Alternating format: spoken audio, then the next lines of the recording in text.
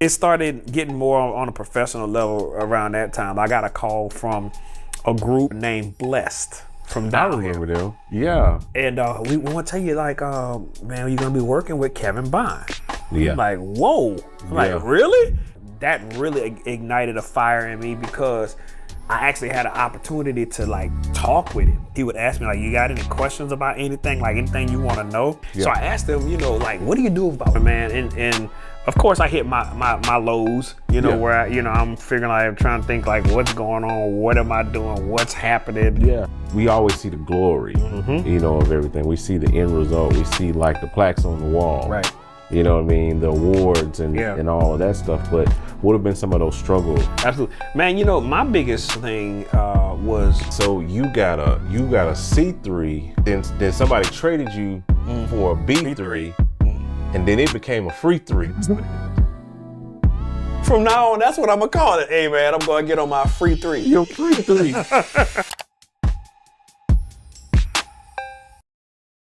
What up, guys? You know who it is. It's your boy, John Mike, back again with the Hangout podcast. You know what we do. And I got a special guest with me on today. You know, that shows how churchy I am when I say on tonight. I'm here with none other than Sean Keys, as they call him, producer of the year extraordinary. Y'all see all these billboards up here. This guy got BMI awards over there. He got NAACP Image Awards. This dude got awards just from everywhere. His middle name is probably Award. You know, how you feeling, man? Man, great, man. Look, it's an honor to have you here with me, man. I appreciate it, bro. Like down here in NOLA. And NOLA, man. You know where all the food good. Yeah. Man, I'm telling you, man. Y'all, there's two things y'all got down here. Y'all got good food and hot heat. Right. Man, it is crazy hot down here. Hot heat. Like I told you yesterday, like when I got in, I said, man, I got out that car and all I remember is I beheld Satan. You saw him face to face. I saw him face to face. Yeah. And I was just like, yo, this ain't it. Right. This ain't it. It's not just the heat, it's the humidity. That's what makes it bad, bro. Yeah. You know, it's like we below sea level. So everything here is just hot, man. It's like a sauna. It's like a sauna. Yeah. It's not that dry heat like Vegas, man. It's like just you standing outside for 5-10 minutes and you wringing wet. Dang. Yeah, it's just, hey, it's a way of life. Yeah, hey, you just gotta do what you do. So we're here with my man. We're working on some things. Y'all will be seeing some of that later. But man, I will always like to do these because we get to kind of see the story behind the glory, so to speak. You know what I mean? Because everybody has a story that we don't get a chance to hear. Because we see the awards, the billboards, we see all of that, but we often don't know the steps that it took to get there. I mean, because you've been producing for how long now? Man, I started. 99. Yeah, seriously, like in 99, man. Like, started in 99, and the crazy thing about it, bro, I didn't even know I was producing really. Really? You know, like people was asking my input on different stuff, and hey, what would you do here? Hey, you know, what would you? Hey, you know, in the studio sessions, like, oh, well, take the strings out right here, man, and this part needs to go like this, and sing this part like this, and so you was producing before you used this. You know, my boys was like, hey, man. You know you producing, right? And I'm like, wait, what? Wow. And man, and from there I fell in love with it, man. I had a passion for it and didn't even know what I was doing. Wow. You know? Yeah. So walk us through that, man. What's the journey? What's the story like starting, were you born down here? Absolutely. Wow. Yeah, man. Born and raised in a place, Metairie, Louisiana, which is about 15 minutes from New Orleans. Okay. Grew up in Kenner, Louisiana, which is right by the airport. So when you touch down in New Orleans, I saw that. That's actually Kenner. Wow. Yeah, that's Kenner, Louisiana. I grew up listening to planes fly over my head all day, every day. Wow. So I don't even hear it now. But wow. But man, yeah, grew up, man. 5 years old, started playing keys at my godfather's church, which was like 3 blocks from the house. Yeah. And it was crazy because, man, God just gave me a gift at an early age. My mom and dad were real active in the church. And Yeah. you remember when saints used to run off programs Yeah, for yeah, Sunday yeah, morning. yeah, So yeah. my mom, one of my mom's tasks, one of her duties was to do that. And so she had a key to the church. So we would go over there, man, and man, I go in there and she'll be back there running off, programs and stuff on the copy machine, and I'd be, up in the front playing on the drums and stuff. Wow. And so her and my dad started kind of realizing, man, this kid kind of gravitating towards music. So they buy me a drum set. When I tear that up, they buy me another one. Destructive little boy, right? All boys are destructive, Yeah. All boys are tore up a bunch of stuff. Right, So, I tear that up and they give me a better kit. And so, but it was one particular night my mom always tell me she remember, she was back there in the office running off copies, and I moved over to the B3. Okay. And somebody at church had, shown me how to start it. Well, no, what happened was I used to sit behind the organ and watch. Yeah. So I figured out how to start it. Yeah. So I said, I'm gonna go up there, I'm gonna try to start this thing myself. 5 years old, I'm taking the lid off, and all that. Enough to snap my fingers. So I learned how to, I started it, and then all of a sudden, I just kind of started playing little melodies. I wasn't playing like full fat chords and I'm saying she kind of stuck her head out the office like, man, this boy's playing like something. So she told my dad. So, I guess they waited a little bit to see if I was gonna stick with it. So they started buying me keyboards and stuff like that. And I never forget, my dad took me to Hall Piano Company in Metairie. And he bought me my first professional keyboard. What was that? It was a Korg X3. Ooh. Yeah. See, I don't know about that. Yeah, I don't know nothing about that. Yeah, it was a Korg X3, man. He bought me a amp to go with it. And a keyboard stand. I had an X2 back in the day, the X2 Master Funk. That was my favorite patch. Buddy, they don't know about that. Right? They don't know about that. Was like, it was a poly synth. Yes. With a synth brass. Yeah, man. The slap bass on there, split. Yeah. Had some strings layered underneath. Absolutely. It was your everything patch. Everything. Yeah. It was like you got that. It's like the everything bagel. You put it on. It's like the everything patch. Absolutely. You could pull that thing out and worship. You could pull it out in anything. Yep. That was it. Master Funk was the one, man. So yes, it started on that first keyboard and grew from there. Man. And it's like I started realizing that you could actually sequence on a keyboard. And I don't think that one had a sequencer on it, but I started getting to the music stores and kind of fooling with the stuff they had there. And so, as I got older and was going through school and stuff, I called myself starting me a choir. Okay. You know what I'm saying?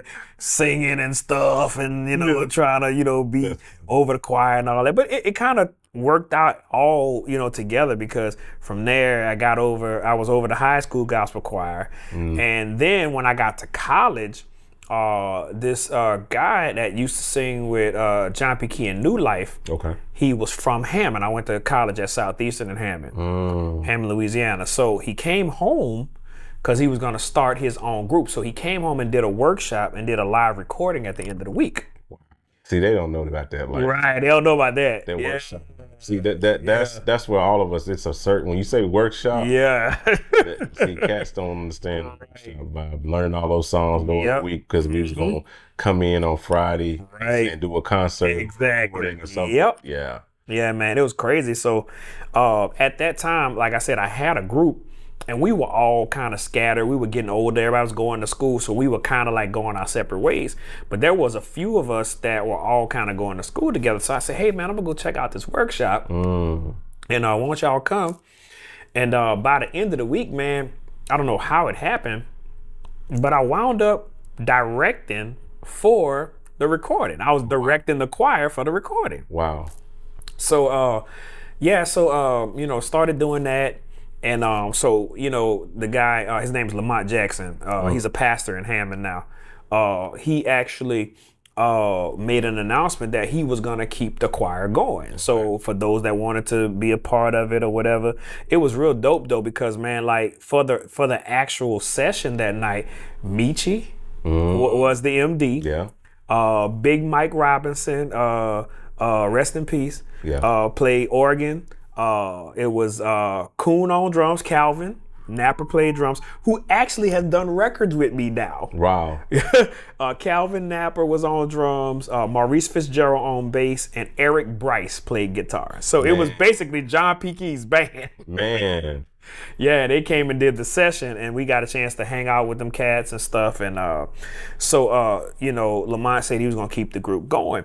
So everybody was telling me, hey man, you know Sean plays. He plays too. Yeah. So man, I kind of fell in there, you know, being his B3 player, you know, running up and down the road, doing these shows and stuff with him. And they finally signed a deal to Ty Scott. And so, you know, I got my taste of actually doing my first recording with a group called the Jesus Gang. Okay. Yeah, it was crazy. It was a youth group that Ty Scott had signed back in like 96, man. 96. Yeah, it was like 96. I'm telling my age now. But it was back in like 96, man. And they, you know, we drove up to Indianapolis and did the session, did the live recording, and we stayed for a few days and we did like all the overdubs and stuff. It was really cool.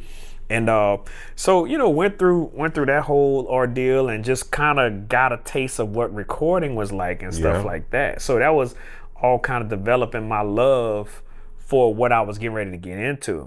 So yeah, so once he started, Lamont started recording their first project, you know, he was bringing me along through the process. So man, the whole time I'm starting to fall in love with this whole recording thing and producing and watching it all unfold. And, you know, went up to White Room Studios in Charlotte. To get the record mixed. So I'm sitting there, I'm sitting in the sessions while the guys mixing the record and stuff, and got to play, you know, because one of the songs they forgot to play organ on. I think Mike was playing aux, and he just didn't go back and play the organ parts. He was like, well, Sean, you want to get up on the beat through? I'm like, sure. You know, so I actually got a chance to play on that, and so man, it's just like I'm starting to just get the fever for it.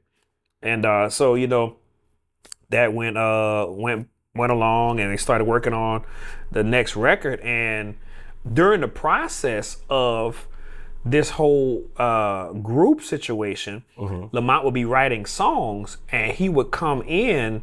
The band would get in to rehearsal first, and then the singers would come later. So he would come in and he would be like, hey man, I got this song. I need you to put some music to it. Okay. And I'm like, okay, so that was the start of my composition phase in writing music. You know, so he was like, he would start singing this stuff to me, and I would come up with these, you know, the changes and the intro need to go like this, and then we could do this, and then I would teach it to the band. And so, man, didn't even know I was composing and writing music and producing and all that. So that's crazy. So man, it was crazy, like a proving ground. I did that for about 10 years, and then the group kind of disbanded and started doing other things, and he started pastoring and stuff like that. But you know, that's kind of where I got my feet wet and got my love for it. You're not even knowing, like I said, not even knowing what I was doing. And man, kind of from there, I started practicing on people in the neighborhood. You know, I'm producing. You know, so people coming through. You know, hey, let's work on a track and stuff like that. And I was working at Guitar Center, and I was the keyboard manager at Guitar Center. And it's crazy that I had the job for so long, because I used to just sit down on the motif and make tracks all day long. Somebody will come in, I get up and I help them, but then as soon as they out, I'm back over there. Yeah, but it was so crazy because like the store manager, he was really dope, man, because he didn't really stop me from doing that. He called the Yamaha rep and had him come down to check me out, and he was like, man, this guy is using this, you know, to sell your product. Wow. And man, I actually, from making tracks on the motif, I won a sales competition where I sold the most motifs in the Memphis region for Guitar Center. Really? Yeah, you know, and it was from me making tracks. So they actually were talking about, at one point, getting me to do some demos, because you know the motifs and the keyboards come with the demo sequences and stuff, and they were getting ready to kind of sign me up to do some of the demos for the keyboards for Yamaha, but that guy that was the regional rep at that time, he got a promotion. Wow. So that never happened, but That would have been kind of cool to hear my stuff, on the motif stuff. You're like, oh, this is my track, Wow. But that would have been crazy. Yeah, man. So from there, it kind of turned into being more professional when I got around 99, 2000, 2001. But 99, 2000. Yeah, 99, 2000, Yeah, man, it started getting more on a professional level around that time. I got a call from a group named Blessed from down here. I remember them. Yeah. I got a call from them, man, and they were like, hey, we've been hearing a lot of good things about you, and you a homeboy, you from here. Yeah. We want you to work on our album. And I'm like, wow, okay, cool. So, and we want to tell you, like, man, you're going to be working with Kevin Bond. Yeah. I'm like, whoa. I'm like, really? It's like, so, Kevin Bond was doing most of their record, but they gave me the opportunity. I think I did like 4 on their on one of their projects, and he was doing the vocal production for those songs along with the songs he was doing for them. And that really ignited a fire in me because I actually had an opportunity to like talk with him. Yeah. And he was giving me some pointers on different things. Like, he would ask me like, you got any questions about anything? Like anything you want to know? Wow. Yeah, he's always been there. I mean, he's just that guy. Yeah. I'm excited to reveal something game-changing for us and for you as producers and musicians. I want to introduce to you Peculiar Sounds version 2. We've introduced standalone mode, allowing you to use it independently from any DAW. You can now blend up to 2 sounds to create rich and complex textures. We added in 2 brand new effects, the Lo-Fizer and the Mod Filter. The Lo-Fizer gives you instant lo-fi vibes with just a button, while the Mod Filter adds dynamic movement and flow to any sound you apply it to. And we also added the innovative new MIDI browser that provides you with hundreds of chord progressions, melodies, and drum loop MIDI files that you can drag straight into your DAW. And as a bonus, V2 now includes Sounds Off the Block expansion for totally free, bringing the total to over 400 patches. So as you can see, Peculiar Sounds V2 is not just an update, it's a revolutionary new plugin. So make sure you check the website right now and you can get your hands on this game-changing plugin. When talking to him, he asked if there was anything that I wanted to, know, or anything he could help with. Yeah. So I asked him, like, what do you do about writer's block? Yeah.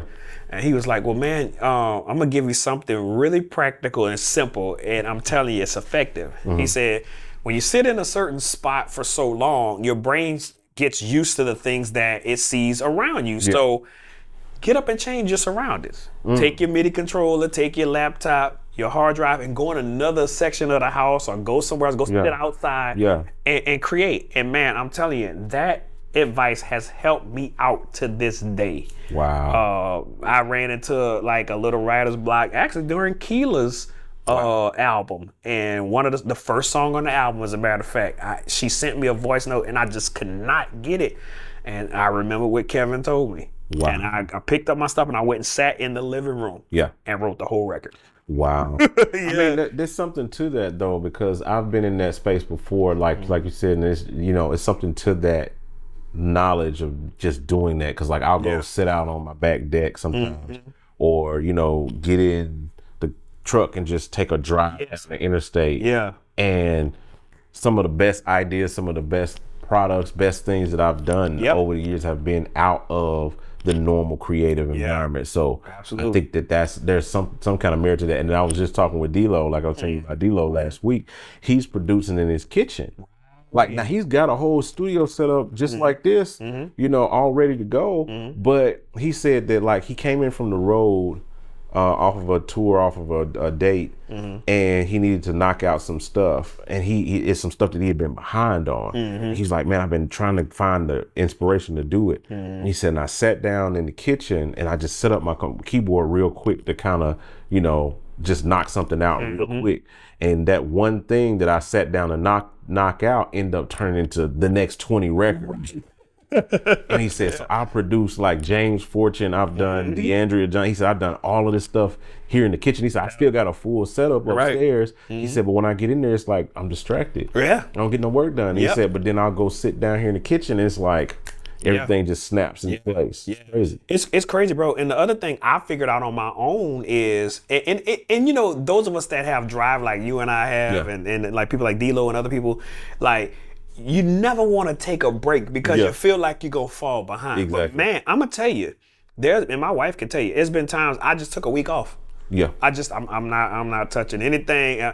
And man, when I get back, it's like, here come the ideas. Sometimes your brain just needs that break. It needs a reset. You know, it need a reset. And yeah, man. So that's when it kind of got serious for me. When Blass called me and we did some records together and everything. And I was like, wow, man, I can actually really do this. That was like my first time actually like signing a contract and getting money for doing production. And I'm like, wow, man. And this was like what year? 2000? Probably like the early 2000s. Yeah, like probably 2008 or 9. Okay. Is when that happened. But you know, I had been kind of practicing on people in the neighborhood and people from my church up to that point, you know.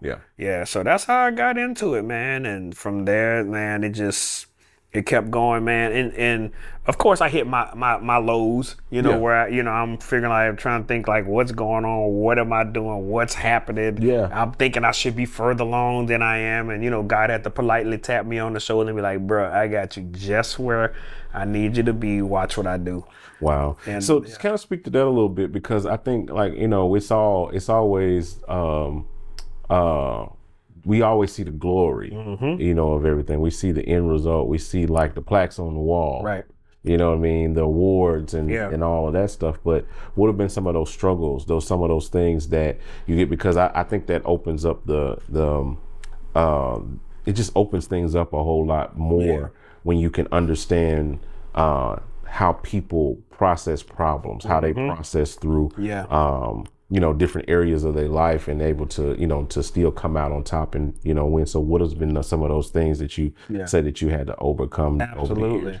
Absolutely. Man, you know, my biggest thing was, you know, knowing that I was good enough for being overlooked. You know, that was like, you know, like a big thing for me, and it got next to me because, you know, I'm really a big-hearted kind of guy, you know, and everything I do. And I think, you know, we as creatives, we work out of our emotion. That's kind of how we are. We just, it's the type of people we are. And, you know, we put our feelings into everything. And the one thing people always tell you in this business, don't take your feelings out of it. You gotta, you can't wear them on your sleeve. You know, skin, all of that stuff. Have thick skin, and rightfully so. But, you know, I think one of my biggest hurdles was just, you know, feeling like I was good enough, but I was being overlooked for the opportunities, you know. And, you know, people will try to put you, you know, in a place that they know you are, what you have been to them, and try to keep you there thinking that's all you are. Wow. You know, and not really letting you spread your wings and really show everything that you can be. And you know, had it not been for, you know, my wife and my family and my close friends, man, I really probably would have threw in the towel. You know, and of course God, I cannot forget, you know, him, because it was through prayer and everything that kind of got me back on track. You know, with it all. But, you know, just it's naturally speaking, you know, my wife and my friends and stuff, like my man, I never forget my friend Lim, who lives in LA. I called him at my lowest, bro. And I was like, man, bro, I'm about to get this up, bro. I don't understand like how, you know, I know God has placed a special gift inside of me to do this, and man, I just keep getting overlooked, man. And he told me, he said, Sean, you can't give up, because we all inspired by what you're doing. Dang. We looking at you and we're inspired by what you're doing. So, bro, you can't give up. He's like, bro, I'm telling you, you cannot give up, man. We looking at you like, man, you know. And right. And that clicked for me. And then my wife, you know, just telling me that, hey, you know, babe, stay in it. It's gonna shake in a minute. Just stay, keep doing what you're doing. You know, and I never forget the day it turned around. That's for me, You know, it's I got a call. It's crazy how it actually happened, because it had nothing to do with a record that was gonna be replace that radio or nothing like that. But Uncle G called me, and he was like, "Hey man, I got a friend of mine, and we're doing a documentary on him, and he's a Mardi Gras Indian. For those that are from New Orleans, y'all know about that. You know, they have different tribes that march during the parades. They get dressed all up in the suits, where they make the suits and they get dressed all up, and it's really a beautiful thing. And I said, we're doing a documentary on him, and man, we need a second line song. Okay. Now, mind you, I'm packing with my family to leave to go on a cruise. Okay. And I looked at my wife, and she was like, "You got time to do it? Try to knock it out." So I was like, "Okay, Uncle, I'll get it done." And man, I jumped in Logic and created a second line song and for the documentary, and he was like, "Man, do you know anybody that can kind of do some vocals on it and stuff?" So a friend of mine put me in touch with superstar from this area named Keedy Black. Okay. And so she kind of does the whole bounce, hip hop, rap kind of thing, but she does gospel bounce and all that stuff.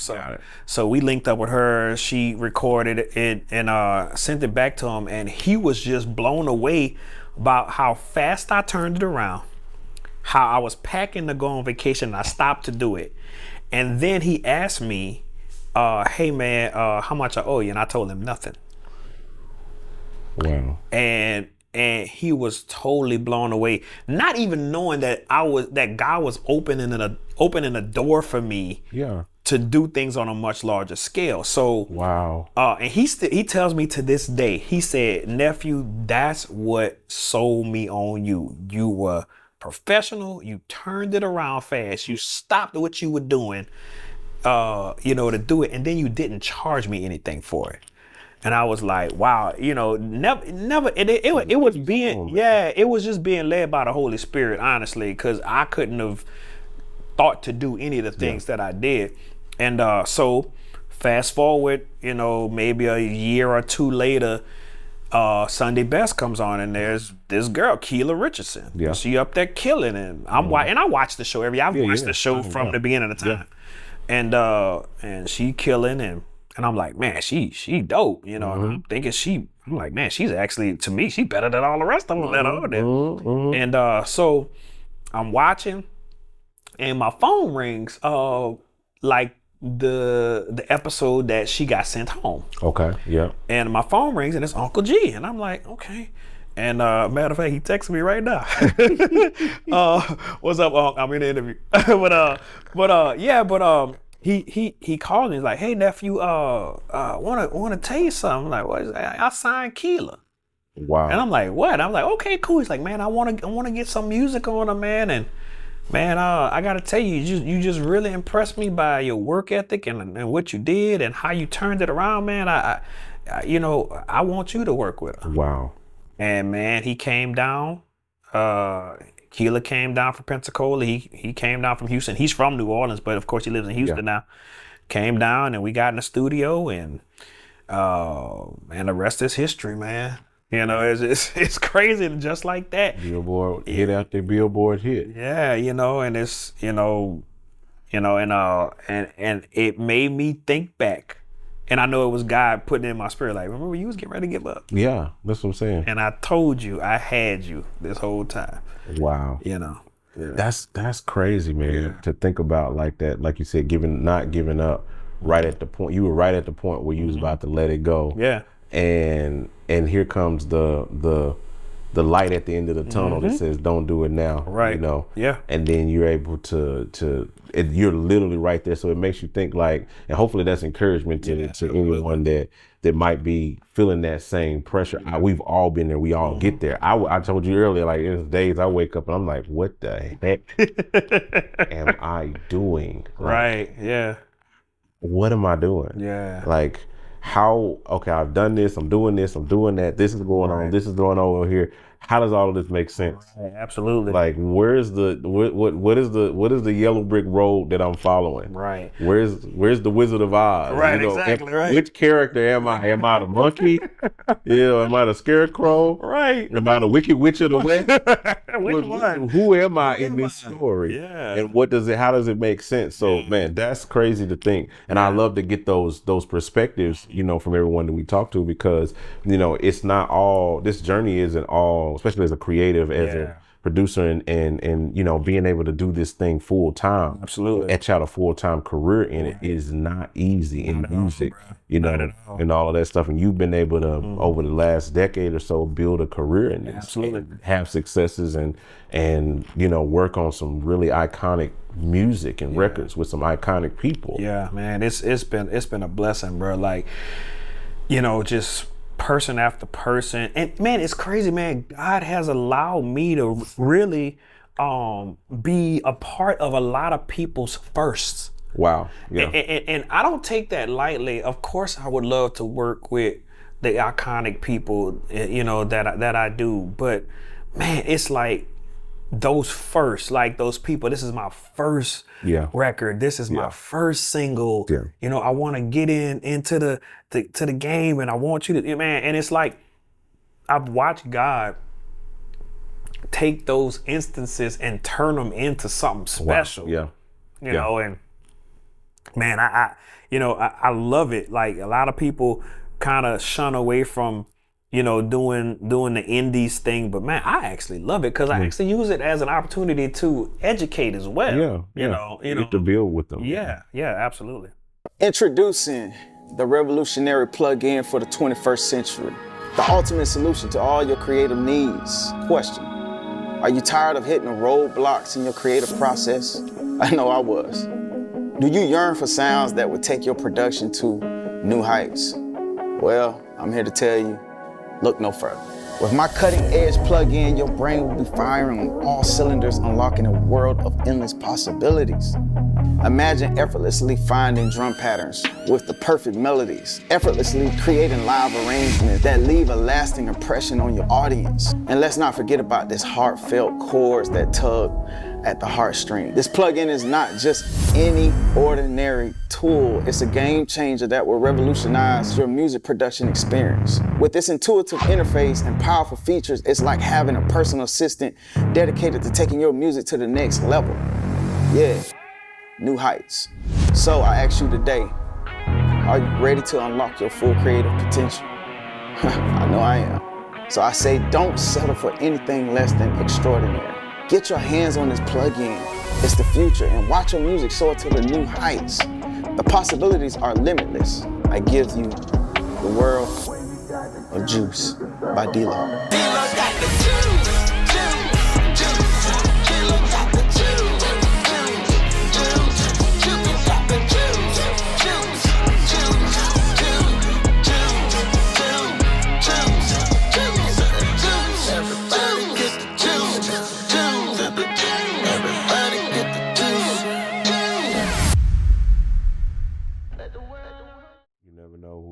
What they're going to become. Absolutely. When they're going to be the next whoever. Yes. Who's going to be the next insert name here. Exactly. So when you get to do that, and that's something to say. Like, I've always said that as a piece of advice to anybody who's trying to get into the production, mixing game, into this. Like, you need to find, like, because most people say, if I can produce for that person, if I can produce for that person, if I can get in that circle, I'll be able to do X, Y, Z. I'll be able to show them how good I am and be able to get work. But like I told somebody the other day, I said the definition of a circle is a closed loop. That's right. Which means it's a loop. They go around that loop. They go around that circle. Yep. They deal with the people that are in that circle. Right. So what you need to do is build your own circle. That's it. Build your own, find your crew, your people that you rock with, and rock with them and build with them. I got a circle. So when I need to get something done, when I got to get a record done, when I got to get something, whether it's if I'm not mixing it myself, or if I am mixing it myself, I still got somebody that I'm using for mastering. I got somebody that I'm using for tuning vocals. You know what I mean? I got you know, somebody that I'm using for bass, for guitar, for key. They get the call every time I get a call for a record. Yeah. And so that's because that's my circle that I've built with. Exactly. You know what I mean? So you build with that. You just never know. Like I said, somebody broke. You know, Jamel broke Todd Delaney. Right, exactly. But before Todd Delaney was the Todd Delaney, he was just Todd Delaney. He was just another name. Bro, like, man, I'm glad you brought them up because I actually look at them as the blueprint of how you as an independent artist link up with a producer and y'all make it together. Exactly. You know what I'm saying? It's like I don't, I just really wish that others would really grasp that concept. I mean, you can work with whoever you want to work with. Yeah. You know, I ain't saying that. Yeah, you wanna do what you wanna do. That's fine, man. That's awesome. But man, if it ain't broke, don't fix it. You know, and they winning. They winning. They found the sound that Todd found the sound in the producer that had the sound that he needed. Right. You know, and they just, like you said, they just grinded it out and pounded it out. Yeah. And now everybody's trying to copy their sound. Yep. They didn't change. They didn't conform to what the industry wanted or what they thought. They just literally sat there and just kept doing them. See, that's key, what you said too. And I always try to tell newer artists, like, don't try to create something that's already been created. Reinvent the wheel. Like, don't reinvent it. Like do your thing. Yeah. Develop your sound and let everybody else catch up to you. Yeah. Don't try to conform to what is hot right now and what everybody's doing, because they got enough of that. Yeah. Like, create your own lane and let the people catch up with you. You know, especially if it's dope and it makes sense and is working. Rock with it, man. Be you. Be unapologetically you, and everybody else will catch up. That's so good, man. That's so good. So as we move along the journey as to how you continue to build your career, what would, because not most people know you as a, producer, but you're also prolific songwriter, and you got people that write songs with you, and that you got a whole crew. So what has that journey been like as a building as a songwriter, as well as how those things have been hand in glove with you? Yeah, man, it's actually really dope that we're talking about this, because like, I want to dispel the biggest misconception that's out there. There are people that have told me coming up, and it was just because they wanted to keep me from what I was entitled to. It's like, if you write music, you're a songwriter. That's good. People don't understand that that's a facet of writing songs. People used to think that just lyric writers are songwriters, and that's not true, because go look at your PRO and see what's on there when you register a song. That's good. There's lyrics and there's composition, the music and the lyrics. So both of those things together make up a song. That's so good. Although I do write lyrics from time to time, but most of your stuff has been from composition. And God kind of showed me how to build my team where I could focus more on the composition, and then get a group of writers around me that did lyric writing, and just you built your circle. Build my circle. You like that, but yeah, man, it started with me as a kid, kind of like making up songs around the house. Yeah. Like my mom and dad said I used to, like, anytime something would happen, they would say something and I would start kind of making up a song about it. Wow. I gotta go clean up my room. Just silly stuff. Just being a kid or whatever.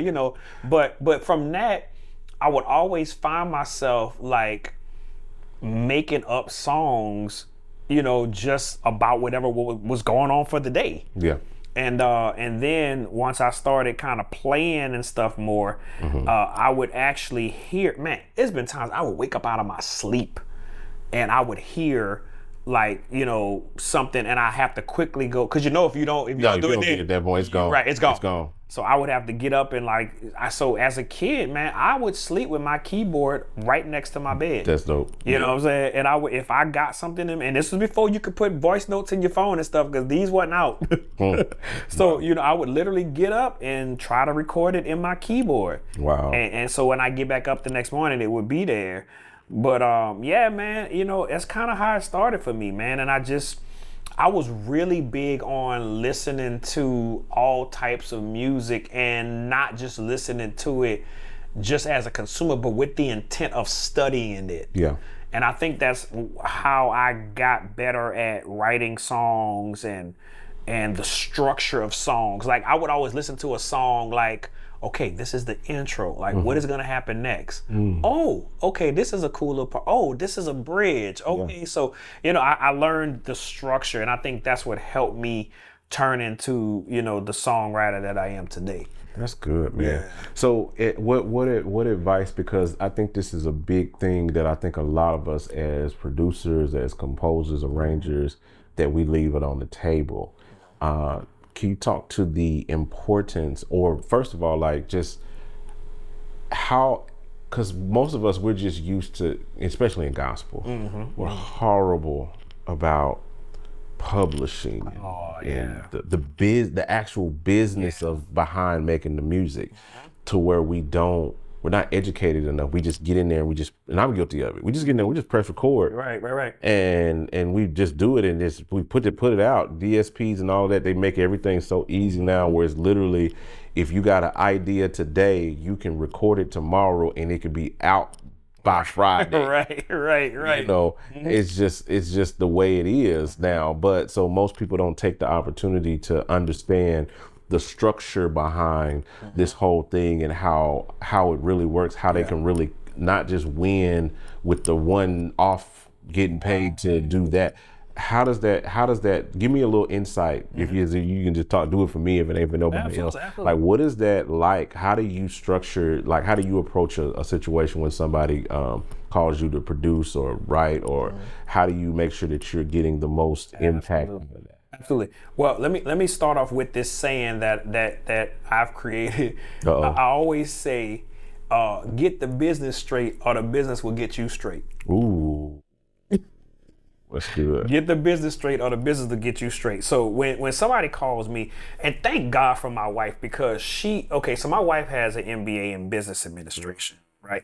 Yeah, and she's really helped me to kind of get the business side of you know, my production company straight. I'm like you. I just want to be about the music. Yeah. But she was like, honey, you need to put together contracts. Yeah. Put the stipulations in there as far as what you need to see happen. Yeah. You know, because and she didn't understand, you know, it's us. Like, we the type of people, we want to play the gig. We ain't asking how much we're getting paid. Okay, I'm getting paid, so I'm just going to play the gig. Yeah. You know, but she, from her business mindset, she's thinking, hey, okay, how much are you charging for this? Yeah. What you know, because without any expectations, you can expect nothing. Because if you don't put in there. So when somebody calls me, generally what happens is, on my website, there's an email that they can email, and they'll go through. My wife had it set up at one point where it went through a questionnaire, even like a Google Docs. Yeah.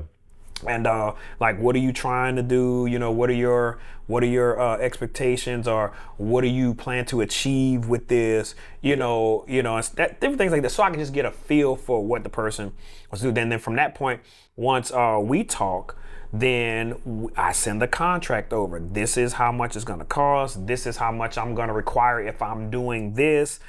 You know, do you I don't even go through, especially with the newbies, I'll go through, hey, do you know what a performance rights organization is? Do you have BMI or ASCAP? You know, do you write? Like, so if you do this, listen, I'm gonna show you how to set up an account with the PRO, so that when this thing goes to streaming, or it gets played on radio from a reporting station, you know, you'll get royalties from it. So, you know, but it all started with my wife really like sitting me down, like, look, bruh, we got to get this side of it straight. You know, like, and she, man, I really feel like she should have been an attorney.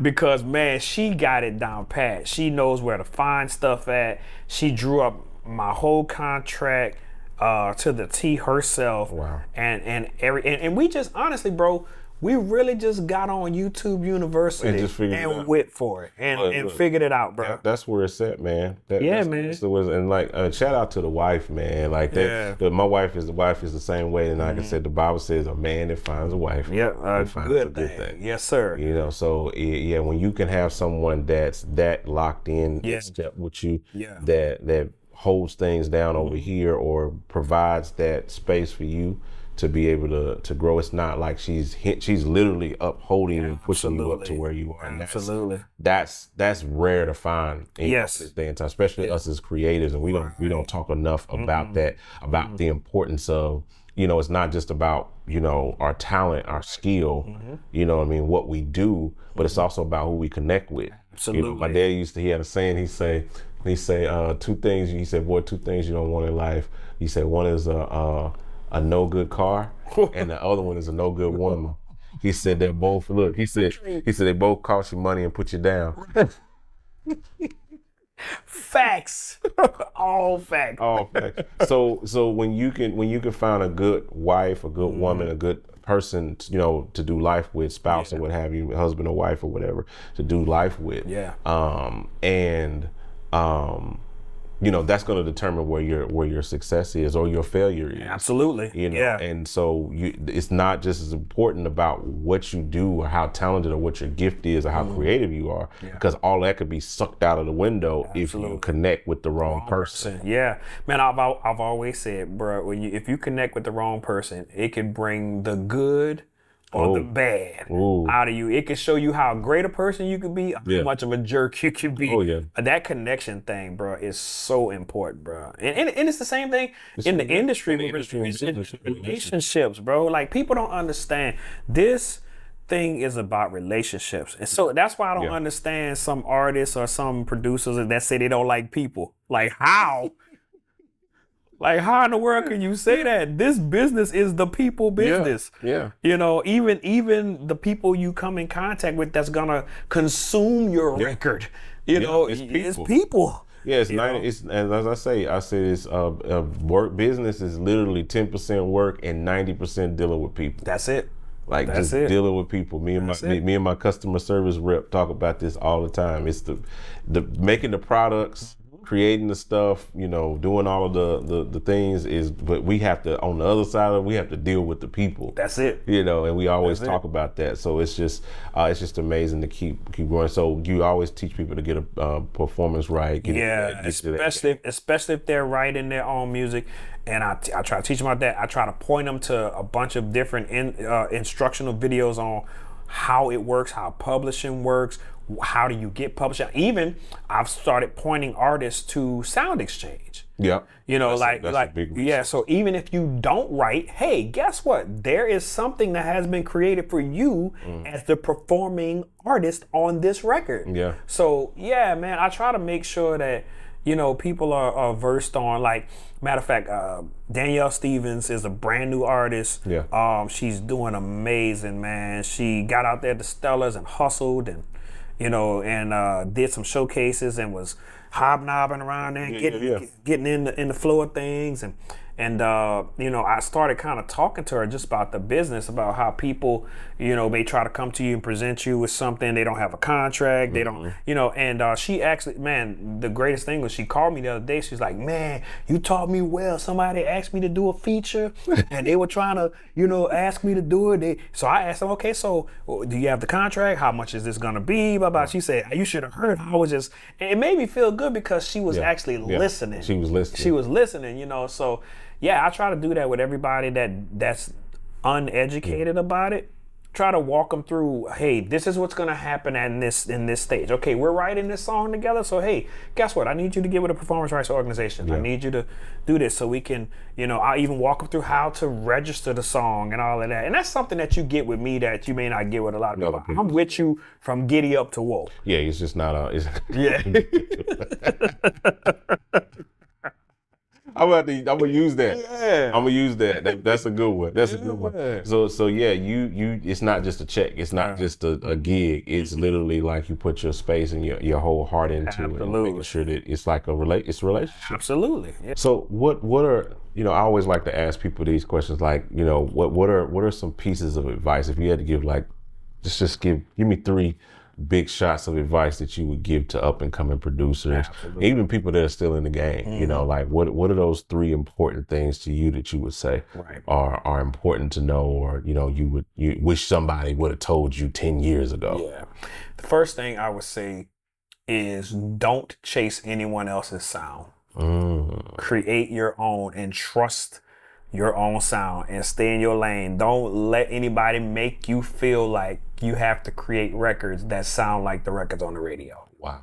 Okay. And early in my career, I had someone that kept pushing me to, hey man, go listen to songs in the top 10 and you need to create something like that in order to get a record like that. And I'm thinking, maybe he's right. Yeah. And but man, no, man, like stick to your sound. Make your sound your sound.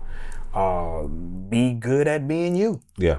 The second thing I would say is don't give up. Yeah. Like, do not give up, especially if there's something that God called you to do. Yeah. And do not give up. Stick with it. Stay at it. No matter how crazy people think you are. Yeah. Man, if you stick with it and you really have faith and, just stick with it, it'll pop. It'll happen for you. Yeah. The third thing I would say is make Christ the center for real. Like cause let me tell you something, this business can chew you up and spit you out. Wow. Even in gospel, y'all, like we're not,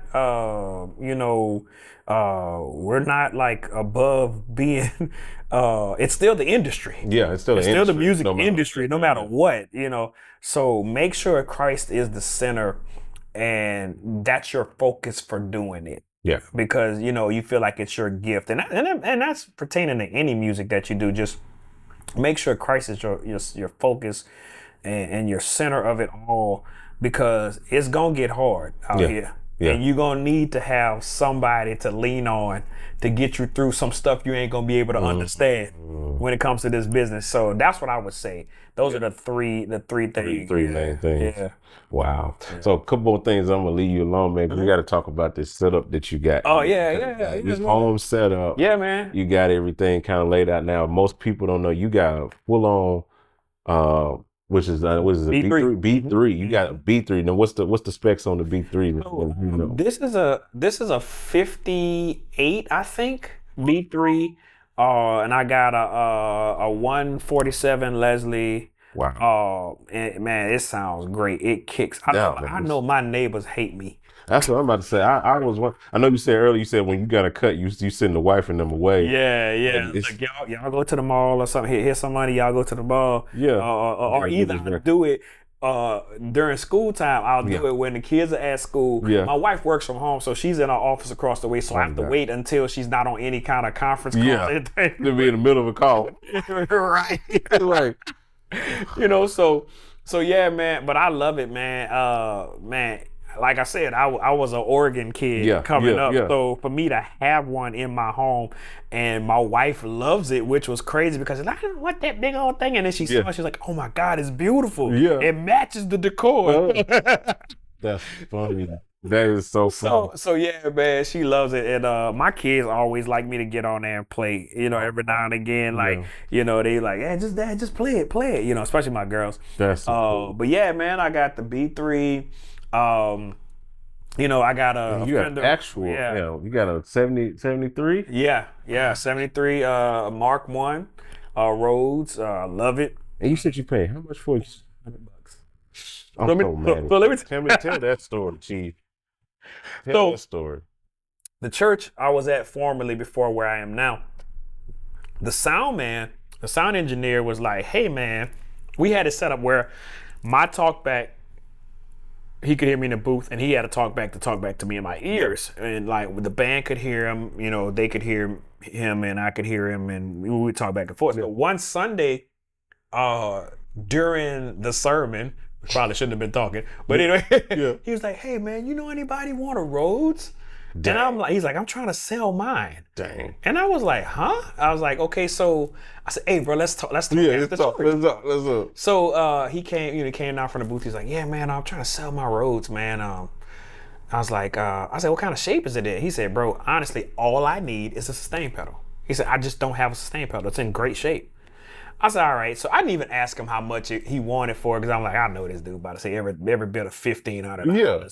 So I get over to the place and it was in his studio and I played it. I'm like, okay, it's cool. You know, maybe it needs a little work on the keys as far as, you know, just the action and stuff, but it's beautiful. It looks great. Yeah. And he was like, I still got the case for it and everything. Here's the case and all that, the top for it. I got the bag for the legs and everything. I'm like, okay, cool. I said, well, man, how much you want? He said, man, give me $400. And John, I tried not to look like, are you serious? Yeah, I was like, yeah. oh, okay, cool. Yeah. Cool, bro. Yeah, I can do that. all along inside of me, I'm like, You yeah. screaming. Oh, See, I would have been like, 4, man? right. Would you take 250?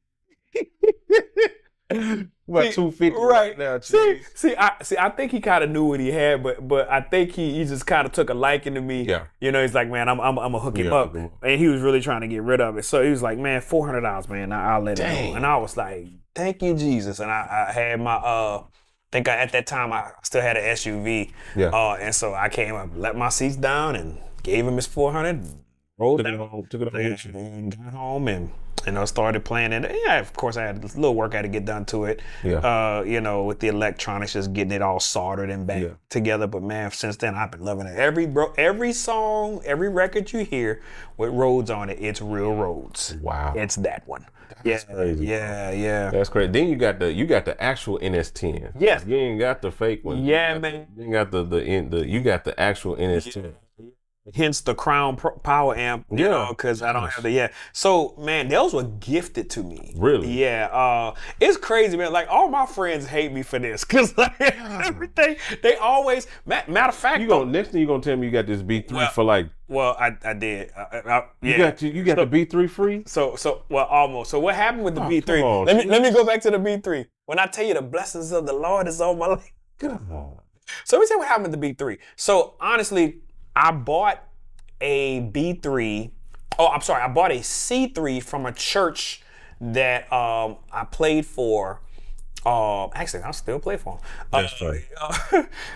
And it was, I did not know at the time, but the C3 was there during Katrina. It was their old organ that they had in the sanctuary, where the organ was sitting in their fellowship hall. Okay. And I used to always ask the pastor, what y'all gonna do with that C3 and Leslie? Like, man, I don't know. You want it?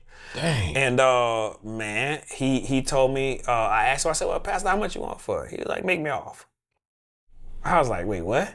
So he was like, make me off. And I think I paid $500. Come on, man. And I called a good friend of mine. Now, here's the thing though. It wasn't this organ. I know, yeah. So I called a good friend of mine. His name's David Tarantolo. Everybody in New Orleans knows him. He's called the organ doctor. Yeah. And so when I got the organ to the studio that I used to be at out in Covington, Louisiana, I had him, because he actually came to the church and picked it up for me because I wanted him to do it a once over and look at it, and brought it over. He got it up and running for me.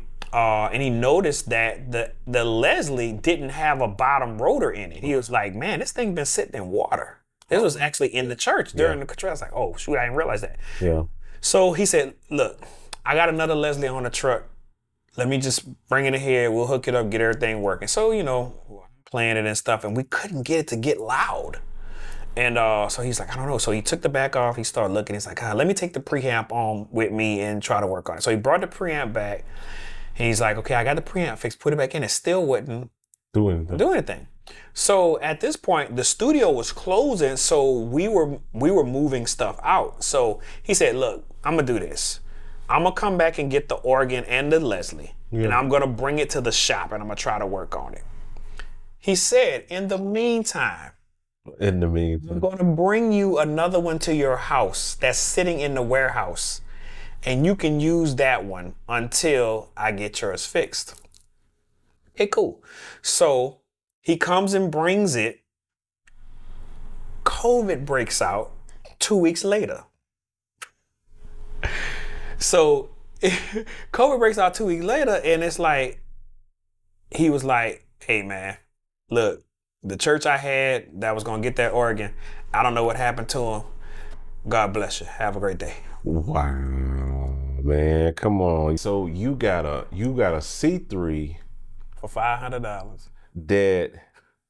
A C3 that, and then got a B, then somebody traded you for a B3, and then it became a free 3.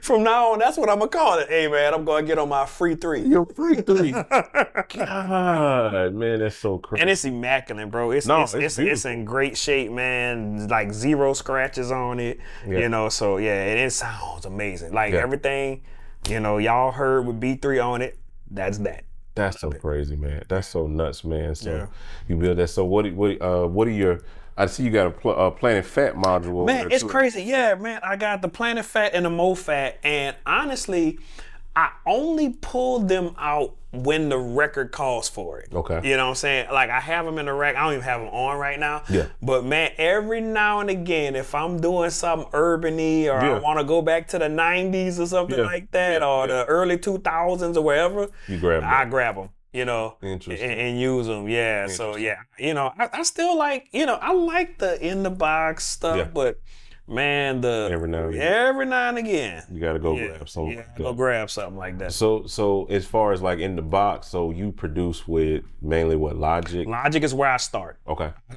always start with Logic. I love Logic. It's just I don't know. I love creating in Logic. Yeah. I don't like to edit anything in Logic. Yeah, okay, yeah. I hate editing in Logic. I definitely feel you. Yeah, so my workflow kind of starts in Logic, created in there. I just like, it's so easy to grab your VSTs in there and stuff and do stuff in there. And then from there, when I'm ready to go from MIDI to audio, I'll bounce them down, go over into Pro Tools, because usually at that point I'm getting ready to go to Gumbo with Reggie and track, or you know, the artist is coming in and we're going to Gumbo to track or whatever, or we you know, we got the band coming in or whatever. So that's usually my process: Logic to Pro Tools. Got it. Yeah. Got it. And what are some of your top favorite plugins that you like to use on records? Of course, you know, all of the gospel producers.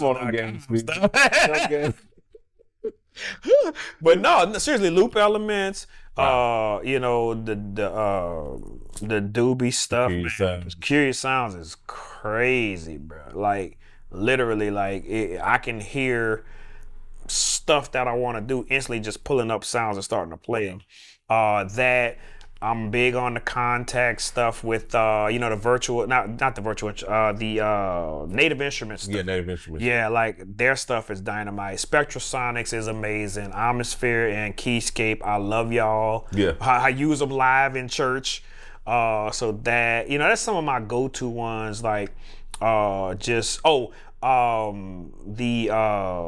Pure Scent Platinum. Jamal. Yeah, I like gospel musicians. So I use that a lot. So that's probably my top ones that I go to. Yeah. Good stuff.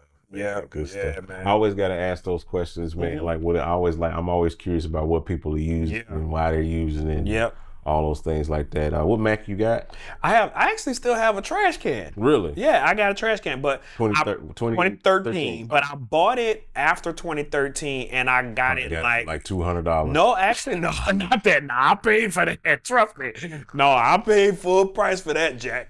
No, but seriously though, I got it kind of blown up too. Like, I bought it from the website where you can kind of build customize it. So yeah, I went out, because I used to work on an iMac and it just wasn't working, man. It just, you know, for what I was doing, it was crashing. It was too, you know, my sessions were too big, you know, stuff like that. So yeah, I got a Mac Pro trash can. Hopefully the wife will let me get the Mac Studio. That's next on my list. Right, I gotta get that. Yeah, that thing is serious, man. Yeah. So hopefully I'll be getting that pretty soon. But the trash cans are working great. I love Dope, it. man. Dope, man. Well, man, I appreciate you allowing us into your space, man, to Appreciate you more. just, have a conversation and talk. We got some session breakdowns from this man coming. If you haven't seen them yet, that means they're not available. If you have seen them and you just seen the podcast, then we probably got some more coming. Whatever the case may be, go check those out if you haven't checked them out yet. It's going to be some good stuff, or is some good stuff depending on when it drops and all those good things like that. But this is what we do. We like to hang out. There's going to be more of these. This is what we do. So make sure you check these out. Check out Gospel Producers, all those things like that. Check out Sean Keys if they want to book you, if they want to get with you. How do they connect with you, man? Absolutely. So my website is iamseankeys.com. You can check me out there. You can check me out on social media.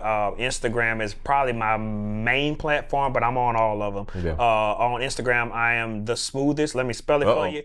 DASMOOTHEST. It's a nickname. Like coming up, they call me Smooth. So I figured that'd be fitting. So the smoothest on Instagram. Everything else is Sean Keys. Got it. Well, you guys make sure y'all connect with him. Make sure you connect with us. We'll talk to you guys on the next one of these. And we out. Peace. Today, I want to introduce to you Loop Elements Pro. This represents a very innovative new way of using loops. And guess what? It's standalone, not only as a plugin, but it's also standalone outside of the DAW, which means you can now use loop elements in your live performance. This isn't just a plugin. It's the ultimate tool for creatives and producers. Whether you're layering loops, creating click track, creating beats, building arrangements, soundscapes, Loop Elements Pro gives you the power to create without limits. Loop Elements Pro is now available. Go get it now. And so name something just for the record, so we get the record on the records. So the record's on the record. Right, like, right. What were those records you did with Don? Did of course Tri-City, the Tri-City records, Karen Clark, Twinkies, Masterpiece record, T.D. Jakes, Sacred Love Songs record. Really? Rodney Bryant, yeah. He's a Keeper record. Never Seen the Righteous. Never See the Righteous. That's you gonna keep. Yeah. And so the funny story behind that. You gotta tell it. You gotta tell it. I mean, you did Micah Stampley. I did Micah Stampley's first record. Holiness, all of that. Yeah, and that was. I had a great time doing that record. It was challenging. Okay.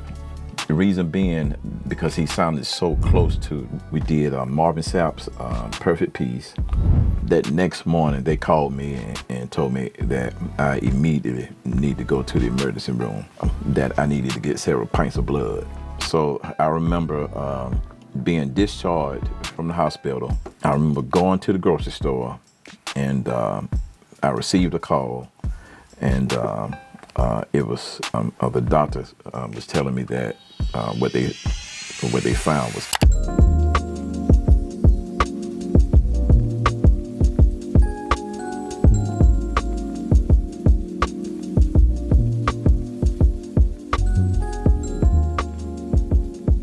What up, guys? You know who it is. It's your boy John Mike back again with the Hangout podcast, and I have a very, very special guest with me on today. You got to get churchy with none other than Bishop Cedric Thompson, My brother. the man, the Yes, myth, sir. the legend. I'm just trying to keep my shoes tied. look, keeping the shoes tied is one thing, but now again you gotta have your socks on. Hey man, they don't listen, be wearing socks now. They low cut. You be seeing these prom pictures around this time of year. People don't be wearing socks. It's almost time to go to moccasins. The moccasins. Yeah. The moccasins. Hey. Yeah, the strap-ons. Exactly. Get on that, man. Poop, and you out. Yeah. Man, it is good to finally connect Likewise, with you. I man. know Thanks you've for been having me. rolling and you've been moving, and I've been rolling and moving. We've been trying to make this happen for several months. For a minute, man. And we finally got an opportunity to kind of pop in and sit with you in this amazing studio of yourself, man. Oh, thanks. Man, so it's my honor, man, and of course, we're brothers. Yeah. You're my friend, man, and I'm honored to be in a relationship with you, man. Wow. And proud of everything you're doing, man. So wow. I go to the stuff you're doing as well, man. To get tidbits as well. Oh you man, know, so don't say it. Nah, got your sounds and your plugins, man. So, man, grateful, man. Man, it's honor where man since you showed me nothing but love since I landed here in Charlotte. So it's been an honor, man. I consider you to be a mentor, Oh, thanks, man. just as much as a friend. So I glean and learn a lot from you as we always do. Most definitely. But man, you're the star of the show today. We're here with you to talk about your life, your career, what you do. We do these hangouts. I've done them with all of our favorite producers and being able to do the things. So it's an honor to be able to sit down with you and kind of highlight you and shine a light, because I don't think people realize, I know those that know, but I think at large, a lot of people don't realize how much of a contribution you have made to the gospel industry as a whole, as gospel musicians as a whole, to gospel producers as a whole. I mean, you've literally in my book, and I'm not just saying this because I consider you my mentor, that you're just kind of the GOAT for me. Oh, wow. I mean, because you've touched so many iconic records, you work with so many iconic artists. I mean, some of the progressions that I was listening. It was a friend. I won't call him out, so because everybody would know who he is. But he was playing some stuff. We was in a session a few days ago, and he was playing some stuff, and he was like, yeah. And I was like, that sound like Cedric Thompson. And he was like, really? I was like, yeah. And he was like, man, I hadn't really followed Ced like that. I was like, bro, that's Ced all day. Oh, wow. All day. And so I don't think people realize like just the influence that you is. So I hope that on this episode we can really kind of highlight that journey and highlight, some of the notable things that you've been a part of and notable things that you've kind of locked in on and stuff like that. Man. Most definitely. So just for people who don't know who you are and what you've done, like if you had to sum yourself up and tell the world who Cedric Thompson is, what would you say? First of all, someone that loves God. I always say, someone that's always just trying to keep my shoes tied. I'm a guy that loves to have fun. Yeah. Love my wife dearly. Yeah. Shout out to LaJune. Love you. Love my kids. Man. I'm a family guy. Yeah. And enjoy our grandkids, and then under that, the music side of me. Yeah. And I mean, of course, I started out in music, before all of that, but that's basically who I am, just a normal guy that loves his family, love what I do in terms of doing music, and love to be able to bring people vision to pass or forward, if you will. Yeah. So, I mean, I'm basically just a normal guy, man. Man, that sounds way more than normal to me. But and not like, it's just crazy to speak of the connect, your family and the connection. Because I mean, your wife is LaJune Thompson, phenomenal singer. I mean, we'd be here all day talking about LaJune's career definitely. just as much as yours. Yeah. But also your son, CJ Thompson. Yep. Who is, I mean, Charlie, what he's on doing with Charlie Puth now and everybody. Charlie Puth, man, and I'm trying to get him in. I have to get on his schedule. You had to get on his schedule. I mean, calling, he's in China somewhere, Dang. I mean, and so many iconic things that CJ is coming in and blazing up a path of his own right now. It's just crazy to see how even your family is impacting the industry as well as just yourself. But to your point, where does that journey start at, man? Like, tell us about how did you get into music? How did you, where do those roots lie, and how do we get to where we are now? Well, I'm from Anderson, South Carolina, which is right below Greenville, South Carolina. And growing up, I was raised by my grandparents. Okay. So the musical side of my family is on my father's side, which was my grandmother. Okay. And I started at the age of 3, and of course I was too young, to take formal training. So my grandmother, she started me out, and she took me as far as she could. And when I became of age, I started taking formal training. Okay. So my brother and I used to sing as a duo. Really? We used to sing as a duo, and I always have fun with this and kind of teasing. I say that God tricked me. Okay. Because when I was playing, basically I was studying classical music. Okay. Formal music, of course. And my brother and I used to sing on occasion, our cousin wouldn't show up. Our cousin played for us. Okay. So I was forced to learn those songs. Okay. You know, so at that time, then, you know, even though we were singing in the church, you know, I wasn't really thinking about the playing side of it. Although, you know, I was, you know, taking lessons in the whole nine. So around maybe 10 or 11, I'm sorry, I started playing for my church. Okay. And helped form our, fast forwarding, when I got into high school, I helped form our gospel group there as well. Experienced my first recording at 14. Okay. There was a local group there. They decided to do a recording, and they would call me from time to time to play. So I did that session, and the recording bug bit me. You know? Okay. So I was one that always looked at, you know, the credits on records, you know, the whole nine. And there was a common name that always showed up on the records that I gravitated to. So thankfully, I wasn't just restricted to just listening to gospel. Right. Yeah. So I would always see the name Quincy Jones. Quincy Jones. It was always showing up on those records. So I was always curious at how, you know, they were deriving these sounds. Yeah. How these records were made in the whole nine. So when I formed my personal group as well, and we went in to record, and then I remember we used to go to the GMWA every year. My grandmother, she was a chapter rep. And this particular year, it was in New York. And one of the songs that I was playing for the concert, this young man, he was directing it. I didn't know who he was. Afterwards, he found me and just gave me some encouraging words. Fast forwarding, I graduate from high school, move here to Charlotte to go to Johnson C. Smith. Okay.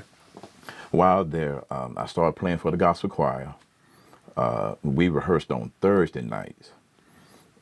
One evening after rehearsal, me and my buddy, we were going down the street to go grab something to eat.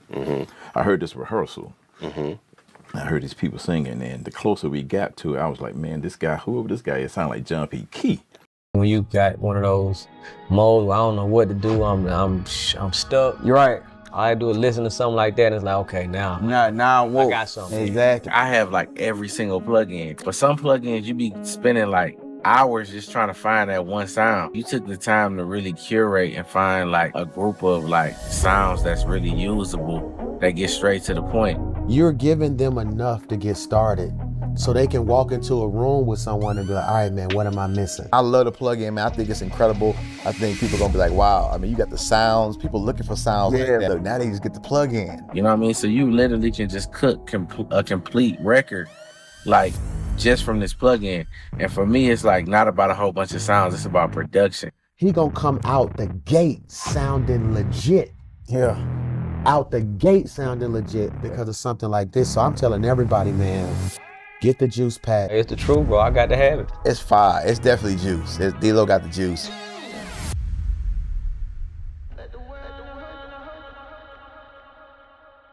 Okay. You know, so, all right, I need to rewind. I'm sorry. Yeah. Because I skipped something. Okay. So prior to that, at the time, he wasn't a pastor. Yeah. He came to Simpsonville, which is nearby where I grew up, and he conducted a musical workshop, and they called me to actually be the musician for the workshop. Now, this wasn't VIP at that time, was it? Nothing about VIP. Okay. No. So no, this was back. This was 80. This had to be 86 now. Okay. So I did the workshop for him, and so fast forwarding back up to college. We're walking down to rehearsal. Walking down to grab something to eat. I hear this rehearsal, and I'm like, man, whoever this guy is, he love himself some John P. Key. So my buddy was like, yeah, he sure does, man. So the closer we get, I'm like, man, this guy love John P. Key, man. And so we were going to, I don't know if you're familiar with the Johnson C. Smith area. Yeah, I've been over there. So down the street, there was this place, it may be still there, called Chicken King. Mm-hmm. I heard Chicken King. Yeah, so across the street was a small church, and I told my brother, I said, hey man, let's go in here and see what's happening.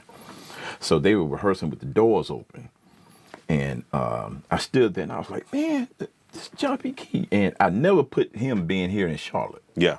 You know, so, and he recognized me at the front door, motioned for me to come up, play the rest of the rehearsal. Wow. And from there, I think it was 3 days later, he asked if he had to go to Texas. Mm-hmm. And from there, I became his music director.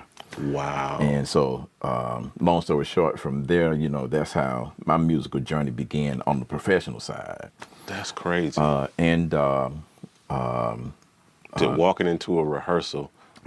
At Chicken, across the street from Chicken King. Yeah. John P. Key is in there, remembers you from years back. Exactly. Come play. Come up, MD. Wow. You know, and there as well, that's where I met LeJune. Mm-hmm. So after we left there, we got married, and we moved to Fayetteville. Okay. North Carolina. And I became minister of music at this church, Deliverance Temple of Truth. The bishop was Bishop Ralph Dunny Graves. Mm. He was also a big songwriter and artist as well. Mm-hmm. While there, we had formed the group, The Promise. Okay. I did the song called Magnify Him, and Women of Chester Women of Chester Mass Choir wanted to record the song. Okay. They recorded the song, and I didn't. The record sat because we were signed to Word Records, but they went through personnel changes. Mm. So it took them a minute, you know, to get it back into the system. Yeah. So I didn't think the record was actually coming out because it sat for like about a year and a half almost. So ironically, I got a call from Don Lawrence. He was working on Rodney Posey's first record. Okay. And he wanted to record the song. Literally the weekend before that call, Women of Chester had just recorded it. And I told him, I said, man, Women of Chester just recorded the song. Wow. So he asked if I would come up with a song that was similar. Okay. So I came up with a song called The Praise, which was the song that Twinkie did with Rodney. Dang. And from there, he was mixing the record. He invited LeJune and I to Charlotte. Mm-hmm. And from there, he asked if I would become a part of his production team. Man. And from there, you know, God just kept moving. Gosh, man, it's just like you just always end up in the right place at the right time. Those chance encounters, yes, chance sir. encounters, and you just it just butterflies out into, most definitely, into the next thing. So okay, so you tap in with Donald Lawrence. Mm-hmm. Where so was at that point did you tap out with John P. Key at that point, or were you still doing and did you play on any of those records, those early records with John P. at that time? So there were early records, but they didn't really have the massive notoriety. Yeah, right. They didn't let them blossom out. Exactly. Okay. So, about that time, we had tapped out with P. Key. Yeah. And we were, like I said, we had started the group of The Promise. Yep. And actually, the way that became about in terms of the project, mm-hmm. A gentleman by the name of Patrick Henderson. Okay. Patrick Henderson at the time, I say he actually kind of introduced the praise and worship to the black church. I don't know if you remember years ago those volumes, West Angeles. They used to have those. Yep. Those volume one, yeah. I know. I remember them. Yeah, because I remember those records from back in that time. Yeah. Exactly. So that was Patrick Henderson. Patrick Henderson. He was a producer and he was minister of music there at West Angeles at that time. Yeah. So Patrick heard LeJune. He was visiting, I think, some family members in Winston-Salem, North Carolina. Wow. He heard, thanks to Corey Williams, Corey was playing a project that LeJune had sang on with Jimmy Thomas. And he heard LeJune and was mesmerized by her voice. Yeah. And wanted to set up a meeting to sign her because he had a production deal with Word. So we went to meet him. At the time, we didn't feel like Lejeune was ready to go solo. Yeah. So we presented the group to him, The Promise. So that's how The Promise came about. So again, you know, those chance encounters. Chance encounters. You never take them for granted. Wow. So moving through with that into your start of your career with Donald Lawrence. So what was the first record that you did with Donald Lawrence in it? So the first record I did with Donald was the Ministandard record. Wow. Okay. Which one was that? That was the record with Winter, Trusting God. Yeah. The Anointed Song. Yeah. Yeah. Dang. See, that's what I'm talking about. That's the stuff that I'm talking about that people are like don't know that you touched like some of these iconic records. That's crazy. I remember that song. Yep, that was our first record together, and then from there, you know, which is of course, you know, hosted records. Yeah. And productions. Yeah. Man, so name something just for the record, so we get the record on the records. So the record's on the record. Right, like, what were those records you did with Donald? That, of course, we did, of course, Tri-City, you know, the Tri-City records as well. Karen Clark. We did 2 songs on Twinkie's Masterpiece record. Really? And we did some film work on the movie The Associate with Whoopi Goldberg. Oh yeah. Wow. What else? The T.D. Jakes Sacred Love Songs record. Really? Which ones did y'all do on that? The whole record. Y'all did the whole record. Yeah, that was it. So I think Bishop Jakes did maybe. I think he did 2 like love songs records or something. Yeah. He did the first one. Y'all did the first one. So y'all did the whole record. The whole record. Yeah. So So you were doing the production on most of it. Yes. So You Are My Ministry and Sad the Sheets. Myself and also Danny Witherspoon. And Danny. Okay. Yeah. Yep. And the Rodney Bryant. Yeah. He's a keeper record. Gosh. Now you were playing live on these records and stuff too, weren't you? Sure. Yeah. Yep. So that's you on keys on We Offer Praise. Yeah. See, that's what I'm saying. That's the stuff that I'm talking about. So going back even to try. So what were? Because I know you and Kevin Bond were kind of tag teaming the Donald Lawrence stuff. Yep. We were on the when I came in. They were out. I was in maybe a year and a half before going into the Bible Stories record. And so not too long afterwards, Kevin went on to do some other work. And so I became, you know, him of the production and Donald's MD at that time. And so Encourage Yourself, all of those records, all of those iconic songs that Donald did. Man, so that Never Seen the Righteous. Never See the Righteous. When the that's you on key. Yeah. And so funny story behind that. You gotta tell it. You gotta tell it. I had shared that once before. So we were doing rehearsals for that record at it was a studio here in town called Reflections at the time. Yeah. They bought a church down the street from them, so we were doing our rehearsals there. And in rehearsals, all I was really rehearsing on was I was on a Wordly. They have a Wordless there. Yeah. You know, so I hadn't bought anything else in there. You know, I was just rehearsing on that. You know, for us to get the foundation and everything done, sketched out.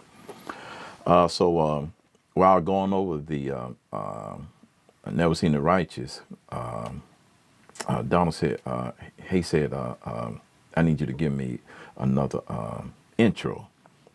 Because at the time, I really hadn't come up with anything. You know, I was just kind of doing something for the choir. Right.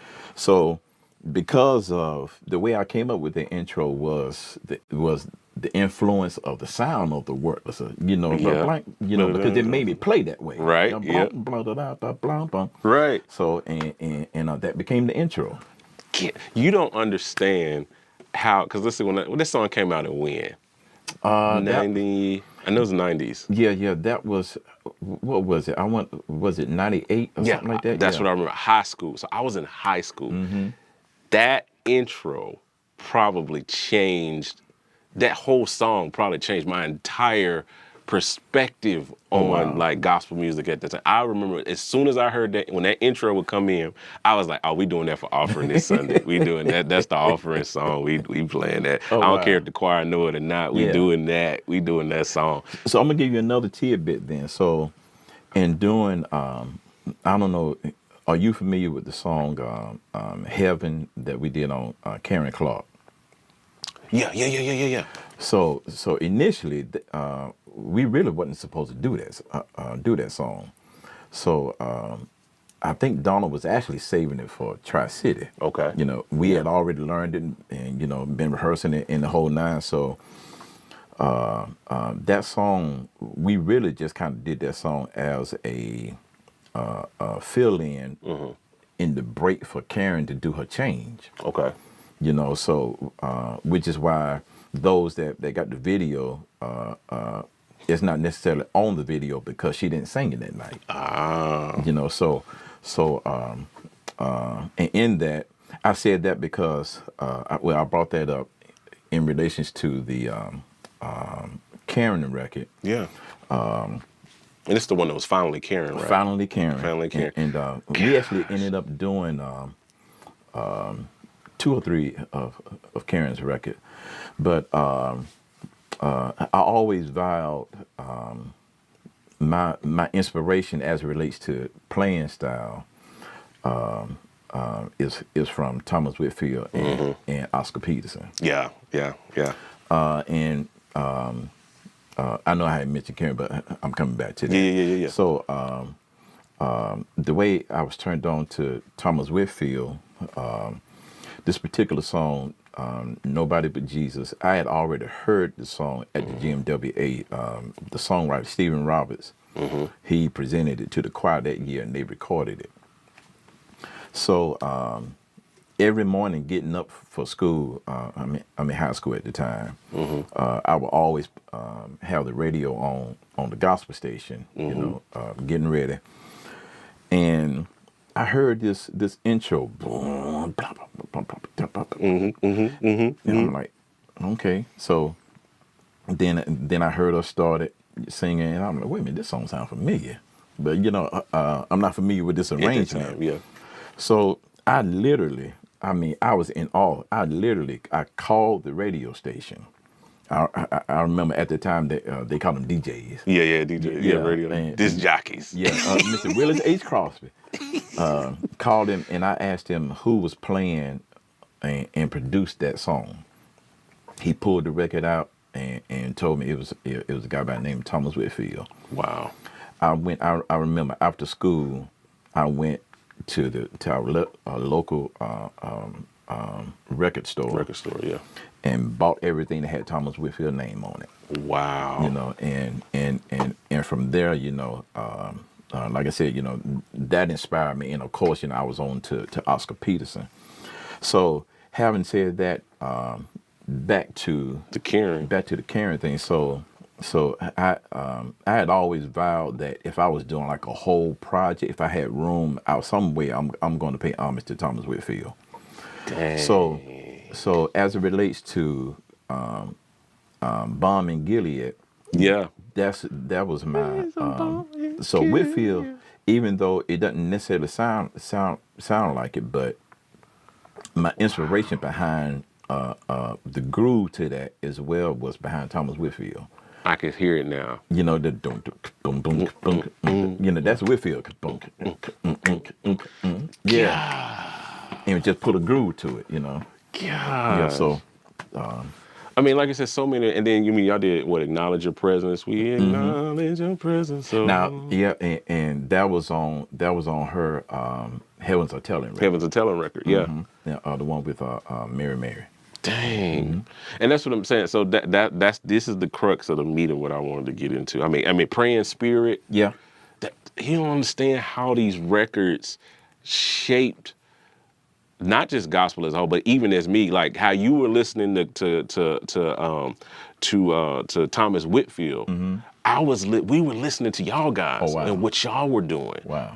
And it was shaping like the foundation of where everybody is right now. All of those chord change, like man, because this is back in the time where this before CDs, we still had tape. Yeah. We still had and then if you had a Walkman, you was as my grandmama would say, you walking in tall cotton. Most if you had a CD player, if you had a Walkman, you was really doing it. Exactly. And so we yeah, man, I can remember listening to all of those records, man. Just boop, boop, rewind, boop, boop, rewind. And like you said, we go to FYE, you sit there for hours with the little headphones on, looking at the back, looking at credits. Yeah. Cedric Thompson, wow. Kevin Bond, all these different names. You'd be like, Most man, definitely. these guys are like the giants right wow, now. I appreciate that. And so like and the fact that I'm just sitting here with you now is just, like, it's crazy to me after like knowing, and then like I said, I wanted to be able to highlight all of those things, but I know that's just the tip of the iceberg of all of the stuff that you have touched throughout your career. I mean, you did Micah Stampley. I did Micah Stampley's first record. Holiness, all of that. Yeah, and that was, I had a great time doing that record. It was challenging. Okay. The reason being, because he sounded so close to. I'm excited to reveal something game-changing for us and for you as producers and musicians. I want to introduce to you Peculiar Sounds version 2. We've introduced standalone mode, allowing you to use it independently from any DAW. You can now blend up to 2 sounds to create rich and complex textures. We added in 2 brand new effects, the Lo-Fizer and the Mod Filter. The Lo-Fizer gives you instant lo-fi vibes with just a button, while the Mod Filter adds dynamic movement and flow to any sound you apply to. And we also added the innovative new MIDI browser that provides you with hundreds of chord progressions, melodies, and drum loop MIDI files that you can drag straight into your DAW. And as a bonus, V2 now includes Sounds Off the Block expansion for totally free, bringing the total to over 400 patches. So as you can see, Peculiar Sounds V2 is not just an update, it's a revolutionary new plugin. So make sure you check the website right now and you can get your hands on this game-changing plugin. I had a great time doing that record. It was challenging. Okay. The reason being, because he sounded so close to Donnie McClurkin. Yeah, I can remember that. Yeah. So the challenging part of that was to be able to create and display his own identity. Yeah. So y'all definitely found it, man. Credit to Mike as well. Great pens. Yeah. And writing songs in the whole nine. So had a great time doing that record, and that record actually it broke a record. Well, actually set a record for the highest charting record as a new artist. Yeah. Yeah, because he came out literally swinging. Like, boom, like. Yeah, and with a War Cry, and they later. I don't know if you remember those guys. The movies. They had a few series. The something war. I can't remember, but they included that song in the movie. The war. Yeah, this is a War Cry. Yeah. So they got movie placements, all of that stuff like that within the middle of all that. Gosh, man. I mean, what was some of the? Just some other notable records around that time that you can think of that, maybe people may not even know that you touched? Oh, wow. Because all music is trash. It don't tell a story. All music be genius, all of them, they leave off all the stuff. That part right there. That, let me see. So I did this record with this artist, and a lot of people may not be familiar with this particular artist as well, but I had a lot of fun with this particular record because he's a very musical guy as well, a musician himself, kind of by the name of Christopher Gray. Okay, yeah, I've heard Christopher Gray. Yeah, Chris Gray, and we did Marvin Sapp's Perfect Peace, and I heard you did I Believe too, didn't you? Mm-mm. Oh, you did that record. That was Kevin Bond. Okay. I thought you was on there. Okay. Yeah, that was Kevin Bond. So, but you did Perfect Peace. Did Perfect Peace. Dang. Did the Twinkie record live in Charlotte here. Yeah. And most people know the Jesus Saves on that record. I'm having a brain fart right now, but I did the not his last record, but I produced the Bishop T.D. Jakes and Potter's House Live in Kenya record. Oh, the Live in Kenya, the African record. I remember that record. Yeah. Dang. Yeah. And,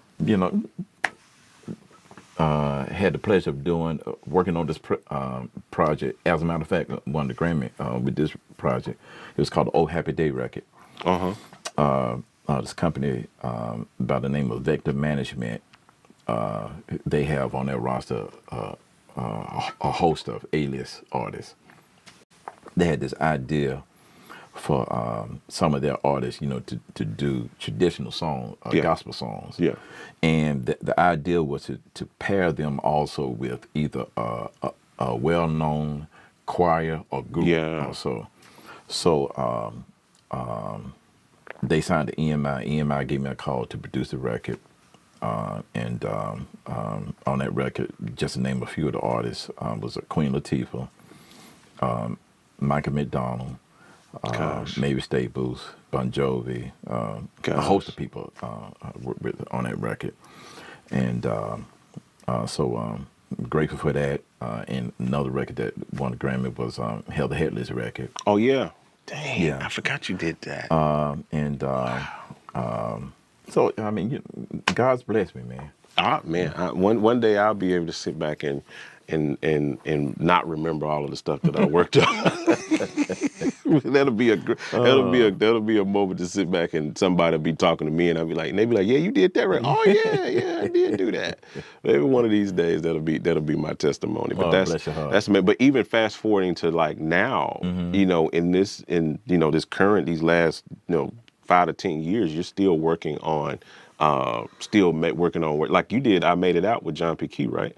So I played. You played on it. You was a part of the production. I was a part of the production on the record. Okay. So he would still call me, from time to time, and I either do some organ or some key work on some of his projects. So yeah, you've been touching John P. Key stuff from forever. And we still have great relationships in the whole nine. So I do some of that stuff, and as of late. Lucinda Moore, yeah, and she's been having a pretty good run on her record. A guy by the name of Ty Curry, and B. Slade is on. Oh yeah, the title cut, Transition. Gosh. So and I'm doing some film work as well. So like I said, man, I'm grateful. Man. And so now, as of recent, you just moved over here into this studio space. So kind of tell us a little bit about how that transpired, just getting over here into this because this setup is amazing. We're gonna do a studio tour on this for you guys to be able to see like the entire setup. But this is amazing. Oh, thanks, man.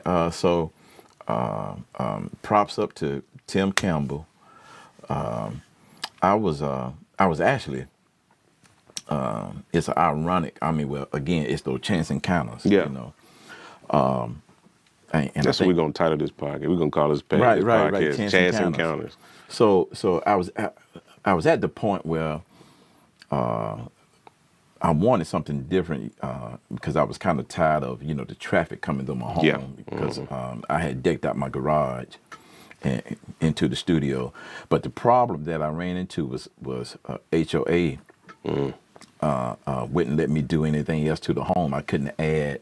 Because I wanted to add a restroom, to the back end of it, and do a walkaway around as well, so you wouldn't necessarily have to come in. Exactly. Or at least be able to put a door, but you couldn't change anything to the exterior of the home as well. So and not that it was necessarily just a problem, but I just got to a point where I was like I just wanted to kind of get it away. Yeah. So I was looking for a spot, and LeJune was here working with Melvin Crispell. Okay. And at the time, we were looking for a spot to actually do like an unplugged acoustic, version of some tunes with her. Yeah. And she hit me. And she was like, this may be a good spot, to do that. Yeah. And ironically, in my searching for somewhere to be a home, studio wise, yeah, this is one of the spots that I ran across. Wow. So set up a meeting, came here, talked with the owner, Tim Campbell, and he welcomed me in. I mean, it was a immediate connect with our relationship. Yeah, and this is the spot where I think Elevation used to have this. Elevation used to be here. The previous owner, Fred Story, who's a film composer. Yeah. I think under his belt, I think he has maybe like 9 to 11 Emmys or so. Wow. So Elevation, I think they were in transition of moving into their studio. Yeah. Because they end up doing an in-house studio. Yeah. So it all worked out, and I've been here now about a year and a half or so. Dang. Mm-hmm. That's super crazy, man. Just to see how that's kind of transitioned and Most stuff definitely. like that. And I love it, Yeah. I mean, and like you said, we'll do a tour. Yeah, just to kind of showcase how it is. A great environment, sounds great. Yeah, man. Sounds great. This control room sounds amazing. Oh yeah. I love it, and actually, I mean, even to the point that I have some other monitors as well, but I had always been so used to listening at these JBLs, and these Yamahas here, that they translate here, especially the Yamaha, because I've been so used to listening on NS10s. Yeah. So now that's what I was going to transition to, the type of gear that you got or whatever. So, you've been rocking with I have those. The funny is I have those same, those the HS 5s. The 5s, yep. Yep. I have the same ones. Yep. And those my first set of monitors. Yeah. And so I told my wife been trying, I have them everywhere. They move around my studio so much in different spaces because I know them. Like you said, when you find a good pair. Yes, sir. That you just kind of stick with it. Most so definitely. the Yamahas, then you have, what's these JBL what's? Those are the LSR. I think the 3504s. I think that's right. Don't quote me on the model number, but I know them as well. And I have some Adams at home. Okay. But I just love these. They working here, man. Wow. Mm-hmm. So so transitioning into favorite pieces of gear. Like when you're working in here, what are your go-to pieces of gear? Like what's your favorite? So as of recent, mixing is a very, very hard art to master.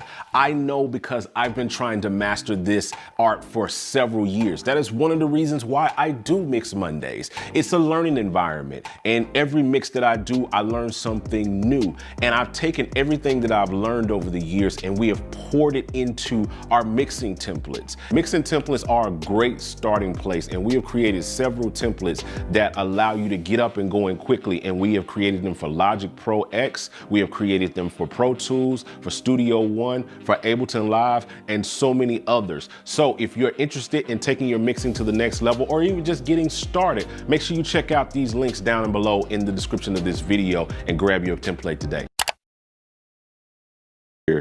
Like when you're working in here, what are your go-to pieces of gear? Like what's your favorite? So as of recent, by way of gospel producers, I've been going to the Peculiar Sounds as well. Oh, come on, man. You did that, man. Man, appreciate y'all the did shout. that, man. I'm telling you. Appreciate the shout, man. Yes, sir. And on all of my references and even my tracks as well, man, I have the Pro Drums. Really? Use it, man. And especially, I'll let you hear some refs. Yeah, we got to see that. We definitely got to get nothing some but. Some people think it's after drama. Wow, that's crazy. So, of course, this is my classic rack. I call in terms of the synth stuff, but it rarely gets used. Okay. But you got some pretty good pieces in here. I mean, you got the Phantom XR, Triton rack, Yeah. motif rack, This piece is this particular piece here, P330. the P330, which is what everybody actually calls me. So on those staple records that we were talking about, that's what it is. A lot of people think it was the MKS. MKS. But it's P330. So when you did the Donald Lawrence joint, that was the P330? P330. I figured that, yeah. Yep. P330 and the ASR 10. Wow. No, as a matter of fact, that's where the wordless is coming from. Really? The ASR 10. So, but these are the exact units that were used on those records. Exact units, yeah. And if you look at the video, you'll see the ASR 10, you'll see the P330. We just looking at the rack, history here, man. Maybe 2 or 3 other racks that are at home that's in that video. Crazy. Mm-hmm. So, but sound wise, I'm mainly going to pianos. It's keyscape. Okay, yeah. You know, yeah. Got guess a go. Yeah, you don't get no better than Keyscape. Man, they put so much time into that thing. Ooh, man. I mean, they said they put like 10 years into just sampling that one piano. Yeah, wow. Just trying to get that grand the C7. C7. Yeah. Just into getting it right. Yeah. Over a decade put into that thing. Yeah, because prior to I was using either Ivory or Addictive. Yep. Those are good. Yeah, and I go to Omnisphere, of course. Mm-hmm. A lot of people don't know about Anna. Oh yeah, Anna too. Yeah. Anna too. You know, and, I mean, it's a host of other plugins. You know, I'm full, man. So, but those are becoming some of your go-tos, Anna. Yeah, and because that's the one by Slate, right? Yep. Slate got that. I've seen that. I haven't messed with that, but really, but you like Anna. I declare by it. Yes, sir. Okay. Anna too is on, man. Okay. I'm gonna have to dig good in. And thick too, man. Wow. Yeah. So Anna 2, Omnisphere, Keyscape, those are your go-tos. Yeah. Curious Sounds, Pro Drums. Yeah, and you know it's a host of other stuff, you know, that I have, but those are the mains. Okay. You know, in terms of, you know, production wise. Yeah. So you do do you do most of your production in the box? Basically, to be honest with you, 100%. Really? In the box, you know. So and of course, you know, going in, you know, I'm using, you know, some of the outboard stuff. Yeah. What's some of the favorite outboard pieces? So actually, you turned me on to I don't know if you remember this conversation, because I called you about the Clark. Oh yeah, the Clark Technic. The Clark Technic, 76. Yeah. And you turned me on to it wasn't Black Lion. What's it? I know some of that website that mods them. Yeah. That exactly. mod site. Yeah, because I did the same thing. I got to go look at my history. Is it something audio? Something. I can't remember. I know what you're talking about. Yeah. They do the mods on the Clark. So you got yours mod. You got the 76 KT 76, and you got it modded. Yeah. And as you know, I mean. Yeah, it sounds like a regular 76. It does, man. It does, you know. So that, you know, and these audience, you know, they're very transparent. Yeah. You know, they're 8 in, 8 out. Yeah. And I have the 2 Apollos here, you know. Yeah. So most of the stuff, you know, that I'm not doing here. I've got this 737 as well. Yeah, you got the Avalon. Yeah. Yeah, you know. So and I see you got the D-Box too. Got the D-Box, you know. Love that. But other than that, everything else I'm doing is in the box. It's in the box. You know, with the UAD stuff. UAD stuff. Yep. Yeah. So as far as when we talking like mixing plugins and doing all that, what's your go to for that kind of stuff? What are you doing in the box on that? Of course, I love the LA2A. You know, love that. Gotta have that. The Fab Filter stuff. Yep. You know, I gotta have the Fab Filter stuff. I go to a lot of stuff, man, as well that's in Plug-in Alliance. Really? Okay. Yeah, and even on my mix bus, you know, I always have set in there's it's called the master desk. Yeah. I played around with that. The one thing I've been using lately, what's it called? Put me on it. Dan Shike put me on it. SPL Iron. I don't know. That's through Plug-in Alliance. Okay. It's called SPL Iron. Iron. Okay. I gotta check that out. Yeah. Shike is part of his in the box chain. So for mastering. Is it processing or? It's just like it's color.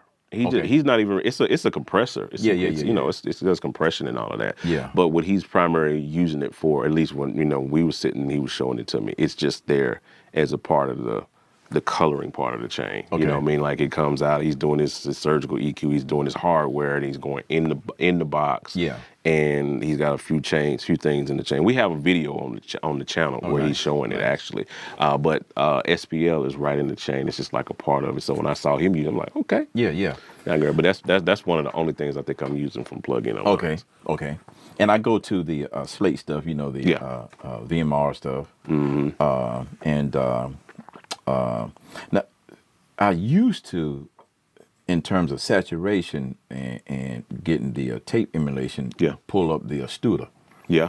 But I ran across this. I actually pulled it up by accident, and it's I think it's in that Plug-in Alliance too. It's the BX op pedal. Oh, I've seen that. Yeah. Man, that thing does wonders in terms of saturation. Yes, sir. Yeah, so so it's a few things I go to. Yeah. You tell me to sit up. We'll cut it out. I was slouched. This chair comfortable, man. Lean back, No, that's crazy. So okay, the Slate stuff, all of that BX stuff, Plug-in Alliance, anything else doing it for you in the box? Let me see. Well, once we open up a session, we'll be able to see that stuff like that. But the dog choice is Pro Tools. Right? Oh man, of course. I know it. I know you the studio one dude. Well, I've been mixing it. I've been mixing in Pro Tools actually for 2 years now. Yeah. I've been mixing in Pro Tools for a couple of years. Now, but to be honest with you, there are some elements in Studio One that I like over Pro Tools. Yeah. And I wish Pro Tools would get a hold to that drag and drop too, man. Man, that's what won me over with Studio One was the drag and drop workflow. Yeah. Just boom. While you still going. And drag a compressor over here. It just makes it so much quicker. And then so I don't know if you've been paying attention to the newest Studio One 6, they just dropped this thing called Mix Scenes. I saw that. And so I started playing around with it a few weeks ago because I've been hearing about it, but you get your workflow and you used to your workflow. And I was like, well, I was setting up our template. We was creating our gospel mixing template. And so I was like, well, let me see what these mix scenes is talking about. Let me see what we can do with these. Yeah. And so the dope part about mix scenes is two things that won me over with mix scenes that I wish, like you said, they would bring stuff like this, not just in the Pro Tools, but into other DAWs. One is visibility, so like I can set up scenes for all of my tracks. Okay. So if I can put all my drums in the scene. Okay. I can put all my guitars, all of my aux, all of my background vocals, all of my everything, every element of the mix, I can put it into a scene. And then I can hide all of the other tracks when I open up that scene. So put a pin right there. Yeah. So is that the same? It sounds like that's in Pro Tools. It may not be, but it sounds like that's the same as the master folders. Almost like master folders, but this is different than folders. Okay. It's like because like it also affects your volumes on your mixer on your console. Okay. So whatever you set those, you can set them, and that's what I was getting to with even with your mixing part of it. Yeah. So like if I want to so when I double tap on like the drums, for instance, if I got all my drums in the scene, so I'm mixing the drums part, I can double click on the drum scene, every other track disappears. Nothing but drums in the mixer. Okay. It's nothing but drums in the arrangement area. Nothing. Now let me ask you this. So is it seamless between the mixing and then back to your edit flow? No, it's seamless. Just double click, just clicking on the different areas, boom, boom, boom, all tracks, boom, drums, boom, bass. It's so you don't have to come out of the session? No.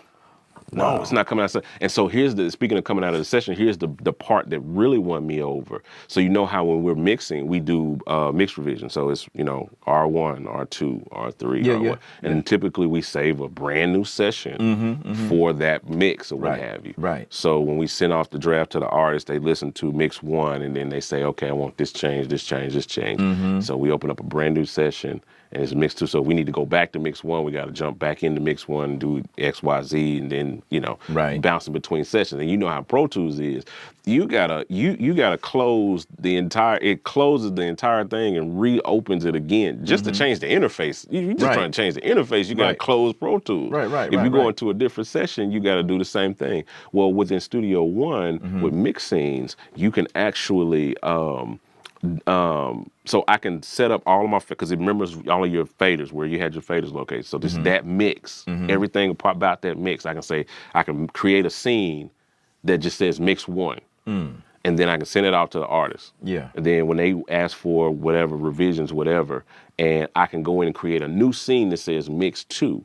Okay. And then I can do whatever edits or whatever. So you know how finicky, let's just keep it a buck, how artists and producers and other people can be. They'll say, oh man, that was cool, but I like the way the drums was sitting in mix 1. Right. You kind of flipped this a little bit and it kind of threw some stuff. And like, okay, cool. Well, I can double click in mix scenes in mix 1, go back to mix 1, keep the drums where they are. And then I can also move the other stuff from scene 2, from mix 2, into that. So it's just like a seamless flow. It's almost like you can have all of your scenes, it's just a dope workflow. And that's really what's been winning me over with Studio One. See, I like that, because Pro Tools has a hint of that.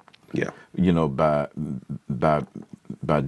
being able to import session data. In session data, yeah. But the thing is, though, if you manipulated the audio, but you still got to import that whole track. You got to track that whole track. Yeah. So okay, Studio One. It's some really good contender against Pro Tools. It's definitely there, and the workflow is there, and so that's why you're seeing a lot of people jump ship from Pro Tools. And then they got the whole Pro Tools mode as well, because you can set your key command. So if you're used to a certain workflow in Pro Tools, you can set your key command to Pro Tools mode, and it's the same way. If you're coming from Logic, you can set it to Logic mode, and you got the same flow. So it's like Logic and Pro Tools. I always say, like, Logic and Pro Tools got together, had a baby, and called it Studio One. Most definitely. And so that's one of the things that's always. And then I just as a joke, I always tell my friends, like, to me, I think the people that did Studio One is I think they're saved. I think they're of God.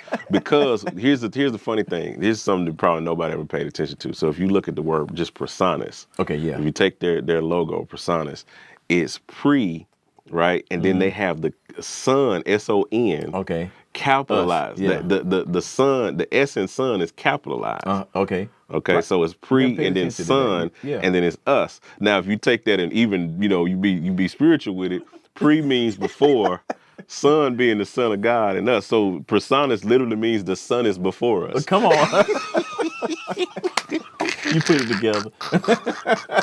The Son is before us. That's what Personas stands for. Yeah, come on now. But the other part about it, when you start looking in there, it's something to it. I'd love to talk to them one day just to see what they're thinking about, because like their sampler, because every DAW has a sampler. Logic has the EX, 24, the sampler and all that stuff like that. The sampler inside of Studio One is called Presence. Oh wow. Oh wow. Okay, so they all saved. They saved. It's they so eat the bread. They eat the bread. Yeah. They at the table. They at the table.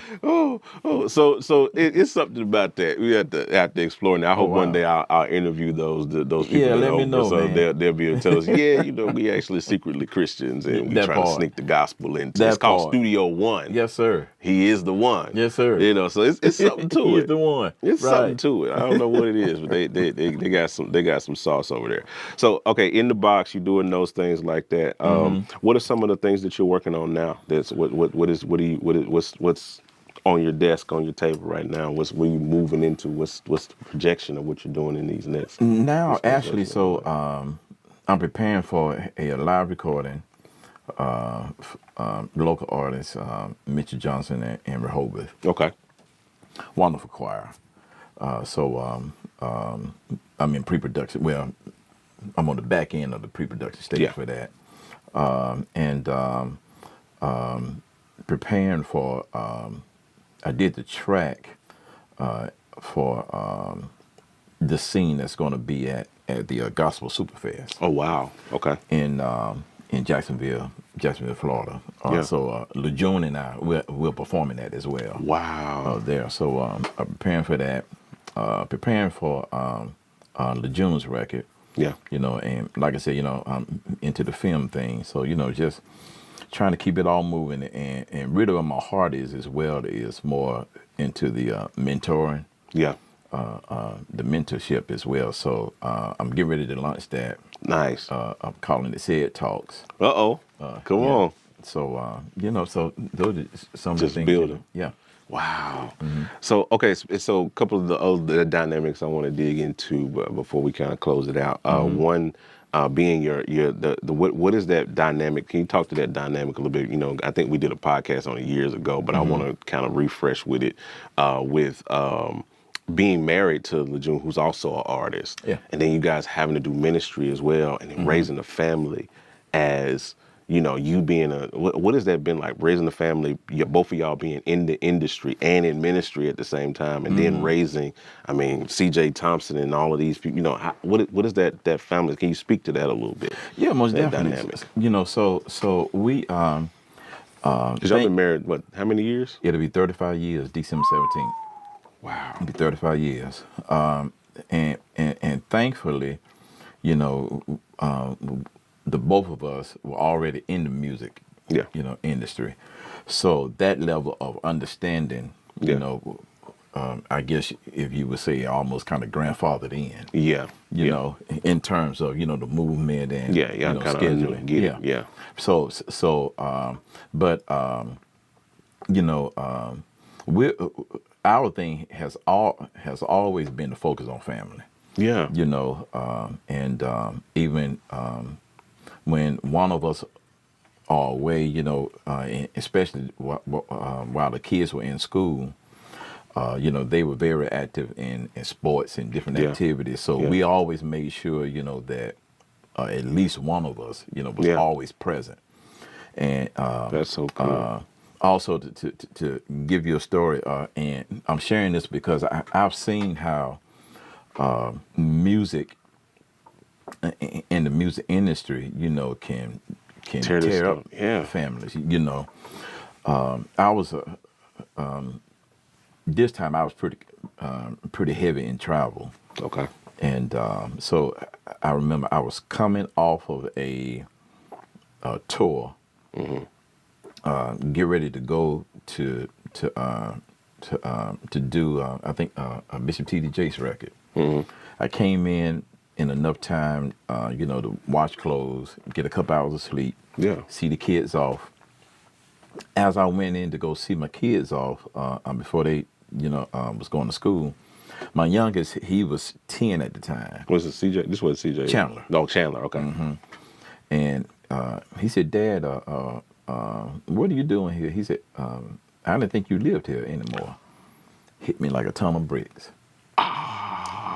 And from there, I was like, "No, you know, I can't let this, you know, do this to my family like this." Wow. You know, so we even when we're away, you know, as we shared with you before, you know, we make sure that we pray. Yeah. You know, Lejeune and I, we make sure we start our day off together. You know, even if we're away, you know, we call each other and we pray with each other. Wow. In the whole nine, and we understand, you know, even knowing, you know, when it's time to be able to give each other space. Yeah. That's important. Because everybody needs it. You know, no matter how much in love you are, you know, you need that space. You do. You know. Trust. I get it. Yeah. You know. So we understand that dynamic. You know, and I tell you, you know, one of the things that I wished we had learned early on, though, was the, and we didn't know it because we got married so young. Yeah. was the importance of the essentials. Okay. You know, in terms of financing. Okay. You know, credit. Okay. You know, things of that nature. Because to be honest with you, man, it was. We eventually got it right, man. But it was the church that jacked up oh man, my credit, man. No, literally. Oh, literally, they jacked up your credit. Literally, because we were in a situation where they were taking care of the home allowance. Okay, yeah. But they were supposed to have been paying it directly. Only to we come home one day, yellow notice on the door. You know, it jacked us up, man. So I'm sorry to hear that, man. Yeah. So and you know that was early on in the whole nine. So again, and we learned, you know, also, you know, no matter how much you're ministry driven, you know, family comes first. Oh yeah, man. You know, you got to. We've seen so many people get it backwards. You know, it's God, the church, then the family. That's backwards. Dang. You know, that's backwards. You know, and we had to realize that, man, because we found ourselves, like I said early on. I mean, we was in church all the time, man. Yeah. Same, you know, and find ourselves, you know, not, you know, even though we're together, but not having time for each other. Gosh. You know, and we did that. Yeah, we had that same dynamic too. And it's funny, we almost had like a similar situation. We ended up having to, it was again, the church. They had, you know, I was working for the church that I was at, and we were W-2 employees. Okay, yeah. You know, but they weren't paying the taxes. Oh. And so the IRS came after us. Wow. For those taxes. And this has been going on for years that they hadn't paid taxes, and then we didn't know anything was going on. Wow. Until, I mean, we've been getting refunds and everything because we've been filing with that level of income, saying that this is what was held, this is what was taken out. And they weren't taking it. They were saying, putting on paper that they were taking it out, but they actually weren't paying it. Wow. And we ended up having to file bankruptcy, foreclosed on my house because of it. Yeah. Been through it. Been through the ringer because of that. So yeah, I agree with what you said wholeheartedly. Yes, sir. That you must get that dynamic right. Yeah. You know, and I think, like you said, so many young couples get into it, you know, and they get it backwards. Like you said, they don't understand that dynamic, and it should be the other way around. And once we figure that dynamic out, like I'm sure you'll say, that's when our marriage, everything, finances, everything begin to soar. And I tell you the other thing too, man. You know, it's important. You know, we hear couples talking about, you know, and speaking about them loving each other. Yeah. But you don't hear people a lot speaking about the like that they have with each other. Me and the June like each other, man. Yeah. I mean, we love and we're in love with each other. Yeah. But we like each other. Man. Yeah. You know, we do. I mean, we love having fun with each other and the whole nine, man. So I think that's important, man. No, that's the principle. If you don't like them, you can love people. It's a lot of people that I love that I don't like. Come on. I'm just keeping it a buck. Yeah. Like family people, all but of that. The sad thing, man, it's a lot of couples that to that point love each other but don't like each other. Don't like each other. That's a big thing, man. You got to. Yeah. You got to. So what has that also been like, trying to raise the family in that? So with your children, what the importance of how you were able to raise your children in that dynamic with both of y'all being in the industry and all of that stuff like that, and now seeing how CJ is starting to most push definitely. So the thing that we were grateful for as well is that we've always had a village. Yeah. You know, and so during those times when both of us, you know, most of the time, we tried to take our kids with us. Yeah. You know, of course, you know, we couldn't do it every time. Yeah. But those times when both of us were away, we had a village around us. You know, especially on the June side while we was in Greensboro. There's 10 of them, six sisters and 4 brothers.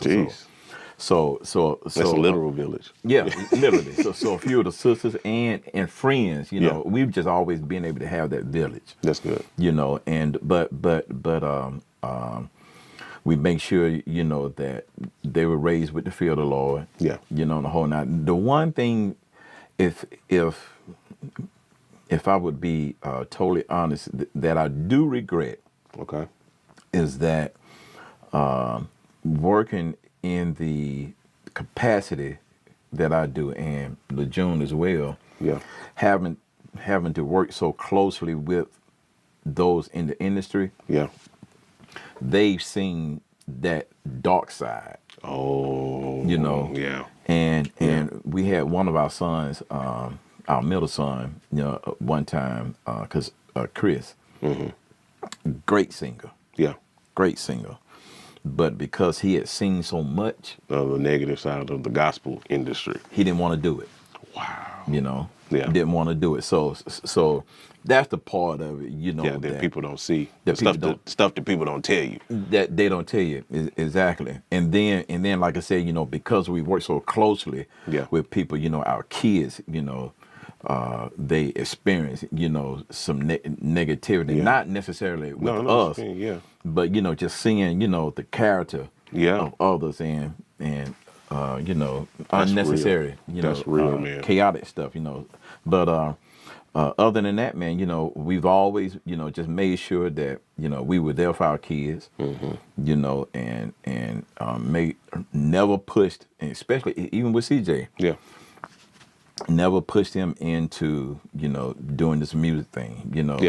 If this is what you're gonna do, it's gonna be because this is what you want to do, and this is what you love doing. Yeah. You know, so I've been the same way with my children. Like, my wife has always been like, well, why don't you teach them how to play piano? Why don't you do this? And I'm like, if they want to do it, not go force it on them. They need to do it. And like, prime example. So CJ, you know, of course, he does what he does. He's musical. Chris is musical as well. Chris just don't want to do a whole lot of it. But he plays drums at the church.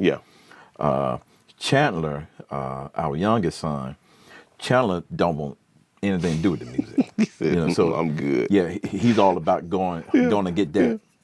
That's the one told you. This is what told you. I didn't know you thought you were still living. That's here. the one. Yeah, that's the one. That's the one. That's the one. Nah, so I'm good. But we're grateful for them, man, and the whole nine, you know, and proud of the young men that they come up to be. Yeah, man. You know, and you know, like I said, you know, CJ, he's traveling everywhere. You know, Chris doing what he does Chris has a very entrepreneurship amount of thinking, and Chandler as well. You know, so we're very proud of it, man. And wow.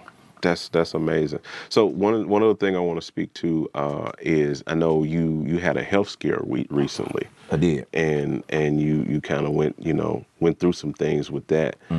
So I wanted to get you to kind of share that. I don't know how much of that you shared publicly. Oh no, it's no problem. With that, but if you can kind of speak to that. You know, that your health and how you kind of transitioned through that, what happened, how you kind of got through it, and how you kind of bounced back, because now you're in a much better place now than you were. And done shedded more pounds. You shedded some pounds. You shedded and then added, but you were in a better place though. That part. Yeah, so this was during the pandemic period. Okay. Lejeune and I, at this point, we had decided, you know, to start making more healthier choices. So, you know, we started working out more, you know, and taking routes in terms of our walking and the whole nine. So I started noticing my breathing, you know, was being challenged. Okay. And because we were at the point of walking with maybe 8 miles or so. Oh wow! And so I remember this particular day, we were going up a hill, and I had to stop, you know, because I was like, you know, I couldn't make it. I had to literally. I tried to keep going. I had to stop again, and I literally just had to turn around and go back home. So that kept happening every day. Wow. And it was getting more aggressive every day. Okay. As well. So, and I'm thinking, so I'm like, oh man, I know I don't have COVID.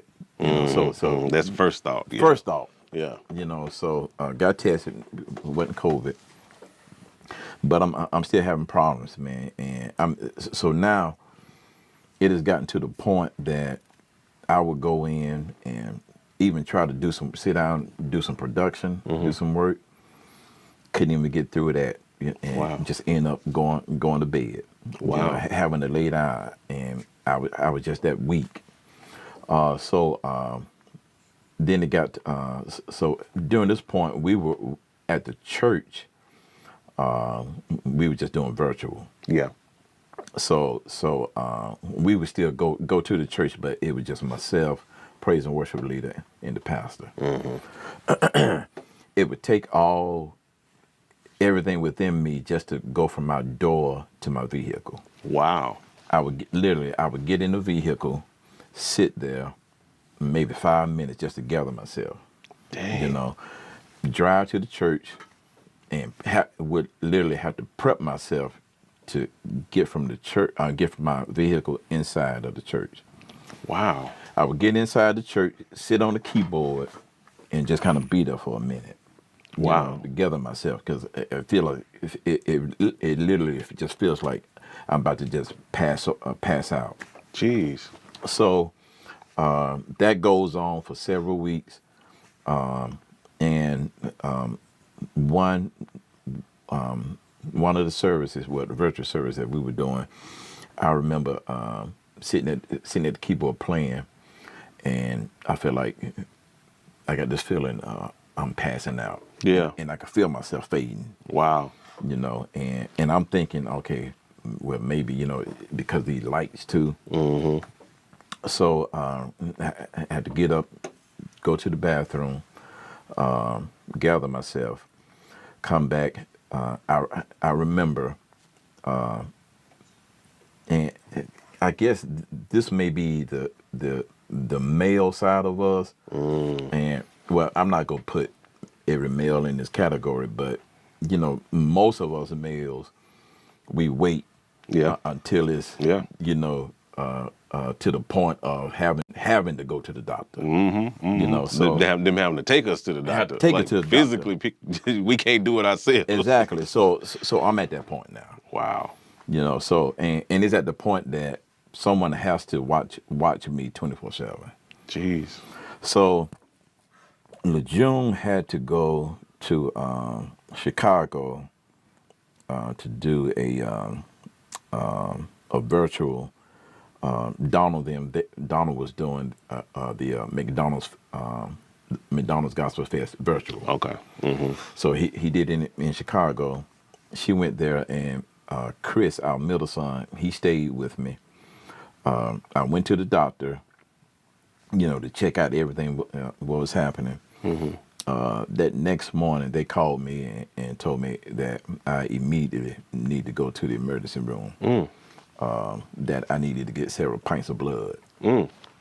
And my hemoglobin was down to nothing, basically. No B12. Wow.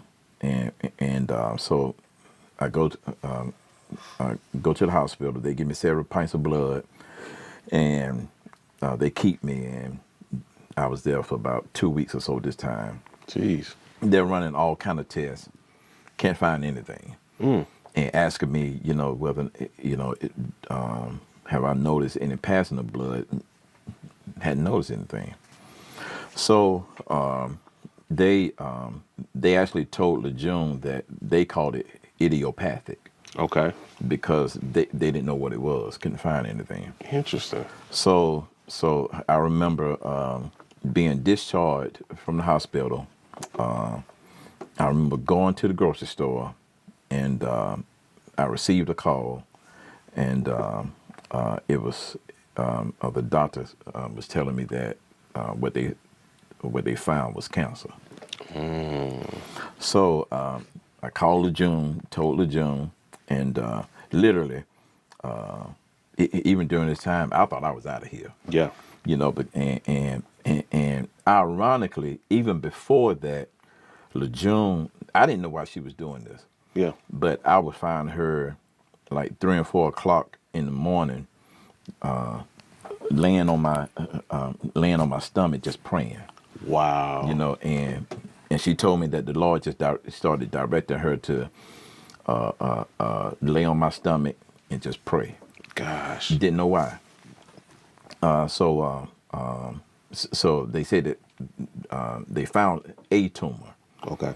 So I went in, they had the procedure done. They ended up removing 5 tumors. You know, and they told me that, you know, my cells over the years had developed antibiotics system where they fight each other. Yeah.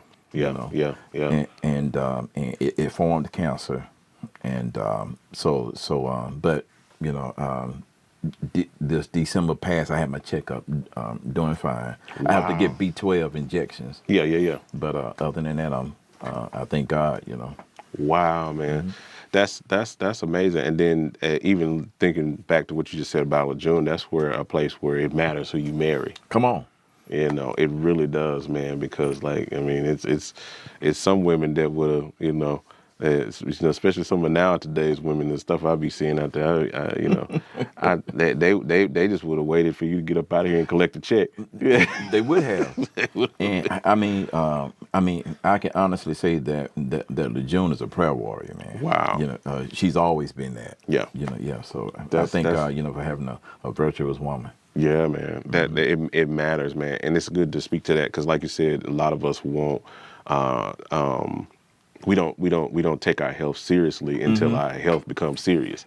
That part. You know, Yes. we really don't. And I'm a victim of that. Last year, around about this time, I almost went into a diabetic coma. Oh wow. You know, around about this time last year. Yeah. And yeah, I remember having a conversation with you, and you were telling me about the changes that you. Yeah, I had to because you know I wasn't taking. I mean, if anybody had talked to me before, and I thought I was doing all right. Wow. But I weighed I was between 250 and 260. Okay. I was up there, and my so after the incident I had where I almost passed out in the middle of the night. Wow. Ended up going to the hospital.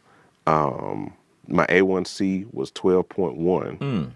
And you know they now that's their scale. I think they can go higher than that, but their scale I think stops at 14. So you know I was at the top of the Richter scale on that kind of thing, and so and at that time my sugar was it was over 300. Wow. You know, and I had like they said the doctor said I had 1,000 milliliters of sugar in my urine. Oh my. So I was literally peeing sugar. Wow. Like that, because my body would not process it. Right. So it was just dumping it back into the blood. Wow. All of it, because it couldn't do anything with it.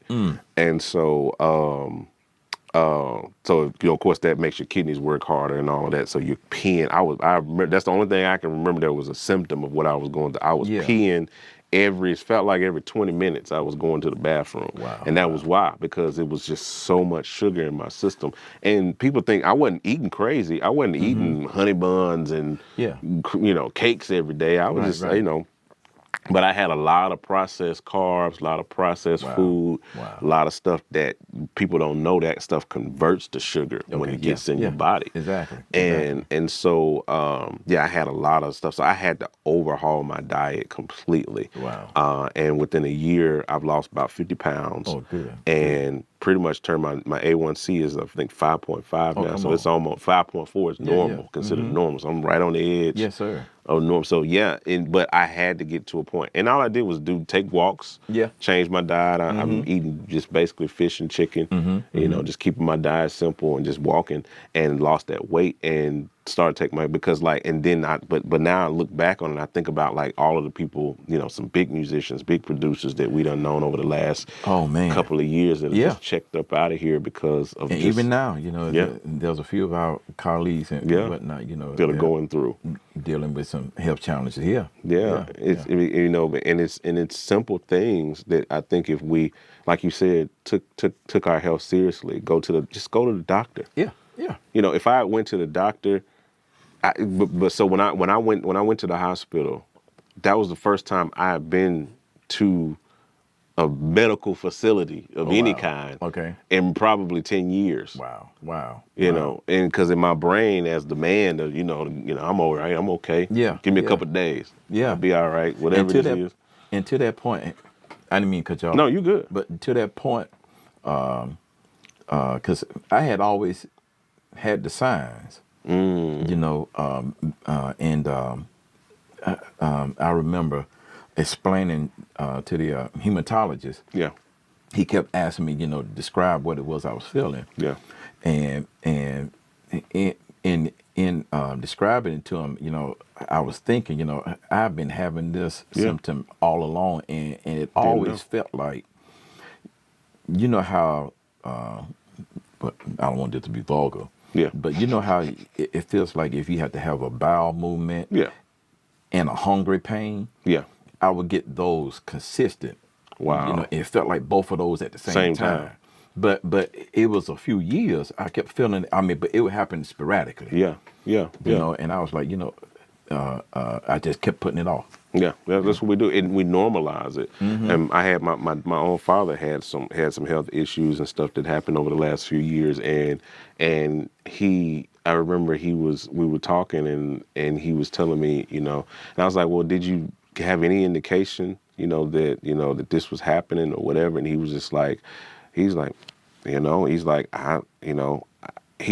because he went to the doctor, and they, of course, he had some blood issues, some things going on with his kidneys and all that. So they start putting through all that stuff. And then he said, I've never felt this good in years. And he said, I had gotten so used to how bad I was feeling that I didn't even know I was feeling bad. It was the norm for him. Until I felt good. Now I feel good. Wow. And he said, but I didn't realize, I had normalized the bad feeling. Like I had normalized, this is just how old, I'm just old. Most definitely, yeah. And this is how I'm supposed to feel as I'm getting older. And he didn't realize that, no, these are symptoms of something that if he had tackled years ago, just did something as simple as just went to the doctor. Pay attention. Like you said, and like even with myself, if I've been to the doctor anytime within the last decade, the doctor would have told me, hey, your A1C is a little high. It's looking at 6.1 or 7. They could have caught it way before it got to 12. Yeah, wow. And I could have avoided a lot of. They said change your diet. Then I could have lost weight way before then. But it takes those events. A friend of mine calls them C events. Okay. He said it's significant emotional event. Yeah. He said most of us don't see until something like that happens. Wow. Then we start to see what we need to change. But sometimes humans need a significant emotional event to change their outlook or their aspect on stuff. So what's the difference that you feel in terms of? I feel like I feel like I have a new body. Yeah. Like I feel like a whole new person. Wow. And you don't realize it, like you said, because I used to get winded going upstairs. I'm talking like 10 steps coming out of my basement up to the house. I'm just like, God, how heart pounding. Right. I'm like, what is going on? God, I'm just tired. I feel like going to sleep after just going up the stairs. And now I run up the stairs. Wow. Like I'm 12, And so it makes a big difference when you're able to, when you feel better, and then that translates to every other aspect of your life, from your production to your music, to your finances, to the way you conduct business, the way you interact with your spouse. It does. Like when you got more energy with your children, all of those things change when you feel better. It does. Yeah, it does. I totally agree. Man, good stuff, man. Well, I appreciate you taking the opportunity to pour out your career. Some of the stuff that you've been a pleasure to be a part of. Oh, wow. I appreciate all of the insight and wisdom that you've given us on production, on music, on life, on marriage, on children, on health. It's just amazing just to be able to connect with you on this stuff. Oh, it's my pleasure, man. And like I said, always. Yes, sir. I consider you family. Wow. So it's my honor, man. Yes, sir. Yes, sir. Well, thank you guys for watching, and I hope this has been both enlightening, entertaining, and educating for you. So, Sid, if they want to connect with you, if they want to follow you, if they want to do all those things, how do they reach out to you and connect with you? Email is cedric@cedricthompson.com. You can find me as well on Facebook at Cedric Thompson, and on Instagram as well. Awesome. Well, all right, folks, that's all we got for you today. We appreciate you. Make sure you guys check out some of the other episodes we got with many other of your favorite producers and engineers and all of the like. And we'll talk to you guys on the next one. We out. Peace.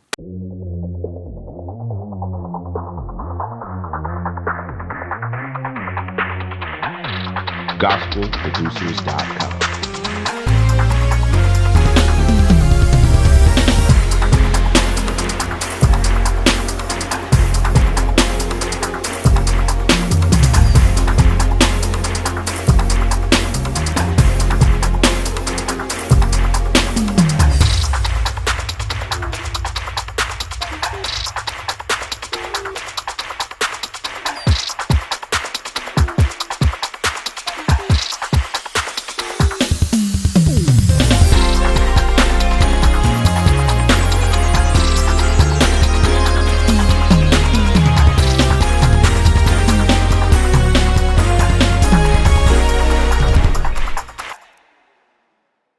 That's where me and Doobie and Uncle Ivan, a lot of, greats, that's where we got our chord structures from. Because we didn't hear a lot of those chord structures being played in church. I always appreciated Doobie for being himself. Yeah. And I used to sometimes, I had to learn growing up to be original, to understand the art of originality. There's an industry full of people who just are in the music industry and are not musical. A lot of stuff that's out here that's being force-fed through the media, that's being force-fed through the radio stations, the people who got the money, the folk at the top, they're pushing, some of the music they're pushing is whack. You can have multiple streams of income and still be a musician. That's what it's about. It's about how well you're going to diversify yourself. How are you going to be able to have multiple streams of income if all you can do is play in church at that only play CCM music?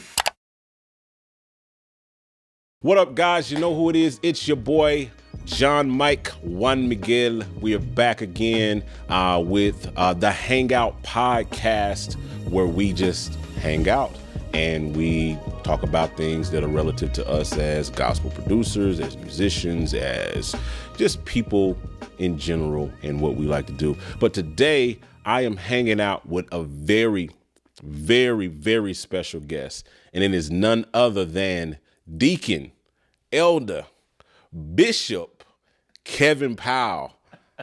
We got Kevin Powell in the building. What's up, my brother? Man, what's good, man? Man, you done gave me every church title there is, man. I left out apostle. Oh, yeah, I left out prelate. Yeah, I left did leave that out. That's district overseer. Yeah. Man, what else is there? There's I'm Kojic, so we don't have district overseers. Oh, you don't have district overseers in Kojic? We have auxiliary bishops. Oh, what's an aux bishop, bro? I don't know. I think he has something to do with the aux keyboard. Like, what's an aux bishop? The auxiliary bishops play aux in all of the local jurisdictions. They play That's aux hilarious. keyboard. No, I'm joking. The auxiliary bishops. I don't, See, I grew up Baptist, so we had like district overseers, full, and I grew up full gospel Baptist. It wasn't just Baptist; it was full gospel. That's Baptist. like Baptist Kojic. Yeah, Baptist Kojic. We used to, funny enough, we used to say that. We used to say we was Baptist Kojic. Wow, that's crazy. Yep. Yeah, we man. was Baptist Kojic because we were Baptists that spoke in tongues. Yep. And if you, so it was just like you believed in all of that. That's a whole lot in as itself. if the gospel alone wasn't good enough. We had to be full gospel. Right. Full gospel. It's just whatever. Yeah. Bless Bishop Paul Morton. Yeah, he was a pioneer. Doctrines is something, that's a whole nother topic. Yeah. For a whole nother podcast. Absolutely. We can come and talk about jurisdiction, bishops, and all of that stuff like that, aux bishops and all of that. Right. We came here to hang out with you, man. And so I came to hang out with you. That's funny. Because you are a blessing. I Really? don't mean to cut you off, but man, I'm really thrilled to be here, man. This is dope, man. What you got going on, what you're doing. Yes, sir. For the music industry and for the musicians community. Yeah. It's awesome, man. So this is an honor and a privilege for me to just even be here, that you even thought about little old me out of Hartford, Connecticut. Oh, man. Come and hang out with you out here in, where we at, Charlotte? Charlotte, North Carolina. Man, I'm honored, man. This is a blessing, man. Well, it goes both to you. ways. It goes both ways. The honor is esteemed in both directions. I appreciate what your family has been to not just the gospel industry, but just the industry as a whole. And I think we'll probably touch in and talk about that today, because you guys, the Powell legacy just runs deep. Absolutely. I think, and I don't think people understand like how deep that legacy goes. And I want to try to tap into some of that today and really like kind of tell the world or show the world like what you guys have brought, like and the influence all the way from Hubert Powell, your dad, all the way back to wood, brass, and steel. You know, that whole era of music on up to, you know what I'm saying, now where we are with, you know, you and Doobie and Billy carrying on the torch, you know, of that entire legacy, spanning like literally the last 6-7 decades of music has been indirectly and directly influenced by your family. And I think that needs to be highlighted, and we're going to really try to show. So if you had to sum up, because I know that I don't want to take for granted that everybody watching this knows who Kevin Powell is. If you had to sum up, give us that summary, give us the what's your eulogy? If you Wow. I don't went to the eulogy, Doc. That's a scary. No, who is Kevin Powell, man? Who's Kevin Powell? Look, man, I'm a family oriented boy, the baby. I got 2 older brothers, Billy and Doobie. A lot of people think Billy is the oldest, but he's not. It's Doobie. But yeah, you know, he just carries himself. He's just an old soul, man. Billy's an old soul, but Billy is the middle child. But you know, me personally, I'm a boy that grew up in Windsor, Connecticut. You know, Hartford, Connecticut, really, but you know, lived in Windsor for the majority of my life, and born to some great parents. My late father, the one and only Dr. Hubert Powell Jr. They called him Bishop. Bishop Powell, and my mother, Pastor Jacqueline Powell. Man, you know, we've always been a close knit family growing up. And so, you know, that's kind of how I am. You know, love music, love sports. You know, we just me in general, man. I love sports. I love music. I had somewhat of a cool childhood growing up, so you know, I was able to do a lot of that, you know, but you know, I knew at an early age that music was the end all tell all for me. Music, and then as I grew spiritually, I knew that, you know, it had to do with ministry as well. You know what I'm saying? So that's really who I am, man. I love family, love the Lord, music, you know, production, and you know, and like they would say, in that order. You know what I'm saying? So, you know, that's really me in a nutshell, man. You know, I think that's a pretty loaded kind of workflow, man, that you've kind of established over the years with, because I think, and I know you skimmed and condensed a whole lot, but there's so much in there that you've done, from, you know, playing aux on, you know, touring and playing aux for this artist, that artist, producing and playing on timeless records over the years that people, I know they don't know about. Like, because you were telling me some of the stuff, and I was like, wait a minute, you did that? And you was like, yeah, man. It's like, what?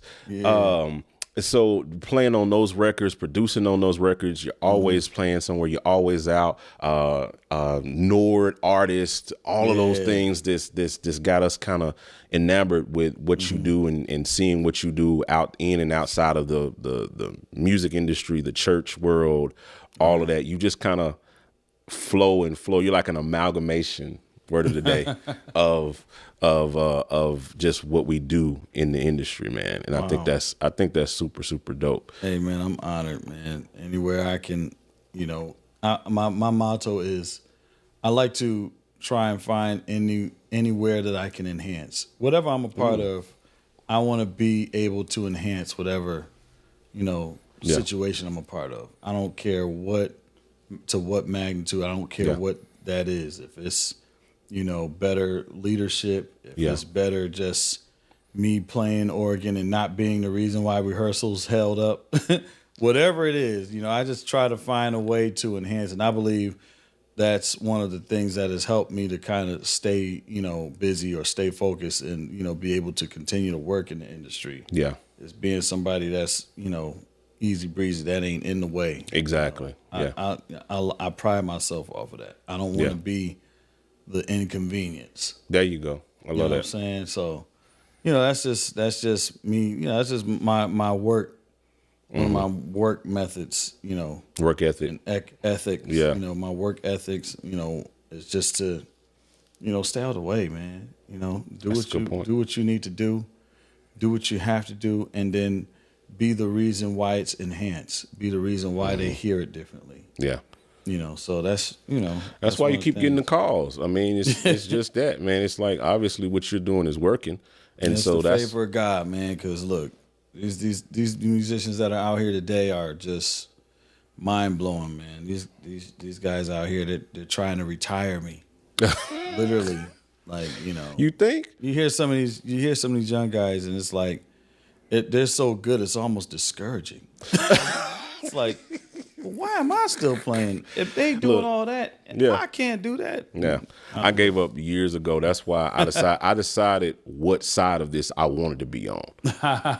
And I decided that it was better to be on the side of. I told somebody the other day. I told them they said, because they was calling me. They throw the GOAT term around like very loosely in our space. Oh, you the GOAT. You the GOAT.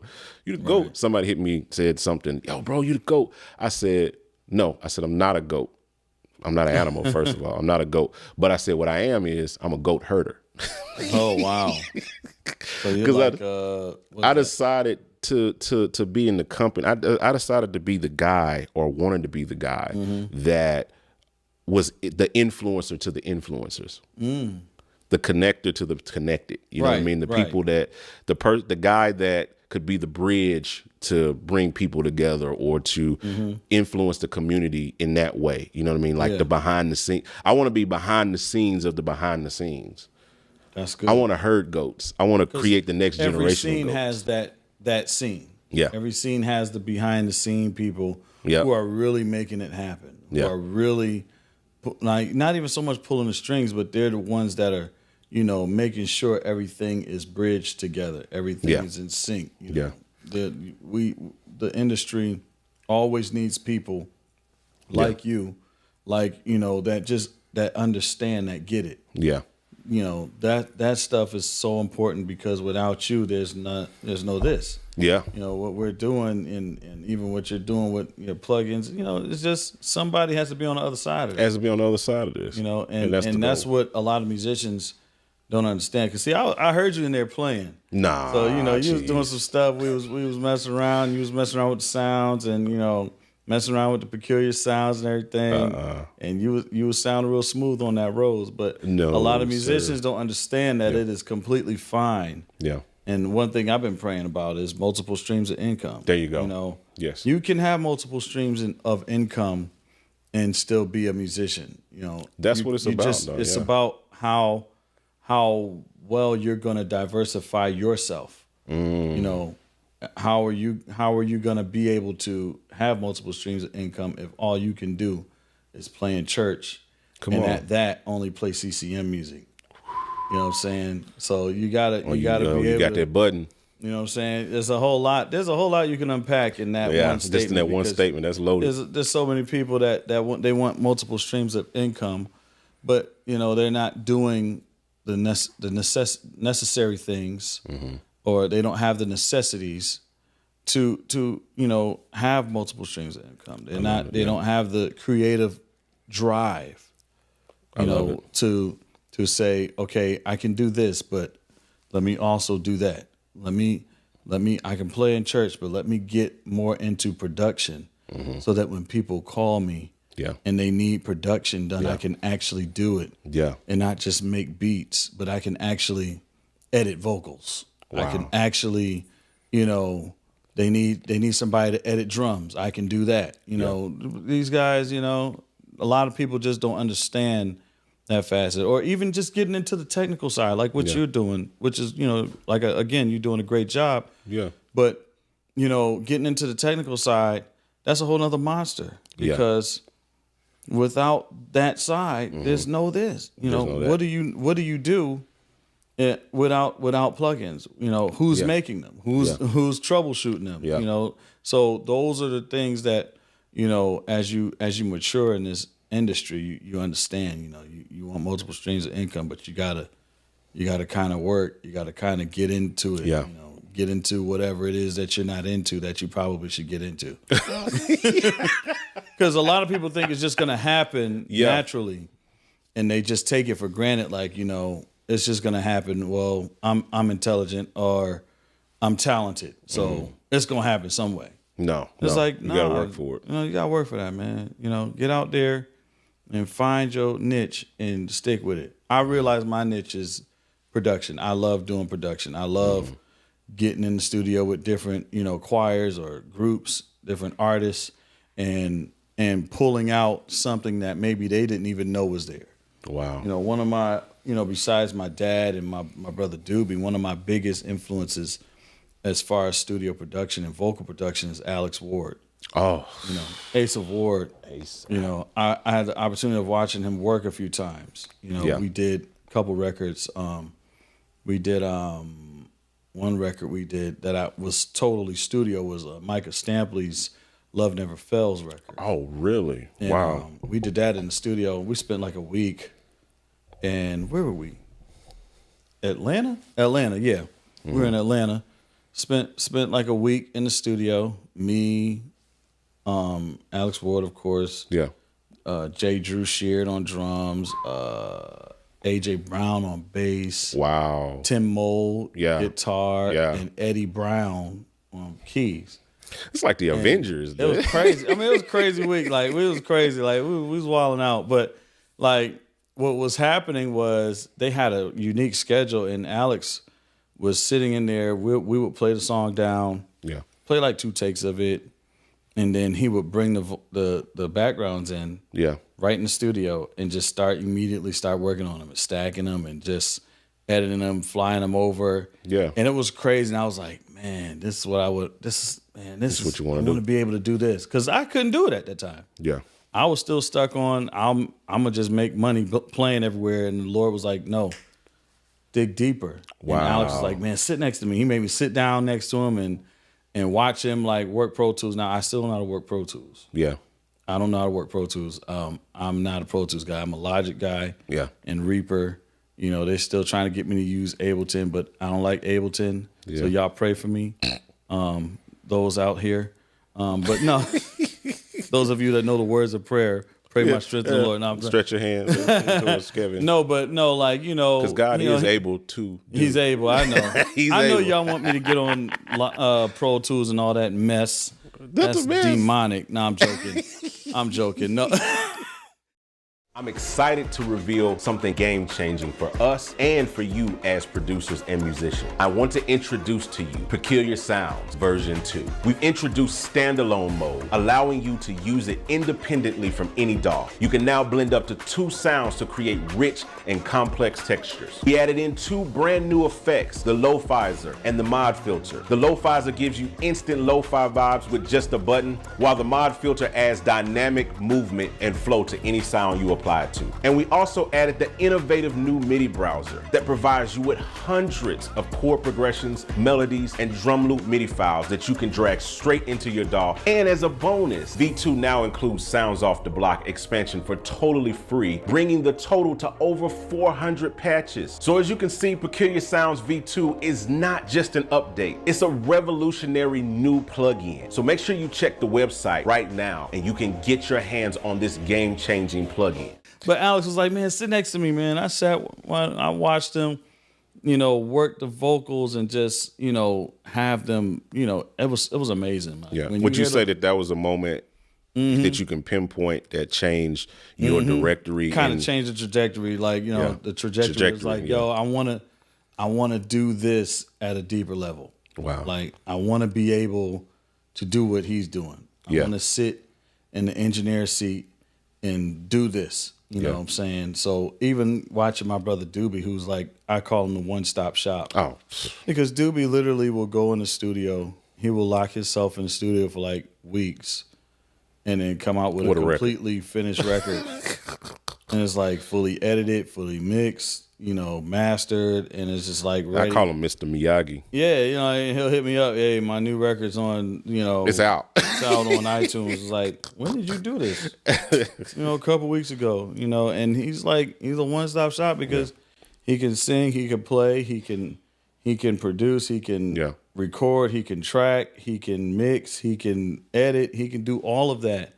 And it was just like, I want to be able to do that. Yeah. Now the industry might not like it. Yeah. Because you know everybody can't get their hand in the pot. Yeah. When you're a one-stop shop. Yeah. Contrary to what popular belief, the industry doesn't like one-stop shops. No. They don't like those people. They don't like the Doobie Powell. They don't like a nonstop flight. Yeah. They want a layover. You know, because if you're really smart and you corner them and be like, look, no, all that money's coming to me. Yeah. They're not gonna like that. Yeah. They would rather be able to say, this one did that, this one did that, because then the record labels can get their hands more. They can get more control over how the money's allocated. Yeah, how it's allocated. Yeah. If you got somebody that works for you doing this, somebody works for you doing that, rather than a Doobie Powell that's doing everything. Yeah, and he's do doing it at that level. This level. I mean, he's doing his tours, he's doing shows. Yeah. You know what I'm saying? I respect that about him the most because he didn't do he's never been signed to a label like that. You know what I mean? He's been completely independent and made a career in music, and made a lifelong career in music just off of doing him. And he hasn't, I was listening to that live record he just dropped, the one that he just did in Israel. In Israel, yeah. And I said, Doobie is doing the music that he wants to do. Right. Like he gets to do it. He doesn't have to conform to what a label is saying to do. This dude just gets out there and just says, I want to do a James Brown funk type, this with that, and add this, and he just does it. Oh yeah. You know, I respect that so much, bro. Right. I always appreciated Doobie for being himself. Yeah. And I used to sometimes, I had to learn growing up to be original, you know, to understand the art of originality. That's every artist, every producer don't understand that. You know, so I'm saying, so I realize with Doob, you know, he's staying true to himself, and he's always been true to himself, no matter what it is. Yeah. It's what the Lord gives him that, you know, and you would hope that people get it. Yeah. And it sucks that there's an industry full of people who just are in the music industry and are not musical. And they don't get it. Yeah. You know, these people are pushing agendas of music that everybody knows is trash. Yeah. I mean, y'all don't look at me crazy because I said it, because, you know, Rob Glasper said it on his record a few times. A lot of stuff that's out here that's being force-fed through the media, that's being force-fed through the radio stations, the people who got the money, the folk at the top, they're pushing, some of the music they're pushing is whack, it's trash. Yeah. It's just, it really is. And then you have the ones like Doobie and, you know, other great artists that are, you know, still out here, you know, they're considering them underground artists. And it's like, well, how is he underground when everybody in the industry or everybody that's at the top of these record labels swear by him? Exactly. Where did we go wrong? Right. Where they swear by the Doobie Powells and the Dion Kippings. Come on. You know, and I shouting out some cats that I know personally that are doing great things, and they write their own music, they arrange their own music, and yet it's like it's so hard for them to get on. That's a whole nother, you know, that conversation I can park there and, you know, take a little detour too on that, but it's just crazy because you're like, yo, where are we going wrong? Where these people actually know who these guys are, but yet, you know, they're not in the same rotation. You know what I'm saying? Like what happened to the old days where people actually, the people who actually had, talent, they would hear their music and they would want it on the radio stations. Yeah. I want this played on my radio station. On my radio station. I want this in a rotation. I want blah, blah, blah. It's just not the same anymore. No, it's all like you said, commercial. All politics. And speaking of influence and how things influence, I think it's a good space to switch into talking about your family's impact and influence. I don't think, because we're digging in and working on some stuff. We got some stuff coming in that we're working on. We got a couple of Project X's that we're working on that I'm gonna show some stuff in the near future coming soon. I'm not gonna dig too deep into that, but we got some stuff we're working on. But being able to sit in the studio when I came to Connecticut was several months ago. And being able to sit in the studio with you and Doobie and Billy and all of y'all guys to be able to tell us these stories, these amazing stories about your dad and how, what wood, brass, and steel and all of that stuff and the influence. Because you was telling me, I think you was telling a story about Kirk, how when you met Kirk for the first time, and then I think he said your name. You said your name. I think he said because he said he knew your pops. Was that Kirk Franklin? Was it Kirk or was it Kirk Carr? It was somebody. Kirk Carr. Oh, Kirk Carr was a member of our church. That's what it was. It was Kirk Carr, not Kirk Franklin. So it was Kirk Carr. Yeah. He was a member of our church. That's crazy. When I was a baby, he was the piano player. That's crazy, and, bro. My uncle Ivan was the organist. We'll talk about the him late in a great Ivan Powell, and Doobie was the drummer. Yeah. Billy was the junior drummer. And I was a baby in a car seat. Bro, Kirk Carr was, that's what I'm saying. I don't think people understand. I know there's people that know that study y'all that know that. But I don't think that Gen Pop understands the impact that you guys had in Connecticut and how it is branched out. That stemmed out. Because y'all was telling the story. Hez got his start. Hez used to come and train. Bishop Hez used to come and train my dad's choir before he really knew who he was. He was just a choir James director. Hall used to bring worship and praise up before people really knew who he was. Before he had a hit. You had all those people. Was it Donnie McClurkin? You said Donnie was cool with my pops for years. Bishop Marvin Winans was an old friend. He used to sleep on my father's sofa and run revivals at the church before people knew he could really preach. And he was just in the Winans. And he was, accepted his call to preach. He would come and preach for my dad back when his name was Evangelist Marvin Winans. Nobody knew who Bishop was, but you had, Kirk Carr was a member, and while he was there, we had, he came from the Baptist church. Yeah, he's born in Connecticut. Yeah. Went to UConn. He grew up in a Baptist church. Right around the corner from us, actually, called Hopewell Baptist. And then he got to the church. He met the Clark sisters for the first time at my church. Maddie brought Twinkie and Dorinda, Karen, and all of them. And you just brush about the Clark sisters. Oh man, that's like Tuesday. Family. That's like Tuesday at the Powell house. But it's really family. Like Hez was on the couch. Hez came, slept on the couch, and Kirk was at choir rehearsal, and the Clark sisters came through for rehearsal. No, man, it was just my dad was he had a lot of influence, and that's a whole nother angle that I could come from because his influence stemmed from even his secular days. Yeah, before he got saved, he had a lot to do. You need to talk about that. Tell them about that, bro. That blew my mind. Wood, Brass, and Steel. Wood, Brass, and Steel, one of the hottest disco bands of the 70s. And even before, while they were not even before, but while they were doing all of that, my dad and Wood, Brass, and Steel, they were contracted with, all platinum records, Sugar Hill and all of them. And my Wood, Brass, and Steel is the band that you hear on like Rapper's Delight and all of the stuff. They're celebrating the 50-year anniversary of rap. But what a lot of people don't know is that was my dad and his crew in the studio with Sugar Hill and them making a lot of that music. You see what I'm saying? He was the one they were the ones making a lot of that music that people know to this day that are like forever hits. Hip to the all hip, that hip stuff. hop. Like That's he was doing all that stuff. And then you know, he got saved. It was another.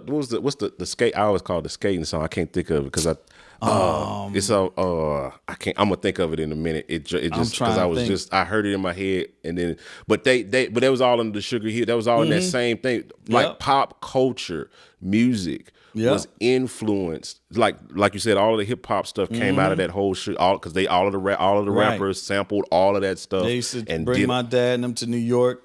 Be in the studio and all that stuff, you know. And this is like nuts, bro. I wasn't even thought of yet, but I just know from hearing all the stories down through the years. And my dad, even when they did a behind the scenes on Wood, Brass, and Steel not too long ago, like right before my dad kind of right before he passed away, or right before he got sick, rather. They did a behind the scenes, and you know, he was telling me all the stories about them going down, you know, to New York, and you know, them coming up here and they getting studio time and you know, adding claps to the songs, you know, finding any way to make money on the song. Yeah. Good point. Because they would give them, you know, a certain amount of dollars. You know, in the studio, you know, while they're in the studio, like, okay, well, y'all gonna get $50 a track. Wow. For whatever it is. You know, back then, this was 50, 60 years ago. So they're like, you know, okay, we'll give y'all $50 per track. So they would be like, okay, this track needs hand claps. So they all start clapping. They clap for 5 minutes.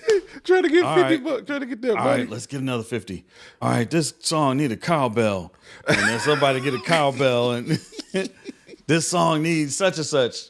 It needs some guys in the back just saying yeah. So they would my dad had me rolling. You know, they would do all that stuff on the old rap music, you know, and then he got saved and he turned from that and he didn't look back, you know, and that's crazy. He started from there, came the Gospel Truth. And you know, the Gospel Truth, the late Matty Moss Clark would bring them to Detroit to Bailey Cathedral, and that's where Donald Lawrence heard the Gospel Truth for the first time, and he was just like, and wow, he was like, oh my God. And I remember him telling me the story. He was like, man, I heard them, and I looked at my singers and was like, we gotta go on after them. And it was just crazy, man. And then from there, then he starts doing his own gospel. He started gospel jazz. He started gospel jazz. He did, bro. Your pops. I'm gonna say it again. Say it again. Hubert Powell started. Is this the camera? Is this camera? Yeah, it's on. That camera's on you. Hubert Powell Jr. from Hartford, Connecticut, started gospel jazz. Bro, I promise you. Lord have mercy. Late 80s, had to be late 80s, early 90s. The radio was livid. I remember this song. I would hear it every day. It never failed. Like it was like the filler music behind whether they telling the weather or they telling the thing, and you would hear it in the back. You hear that. I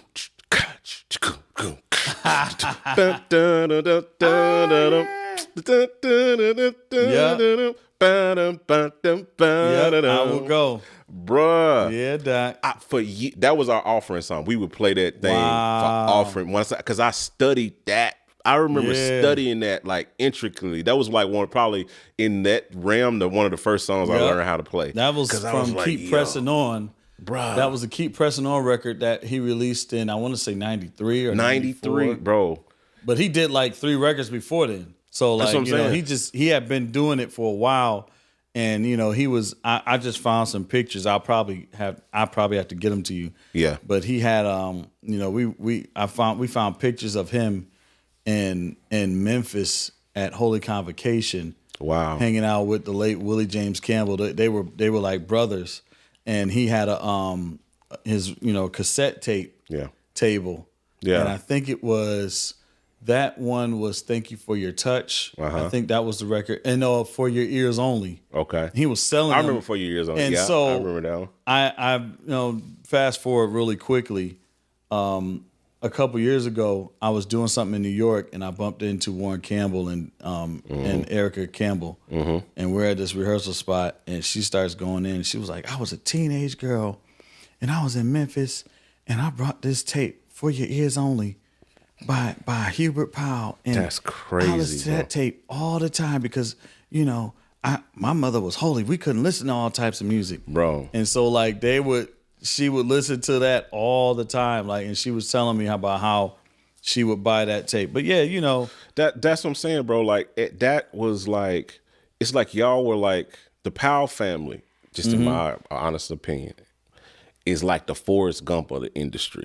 Oh wow! It's like, you know how you remember Forrest Gump. Forrest Gump was right. like he was like that figure, that silent figure that goes through history. Right. He's at JFK. I mean, every turn of just everywhere history, you see him, he's right. It was there, just right? he was in everything. He's in every turn of history. Forrest Gump had something to do with it. Yeah, do something. And I feel like that translates to the Powell family wow. in that.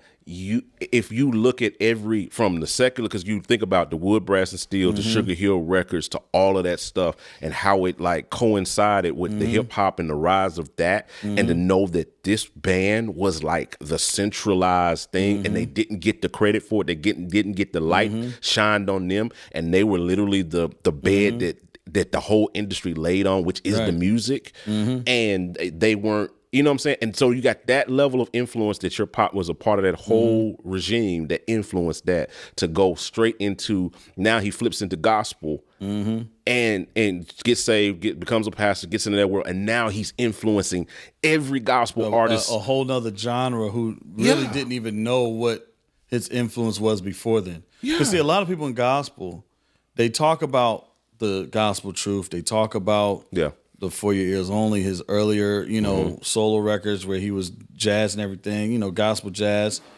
But they don't know where it derived from. Right. You know, they don't even know the secular side. They don't even know where he was traveling. He was a teenager and he was traveling, opening up for Richard Groove Holmes.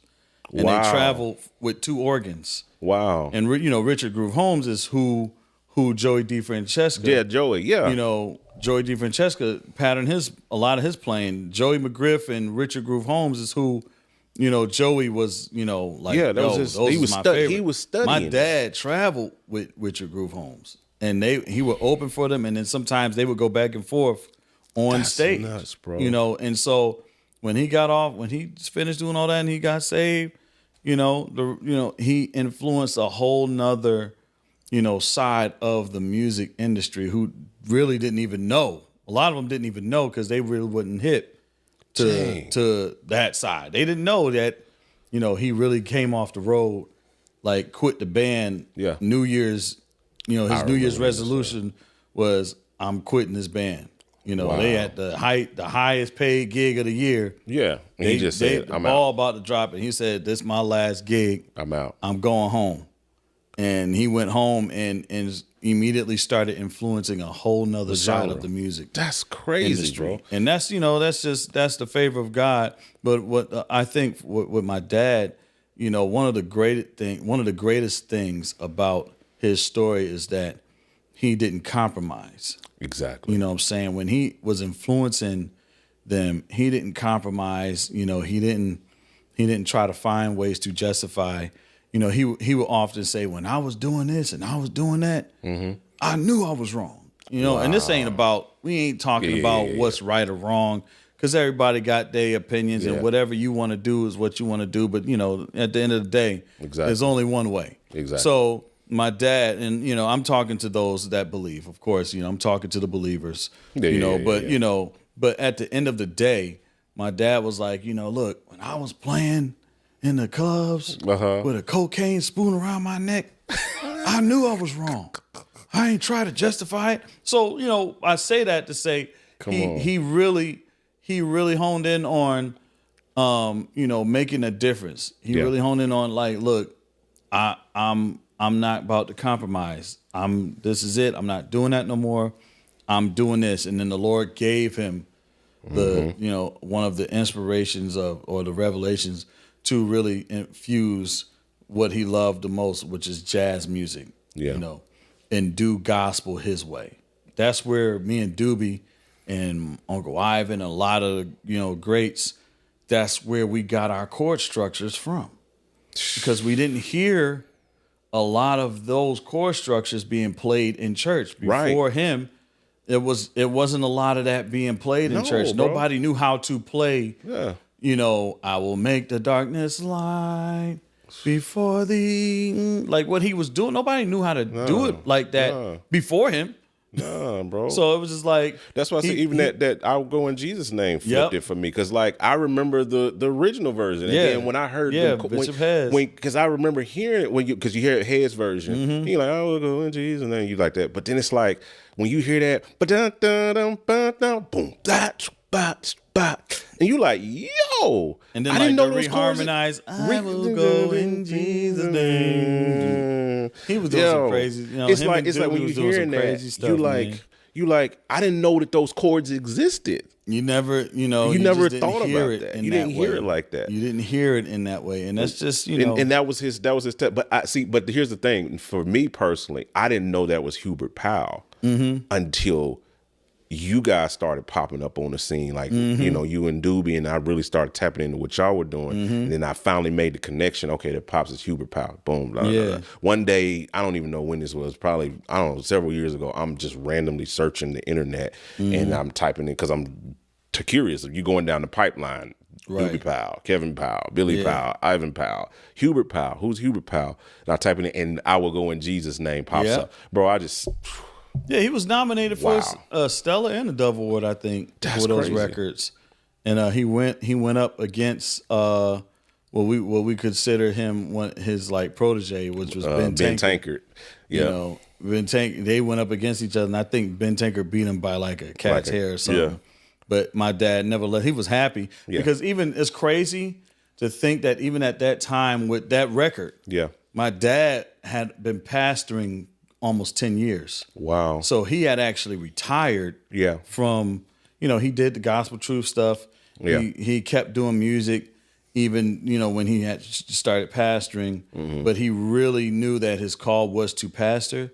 So he had to really like carve out time to do those records. And back then he was still signed to a record label, you know, that was actually giving him, you know, back in those days, record labels, they were a little bit more, they were a little different than what they are today. Yeah. There was more money on the table too. Yeah, you know, they gave him an advance. So he was like, well, hey, you know, I think I can do this record. Yeah. So he got, you know, he let Doobie come in and help him. Doobie was still in high school, I think, at the time, you know. But he let Doobie come in and help him and do things. And he was fully retired out of the music industry. Yeah. At that time. He just did that record because it was like, look, I want to do it. You know, it's time. Like, I haven't done anything in a while. Intro 2, 3, 4. GospelProducers.com. Coro, 2, 3, 4.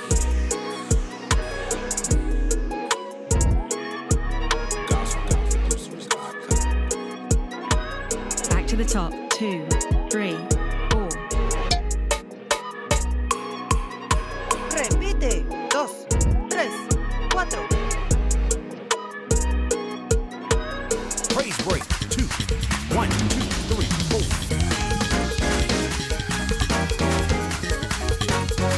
Praise break, 3, 4. Go to church, 1, 2, 3, 4. Drive it, 3, 4. Breakdown, 2, 1, 2, 3, 4.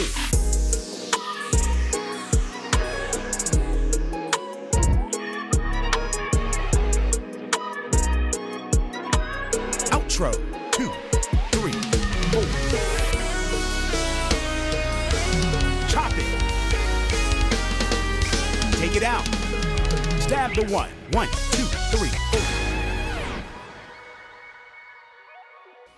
Let's but just go. how he poured into, like you said, letting Doobie come in and co-produce at that age, and then the way he poured into you guys, and he literally just stamped you guys with his his whole DNA. Oh yeah. And then you guys have taken it and multiplied it 10x. Absolutely. You know what I'm saying? To what he is.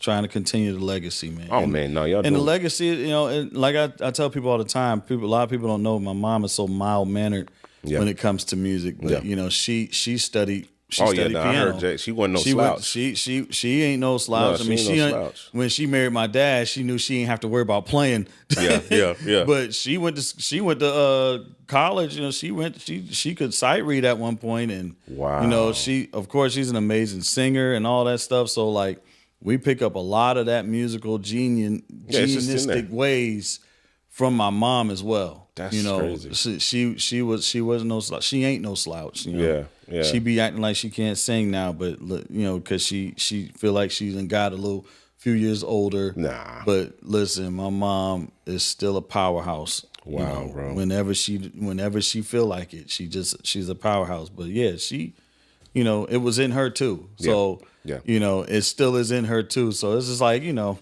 we try to keep the legacy alive, man. And I love it because, like I said, you guys have. It's like I said again, Forrest Gump is the best analogy I can give, because like at every turn, because even when you cross into to Doobie and even what you're doing, but I think even to go back to Doobie just to park there for a second, how he's been that. I know this wouldn't be like, it's not gonna sit well with some people when I say it this way, but I put Doobie like in that same category as like a Jay Dilla type figure. Absolutely. You know what I mean? Absolutely. I don't understand anybody that would get upset at that. Yeah, you know, I've said it to a couple people. What Jay Dilla has done for the rap and for the, you know, R&B, for the neo soul, for that type of, you know, and for that industry. Yeah. And you know, and this is what Doobie has done for gospel. And you know, it's crazy. And not just gospel, even that R&B type. Yeah, I run across people. Troy Taylor. Yeah, Troy Taylor. I mean, he grew up in Connecticut too. He's from Connecticut. My dad gave him his first synthesizer. Bruh, this is stuff that people don't know. You talk about Troy Taylor working with Rihanna and Chris Brown and all these people. Hubert Powell is there. My father gave him his first synthesizer. He still has it. He sent us a picture the other day. Like, you know, when my pops passed, he sent us a picture. He's like, man, I still have this. He gave this to me, and I'll never forget it. So it's like, you know, you don't understand that. And so I put him in that same category as like that, because like when it's not just because of who he is and what he's been to the industry and all of the areas he moves in, from producing to mixing to singing to playing. Like, he's influenced multiple areas and tapped in on multiple genres. And so singers call back to Doobie. Oh man, no, that's Doobie. He's chopped Doobie Powell. Players go back to, oh no, where'd you get that from? Got that from Doobie. You got this Doobie. You know, that's Doobie. The style, that even like, because I remember when we was Dude was talking about, he got irate one time. We were sitting back talking. He's like, man, he said this lo-fi stuff that they don't. He said, man, he said, I was doing that in 03, 04, bro. Like what him and my Uncle Ivan was doing in church in the 90s. Yeah. I'm laughing because I'm like, what people are just now getting hip to, I'm like, I don't say it don't move me. Yeah. But I heard these guys doing this stuff when they were just two-piecing it. After Kirk left, you know, because James Cleveland discovered Kirk Carr in Hartford. And my father prayed over his career and said, you got my blessings to go out west. That's how Kirk Carr ended up in Cali. And then it was just a two-piece.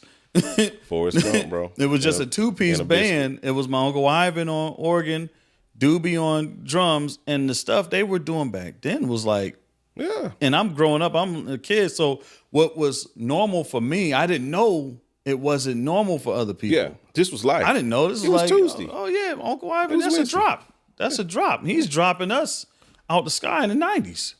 He was doing that stuff, you know, like some of the stuff, like, you know, that Doobie, I'm pretty sure he let you hear. Yeah. Some of the stuff he was coming up in the early 90s.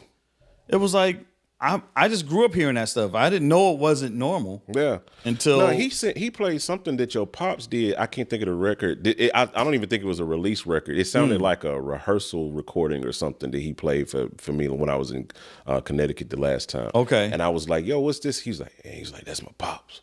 That's wow. Dad. And when I say like when they were playing, like it was a line that went in there. The first thing I told him, I said, that sounds like the intro on 90% of gospel and today. That sounds like a gospel it really is, ballad intro or a gospel mid-tempo intro. It was just something crazy. And I was like, yo, that's what these cats is. He said that was in the 80s. I was like, what? They was doing that stuff. They was doing that stuff then. They was doing that stuff way back then. But to your point, the original point, Doobie is definitely, we was sitting with Rob Glasper. It's funny, we was at the Blue Note with Rob Glasper. Shout out to the big homie Rob Glasper, man. But he actually said what you said to Doobie. Really?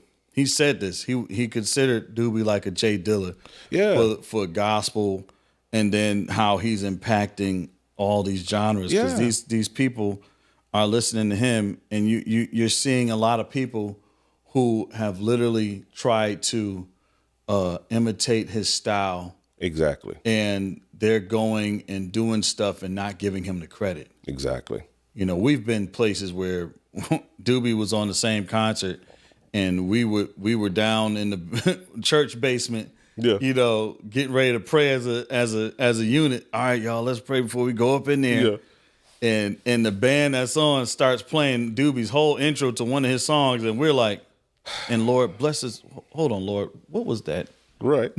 Right. Did that just play whatchamacallit? And we all looking like, so it's like a lot of people, we've seen a lot of people try to downplay Doobie's impact. Yeah. But still at the same time try to imitate it. Come on, bro. Yeah. And it's like, you try to imitate it and you're going to try to monetize off of it. Like, you're weird. Like, hey, I'm in a place where I like to give people their flowers, man. Yeah. I like to give people their respect. Anytime you hear me on the organ, I'm continuing the legacy of Ivan Powell, of my dad, Hubert Powell, of the living legacy of Derek Jackson. Derek Jackson. Some of these is like the guys that, anytime you hear me talking about me coming up as a musician, I can't not talk about me loving organ and without mentioning Corey Henry. Come on. I can't not talk about my upbringing. I don't understand why these musicians these days have such a hard time giving people their accolades, man. My dad, I'll never forget it. Had to be about 1991 or so. Yeah. And, this lady kept calling my dad, asking, I want to bring my son. We tried to get him on Oprah, and they tried to get him on the Today Show, and they said he doesn't meet the criteria, but my son is a prodigy, and I want to get him to your church. I look up to you. You're amazing. We listen to you. We listen to your music. And my dad was like, "Oh, what's his name?" His name is Corey Henry. Wow. He's 4 years old, or 3. I think it was 3 at the time. Wow. And he was like, "Oh yeah." My dad was like, "Okay, yeah, bring him." We got a concert going on. We had a concert. I don't even know, it was a Friday night, good old night, them 90s Friday night concert. Some choirs is up there singing. I don't even know what we had, but it was like a Friday night.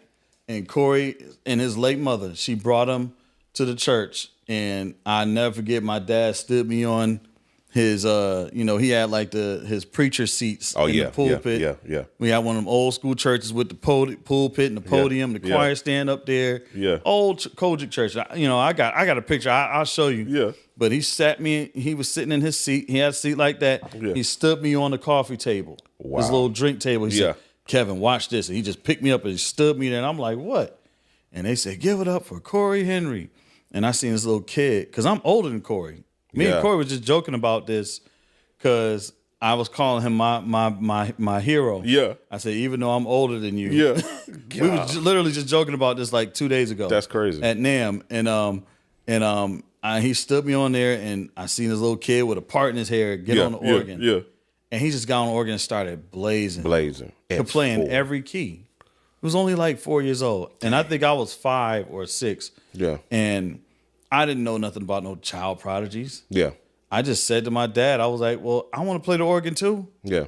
You know, and I knew I loved the organ. I knew because my Uncle Ivan, he was just a smooth cat. Like Uncle Ivan, he always had the suits on and, always had the dope shoes and, the ladies loved him. Yeah. So growing up, I just always was like, man, he cool, man. How he play the organ like that? And then my dad get on. Yeah. So down my hero, my natural hero gets on the organ. He's killing and he's cool. He had the cool walk. Yeah. So I just always loved the organ. When I saw Corey, I was like, nah, I got to play. Like, he can't be my age playing like this. I should be able to do this. I didn't know that, he was a child prodigy. But see, even to that point, but even to that point, to your point, I told somebody this like a couple of weeks ago. We was talking about this same thing about us especially the black church. The black church is black church musicians. Right. If you want to keep it a buck, just about all of us, if you started playing, most of us started playing at a young age, 5, 6 to 10, we were prodigies. Yeah. We just didn't know it. We didn't know it. Because it was normalized. Like it was normalized. It was normalized. If you was like for our people. Because of our background, because of our lineage, because of our heritage, because of, where we come from, where we derive from. Yeah. We're people who were born music and entertainment, rhythm, all that stuff is in our bones. Like it's legit. It's literally in our DNA, and a lot of us don't know it. Don't understand it. And bro. a lot of people who don't know about our heritage and our history don't understand it. Yeah. But it's like you said, we don't understand it. Like with 5, 6, 7, 8, we were. I know cats was on the drums with pacifiers in their mouth that played a song and then went and got their diaper changed. No, I just saw a video. I just shared literally, and they still doing it. I just shared a video on Facebook. This I don't even know who the little baby was, but he was in his diapers, and he was like, they be and he was playing drums, and I'm like, oh my, he got it already, bro. Like he's literally in a diaper playing shout music, bro. That environment fosters all that. But see, it's normalized to us. But I'm just keeping it like the general facts. I never thought about it that way though. But when you go over to the other side, when you go over to like our Caucasian counterparts and stuff like that, they look at us as that. I was at NAMM, this was several years ago, and I was talking with one of my Caucasian brothers, and we were just talking about the black church, and they came up in our conversation. We started talking, and he asked me, he said, so when did you start playing? I was like, I had to be about 8 or 9 years old, somewhere around there when I got into it. To me, I'm a late bloomer. Right. You just started at 8. You just started playing keys at 8. 9, you're a late bloomer. Like you just got started. Oh man, you behind. You got some catching up to do. Right. And so I started at 8 or 9 or whatever. He's like, so when did you start like playing like for your church? Like actually playing? 6, 7 months after that, I was playing for the youth choir. Maybe 2 years after that, by the time I was 10, I was like literally the musician for the church, the music, as we call it, the minister of music, as they called it back then. I was the minister of music by that time. The worship pastor. And so he says, so you were playing like I was playing like the whole service. He's like, and I was like offering all of that stuff. And he says, he said, so you were a prodigy. I said, we never looked at it. We never looked at it like that. I was playing, I remember. But to them, that's what we are. And I never thought about that because when I was, even when I, of course, saw Corey, I was about 5 or 6, I was already playing drums. Yeah. And so I was doing like concerts, like they would make me do drum solos in like elementary school. Yeah. And I didn't think nothing of it. Yeah. And they were like going crazy. And I'm like, what? Yeah. This is normal. Drum, like, y'all can't do this? This is Sunday. I didn't know. Like, I really didn't know because I was. We do this stuff for offering. What are you talking about? Bro. This is it 5 was my minute thing. offering. When I was a kid, I played for the kids choir. Yeah. That was my thing. We like called ours every the Angel Sunday. Choir. Yeah, like this, or like in Kojic, they called it the Sunshine Band. Sunshine Band. Yeah, Baptist, it was the Angel Choir. The Angel Choir, yeah. So like, when I got of a certain age, my dad told Billy, Doobie, hey, Kevin's playing for the he's playing for the C. It's the Hubert Powell voice for me, choir. Bro. So the Children's for Christ choir is what I used to play for. Yeah. Every Sunday, I get on the drums when they sing. Yeah. And so it was just normal to me. So when they had me playing, I'm in elementary school and I get on drums, I set the drums up and I do my thing. Yeah. I didn't know it was you know, to a big the deal. outside world. If you had taken any of the, and I told Jan, me and Jan was talking about this a few, whenever. I'm always talking to somebody about something. Right. But we was talking a while back, and I said, bro, the least of us. I'm talking even the cats that we clown for transposing and all of that stuff. The least of us are better than some of the best of them out there. On our worst day, worst day. The bass player that's at in the back country woods playing bass for the Country Baptist Church that's got like 30 members could play circles probably behind some of the touring bass players on these tours. That's on these tours playing for some of these secular, as we would call secular artists. Absolutely. Like if you pull up at any church, black church specifically, it's the people that we clown. If they went into the secular realm with that style, would be celebrated. Here's a scary turn. Yeah, that's a true statement. But you know what else is a scarier true statement is the fact that while they have more talent, they have less discipline. Yes, I feel like that's where the churches that we're talking about, the circle that we're talking about, that's where it kind of went wrong. Yeah. In a lot of places. It's like, yeah, y'all should be on these gigs. And I tell cats that now. Back home, they'll tell you. I get after these cats. I got older now. I consider myself, they be calling me onk and stuff. Y'all gonna onk me to death. And y'all ain't gonna like my responses sometimes. When you become you gotta like now, when I start acting like you start unking. don't try and shut me out, cause y'all yo, show me something. All right, cool, bet. Yeah. I have to tell some of them the reason why some of them other cats is gonna get the gig, cause they do what's supposed to be done. Some of these guys that are on these gigs, they really can't play. Yeah, yeah. But they're literally play what's supposed to be played. Yeah, I can get what you can't play, but you play what's supposed to be played. Yeah. And if you play what's supposed to be played, nobody a lot of times will never even know how much you can't play. Wow. Yeah. Yeah. And it's the guys that got all the talent that don't know how to that don't know when the term less is more should be the go-to thing. So you think it's culture? You think it's just the culture? Speaking of like kind of into that area, do you think it's the culture? And I call for lack of a term, I'll call it shed culture. Do you think it's the shed culture that has, in a sense, kind of ruined that thing? Because we're as musicians, it's our talent and our skills because of our DNA, because of our propitiation. I know I just messed that whole word up. Edit that out, Rob. Because of our way of our ability to transmute our skill set quickly to each other's. Okay. You know, we can like when we get together and shed. The shed is like that transmuting of skills, that translating of skills. Somebody else is on drums and you pick up off of that by osmosis, just by being in the room. You pick up on the chords, you pick up on that from being around. And so the theory goes out the window, the sight reading, all the reading music, all of those things become null and effect, unimportant, because you can sit in the room with somebody and like kind of pick up with what they're doing and kind of transmute. So you think, and then because of that, it also the shared culture creates like almost like competition type vibe. Everybody's trying to outplay each other. Everybody's trying to outshine. Everybody's trying to do the next thing that gets the ooze that turns the heads. Right.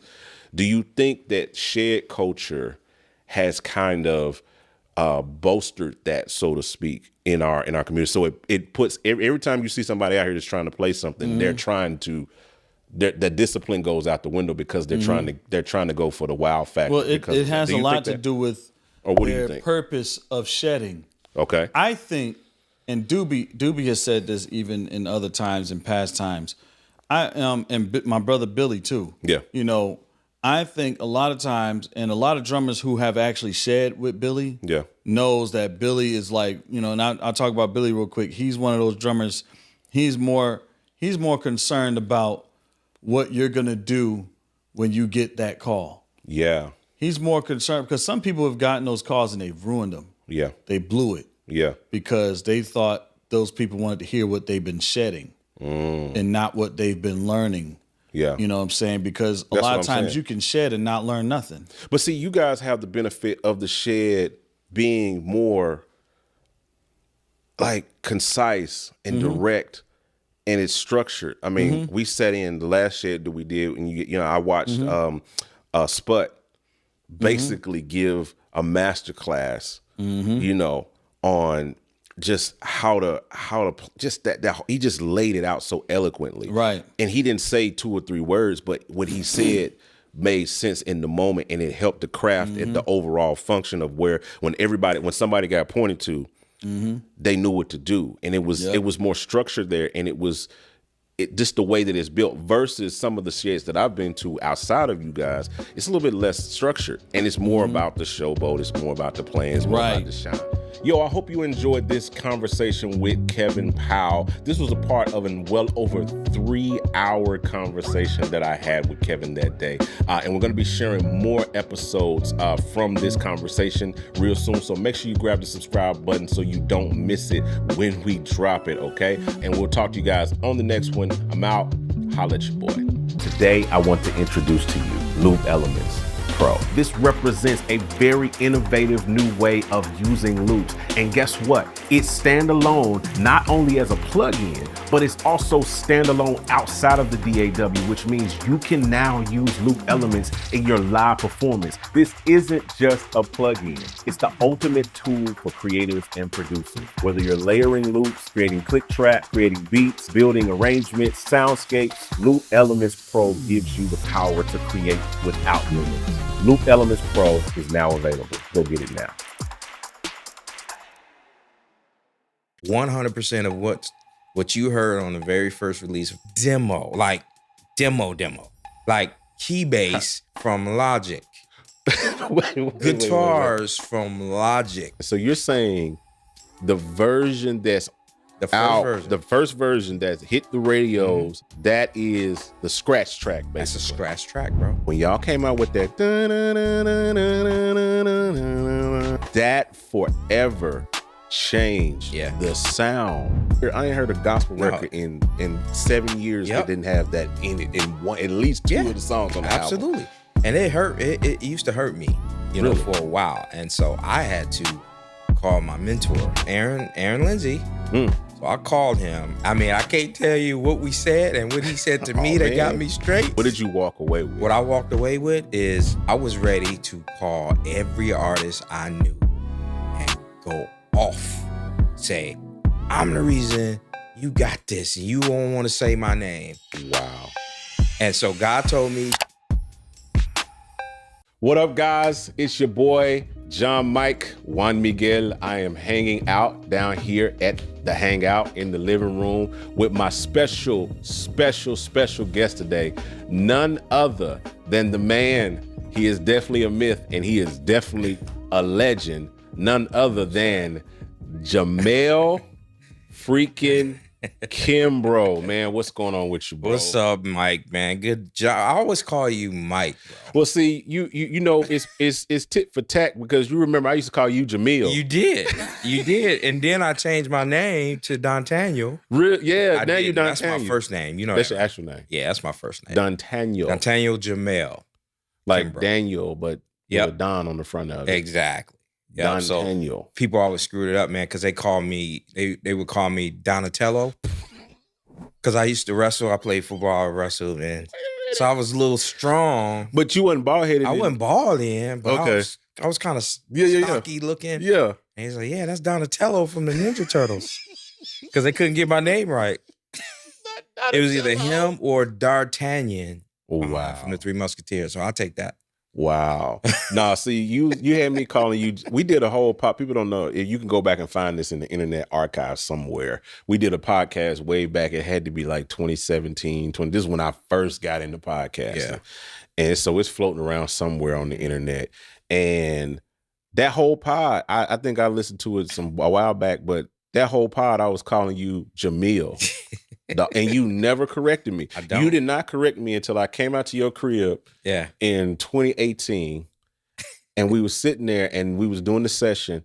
And I kept saying Jamil. And I guess you finally got tired. And you was like, bro. I did? Bro. my name is Jamel. No, I didn't. Yes, bro. he was like, my name is Jamel. That was, I was like, what I've been saying? I never it's correct. not Jamil, it's Jamel. That's weird. That's weird, John, because I never correct nobody about You my corrected name. me that day. Oh. I had a bad day, bro. I didn't get my coffee. That's all. Yeah, because that was that, what session there? That was that Leon, Timbo. Yep, that's Timbo stuff. Yeah. Timbo session. Yeah, and you was, whatever it was, she was like, I don't know who Jamil is. That's because that was work week. I was probably edgy. You was edgy. Yep. It was time. That's what that was. You let me have it that day. Session week is always edgy for me. I never got it wrong again. So Jamel Kimbrough. I apologize. Is in the business. Okay, so for people who just don't know who Daniel is, people that don't understand the breadth of your career and what you've did and been to the music industry, to the gospel music industry, more specifically, the production industry. Give us that spiel to let people know just a tad bit of who you are. Man, I always feel like that's bragging, man, but I'm starting to learn that, I'm starting to learn to appreciate my success, bro. You know what I'm saying? Yeah. I think the church world kind of hurt us a little bit, and they taught us the word humble. Yeah. Humble yourself. Humble, not humble. Humble. You gotta humble yourself. But man, so it's really hard for me to do that, man. But I mean, since you asked me, I'll probably my biggest accomplishment to date is, working with one of my best friends, is Todd Delaney. And so I've got a chance to be with him since the start of his career.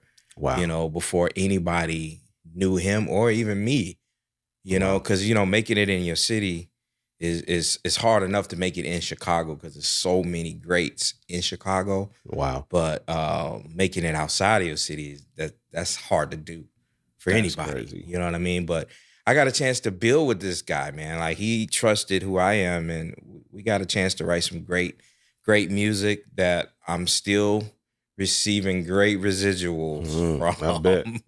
I mean, Your Great Name. I mean, I've done all of his music to date. And I don't think a lot of people know this. Not only did you produce Your Great Name, but you also co-wrote it. Yep, I co-wrote it. Yep, Wow. co-wrote it. So he came up with the majority of it, and he sent me the song. He said, Jamel, I don't know where to take it. Wow. I don't know what to do with this. I said, all I know is it needs to go up. Yeah. It can't go back down. So we got to go somewhere with this. And he's like, man, what do you think? And so I took the bridge on out. Wow. So you basically wrote half of the song. Yeah, I wrote half of the song. So it's 40-60 split, me and Todd. So wow. Yep. So that really blessed me, man. And I bet it did. I mean, and that's what we do. And I honor him because, we know when to be brothers and when to be partners. Wow. Like when to be business partners. That's good. Because a lot of people, they don't know that. They don't know that, because I'll never get at the table with you, John, and we got a multi-million-dollar deal on the table, and I'm cracking jokes on you. Wow. In front of executives. Wow. You don't do that. No, you don't do that. Like, you're my partner right now, bro. We working together, so I'll never do. So a lot of people don't know when to turn it off and turn it back on. That's good. That's why we've had such a successful career, man, and he really doesn't trust anybody with his career when it comes to music, man. No, I've seen that in real time. Yeah. I mean, it's like it is a closed door on production when it comes to Todd Delaney. Yeah. He does not let anybody. And I don't close the door, John. I don't. No. He closed the door.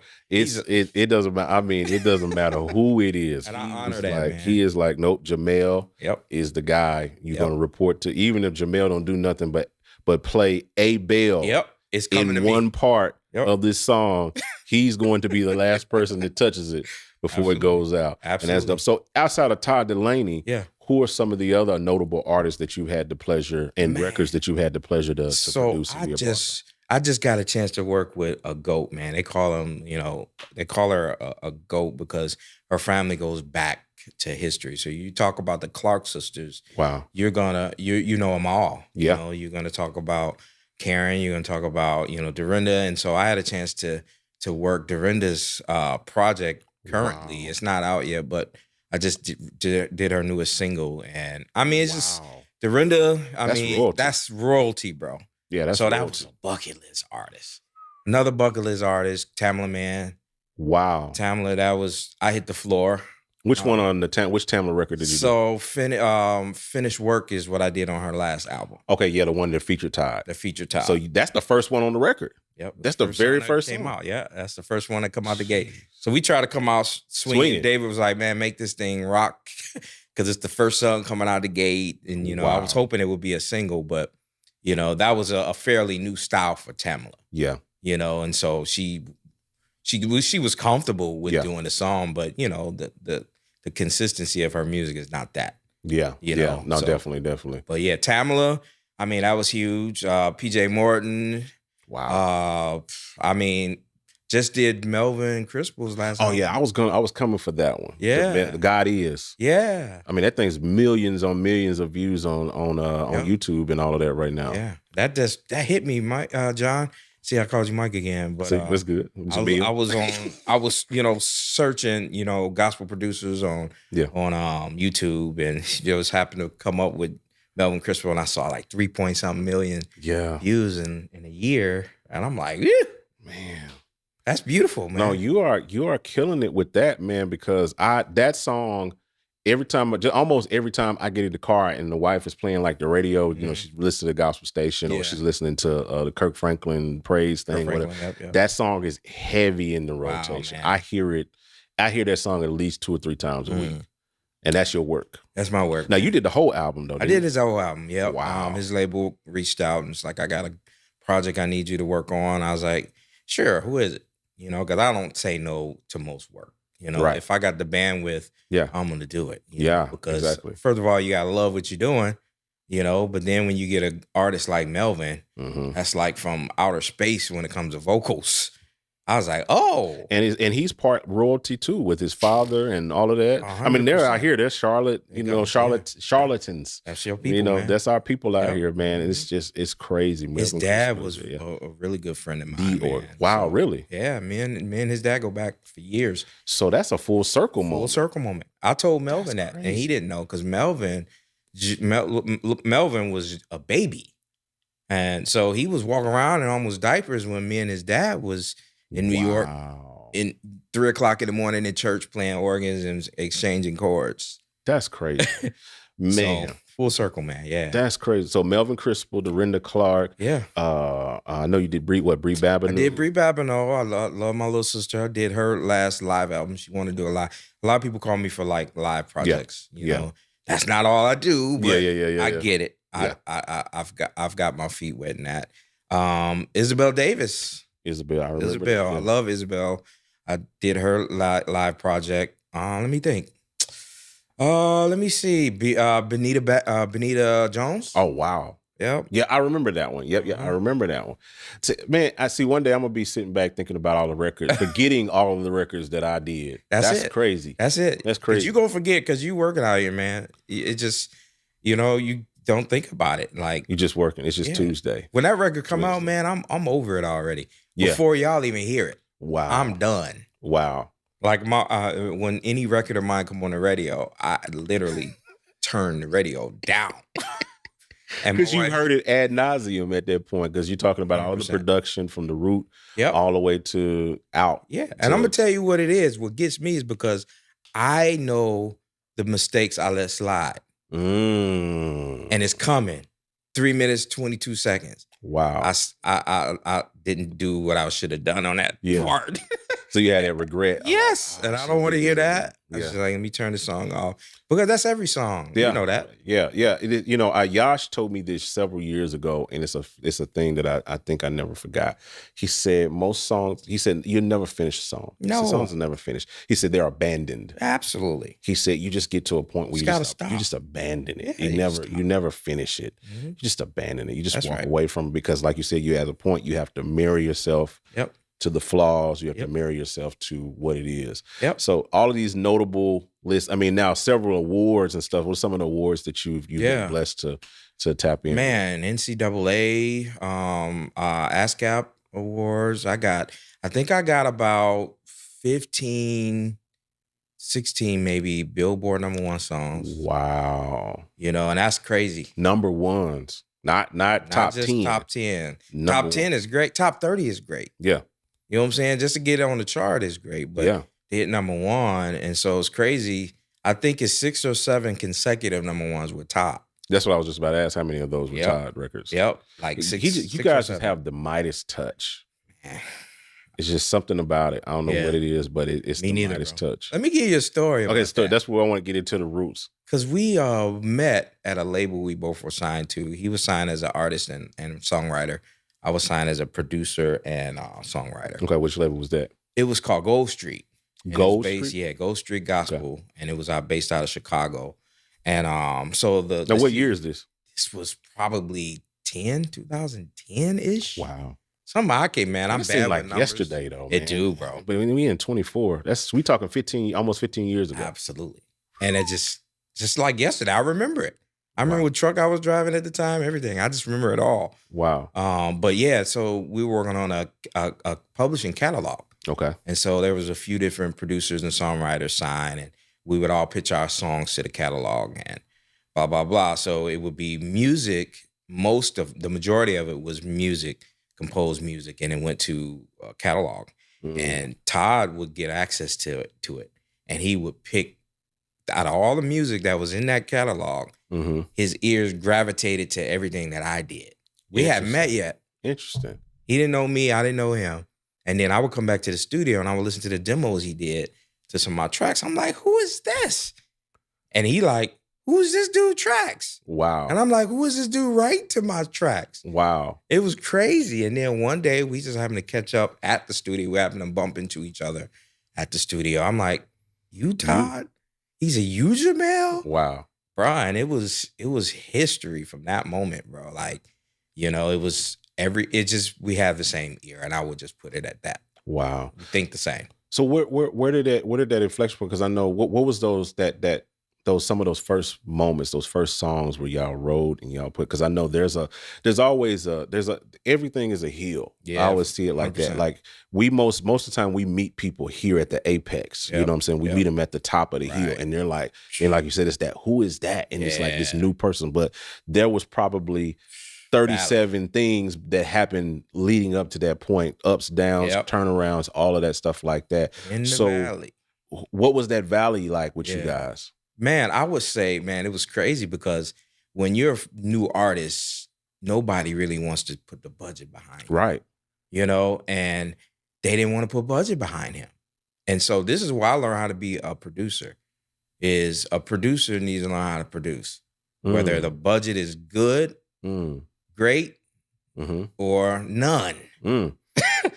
You know? Producer produced the song, produced the record. Yeah. And so they gave me his first song that ever charted was Pulling Me Through. Yeah. And so most people don't know that was a valley for me. Really? Because that was a demo. 100% of what you heard on the very first release of Pulling Me Through was a demo. A demo, like, will you be like that was the demo, like demo, like key bass from Logic. wait, guitars from Logic. Okay. That type of demo. So how did that happen? It was crazy because Todd wrote this song. So wait, and let me make sure I'm understanding. So you're saying the version that's the first version that's hit the radios, that pulled out with pulling me through, that is the scratch track, basically. That's a scratch track, bro. This is my buddy. He played drums in my church. I asked him to just come by the studio and play some drums over this. I had to actually sample his live drums and sequence it because it was just a demo. I sequenced his patterns, kick patterns. So this is just proof of concept. Yes. This is like, here's a song. Here's a song. How did it get to radio? Man, the label heard it. And he was like, give me that song.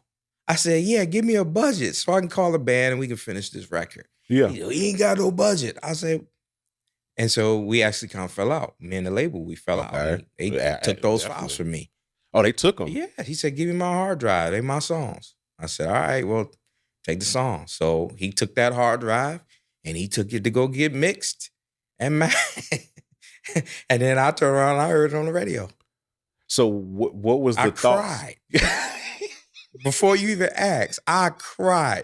Then it wasn't tears of joy. It wasn't a mama, I made it. No, I said, I failed before I even got started. That's what I said in my mind. I'm like, because you only get one opportunity. Yeah. You know, first impression. Yeah, first impressions matter. And that was like my first semi-impression to the industry. You know, because I had been doing stuff in the city. Yeah. You know, but with Todd on a major situation like that. You know, and let me tell you this is how you know it's a demo. If you go back and listen to about 4 minutes and like 20 seconds, okay, listen to the bass.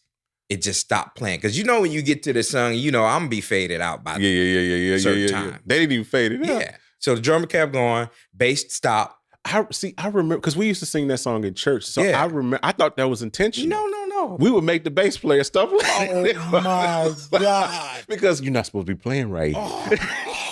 Because the record said, we're playing the record. That record lied to y'all, bro. That was not right. I'm telling you, we do it. We thought to stop playing right here is just all keys. This is what we do it. I'm even more embarrassed now. This is what we do. What we do. But that's why I'm gonna make a clean demo. I don't care. The demo gonna be clean. That's good though. So that's good. That's So the lesson learned. you took that lesson and you learned from that. Because I think we was talking about this earlier off camera. That like sometimes the thing that you think is, you know, what you're pushing into, God has a whole nother plan for it on the other side. Right. You know what I mean? And you thought you was doing this thing for that. Yep. And it ends up becoming something else. So that experience 100%. birthed in you, okay, we need to make sure the demo sounds like the record. Like a record. And that's kind of crazy because that's what you, at least in the circles that I roll and people that work with you and work within, they talk about Jamel, they're like, yo, I remember Todd being in a meeting when we was doing Delaney Land stuff. And Todd was like, yo, no, when Jamel sends me something as a demo, it sounds like it's ready to go to mix. Yeah. At that point. Yep. That's crazy. But that was why. And now that's why I keep doing it that way. Because I understand you never know where that record is going to land. Who's going to hear it? Who's going to hear your demo? Who's going to hear your imperfect balance of your tracks? That's good. Like, it's not leaving my desk until it's presentable, but even if it's not final. Now, ask you this. So, because I know one of the biggest things and part of your process is pre-production. Like, you were the first person that I ever saw when prepping for a live, pretty much recorded the entire record before the live record happens. 100%. Like, I'm talking full guitars, full BGVs. The entire record is basically done. And live is just for the lead vocal and basically for the drums and the crowd. Yep. Just for the energy. But the record is pretty much done by that point. So would you connect those two things together? The fact of that experience way back when, did you think that matured into that building into that process? 100%, bro. Because a good producer has foresight. I'm excited to reveal something game-changing for us and for you as producers and musicians. I want to introduce to you Peculiar Sounds version 2. We've introduced standalone mode, allowing you to use it independently from any DAW. You can now blend up to 2 sounds to create rich and complex textures. We added in 2 brand new effects, the Lo-Fizer and the Mod Filter. The Lo-Fizer gives you instant lo-fi vibes with just a button, while the Mod Filter adds dynamic movement and flow to any sound you apply to. And we also added the innovative new MIDI browser that provides you with hundreds of chord progressions, melodies, and drum loop MIDI files that you can drag straight into your DAW. And as a bonus, V2 now includes Sounds Off the Block expansion for totally free, bringing the total to over 400 patches. So as you can see, Peculiar Sounds V2 is not just an update, it's a revolutionary new plugin. So make sure you check the website right now and you can get your hands on this game-changing plugin. Good producer ain't just because you can create some nice musical arrangements. No, a producer foresees a problem and takes care of that problem before it happens. Like, you gotta say that again. Wait a minute, you gotta say that again, Cheese, for those in the back. Wait a minute. I see, you can't gloss over the text like that. You gotta take your time, Bishop. And you gotta preach to the people. I gotta preach. What key, bro? You got that organ over there. E flat. E Key me up, man. You know, that's where I got key him up. That's where I got it from. Really? You know that? from a preacher. Key him up. That's key. Wow. That's where it came from. Never knew that. That's where Mr. Key him up, CEO came from. That's where it came from. That's crazy. But key me up, brother. No, you were saying, no, yeah, a good producer, honestly, has foresight. They expect a problem and they have a solution. Wow. They have the solution in advance. Like, wow. Honestly, like I make my keyboard players, my main keys for any session, they record that whole MIDI file. I plug up a laptop, and just USB and record that whole session from front to back. Wow. Because if you screw up, I can just take them little notes out, but I keep the integrity of what you did. What you did. But you can go in and fix it later. I can go in and fix that, or I don't like the pass they use. Or if I get in there and they layered pads and keys and didn't split the track. I need that. So I got that MIDI. I'm gonna just record it myself. I'm gonna take Nord. So you do that from the live sessions. So a live session, a live Todd Delaney records, as an example. While you guys are doing the live recording, you got another laptop somewhere else that's recording the MIDI from the keys. Taking MIDI. Are you doing that for the aux and stuff as well, or is it just the main? Just main, really. Just main. Yeah, because aux, man, I'm big on pre-production. So most of the aux is already done. That's crazy, man. Aux is already done. Like everything is done. That is so crazy. You know, and it always, and then I believe in making sure you prepare your team to win, bro. That's what a leader and a producer, he prepares his team to win. Wow. And that's all it is. Like, I want you to succeed. Yeah. You're a great name, bro. I had Anders, shout out to Anders Nordstrom, one of the best guitar players. But I had him pre-record all his vocals. I mean, all his background, his guitars, all his parts. He was just there. He was just there the night of. He was memeing. Yeah, he was just whatever. I don't care. Blah blah. All my parts is done. And so when he left that night, he was done. There was no overdubs needed from him. Wow. He walked away. He's like, "Thanks, I gave him his check." Yeah, and we didn't talk no more. But see, there's also something that's really, really dope to be said about that as well. With doing the pre-production, if you get all of that stuff done before y'all hit the stage, then there's less work to do on the back end and you can 100%. Get the record out faster. 100%. 100%. So what does your post-production look like if you've done so much pre-production? Really, sometimes post-production is flows. Wow. So Todd is a flower. Yeah, he is. Yeah. So if he flows, I got to get that. That's it. That's it. That's all I'm gonna do. So I'll bring the background vocals back in a day, and we'll spend maybe 4 or 5 hours, and we'll get all of those dubs of the flow that he wants to keep. So we talking about Todd specifically. Says I want to keep 6 minutes to 8 minutes. Wow. Of that. Yeah. So I'll trim down the session, and then I'll overdub whatever that is, and that's it. That's crazy. Whip them up, shoot them off to my boy John Blass, and we done. And mixing. And it's done. Off the mastering, y'all ready for the record, whenever the release date is. Meanwhile, some of these other cats that didn't do that, we still waiting on the record. Still working. 2 years later, they still trying to. I got a record I'm waiting on. I've been waiting on this record for 2 years. I tapped in with them like maybe 3 months ago, and I was like, "Yo, what happened to it?"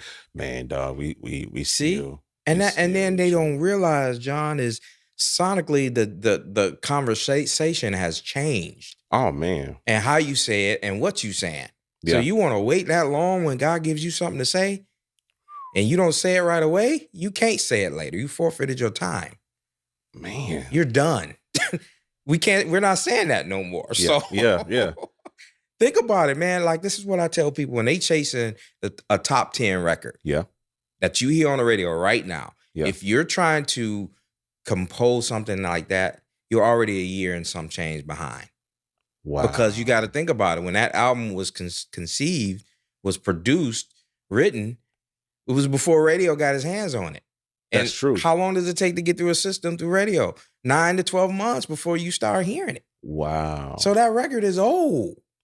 Wow. And they done moved on to something else. I think I remember you was talking. This was several years ago. I think we was talking, and or we was in a conversation. One I can't remember, but you were talking about at that time how I think this right here, this dispensation, this season is about miracles. Yes. So we're writing songs right now about miracles, and we're talking about this and miracle signs and wonders. Yes. And then, sure enough, when y'all did that song, that miracle song with Todd and them, that same season you were hearing everybody's miracle. Miranda was talking about miracles. JJ, everybody was talking about miracles. Yep. And there's a season, bro, and God is telling all of these artists, because we're actually a collective. We're a team for the kingdom of God. Yeah. And so God is going to make sure everybody's having the same conversation. That's good. He's trying to get that word out. This is coming from him. Yeah. That's you good. know what I mean? And so we're just the vessel of what God wants to say in the season. So if you're a producer, you got to make sure God is getting that message out. So you can't be asleep. You can't be procrastinating. If you don't know what you're doing, get an assistant. Wow. If you don't have the time bandwidth, get an assistant. Don't sit on these people projects, man, and holding them up like that. Like I just don't believe in that. Yeah. You know, that record is in your hands. And I got this, man. Something came up. Oh man, I get back. No, ain't none of that with me, bro. Wow. If I gave you the record, you got my time. And I have to be responsible for making sure, yes, I steward my time. So that means I can't do your record right now. Wow. I don't have the time. Wow. To give it the attention that it needs. So you had to turn down. You've turned down art. Have you turned down who? I don't know if I want to give you the space to say who you turned down. I'm gonna say one. He gonna kill me because he is so mad at me right now. But Byron Cage. You turned down a Byron Cage record. He's upset at me. I love you, Byron, but I didn't have the time. Wow. You know, and I'd rather say no than yes and screw it up. You know what I mean? Man. Yep. So that's just recently. Wow. I did his last album. Yeah, you did the last album. That's what I said. But so you turned down the sophomore opportunity to work with him. Yeah, my sophomore. Your sophomore. That was his 10th record that he's ever produced. But I had 10 and I could have got 11.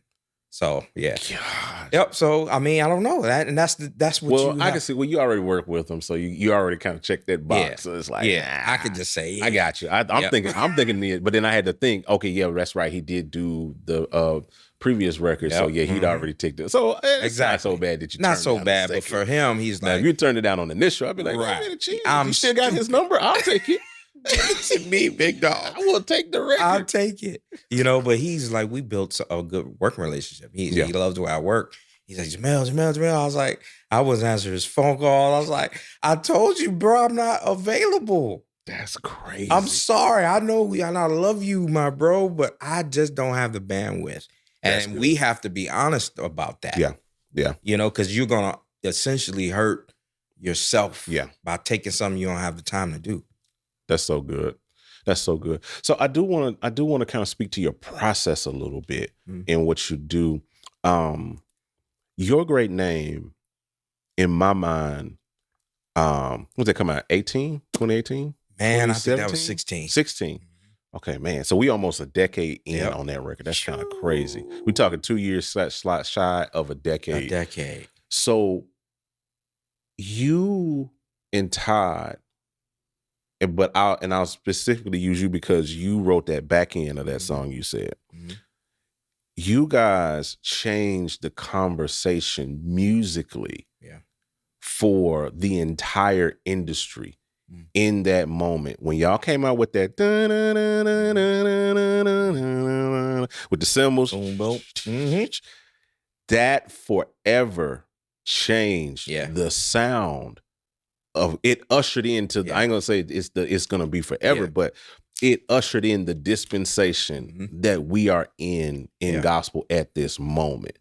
Wow. So every record that came after that has attempted to recapture that same essence in the vamp. Everybody's trying to go to the one with the cymbals, no kick, with some kind of line. I've done it on at least 2 records that I produce. Yeah. It's like it becomes like a checkbox. It's like, okay, we got the bridge, supposed to do. we got this thing. Okay, what we gonna do at the back?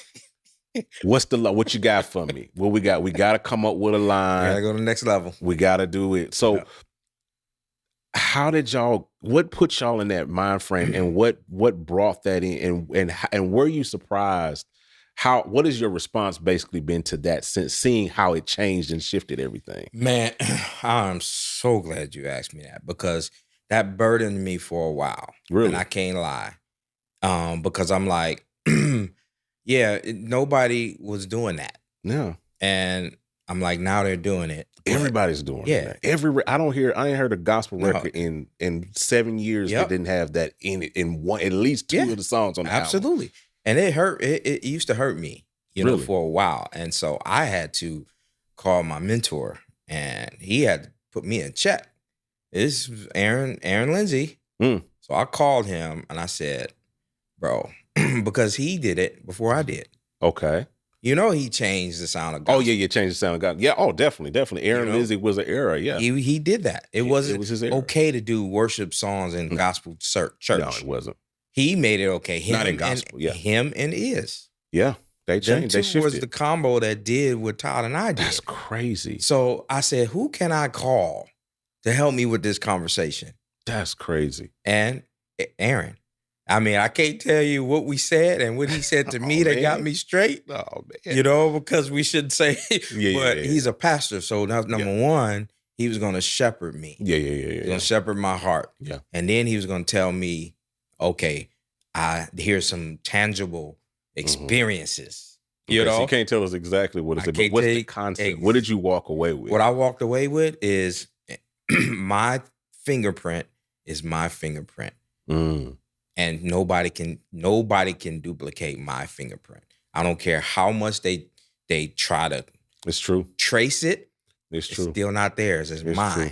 And he said, you can't care and then take it as a compliment. Wow. He said, walk away. Just know that's your fingerprint. That's your fingerprint. It's yours. And just walk away and take it as a compliment. Wow. That they're attempting to do something that you did.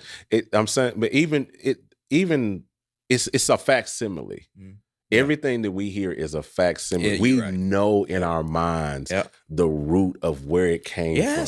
And we are all trying to copy it. We are trying to get that same act. But it's something about even when y'all still replicate it and do it on the current records, it's still something on the way y'all do it that nobody else can still capture. It belongs to us. And I'm going to tell you, it came from a place of being authentic, bro. We were being 100% honest. We weren't chasing the next big song. Wow. We weren't. Our idea wasn't to say, man, we're going to write this song that's going to change gospel music. It's going to change the world. We didn't even think about that until we heard the demo back. Wow. When we demoed that song fully, the lead vocal and everything. Yeah. Demo, and we lived with it about 2 months. Wow. Before we actually recorded it. Wow. So it was in our spirit. And so at the demo, we were like, that's special. Wow. It was special. I don't know why, but it's special. You still didn't realize the We impact didn't even know. But then what confirmed it is the room. The room told us when we actually recorded it. Because now you heard the first people that had their ears on the song was at the recording. Yeah. And the way they responded to it, I was like, oh God, what did we just do? Wow. Wow. We just created something that was, and we're not trying to be like, you know, that, but we did something that to let the church know that it's okay to express yourself. Yeah. Yeah. It's okay because worship music, man, people don't realize worship music has a point. And so we hear this about boring worship music, the CCM. Worship music is crafted and developed to make sure everything goes vertical. The conversation belongs there. Yeah. Not about ear, not about how good the music is, not about how good the music is supposed to be out of the way.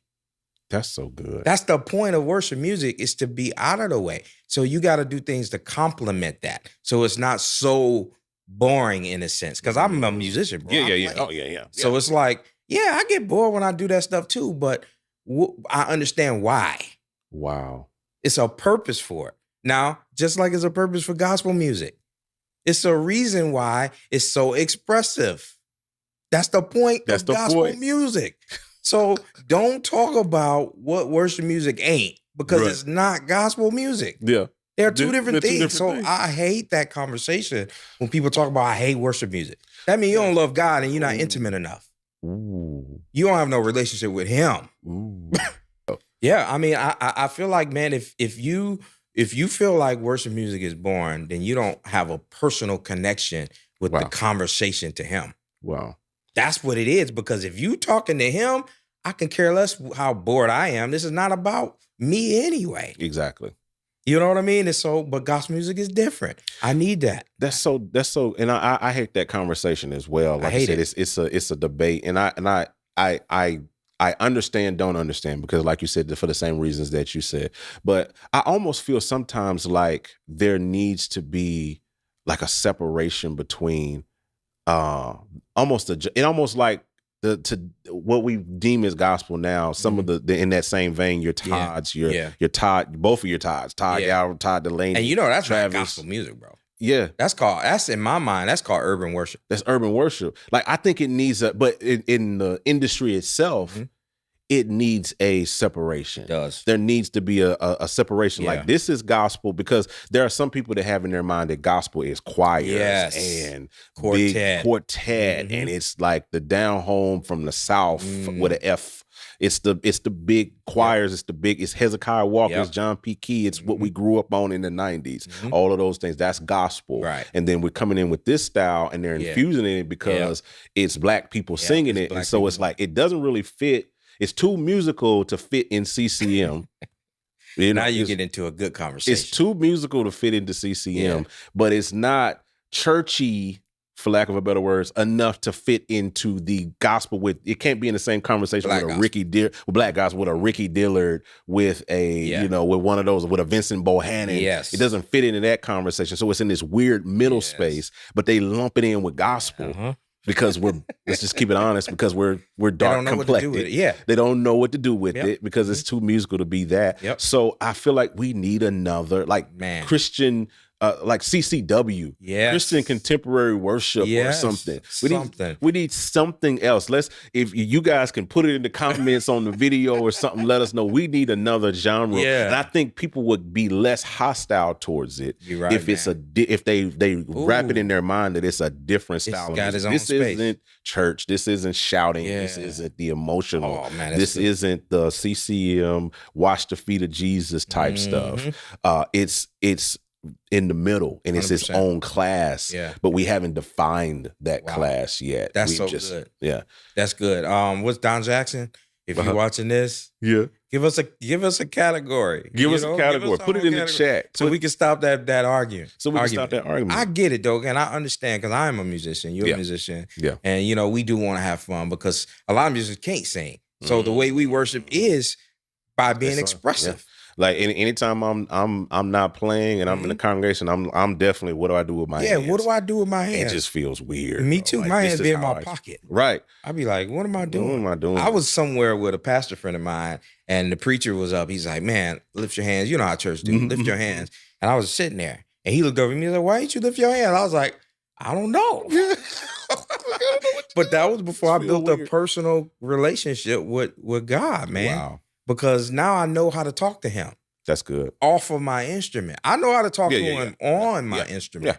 But off of it, I didn't know. Yeah.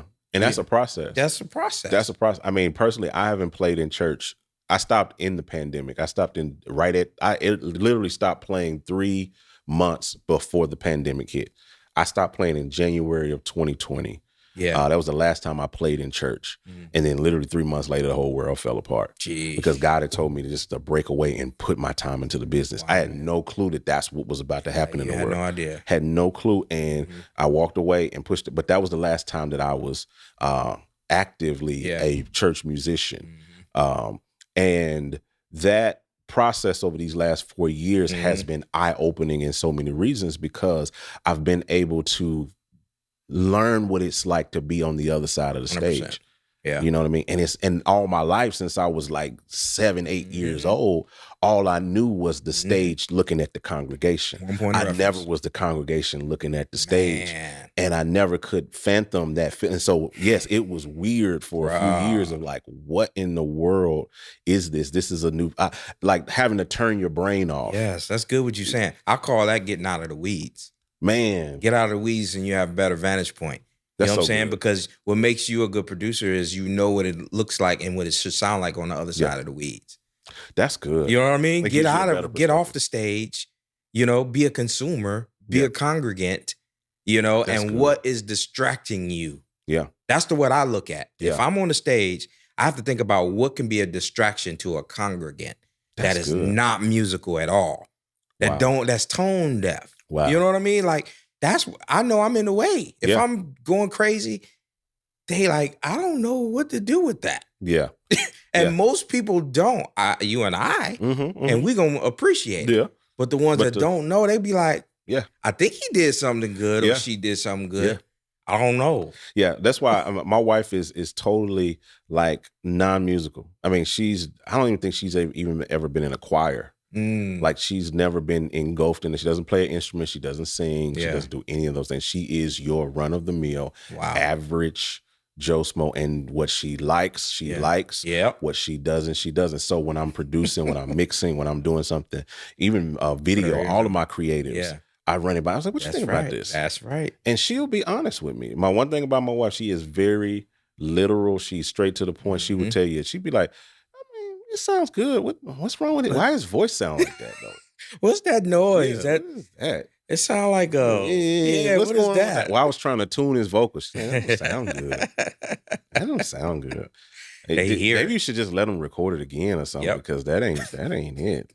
I don't know what that is. That's a good song. Honest feedback, bro. And she gives that. And you know what I'm saying? And you need, like you said, knowing what's going on the other side of the stage, on the other side of the speakers. That's called foresight, what I talked about earlier. That's foresight. Yeah. That's really constructive criticism that we should take in consideration. Yeah. You know, and I had to learn how to not get my feelings hurt by my wife. Same. She would tell me stuff and I'd be crushed. Oh, bro. And I'd call myself mad at her for the rest of the day. And she's like, "What I do? You asked." I'm like, so I had to get myself together. I had to like, you know what? Because we had that space of like, I know she ain't no musician. Exactly. You don't even know. You don't know what See, I got to get off my. You got to get off, and then you have to realize, no, they represent the your average consumer. 100%. If they don't like it, if my kids don't like it, kids can't sing it. The kids don't know what the hook top line is. Yeah. What are we doing? What are we doing? Yep. I don't care I should know what the top line is. Wow. I should know because my kids should know. Wow. That's so crazy. I don't want my music to sound like a run-on sentence. Wow. I need separation between these different sections. You know what I'm saying? That's like, good. Like, I don't know what they saying. What part is what? Is that the verse? Is that the chorus? What is it? You know what I mean? So crazy. So I want to ask you this. So in this career of yours, I mean, this spanned I'm pretty sure a couple of decades at this point. Yeah, man. Like, what have been your key moments, your key takeaways, your key things that, you know, maybe these are those high points, those low points. What is the summarization almost of what like you can really kind of summarize and put towards producers and engineers and musicians alike that you can give us as advice, as key points? Man, I love it, man. So producers, artists, engineers, most of us are in the back seat, bro. Nobody knows we're there, So think about the FOH at church. Yeah. Nobody looks back there until something is wrong. That's good. That's true. Ain't that true. crazy? That's so true. So nothing's wrong. Otherwise, they're transparent. Otherwise, they ain't thinking about that. They don't know it's a FOH. They don't know. What's that? What is that? They think it's the acronym. Yep. FOH. FOH. Get the FOH. You right. This is the gospel. This is the hangout. Man, Look, no, we just it's all being we ain't real. cussing, bro. But that's what they get. That's what they think. Get the FOH. That's what the FOH. What? Y'all can fill in the gap. Yeah, y'all can fill in the gap. I promise you, we ain't said no cussing. But yeah, so I had to realize, man, that I have to pick as a producer. I got to pick a side. Yeah, I got to pick the side. Wow. And this is hard for like artist producers. Mm-hmm. Like you got to pick a side because if you're on the side that's not seen, you have to be okay with that. Wow. And you have to know nobody's gonna know your name. Wow. You know what I mean? So what got me a few years ago, and I'm gonna give you the story. This is to answer your question. Okay. I was ready to call every artist I knew and go off. Say, I'm the reason you got this. You don't want to say my name. Wow. How come you ain't saying my name? Say my name. No doubt. And I was in my feelings, bro. Wow. And I was literally about to call everybody. I mean, Todd was included. That's my brother. But he wasn't the only artist I was working with. And I was gonna call them all and say, call all your clients. Screw all y'all. You was gonna hit him with the what's that movie? Half Baked with your boy the comedian where I can't think of his name, but it's a scene in the movie where he's like we're not cussing, but this is a scene out of the movie. He's like, F you. Yes. F you. And you're cool. F the rest of y'all. And he just walked out. Absolutely. That's where I was, John. Wow. I literally, and so, man, I was to the point where I was over it. Because I was working my butt off. Yeah. Hard. You know, we work harder than everybody else. The artists come in, they lay their part, give you some vision, and then they gone. Yeah. But then you got to sit there hours and hours and hours and hours on their project. Wow. You're serving their vision. And then you don't get a pat on the back or thank you. This is why I don't play about my credentials. You're going to give me that. You might not say my name, but you're going to give me those. You're going to give me my credit on that record. I don't care if I tied your shoe. You're going to say, man, shoes tied by Jamel. You're going to give me my credit because you can't take that from me. Yeah. You know what I mean? So my point was, you know, I was at that point. How did you get out of that? So God, I was driving because I drive with no music. Oh, same. Yep. I listen to nothing because air conditioner, bro. Air conditioner. That's it. That's all I want to hear. So I was driving and God gave me this scenario.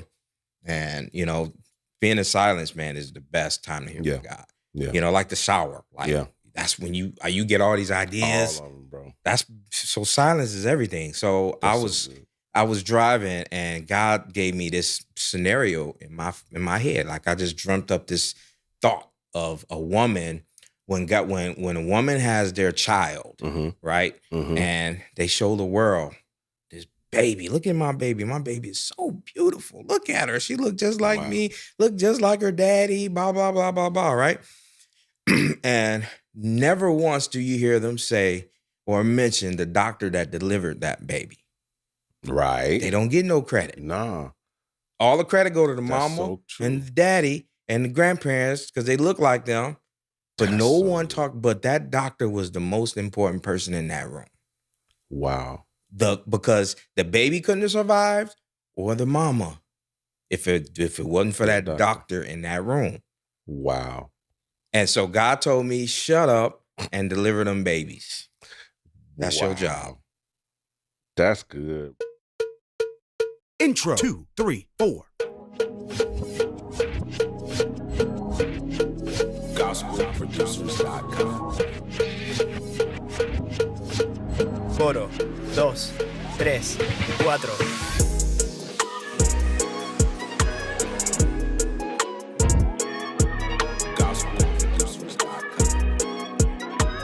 Back to the top. 2, 3, 4. Repite. 2, 3, 4. Praise break. 2, 1, 2, 3, 4.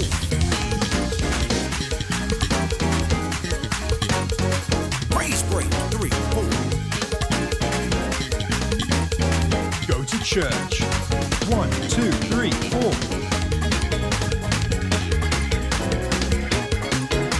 Drive it. 3, 4. Breakdown. 2, 1, 2, 3, 4.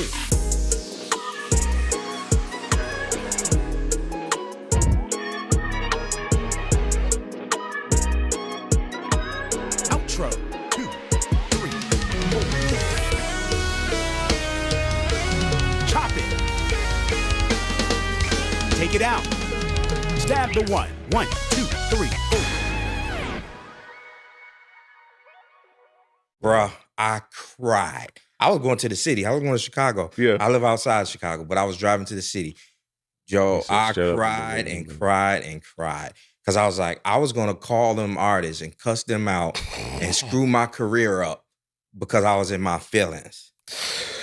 But man, I get it. So That's right so there. Good. That's power, man. Know your space. Know what you're called to do. We are called to serve and assist people in their vision, whether the vision that God gave them. Yeah. That's our job. Yeah. So get out of your feelings and trust trust artists.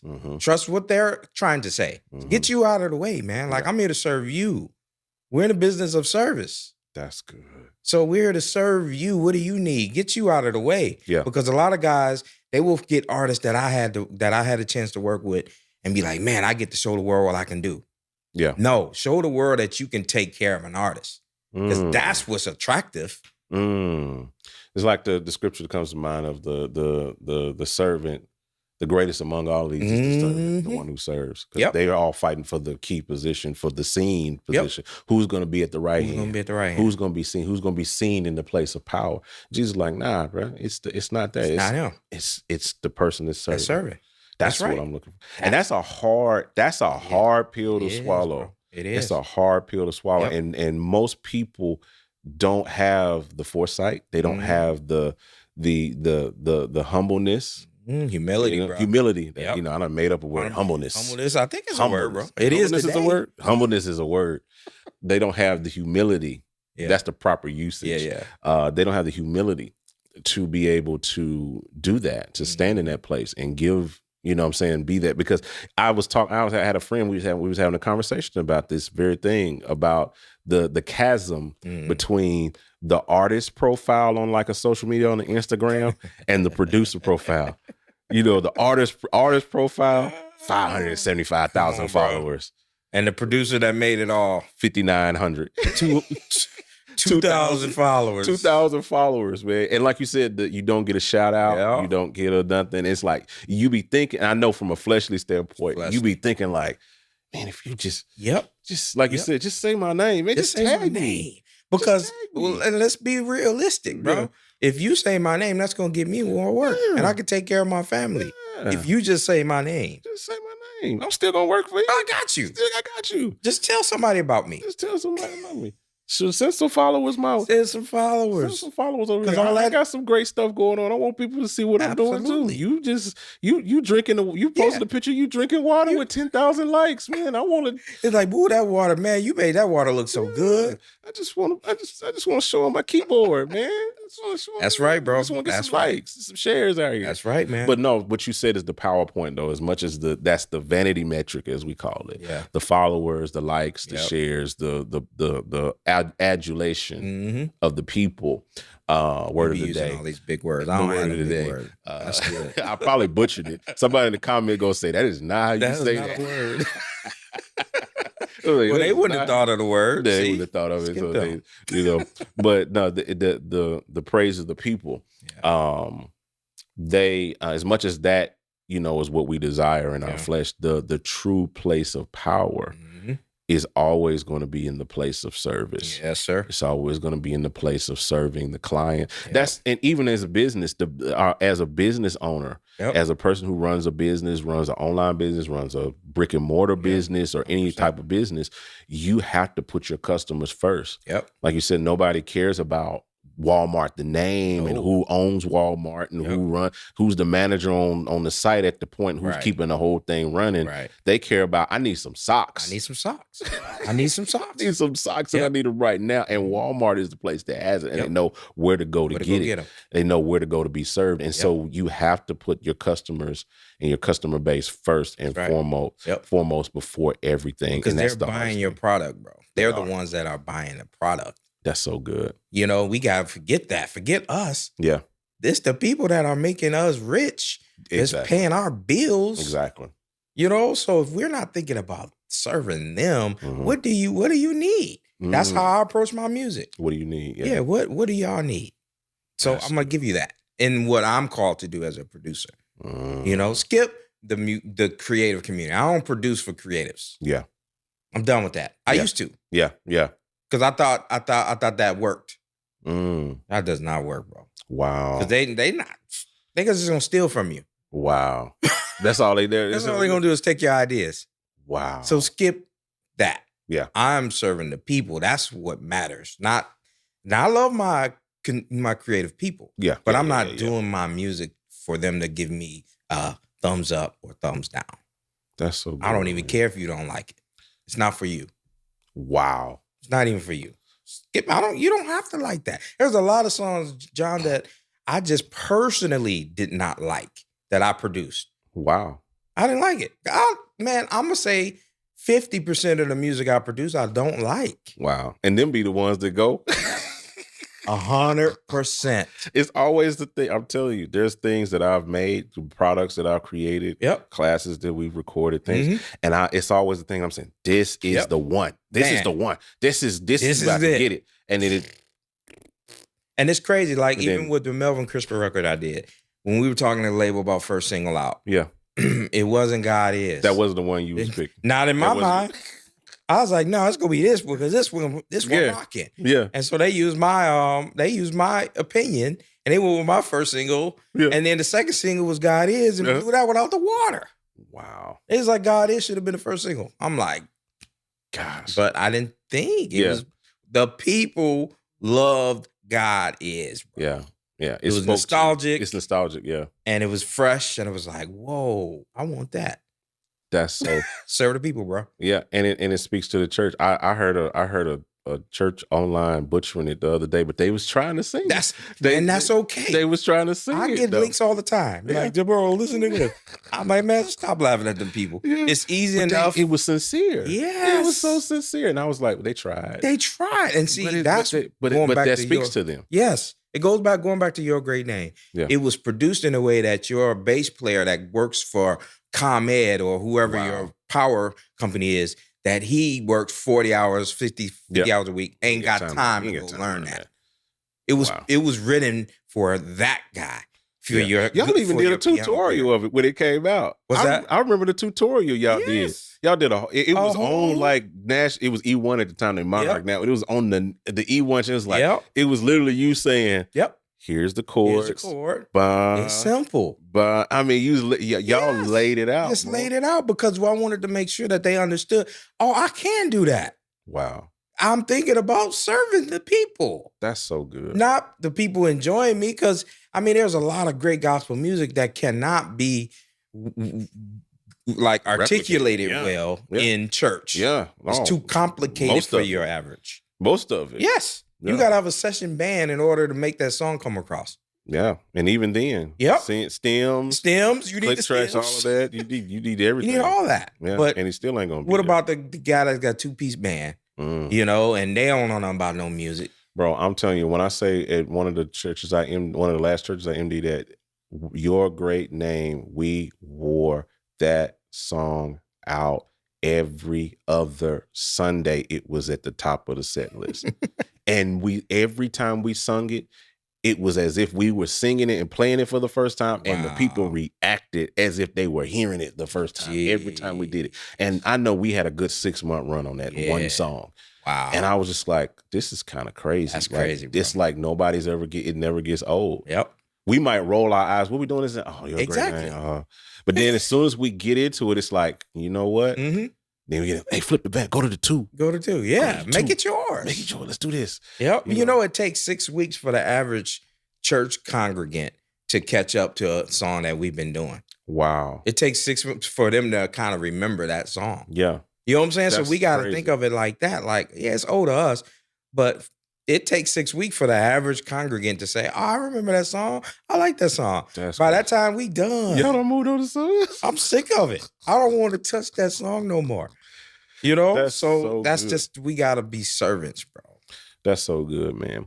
Well, man, I want to ask you one last thing. This is kind of like on just regular kind of what you're using kind of type stuff. I like to ask these. This is just random question like gear. Oh yeah. Plugins. I like to get in this question because a lot of times, you know, I like to know what people are using, what people are doing, what's their go-tos for this, whether it's mixing, mastering, producing. What is some of the stuff when you get ready to get down and dirty, you get ready to cook, what are you reaching for? Man, it depends, of course, on the type of song. You know, like I'm working right now in a Afro artist from South Africa right now. Wow. And so my headspace is in Afro beats. You know what I'm saying? Afro So beats, I'm pulling up sounds that I haven't touched, like soul sessions. Wow. From Contact. Yeah. Bruh, I had it forever. Wow. Never went to it until I had the opportunity to carve out some sounds. You know what I'm saying? So of course the whole Native in Contact, what is it called? Complete. Yep.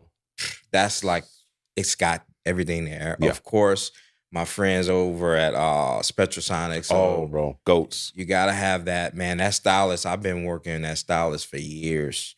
It is stylist is like the best kept secret. It is, bro. In like drum loops. It is. Stuff. I think people don't know. And you know how old Stylist is? Yes, it's so old. Stylist came out like 07, 08. It was way before Omnisphere. Like way. I think that was like their first joint. That was their first joint. And they've never updated it. Never updated. Same it looked interface. The same. Almost 20 years. Yes, because they were ahead of the game. And so you could take a drum loop that's a swing. Yeah. You know what I'm saying? Now you can change you can filtering, all of that stuff. Yep. It's like you can it's like a lot of people don't know. I'll give a trade secret, like loop elements. Yes. A lot of loop elements was designed in Stylus. Yeah.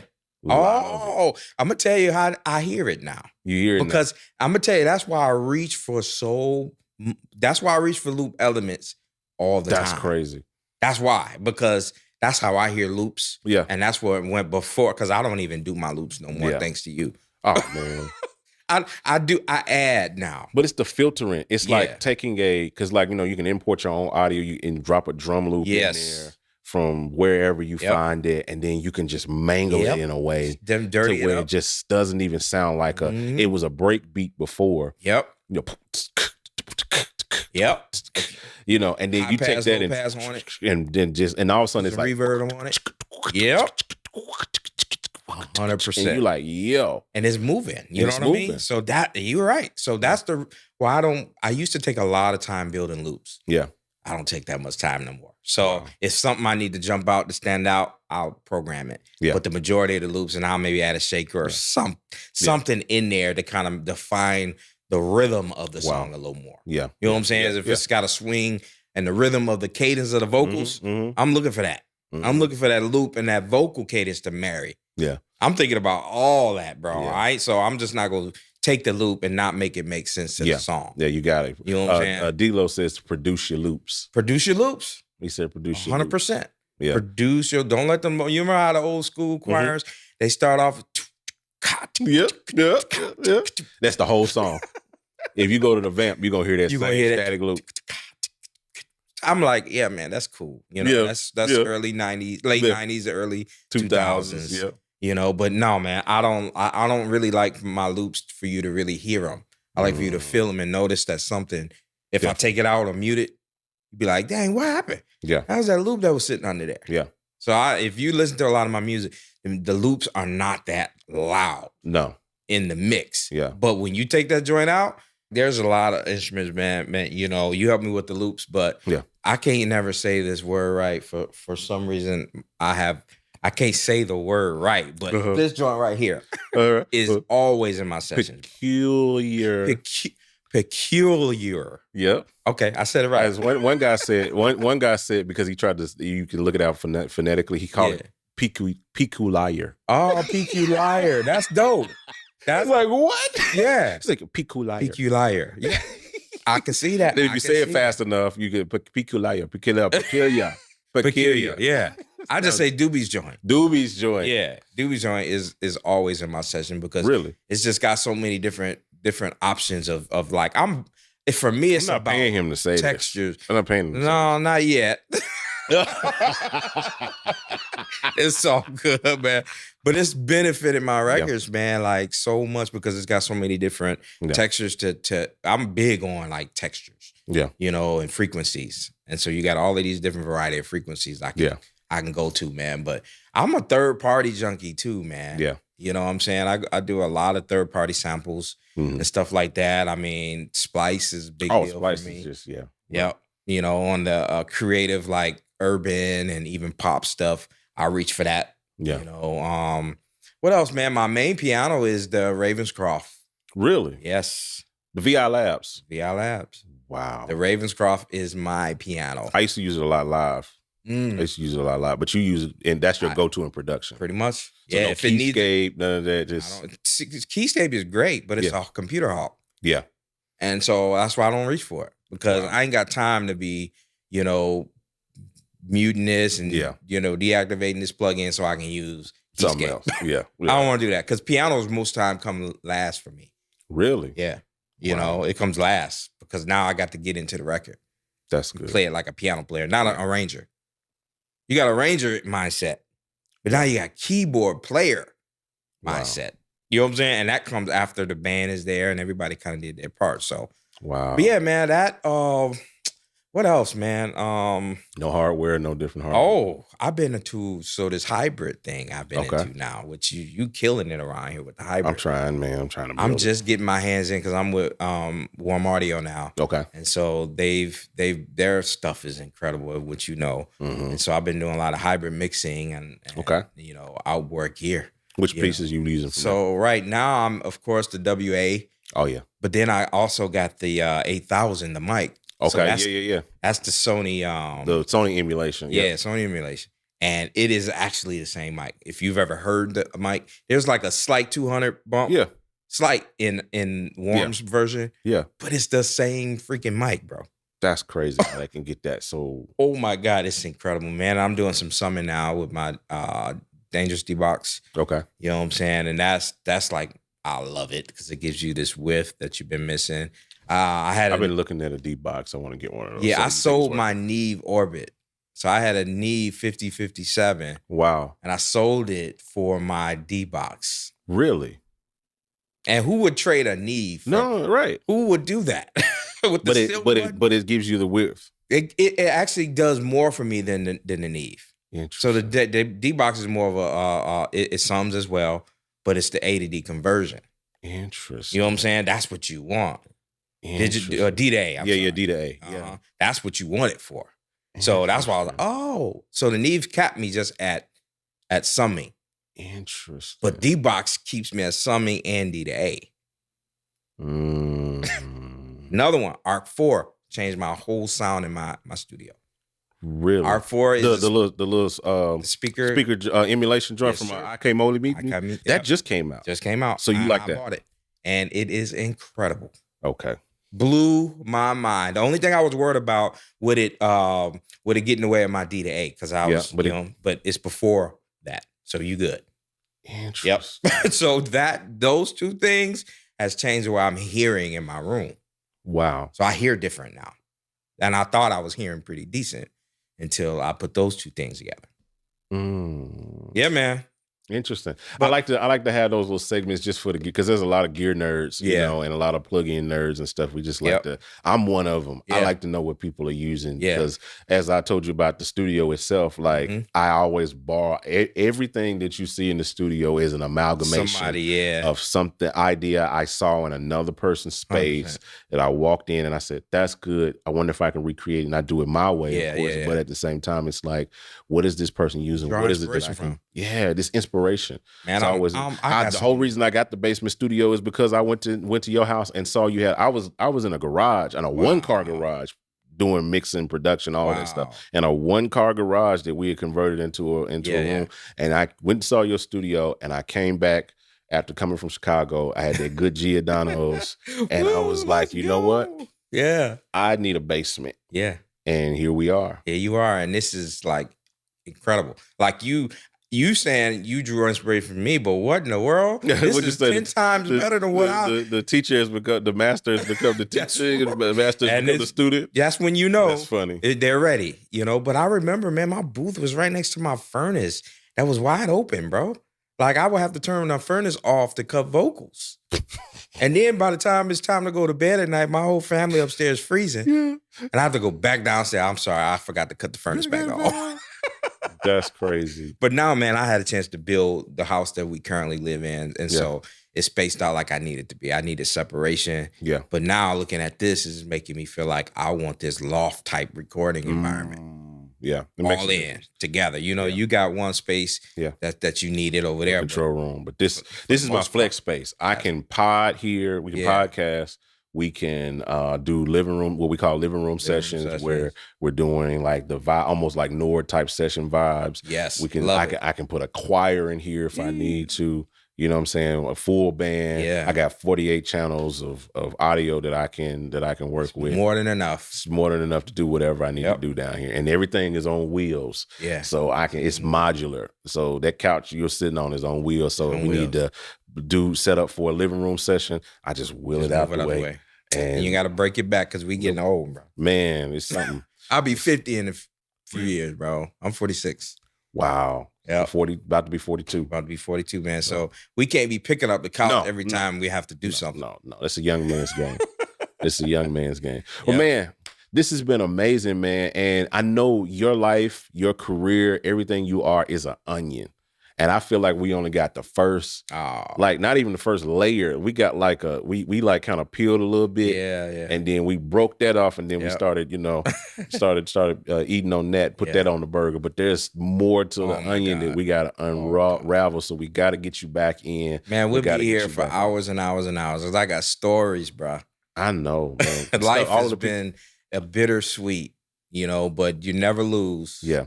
But that's what life is. I'll say this and then we'll close out. One of the things that I learned, because I was telling you some of the stuff we've been through family-wise, and just in this last 45 days of my life have been crazy. I had a father that got on hospice, off of hospice. Man. He almost died 2 times in the last almost 60 days. Wow. And then we lost my mother-in-law. My dad was supposed to pass before my mother-in-law passed. And dad's still kicking around as of this moment. Mother-in-law checked up out of here, all in the midst of trying to get ready for my son's graduation this week. Wow. On top of trying to do all of this stuff, and run a business and be a father and be all of these things, and still having to grieve our mother-in-law and all of those things. And one thing that God gave me out of all of this, he had me look at the word life. And when I was looking at the word life, I saw something special. I saw in the middle of it, if you took the L and the E off, there's a word called if. So in the middle of life is if. Every day, every moment is if. If we get to do this, if we see tomorrow, if we see next week's, if we get to produce this record, if I win a Grammy, if I win a Stellar, if this happens, if I get this placement, if I get that, if my dad lives another day, if my mom's other day, every part of life can be relocated down to the if. And so every day you wake up, you got another if to deal with. So what is today's if? What's today's if? And so that perspective has changed my entire perspective on the word life, because it's all about the if. God, dog. All about the if. And with that said, I'm not going to hold you guys. I know you. Man, where's my offering? I need to give you an offering for that. Because that was a preacher conversation right there. That'll preach. They'll preach. I'm working the text. My God, that'll preach. I got that in silence. Just sitting there like you were talking about that drive, man. You get on a drive, you get to working, you get to doing, and you listening to nothing but the Lord while you're driving, and he'll tell you stuff like that. That blessed me. It's all about the if. It's all about the if. What's today's if? And speaking of if you guys can hit the subscribe button, if you can hit the like button, if you can show up if you can turn on the notifications for the next time that we're going to be doing these are the Hangout, as we call it. This is where we hang out and we get to talk with some great people, amazing people about their careers, about their life, about what they're doing, about this, and hopefully you can get some value. There are plenty of other episodes on the channel of the Hangout that you can check out, and we appreciate you guys just hanging out with us. And so do all those things I just talked about before so you guys can know when it's time to hang out again. And we'll look to talk to you guys a little bit later on the next one. And we out. Holla at your boy.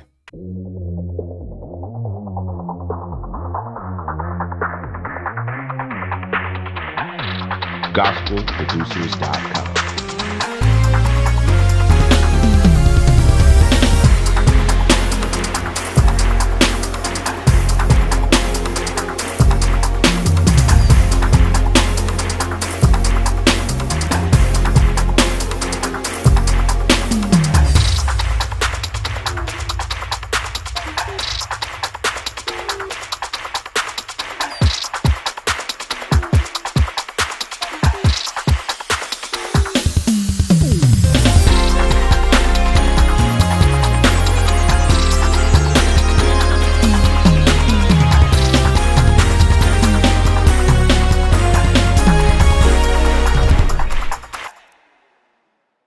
the so-called character of the Yank man wasn't developed in, because little do people know I'm a introvert, and that's why I would stay on there for 2 hours just playing music.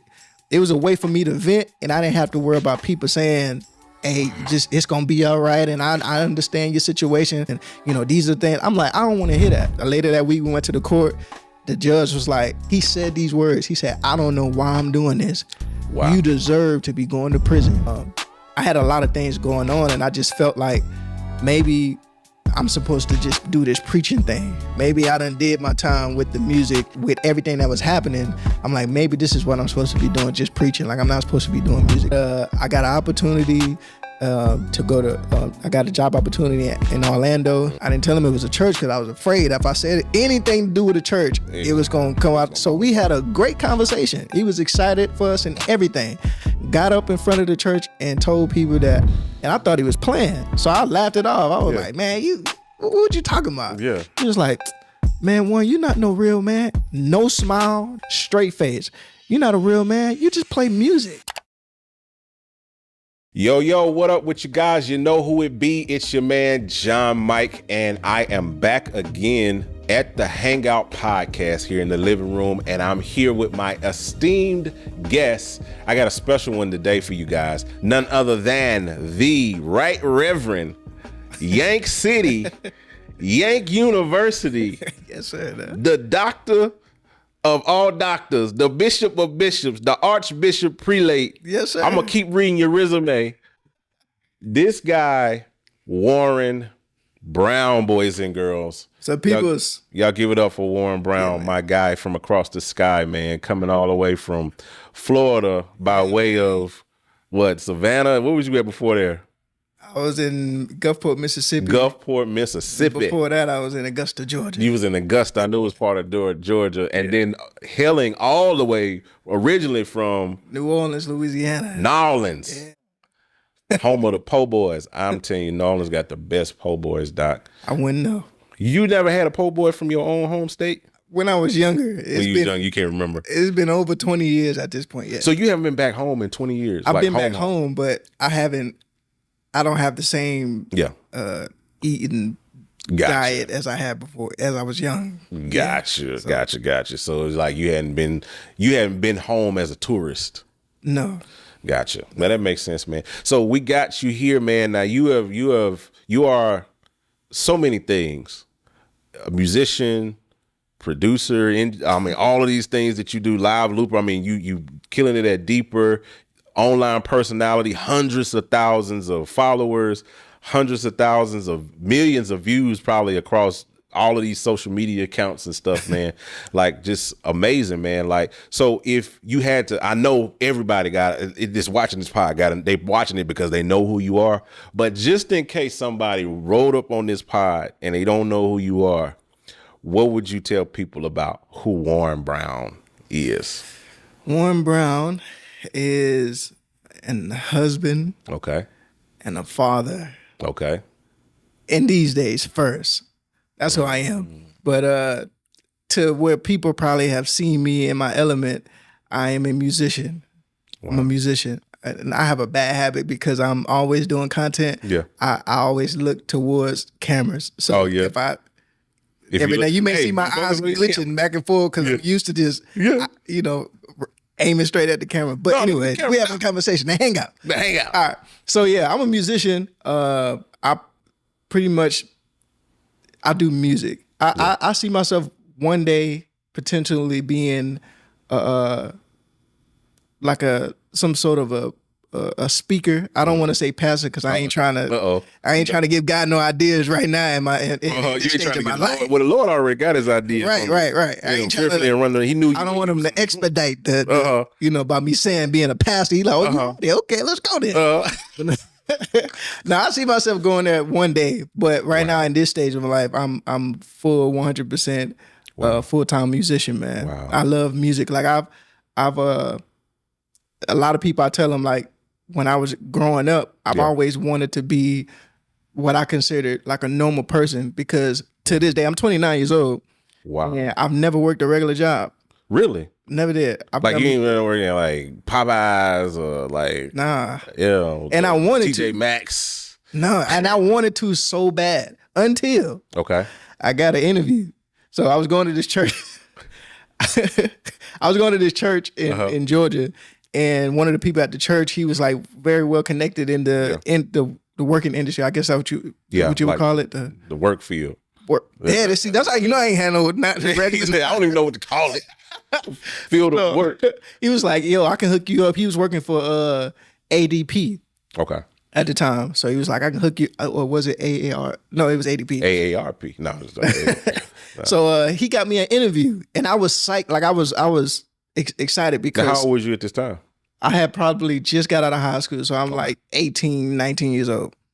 And I'm excited because ever since when I think my 11th grade year, I was homeschooled my 10th grade year. Really? Yeah, to travel with music. A lot of people don't know that, but my 10th grade year of high school, I got homeschooled. That's a story within itself. Wow. Because that's crazy. So tell the story. Your situation. Yeah, we homeschool our kids. Right. So you know that. This is why I was shocked at the story that your wife was telling. Done it for 12 years. Right, because my experience with homeschooling is, mind you, I'm in 10th grade. They gave my first book was 1 + 1 = what? So it was super easy. I'm like glazing everything. Yeah. I get to school the next year, and it was like, you didn't take 10th grade credits. So in my 11th grade in high school, I was taking 10th grade classes mixed with 11th grade classes. In 12th grade, I was taking. Trying to catch up. I had to catch up because my whole 10th grade year, nobody knew what they was doing. Obviously, I was like, yo. And then it was a Christian academy situation, homeschooling. So the science was like, in the beginning, God created blank. I'm like, bro, this is super easy, bro. Oh, yeah. Homeschooled this whole time. Come to find out, it was like, I think it was like beginners, like kindergarten, first grade or something like that. So you were they started you from the beginning. From the beginning, like we didn't know. Wow. So what brought on the homeschool? Was they just trying to try something out, or was it just like what was the reason for them homeschooling? So at the time, my pastor at the time, he wanted me to travel with him. Gotcha. So like during this time, he was traveling like every week. Every week or every weekend, he was going to like a different state or whatnot to preach or whatnot. So he wanted me to travel with him, but of course my parents weren't going to just take me out of school to just do music with him. So they talked. I still don't know how we got to that point. Yeah. But they talked out a situation where he actually funded me being homeschooled. Gotcha. And I don't think my parents knew the whole, because none of us has ever been homeschooled before. Yeah. So my parents kind of just put it in their hands, like they must have let them know that they're sending books and stuff like that, and education it's just it's just like he been in school or whatever. It's just instead of a teacher teaching him, he just got to stay committed to doing his book work.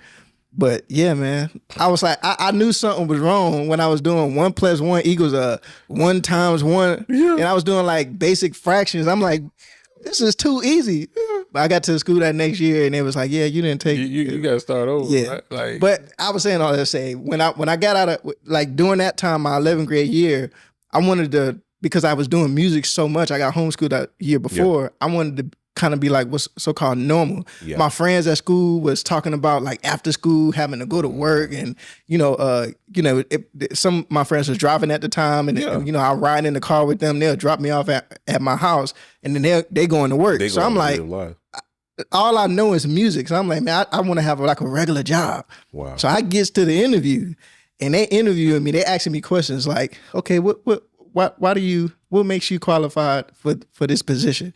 And I don't know. I don't know what to say, because all I know is music. So it was like, they was giving me like scenarios. It was like, okay, say a coworker come up to you and blase, like, how do you handle this? I'm like, well, at my church. I'm like, at my church, well, say for instance, like the praise team leader, right? Like if he, like I'm asking questions like this, but that was your framework. Right. Yeah. So they loved it though. They was like, man, like, even though your conversation is not really in like the work field, but in what you do, you seem very committed and, at top of your game. Yeah. So they offered me a part-time position. Okay. After they said what the requirements were, I was like, never mind. Bro, I ignored their phone calls. The person that's requirement. So they said, So they said, it was like, well, so we'll offer you a part-time position. That means so you'll be working throughout the summer. Mind you, I ain't used to that. I'm used to having my own time. I'm looking and I'm doing what I love to do. Yep. It was like, yeah, we'll have you up throughout the summer. You know, you'll be working from, I think it was like whatever hours they had, it was during the main times of the day. Yeah. So it was like, you'll be working that, and then they said you wouldn't really get any holidays off except for well, they said you'll get the holiday off, but only the holiday and the day before the holiday. So like Christmas, it'll be Christmas Eve, Christmas, then you go back to work. Or Thanksgiving is the day before Thanksgiving, then you go back to work. And after they said all that, I wasn't used to that. Yeah. After they said it, I was in the meeting. I was like, oh, okay, yeah, I can't wait to start. Man, I left out that meeting. I ignored their phone calls. The guy that got me set up, because they was really invested into hiring me for whatever reason. He got in trouble because they thought he set him up, like just brought some random person in there, didn't have no work experience, and then started ignoring their phone calls. So I was scared, man. You pre-quit. You didn't even quit. You pre-quit. I was scared, man. Wow. I was scared. I was like, man, I you didn't know work. I didn't know this was work. This was what work was. You know what I'm saying? I always wanted to have like a normal, so-called like normal person's life night, like outside of what people would say my hobby, my gift, or whatever the case is. I wanted to be like just normal, like do stuff that I see my friends doing. But I've done this my whole life. I was about to say 29 years. That means coming out the womb playing music. But no, so unpack that. Where did all of this start? Like, what's the starting point? Like, what was the first instrument leading up into like everything you do? Like, what's the effect of how you got from one to the other? My first instrument was pots and pans. Of course, that's probably was your first. No, see, you see what people that's been rocking with John Mike for the longest understand this. I am possibly the only keyboard player on this planet that did not start out playing drums. What? I started out on keys because I've told the story before. I'm gonna make it quick. I'm not gonna digress because you are the star. No, this question is real quick. I got in the drummer line to be a drummer, and it was a pew full of kids from here going all the way down, and everybody had sticks, and everybody was waiting on their chance that Sunday to possibly get on the drums, play offer and play something. But nobody was lining up to get on the keyboard. So I said, shoot, man, I might get like 1-2 Sundays out of the year if I try to play drums. But if I learn how to play keys, I could play every Sunday. You strategy. That's why gospel producers is what it is today. You strategists right there, man. It's just something that just it makes sense. I'm like, I'm tired of waiting to get on the drums. I'm gonna get on the keys. And so, yeah, I'm just one of those guys that just never. That's probably why I'm trash now. So no, man, don't say that, man. Don't say that. It is. But so you started out with the pots and pans, got the drums, got to the drums, and then that was at age 5. By the time I started taking music serious, I was at 7 years old. My dad said, the way the story goes, my dad was in our garage at the time, and he was playing some music, and I walked in. And you know how dads are with their kids. I walked in, he was like, popping the show. He was like, one day you'll be able to get down like this. And he was playing like a major 7 chords in the key of C. So he was just like, bum, bum, bum, bum, bum, bum, bum, bum, like just doing stuff like that. And he was popping his collar. And he said like that was early in the week. He said later that week, like towards the weekend, he just walked in the garage randomly and heard me playing exactly what he was playing on the keyboard without a teacher or anything. So he was like, yeah, this is something serious. Yeah. So that was like he was like my first original lesson. And then when he seen that I took it serious, there was a guy named Sean James, I call him Uncle Sean James, but he was like my first official like teacher piano teacher. And what he used to do was, and this is how I learned how to play with my eyes closed. A lot of time when I'm feeling it, I close my eyes, I'm playing. He would put me in a room.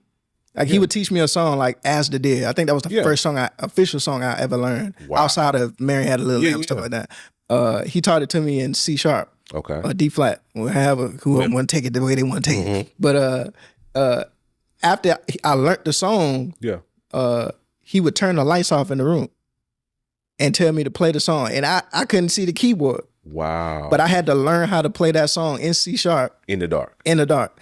And then during this time, my lessons would happen while we went to, like, me and my siblings. I got all together, it's 6 of us. It's 3 boys, 3 girls. So I got 2 brothers and 3 sisters. Bruh. So I mean, that's literally our dynamic. We got 3 girls, 3 boys, and it's 6 kids. Come on, man. Come on, give me a preview of what my kids gonna be like. Praise the Lord, I'm gonna be sitting back. But when we used to go over his house, you know, I called him Uncle Sean, so we saw his kids as our cousins or whatnot. So while I'm in the room practicing the song in the dark, my brothers and sisters outside playing outside with our cousins. They watching TV. At the time, it was Dragon Ball Z. Everybody was just heads over here, Dragon Ball Z. And by the time I done learned the song in the dark, as a deer. And I come outside. I'm excited because I'm like, okay, I learned the song. Now I'm finna go play. After I done did that, he'll come back in there and like, okay, now play it in D.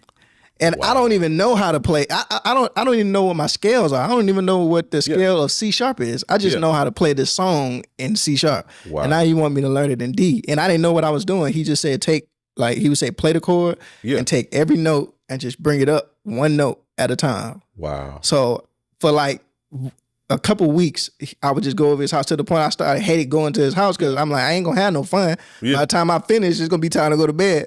But that's how my lessons started. And then, of course, my brother Sean, he was like, when I was 7, he was 5. He started at the same time, but he started on drums. I started on drums with the pots and pans, but I went to the keyboard, and we just started building together from there. And then, so I started playing the keyboard when I was 7. I started on bass when I was 16 years old. I was 14 years old. Wow. I started playing bass. This guy at my church, my previous church named Joe Bako. Okay. He's like really have this Marcus Miller sound. And every time I played, I always like identify with the bass player. This before I started playing bass. I identify with the bass player because it's the groove. And as everybody probably know, when I'm playing, I love the groove. Like, you know what I'm saying? So he was to play, he had this Marcus Miller, and you know Marcus Miller is about groove, man. He got this locked in groove. So I remember my first time picking up his bass and practicing, he was showing me a little stuff, and then this guy at the church had just brought me a random bass. I mean, he had a bass, and he was like, he just gave it to me. He was like, I don't know what you're gonna do with it, but what he didn't know was like that became my going outside, playing basketball, playing with the friends. Music became that, to the point I don't do this now. I don't set the record straight, but I didn't want to take baths. I didn't want to eat. I didn't want to do nothing. All I wanted to do was stay on that bass guitar and just was learning it like day after day. And to the point, I think I started when I was 14. By the time I was 15, I started traveling playing bass. Wow. And organ came in somewhere along the line when me playing piano. I started playing organ, and when I first started playing organ, we didn't have an organ at the house. So what my dad used to do is take the sustain pedal. Like my dad is a key factor in the musician that I am today. And here's the thing: I didn't know my dad couldn't really play until I was 18 years old. Wow. Like he can, like I said, he played the chords, but I thought my dad was like you thought he was like a Herbie Powell. Wow. I thought he was like smacking, but never did. What his logic was, whenever we got to the skill level that he was on the instrument, he never touched the instrument after that. Wow. So he would get on it in the beginning. He would get on to show us, like, show us the chords. Like, nah, that don't sound right. Play it like this. And when we got to the skill level where it was past him, he stopped playing. But he would always say, like, nah, that don't sound right. Like change it. Like, nah. He would tell my brother, like, okay, that lick is good, but add something different in there. So we thinking he gotta be like he killing. And come find out, nah, man, we been past our dad at skill level, but he just had this. But he saw what was in y'all, and he invested in y'all, and he knew enough about the craft in order to steer you in the direction that you need to go. Because that's always the being a father now, understand that's always like the passion of a parent, is to see our kids expand and grow beyond where we are. That's the hope and the prayer. Like my dad told me, when I was 18, 19, he said, gotta do better than me. He said, he said, whatever I done. He said, I did twice what my dad did. I did twice what my dad. He said, you gotta do twice what I did. And I was just like, wow. Twice what you, and to me, we grew up in a a 2-bedroom, 1-bathroom house, but to me it was a mansion. Yeah. You know what I'm saying? So I'm thinking like, I gotta do better than this. Now I didn't know how low the bar was at that time. I didn't realize how low the bar was, but I just knew like that responsibility was to do better. And so every parent, I could see that.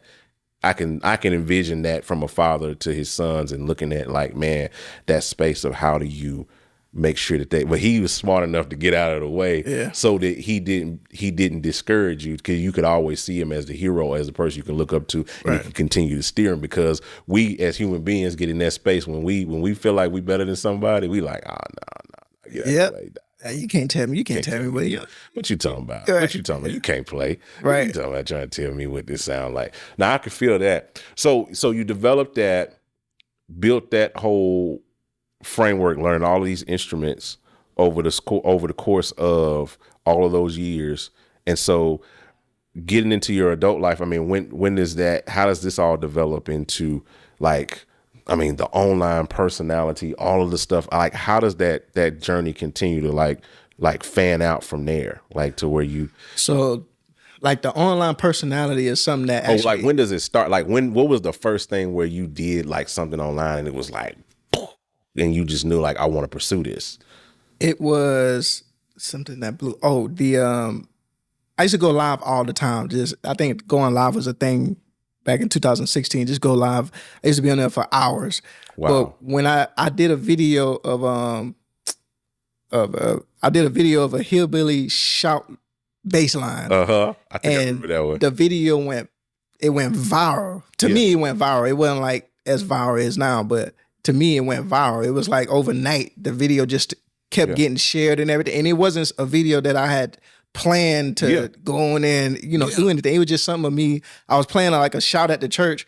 I was like, man, this joint sound good. I just turned on the camera as I'm playing. I was starting on the keyboard, then I moved to the bass. I didn't even have a strap. I had on a pink shirt, I think it was, and I was standing up and I had put the bass on my knee, and I was just playing these hillbilly bass lines that I either heard online or stuff that I like started expanding on and making stuff out of it. And that video went viral. And from there, that's what kind of got me like hyped into, doing this video thing is like actually working.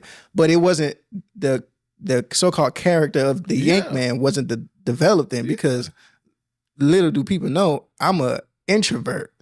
Like since we've been together, I'm pretty sure you've noticed that you said 3 words. Right, unless we talk less spoken to. Right. That's crazy. But what developed, a lot of people don't know, the Yank Man developed through social media, because like I said, I love to just feel the music. I used to have the music so loud in the church to where, and I don't know what I was thinking, but in my mind, I thought the people online couldn't hear me because in the room, the music is loud and I can barely hear myself talking. But not knowing Apple's devices are so smart, it can make everything, it can condense everything around you to bring out your voice. I didn't know that. So I used to talk loud to try to make sure the people on the camera can hear me. So I'm like, yo, y'all get y'all peoples in the house.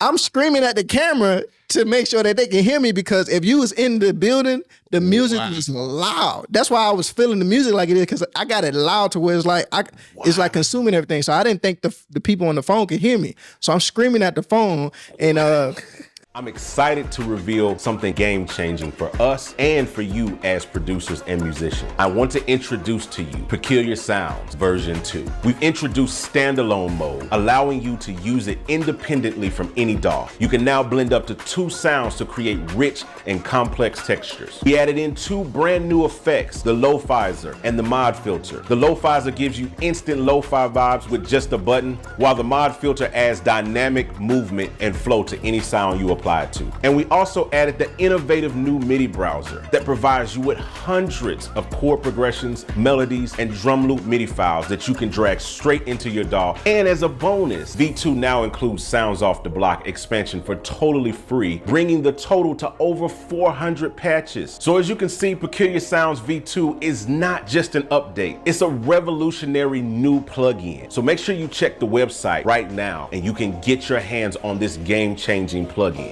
The Yank came from this guy at my previous church. named Jason McCoy. Okay. He just say yank all the time. He was like, man, I'm gonna yank them cords up off you, Doc. I'm gonna yank them cords. Like it was just like slang for him. Like y'all said, like y'all saying that they cheese. Like it was just like slang to him. So me being up under him, around him so much, I used to say yank all the time. I'm like, yo, get your peoples in the house, man. This yank is crazy. But I'm not doing like a yank man's voice. I'm just screaming to make sure that they can hear me because it's so loud in here. Like if you watch those earlier videos, I used to stop the music a lot because I thought they couldn't hear. That's so But and then the people started calling me Mr. Yank Man. First it was Mr. Get Your Peoples in the House. Yep, I remember. And then so I ran with it. I'm like, they calling me, I'm gonna just go with it. Mr. Get Your Peoples in the House. Get your peoples in here, man. And then it went from that to the Yank Man because I was saying yank all the time. So they were saying Mr. Yank Man, and I just ran with it. But that personality, it just happened. It wasn't something I planned to do. Like, let me do this Boosie Collins slash, because that's what people call it. Boosie Collins slash Boosie Collins slash, they said like Kirk Franklin energy. Like it's just a whole mix of things. I wasn't planning to do that. I was just trying to make sure they can hear me, but it turned into something. That's why I like when people see me in person, they like, yank. I'm like, oh, nice to meet you. They're like, wow, they expect that energy. Yeah, they expected. One person told me, it was like, you got to know when to do it, man. You got to know when to come out. I'm like, come out, this is me. This is me. Yeah. I don't think people understand like the difference between like who you are as a character, you know, because it is a persona. Yeah. They which is understandable. We humans, the way we process things, we love characters. We love cartoon characters. Right. We identify characters by their traits. That's what characters, you identify by your traits. But Homer Simpson is always gonna have on that white shirt with them blue pants. Right. Bart Simpson, Maggie always had the pacifier in her mouth. You know what I'm saying? It's like the identifying characters that we hold on to. So if you ever see them in a different costume or a different thing, your brain can't process it. It's like, wait a minute, why is Homer got on a black shirt? Homer is supposed to have on a white shirt. Right. You know what I mean? That's the character. That's what we know. And so anytime you change that, it messes with people's minds. And so when they meet you, they expect the over the top, just super energy. But you're like, well, that's just the personality. That's just my character. That's not actually who I am. Like John Mike as the online personality is different from John Williams, the actual person. Yeah. You know what I'm saying? But John Mike is a person. You know, it's a character. And like we was talking about right before we got on, I was like, yep, had to breathe in. Yeah. Got to put the John Mike on. Yeah. What's up with you guys? You know who it is? It's your boy, you know. And so people, they do expect that at a level when you say, so I can understand like that, the difference between who you really are. Mm-hmm. And some people do it well. Some people know how to put it on. You know what I'm saying? Like, and keep it on while they're around people. Yeah. And then they rubber band. I can be a chameleon like that myself. Mm-hmm. Like I've learned how to like be John Mike around the people that I need to be John Mike around. And then when I'm with my kids and with my wife and all of that, I'm just John. You know what I'm saying? And I'm a whole different person, and I have a whole different perspective on things and a whole different way that I think and talk and all of those things. I ain't cussing and doing all that stuff like that. I ain't drinking. I ain't that off on a person, but there's still like a core to who I am and how I build things. So I can get that. I can get behind that. I understand like that difference or what have you. So that's funny to me, like, and I hope that's a lot of people are kind of translating and understanding that, because like the over the top personality really wasn't, you weren't intentionally trying to do that. You were being over the top because I just trying to make sure people can hear me because this music is so loud in here. I got to yell over it to make sure that you can hear me. But you built that character around that, and then eventually it becomes the Yank Man. Yeah. Like all of these things are happenstances that just the little building blocks. I love it because it's just, I see the there are some aspects of the Yank Man that are natural. Like when I'm playing music and I get to feeling it, I'm going to scream. Like I don't plan out, let me make sure I holler. Like the whole, I don't know if I could do it here. I don't know if it's going to mess up anything. But some people call it the dog bark. Yeah. They call it a dog bark when I'm playing and then you hear I don't know if it's gonna peak over here. Yeah, it probably would. If I've done it sometimes, and people thought it was the they say colored people in their house. You can tell when they ain't changed the battery on their alarm. The chirp. That's the chirp. That's what they say it sound like. And I've done it sometimes where they say it's so high it sounds like one of them beeping sounds. But that's a natural thing that comes out when I'm feeling the music. Like that thing when I'm playing, I'm excited. Yeah. That's natural. But the whole listen to that's a character's voice. I've learned how to do it now because over time I've just developed that character. Yeah. But my voice went down. I remember one time because I was just trying to keep up with it so much. My dad had to call me one day because I think I did a video in 2000. This had to be 2016, at the end of 2016. Yeah. This was right before Yank Nation had really started taking off. Yeah. And I was just trying to like keep up with the whole people calling me the Yank Man. So let me be Yank Man. Yeah. I did a video and I just sounded so unnatural, man. And my dad called me afterwards because he used to watch all my videos and call me and give me advice about them. Yeah. And he was like, yeah, you got to tone it down, man. He said, you went too far. Yeah, like it don't even sound natural no more. Like that's not you. You gotta mix it in with who you are. Cause my voice, I was trying to go cause I was trying to match what happened. Yeah.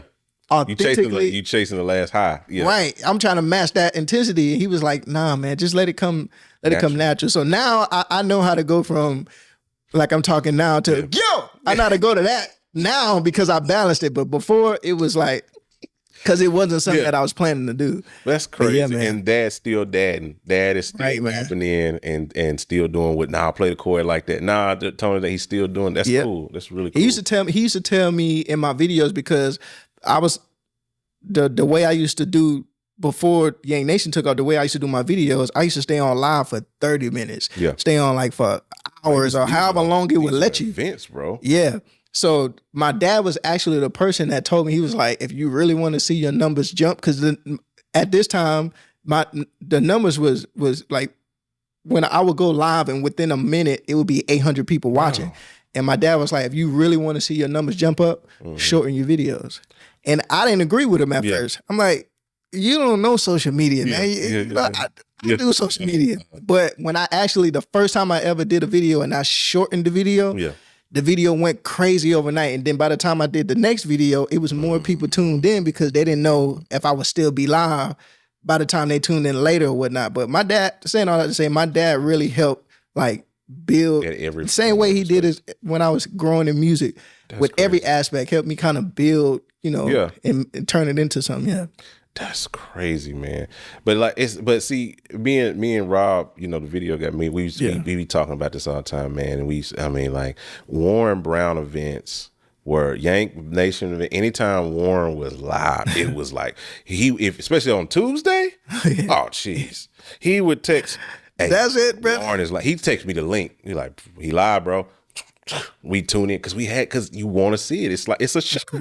I mean, you and I've seen you go through so many iterations of that, so many different levels. I mean, I remember I've seen it where, like you said, it's the I just pulled out my cell phone and I just press the button, go live. I'm not worried about direct audio. I'm not worried about like all of the production elements. It's just like me and the keyboard and we just doing our thing. And then I've seen you do the hyper produced green screen background. This dude got all kind of stuff. He got production elements flying in and out. He got commercials in the middle of the thing. Like, I'm like, this dude is something else. And so what can you speak to that? Like, what is the ebb and flow of that kind of been over the years? Because I know because the online landscape changes and shifts so much. The algorithms, as we call them, they change their rhythm all the time. You know what I'm saying? And we have to adjust and ebb and flow throughout that. So through all of the different iterations, like what is your overview of like where you started because you started with just a cell phone and screaming and yelling at that. And you went through the whole production phase, and then now you kind of where you are now. What is that content journey kind of been like over the years? Like, can you kind of speak to that? Like, how have you kind of adjusted and reinvented yourself over the years? So like you said, I went from just doing the phones, just having the phone propped up. Yeah. To I gotta give a special shout out to my homies back in Georgia, Alvin Halsley, Jared Tainsley, Ryan Lumpkin. Yeah. It was actually me. At first, it was me and Ryan. Yeah, I remember Ryan. Yeah. People don't know this, man. What led to me doing these streams before everything blew up? What led to me doing these streams? My brother Sean got locked up. Really? And mind you, it's 6 of us, and we've always been around each other. We moved from Louisiana to Georgia. And during the time when we first moved to Georgia, we would stand with like some kin folks so my parents could have time to like look for, it was a lot with them having 6 kids, looking for a house after the hurricane. So during that time, we really got close. So when my brother, I don't know if you want me to tell the story, but he went through some stuff and it got him locked up to the point he had called me when it first happened. He was like, I need help. Like, I don't know what to do. And when he told me he did, I'm like, I don't know what to do, bro. You got to call Pops. Like, that was the only person he give us the wisdom. Yeah. So he ended up getting locked up, man. And I remember him being on the phone with it. The only time I could talk to my brother was like once a week because it was putting money on the phone so we can talk to him. Yeah, commissary. And every time we would talk to him, he would be asking like, bro, like what's the progress? You think they're gonna get me out? And I don't know if they're gonna get him out or not. But I gotta encourage him. Yeah. I'm like, yeah, man, just, let my mom, my dad, they doing their work, bro. You ain't gonna be in there for long, like so-called prophesying, but I didn't know what to believe, bro. And I remember the first time I went to go visit him, I'm thinking, you see on movies when people go visit their family in jail, they sitting at a round table, you had to physically, there with your brother. Yeah. Man, I'm looking at my brother through a screen and he's short. So I ain't really looking at him. I'm looking at the top of his head on the screen, but it messed me up. Like it messed me up during that time. So I had a lot of people that knew about the situation. They was coming and they was wanting to like, they wanted to be there. Yeah. But I didn't want to hear it's going to be all right. You just got to trust God. I didn't want to hear all that, bro, because I never experienced this before. And I'm like, before he got locked up, I'm like, Jesus, please protect him. Don't let nothing happen. Then he gets locked up. Wow. And then it went from him just being in jail to they done brought him to prison. And my brother saying he hearing people screaming down the hallway from him. It was messing me up. And I didn't want to hear people talking about, the Lord going to make a way. You just got to, and then other people was like, I've experienced this too. And, these are things. I'm like, I don't want to hear that. Yeah. So what led to me doing those videos was a way of me venting. That's why I would stay on there for 2 hours just playing music. It was a way for me to vent, and I didn't have to worry about people saying, hey, it's going to be all right, and I understand your situation. It was just a way for me to vent, and it turned from venting into a whole thing from there. And then when I remember I had we did You Deserve It arrangement on Facebook, and that morning I got a phone call that my brother was going to court to get, like, they was going to finally try him to see if how many years he's going to be in prison. And I remember that day, me and Ryan, we prayed before we did that, and we was like, what we doing, we going to give God our everything in this video as a token, a seed in the ground towards my brother, situation.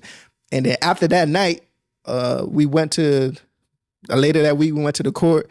The judge was like, he looked at him. I don't want to tell the whole story, but he looked at him. He was like, he said these words. He said, I don't know why I'm doing this. Wow. You deserve to be going to prison. Like, looked at him and told him that, and told him, but for whatever reason, I'm just going to give you, I think it was 3 years probation and 3 years home arrest, 5 years probation, where he couldn't leave the state. But he was able to like come back home and everything. So I told my brother, as soon as he got home, I'm like, yo, you ain't going to hang out with them no more. I got this thing going on social media. Just come sit in with us. So my brother, like, after that video, he used to sit in the back and watch the whole thing. And one day he came to me and was like, bro, like, I want to be a part of it. And I wanted him to be a part, but my brother plays drums. Ryan playing drums. So I can't just be like, hey, Ryan, all right, bro, see you later. My brother coming. So I'm like, I'm trying to work something out. So I brought my brother in on bass. Because he can hold down bass, but he's not like a bass player. Now he is. He shocked the mess out of me. I heard him play last year. I'm like, oh my God. But back then, I was just going to try him out. And we did this thing called the Major Praise Break. It was something that I think Bart Orr had started, a challenge. Yeah, I remember the Major Praise Break. That's crazy. We did it was called the Major Challenge, and we did a praise break out of it. And my brother was supposed to play bass. But we used to rehearse Monday nights. and then stream Tuesday nights. So when you said Tuesday nights, it reminded me, we used to rehearse everything on Monday nights and then stream Tuesday. That Monday night, he was struggling so bad. He had a notebook next to him writing down the, like, not the parts to play, but where on the bass his finger's supposed to be. And I'm trying to work with him, and Ryan sitting on the drum. We just sitting there, and I'm just like getting frustrated. Yeah. And Ryan, it was thanks to Ryan. Ryan was like, "Hey, bro, you know, I'll just play bass, and Sean can play drums." I was like, "You sure, man?" He was like, "Yeah, ain't no problem." And that's how it turned into the whole trio. Ryan on bass, my brother on drums, me on the keyboard. So they went from that to, I was doing the videos at the church. I had my dude Alvin Hosley, great. He was one of the only people that can hold the camera and not say, like you saying, y'all shot a video at the shed and y'all want to scream, but the professionalism in you. It was amazing that he was able to sit through all of those sessions, and not talking. I used to hate when people talk behind the camera, and I'm like, yo, all they hear is you. They don't hear the music. But he wouldn't say anything. He would just like record to get different angles. And it went from that transition, what led to me doing like I had to go like the professionalism, like how everything is not set up with cameras, is because I moved from Georgia to Mississippi, and I didn't have the same team. My brother was I think during this time, my brother was in out here in North Carolina. Ryan was still in Augusta. The guy that was holding the camera, like most of the team was still in Augusta. I was the only one that had moved, and I moved like 8 hours away. So it wasn't no like, let me go back once a week on every Tuesday, 8 hours. No, sir. 16-hour drive. Nah. No, so I had to change things up, and luckily where I moved to, the church that I was a part of, we had a studio right across the street from the church. And it was, like you said, you learned a lot of stuff during the pandemic. I learned all of the because I used to have people, like I used to go to YouTube and try to watch how to edit videos using like iMovie at one point. Yeah. But during the pandemic, because I had to kind of reinvent everything, still being a Yank man, but kind of reinvent how I presented myself. Yeah. So I went on and started learning how to use, I know y'all not fans of Sony's, but I had to learn how to use a Sony A3 camera. You know what I'm saying? Hey, Sony is where it's at, cheese. But I love the analogy that you gave with the Sony versus the. Okay, so real quick, we got to tell the podcast, because this is a funny off-camera conversation. We had a conversation. We was talking with my videographer, and when he first started working with me, he was using Sony. I upgraded to Blackmagic cameras. That's where we're filming this whole thing on, is Blackmagic. And so he was like, "Man, I'm saying Sony." And I told him I had to stop him one time. I said, "Bro," I said, when you got a Sony camera and you pull up to a gig to shoot something, you got Sony in your hand, they ask you, "Yo, man, what camera is that?" That's what they ask you, in a sense, like when they see the Sony. They ask you what camera. You say, "It's a Sony A whatever," and then they walk off. "Okay, thank you, man," because they're gonna go buy the camera themselves and go look it up. But when you got Blackmagic and you walk in with Blackmagic cameras with the batteries and the map box, all the stuff we got going on, they don't ask you those questions. They don't ask you what camera it is. They just know it's expensive, or they think it's expensive. They think it's really expensive, like tens of thousands. Are not that expensive. They think it's super expensive. They come and ask you, "How much do you charge?" So Sony to Blackmagic is what kind of camera is that?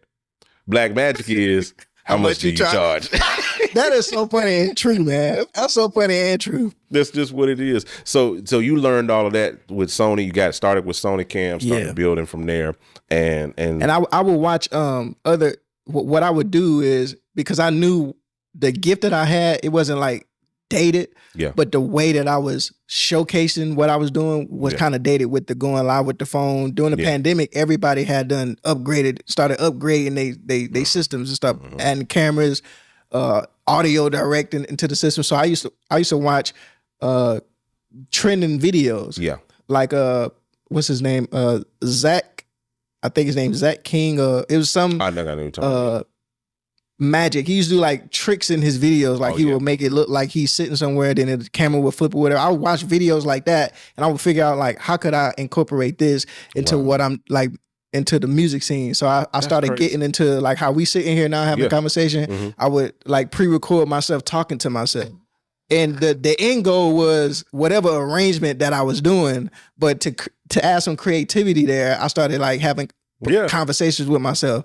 Because if you really listen to the music that I was doing in 2019, 2020, 2021, it was nothing but the recalls of the arrangements that we did when I was in Augusta. Wow. So the same arrangements that I did when I was in Augusta, I don't think I really did too much new stuff. I was just recalling those arrangements, and I'm like, okay, what's a better way for me to reintroduce the same arrangement, but in a way to where it feels new to people? So I would do like, I forgot the word they call it, but I would introduce like magic stuff in the videos. Like we did a 90s arrangement. We did like throwback 90s stuff.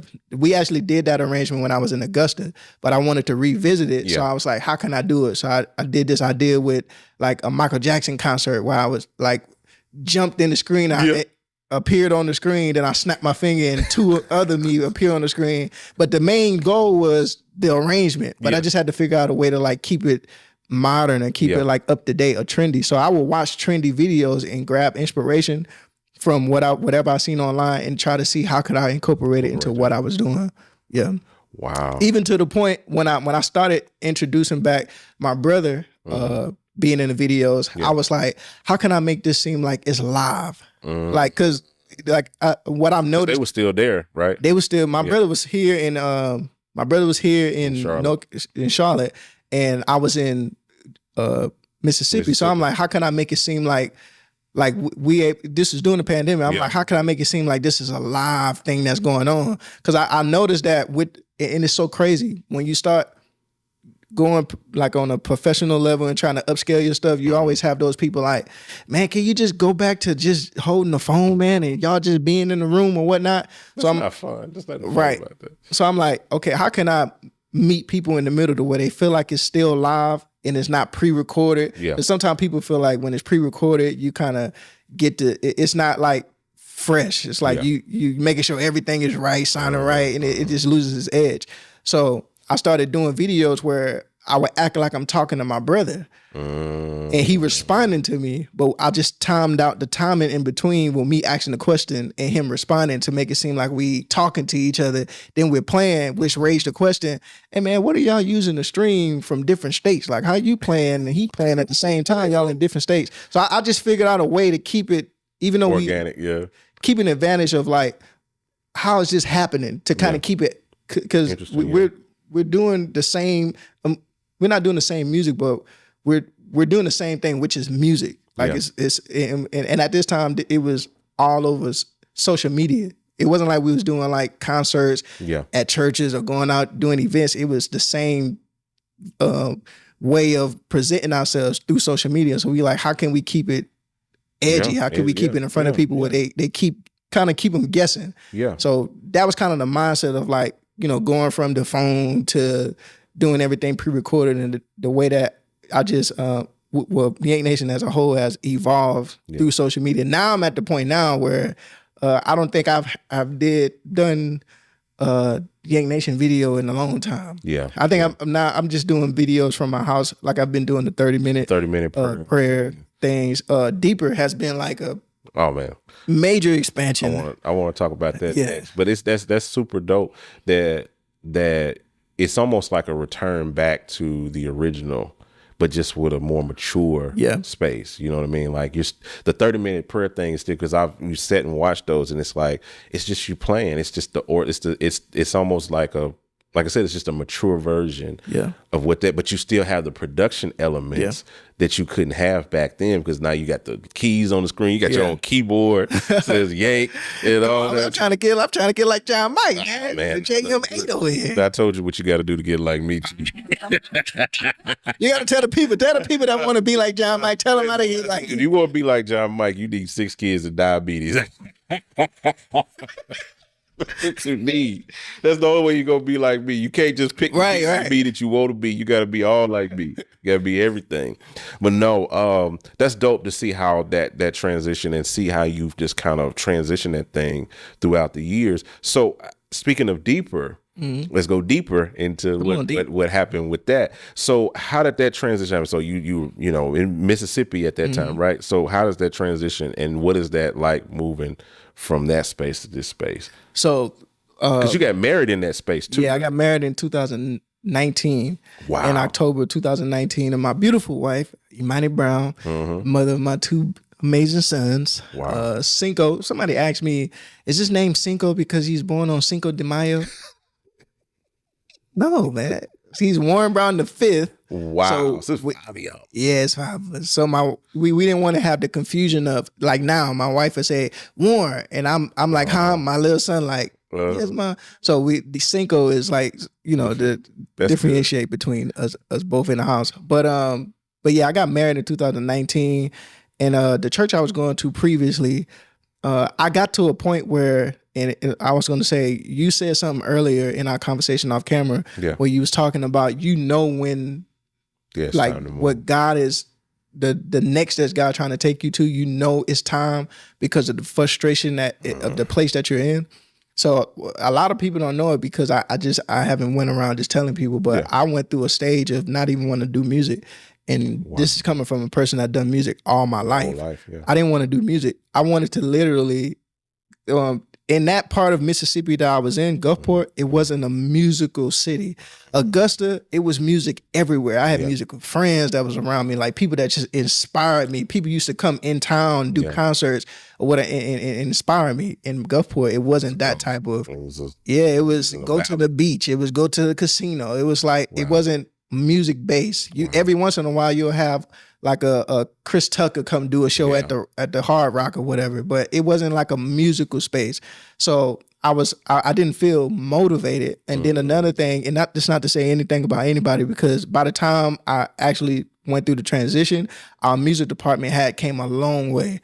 But during the time I was there, it was like I went from being able to play with musicians that was able to stand on their own to now I'm playing with musicians where I have to hold their hand the whole entire way, letting them know when to hit the cymbal, when not to hit the cymbal, when to add the kick, when to change the bass line, when to sub out the bass. It went from just being able to, be in a group of a band of musicians that can stand on their own to just having to hold everybody's hand. And when I first moved down, I was playing bass, but the keyboard player at the time didn't know how to not play the bass. So while I'm trying to groove, he's holding down the bass line. Not just that, but with strings. So the strings it's going. You don't know how to zone, Doc. You didn't know how to zone. There's no zone, so all in the bass, the release is like turned all the way up. So when he let go of the note, the string's like, nah, I'm gonna just stay here a little longer real quick. So I can't even play bass the way I really want to because I have somebody that's playing bass with me. And I just went through a time like, man, I don't want to play music. I'd rather just be like the armor bearer for the pastor when he come out. And then back the church I used to go to, my previous pastor, he used to do like a small little concert before he got up to preach. So he would sing a few songs, some original songs, and then he would get up and preach. I'm like, I'll just play for him. Intro 2, 3, 4. GospelProducers.com. Coro, 2, 3, 4.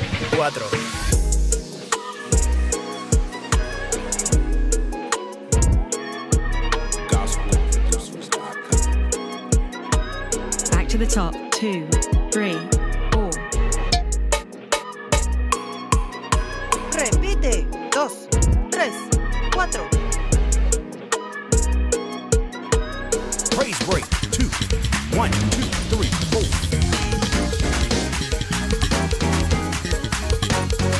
Praise break, 3, 4. Go to church, 1, 2, 3, 4. Drive it, 3, 4. Breakdown, 2, 1, 2, 3, 4.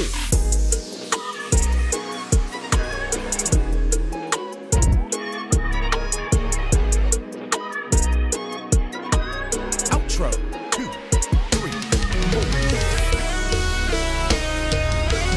Chop it. Take it out. Stab the 1, 1, 2, 3, 4.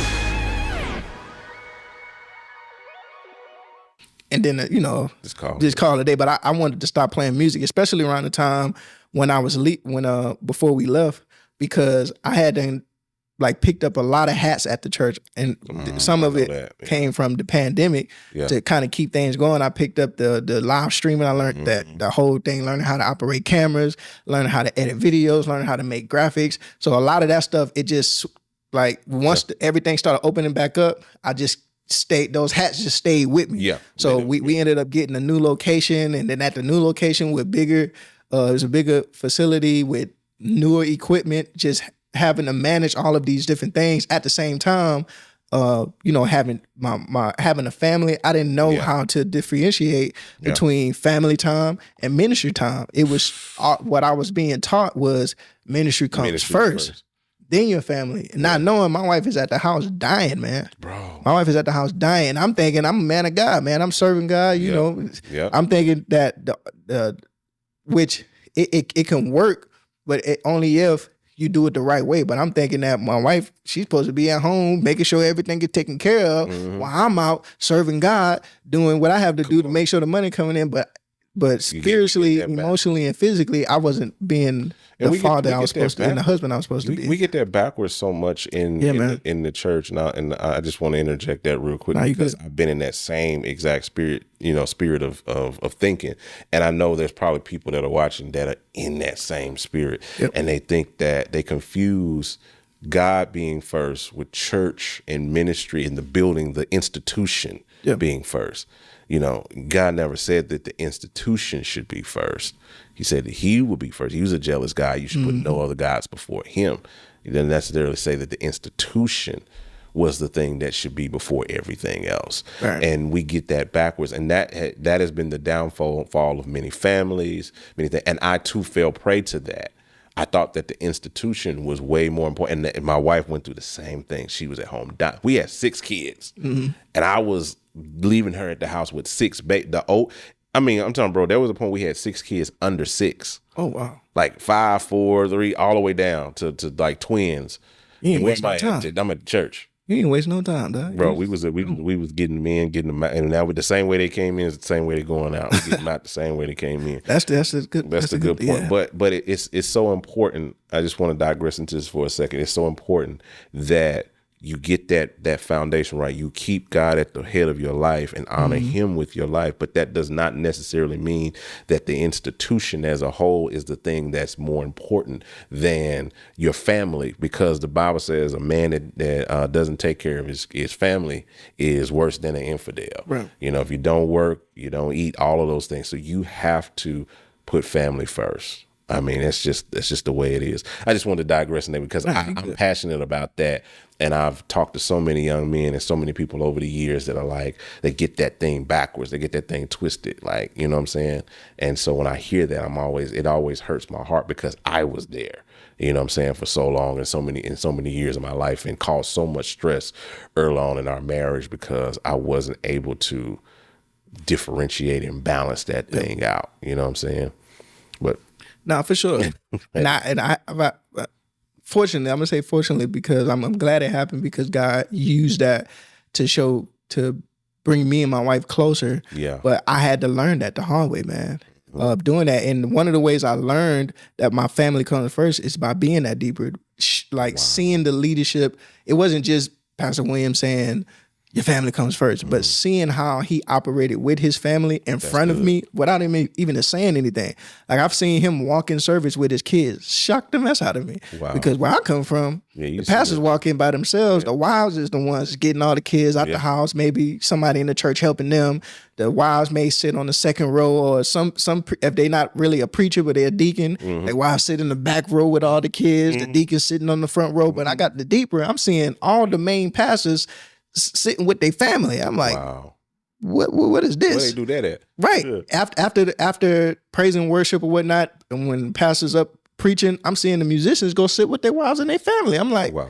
What is this? I couldn't move from behind the keyboard. If I moved from behind the keyboard, I was going to be called in the office like, I need you to stay in position. It's called, stay in position. You never know. I may break out in the song. Something may happen. I may need you to tap the keyboard. Like, but it was like, a lot of the stuff that I learned about family being your first ministry wasn't just what they were saying to me physically, but it was what I was seeing with my own eyes being at the church. But during that transition, before that transition, at my previous church, I just had a lot of things going on, and I just felt like maybe I'm supposed to just do this preaching thing. Maybe I done did my time with the music, and I didn't feel like that deep down within my soul. But with everything that was happening, I'm like, maybe this is what I'm supposed to be doing, just preaching. Like, I'm not supposed to be doing music, because during this point, Yank Nation had kind of died down. Like, I wasn't doing the videos no more. And matter of fact, I had made a decision. I had to pick up 2 services. Like, I was only doing one service at one time, and then I picked up 2 services, trying to help out at the church and serve or whatnot. And I remember telling my leader that this one Tuesday, it was like the last video that I had did. We was doing like tributes to gospel artists or whatnot. I think we had did Myron Williams. We had did John P. Key. We did Hezekiah. I think the last video we did was we was giving a tribute to Jacqueline Carr. Wow. And I was like, I told the team, I was like, this gonna be my last video, because, we got 2 services and it's a lot. And I was editing my own videos. Yeah. I'm still on Final Cut, but it's all right. I'm moving on up. Hey, it's your final cut. Soon after this conversation, I had the date. It's gonna be your final cut, Doc. Right. But yeah, I was doing all this. So I'm like, it's just a lot. So I stopped doing the Yank Nation stuff so I can be fully available to serve at church. And it was like, it still wasn't enough. Wow. The sacrifices that I was making to make sure that I was present at the ministry, any little thing I did, it was like my previous pastor, and I love him, man. Yeah. But my previous pastor, he would get mad at every little thing. Like, if I played the wrong note, man, he was mad about it. If I was playing the wrong sound, and it wasn't that he was just mad, he was making these scenes in front of the church. So people at the church started thinking they can talk to me like this. They walking up to me like, you need to turn your keyboard down. Like, bro, who you talking to? Like, bro, I'm a grown man, bro. Like, how you get to talk to me like this? But they were only doing what they seen. Right. Yeah. And it was like I was on the keyboard, then I'm running to the sound because something ain't right with the sound. Then I'm running to the camera because something didn't happen with the camera. I'm running to the computer because something happened on the live stream. Wow. It was just a lot of stuff going on. So Pastor William actually reached out to me in June of 2023. His first time reaching out to me was 2018. Really? He wanted me to come to, which now I know as Habitation, a conference that they do every year. He wanted me to come out just to hang with the team. And I actually, out of loyalty to my ministry, I actually told him I couldn't make it because every year we did an annual crusade, and I'm all about loyalty. Like, my dad taught me about being loyal to your commitments. So I'm like, this conference, even though I know this ain't a big conference at my church, it's an annual thing that happens. Yeah, but I already had this set up. I'm not gonna be able to make it. So he was like, Pastor William, you just like, maybe sometime in the future. So I thought I had to miss the opportunity. So I went to my previous pastor and was like, yeah, William McDowell hit me up. He wanted me to come to a conference. He was like, I love William, man. Why you ain't go? Why you ain't say? I'm like, I ain't go because I'm trying to be loyal to my commitments. Yeah. But 4 years later, man, he hit me up and he asked me. He said, I know you probably get this question all the time, but I just wanted to ask. He said, are you committed to where you are? Or he said, if so, that's totally fine. But if not, he just wanted to know if we, he wanted to run some things by me of some things that got moving in within the deeper fellowship. Wow. So I was honest with him. I told him, as of now, I am committed to where I am, but I don't mind hearing what you have to say. Mm-hmm. And that conversation led to many conversations of us having. And I remember he sent me a link to one of the events that they had going on. I watched it online, and I'm like, it's like a light bulb came off, bro. Wow. I've never been so, like that inspiration that I felt when I was living in Augusta around my team. Mm-hmm. That inspiration came from me just watching a video of their service. Like I'm trying to figure out like how they doing all of this stuff. Like what's the production behind this? Yeah. I was sitting in the living room with my wife. I was listening to like how they do atmosphere music. Right. I thought it was a soundtrack. Come to find out, David Parks, a mastermind behind playing. This sound like a whole soundtrack. Like all of this stuff was happening. I'm talking to my wife. She was like, man, this is amazing. Yeah. And then she's like, he wants you to be a part of this? Mm. I was like, I think so. And she was, from that moment, she was determined. I'm like, yeah. She's like, yeah, we moving. She started packing up the house like we was finna leave. That's how you know, Doc. She started packing up like how, but during this time, I was talking to Pastor William, during this time, more doors started opening in my previous church. So there was a conversation came up about me joining the board of my previous church. Yeah. So I'm thinking, because of the way I've been taught, I'm thinking maybe God is testing me with Pastor Williams, testing my loyalty to see what will I jump on this, because I didn't jump on the opportunity in 2018. Will I jump on this opportunity now that he reached out to me? Am I going to, choose this over my loyalty points? So me in my household, and my wife don't mind me telling, we tell it to people all the time, we were at odds with each other. So my wife was ready to go. Like she was at a point where she stopped going to the church at one point. Yeah. She was considering going to another church, but I was like, we can't be married and going to two different services. But she just completely stopped going to church. So when she found out about this, she's like, we going, like we ain't nothing to talk about. But I'm like I've been a part of this ministry since I was 7 years old. Like I'm thinking of everything, because the mentality there was everybody kind of looked to the pastor as the voice of God. Like, if even though I felt like this was a move that God had opened up for me, I needed him I needed him to confirm it. Like he had to let me. I was looking for every service I went to after that at church. I'm looking for some type of prophecy. Information. Yeah, like somebody just stand me up, prophesy to me, and tell me you see an open door. Nobody was saying nothing. Instead, other opportunities was coming up. It was like, we looking to they was building another ministry in another state, and they was in talks about me possibly becoming the pastor of that new location. So I'm like, man, this gotta be. I didn't know what to do, but I'm frustrated. But thanks be to God, my wife was determined, and she was praying every day that God would just like reveal this move to me. But she was determined, like she wasn't backing down on anything. So I was afraid to have the conversation. Long story short, we got all the way down to the end where they offered me the offer letter and everything was legit. And I'm like, okay, we going. But I was afraid to say anything to my previous pastor, because if he said one thing, like, it's just the voice of God, I'm done. I ain't going. He didn't, nope. I don't think he in agreement. So I didn't say anything. So I remember my wife was telling me, she was like, don't just like leave the right way. Like don't just up and just disappear. Because that's what I want to do. I just want to just be gone. Don't have to worry about it. But I was going to have to, it was going to come back later on anyway. So I ended up having a conversation with my previous pastor, and I told him I didn't tell him everything. I told him that I got an opportunity to go to, I got a job opportunity in Orlando, and I gave him my job description, which was a technical coordinator. I didn't tell him it was a church because I was afraid if I said anything to do with a church, it was going to come out. So we had a great conversation. He was excited for us and everything.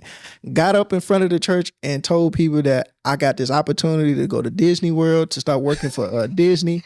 And that I wasn't, he said, one in his family, they'll be moving away. But they're not leaving the ministry. They'll be still a part of the ministry out in Jacksonville and Augusta. And I actually reached out to this, I guess it was a pastor that was affiliated with the ministry. He reached out to the pastor and told him that I'm going to start, he's sending me to his church while I'm in Orlando. It was a pastor that was in Orlando. He was sending me to his church. All of this is brand new information. When we sit in this, I didn't know any of this. You learned it. My wife looked at me, like I can see her whole body turning red. The whole church got quiet. Nobody said anything. It wasn't wow, to God. It was nothing but silence.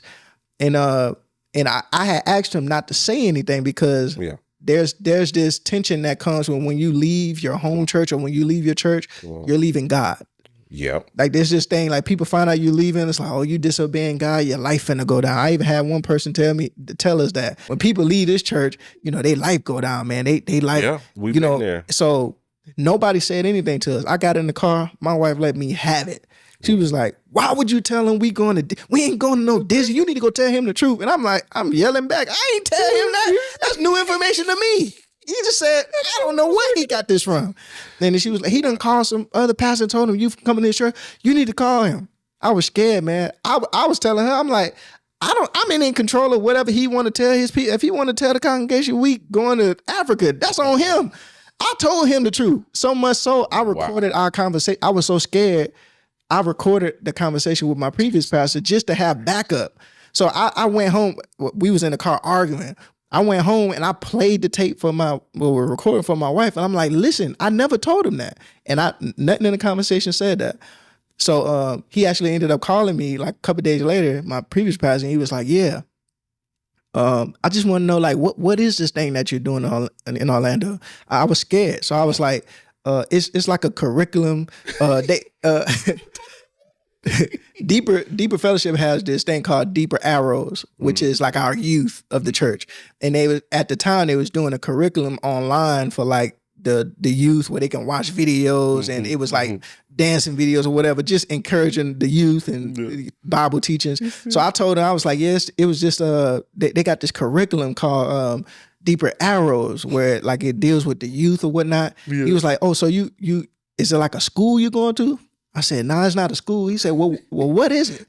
And I was scared, man. But I finally just said, well, I'll be going to William McDowell's church. And he was like, oh, you going to a church? I was like, yes, sir. But yeah, it's a very well established. I said my job description is it is technical coordinator. And then he was like, okay, that's what's up.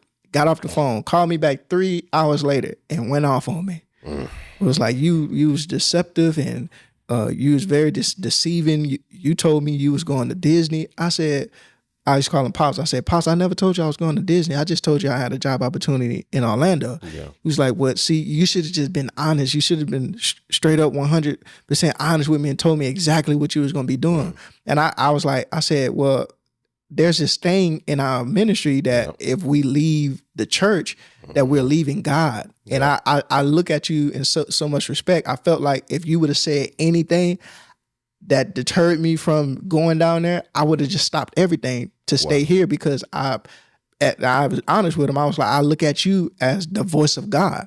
Wow. He was like, but see our relationship, blase. He was like, and then I done called this pastor and told him that you gonna be going to his church. I said, Pops, with all due respect, I never asked you to call anybody. From our understanding, we said we weren't gonna tell anybody what was going on. He was like, yeah, man, but that was just real deceptive, man. You know, you should have just told me the truth.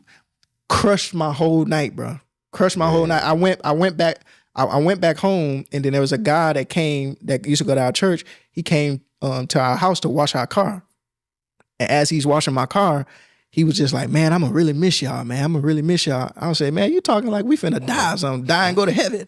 I said, man, we just going to Orlando, man. We going to always come back and visit. Wow. And he was like, nah, man, I'm going to miss your boys, man. I'm going to miss them. I'm going to miss them boys. And I used to call him Unc. I was like, Unc, man, you going to be able to see the boy. We'll FaceTime you or whatever. He was like, nah, man. You don't understand, man. I want to teach your boys how to be real men. And I thought he was playing. So I laughed it off. I was like, man, what you talking about? Yeah. He was like, man, you not no real man. No smile, no cracking a joke, nothing, not a smirk or nothing. Straight face. You're not a real man. You just play music. Man, do you see my sons? His sons used to be the guys that would go around the church, and if something needed to be painted, they would paint it, bring in the wood to like build stuff or whatever. He was like, man, my son's man, I taught my sons how to build, and you done seen my sons, man. Them boys can go out there, they know how to work, man. You just play music. And I couldn't believe what was coming out of his mouth, man. It was like the devil took control of his mouth. It was like anything to distract me from where God was trying to take me. And I remember I went home that night, and I was sitting in my living room, and I just broke down crying like a baby. Yeah. Like a baby. Yeah. To the point I woke my wife up, and she just ran in the living room and just held me and was praying for me. And we called this person that we, glean wisdom from, and he was just praying over us, and he was like, I just want to tell you are a real man, and don't let what nobody else tell you discourage you or whatnot. That whole transition was like, all because I moved from, and I try to do it the right. I try to do it the right way through the guidance of my wife. At first, I told my wife, I was like, this is the reason why I didn't want to. You didn't want to tell nobody. I didn't want to say anything. I just wanted to up and leave. But she was like, doing it, and my dad told me too, doing it the right way, the door will always be open. Exactly. You won't burn the bridge. So I ended up the very next day, Pastor William called. And he was like, he just sensed in the spirit that, something was going on. And he was like, just everything all right. And I told him everything that was going on. And he prayed for me on the phone. Then he said, first of all, you are a real man. Don't let what nobody tell you discourage you. And then he said, when you get down here, I'll show you what real leadership is. And it has been that since the day I moved down there. So the transition was so bad when I left. When we was leaving the city, I was passing the church. And I started getting emotional because this church I've been a part of since I was 7 years old. And it's not like I'm moving to another state to go to the same ministry. I'm totally moving states, moving churches, like the whole scene is changing. So I called my pastor. We didn't get that day when he told the church, they didn't stand us in front of the church, they didn't pray over us, they didn't like, y'all keep the Brown family, nothing. So I called my pastor that day that we was leaving with tears in my eyes. And I would just tell him, I said, yeah, I just passed the church. I just wanted to let you know we finna hit the road. 30-second conversation. It wasn't a long prayer. It wasn't anything. It was just, y'all be safe on that road. And it was always remember, don't go anywhere expecting it to be perfect. Wow.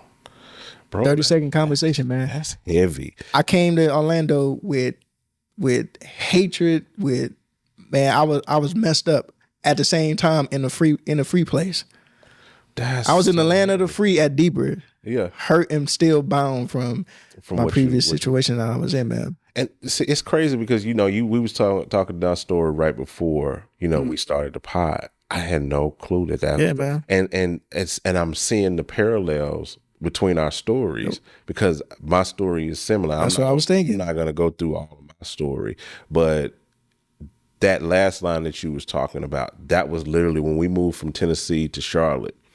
It was pretty much almost copy paste what you went through. I mean, just like pretty much the same, all of the same stuff that you was talking about, all of the same tropes, all of the same stuff. The last Sunday we were there, it was nothing, like not a acknowledgement, nothing, like just a regular Sunday, just like nothing else happened. And what I identified with the most was when you said how when you were leaving out, you called him and it was a 30-second conversation. I was leaving out of the church that Sunday and I went up to his office and I went to shook his hand and he wouldn't even look me in the face. He just literally just kind of did like that. And I was like, as I had said it before to him, I said, well, this isn't goodbye. It's just see you later. You know what I'm saying? Like, we just going, to do what we feel God is leading us. Bro, like, I know. Like, I don't even think I got 30 seconds, cheese. I think I got maybe like 10 and a half.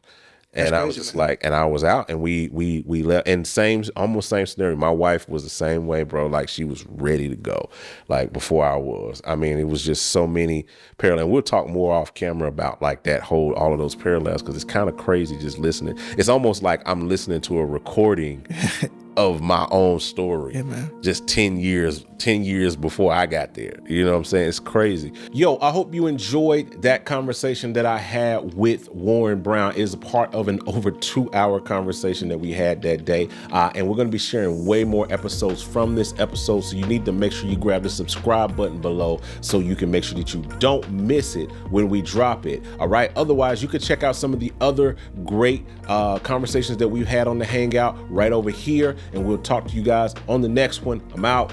Holla at you. Today, I want to introduce to you Loop Elements Pro. This represents a very innovative new way of using loops. And guess what? It's standalone, not only as a plugin, but it's also standalone outside of the DAW, which means you can now use loop elements in your live performance. This isn't just a plugin. It's the ultimate tool for creatives and producers. Whether you're layering loops, creating click track, creating beats, building arrangements, soundscapes, Loop Elements Pro gives you the power to create without limits. Loop Elements Pro is now available. Go get it now. What up, guys? Welcome to the Hangout podcast, where we hang out. And today I'm hanging out with none other than the GOAT, as we call him, of gospel live recording. I think of just live recording in general.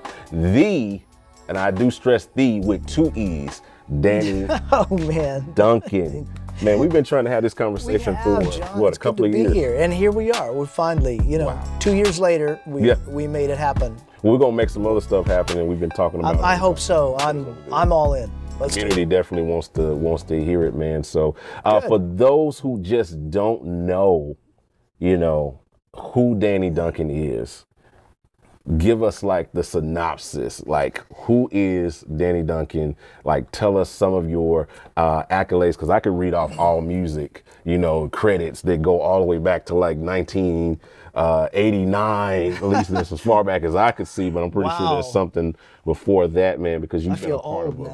Oh man, but you've been a part of so many iconic records with very iconic artists across your career, and so. Man, who is Danny Duncan? Like, who is that? Who is that? Man, so I was going to start that. I would, accolades would not be a part of that conversation.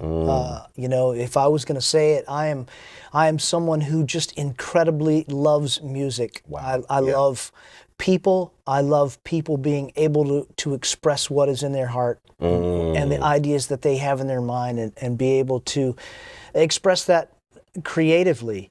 I grew up loving music, playing music, taking lessons, playing in bands, just playing. That was my childhood, and it wasn't like I was wondering what I would do when I grew up. It's like that's the only thing that I thought of. Like there was nothing else. I just wanted to be making music, creating music, and I didn't even know what that. Wow. I didn't know what it meant. So what did you start playing? What did you start out playing? Keyboards. Started playing keyboards. Wow. So Danny Duncan is a keyboard player, if you did not know that. I played saxophone in the band, and so played a few different instruments. I went to college. I was a music major. Wow. Studying arranging and composition. So I did some of that. I started, even some composing. I read full-on orchestra charts, and so that's where a lot of the music background and music theory knowledge comes from. Wow! And of course, that plays into the whole composition of who you are as a. It does. So I just loved. I love music, and I love the creative process of it. So, when I got out of college, I moved to Nashville. Didn't have a clue what exactly I was doing yet. I didn't know a single person. But I thought, I'm going to just get among other creative people and find out what that meant. Wow. And I knew that meant I wanted to be creating music somehow. Wow. Started off, I played keyboards in a couple of bands. Now, what year was this? This was in 1989. Okay. It was right after I graduated from college. And what college? And I went to Samford University in Birmingham, Alabama. Nice, yeah. So I moved to Nashville, started playing keyboards in a band. I knew that I really wanted to be in the studio somehow because I earlier, like when I was in high school, I went into a recording studio in my hometown of Montgomery, Alabama. So you're, I'm from Montgomery, Alabama originally, yeah.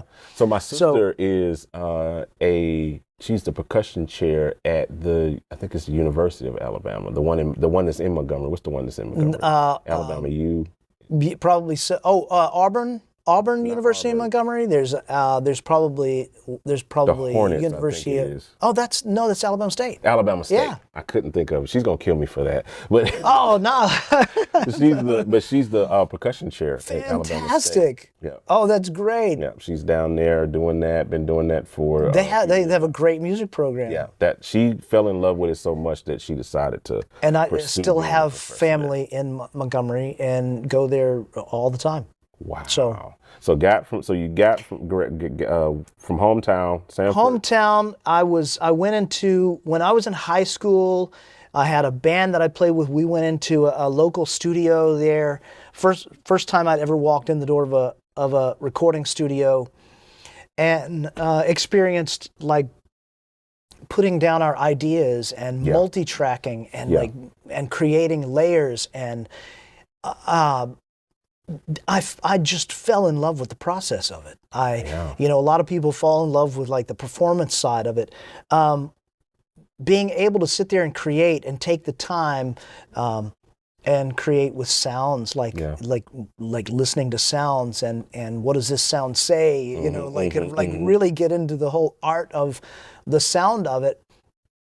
Man, I fell in love with that process. So when I moved to Nashville, I knew it was like, man, if there's any way I can be in the studio, that's what I want to do.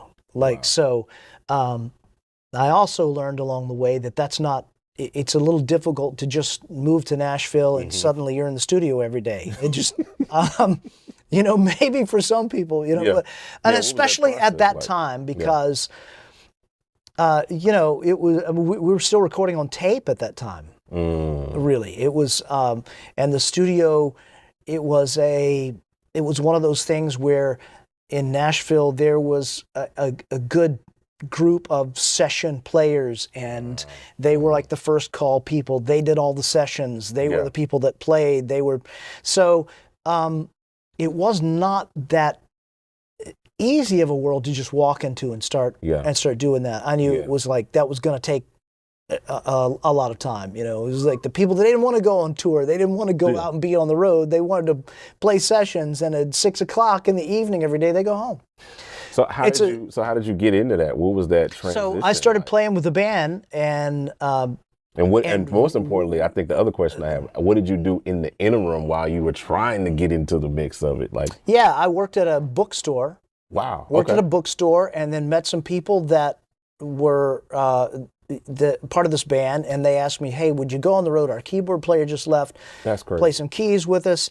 And like, it was like really, I don't know, maybe even a month or two in, they were like, hey, we're about to make another album, and would you help us with the album and go in the studio with us? I'm like, absolutely.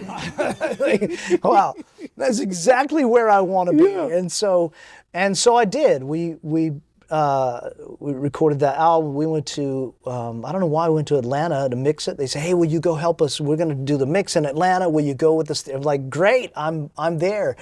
And so that was like the door that opened of me getting into the studio world and being a part of it. I make it sound like this happened in 2 weeks. Right. What was that process? Like, how many years? You know, it was within the first year of me living in Nashville. Now, what was the name of the band? It was a group called the Newsboys. The gospel. So, all right. As a matter of fact.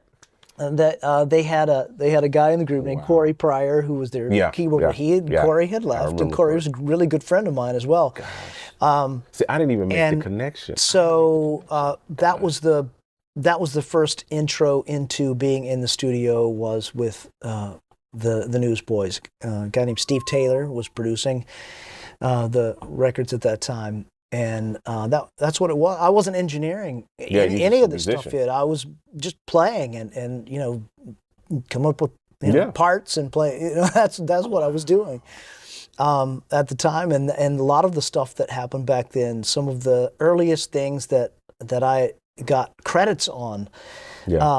One of the credits I'm the most proud of was way back in the day. I actually played keys on Commission's Matters of the Heart. Wow.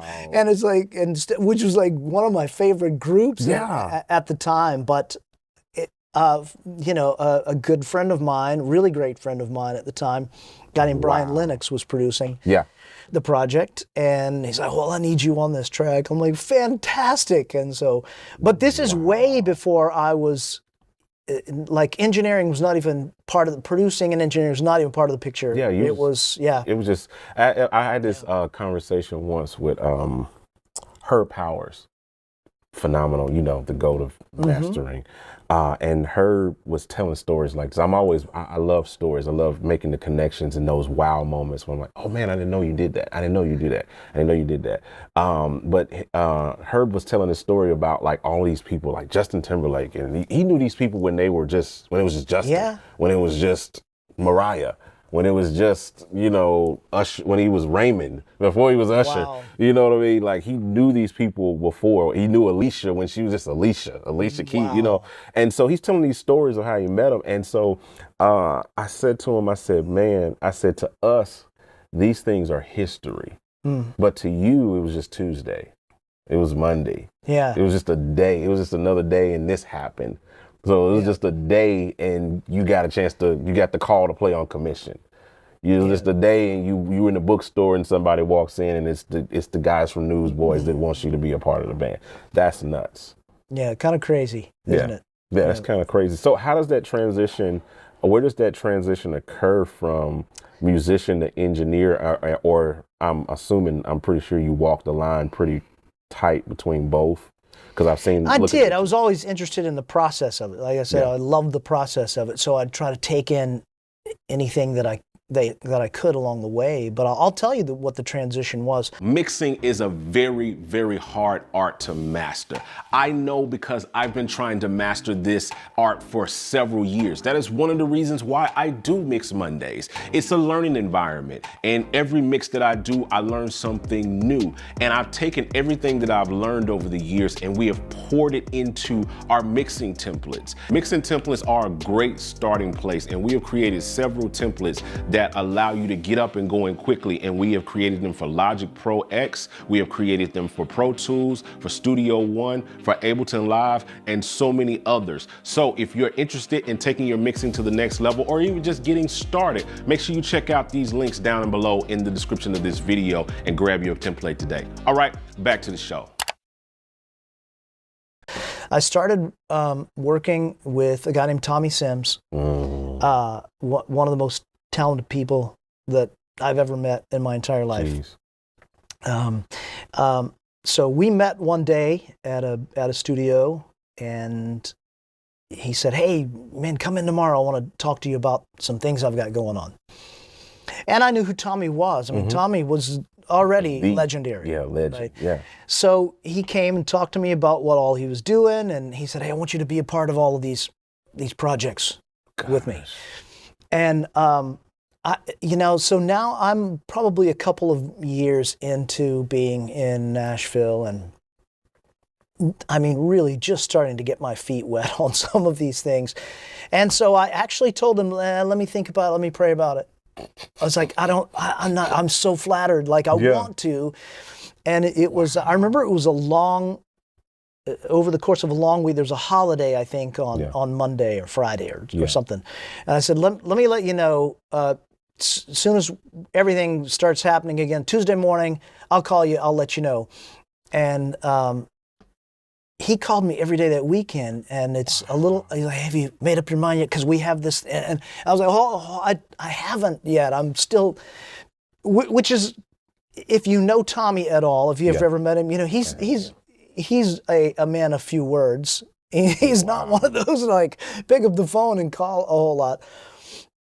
So the whole weekend I thought about it, and like, man, I just feel like I think I'm just going to tell him no. Wow. And my thinking was this, I've been here a couple of years and I want to work with you, but at the same time, I feel like I've spent all this time building up clients and people that are trusting what I do. And if he has as much stuff as he's talking about, as much as I would love it, I'm going to be disappearing from some of these things, and I feel like I'm all of a sudden just walking away from the things that I had been building up. That was my thinking over it. So over the weekend, I rehearsed exactly what I was going to tell him, you know, to like, I want to leave the door, you know, I would love to work on something, but I don't want to, you know, I just don't think it's the time yet. I don't know what I came up with. Tuesday morning came, I was barely awake, and the phone rang. It was Tommy. He said, hey, here's the thing. I'm going to be working on a project at the Castle studio. That's where it was. I'm going to be working on a project at the Castle tracking, but I'm going to rent out the other room, bring all your stuff, and you can go ahead and get started on this other, you know, he was like, and I was like looking for a break in the conversation to, you know, start my whole thing that I'd rehearsed. Right. You know, but I, like, yeah, Tom. And when he get, now bring all your stuff. Can you be there in about an hour? We're gonna get set up, and then you've got through. We'll be there for the whole week. Yeah, and I'll show you this track. And there was just like no break to get into my lines, and so finally he, you know, all of us, you know, he was done talking to me about everything, and I was like ready to go. And I just remember like thinking, it happened suddenly, and I was about to go into it, and I honestly felt God saying, "Stop trying to hold on to something you think you've created." Wow. And trust me. Wow. So all I said was, "Sounds great. I'll see you in about an hour." And so from that day forward, Tommy and I worked on every project together for about the next 8 years.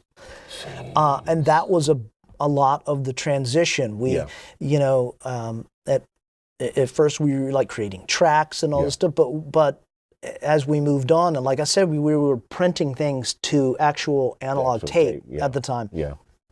So, you know, we'd create these tracks, and at the time it was called printing. Let's go print this onto tape. So I remember he just never liked the feel of it after it went to tape. He's like, "Man, you got to figure this out. What's happening? Why doesn't it feel the same now that it's on tape? And like, what happened to to the feel? What happened to the sound?"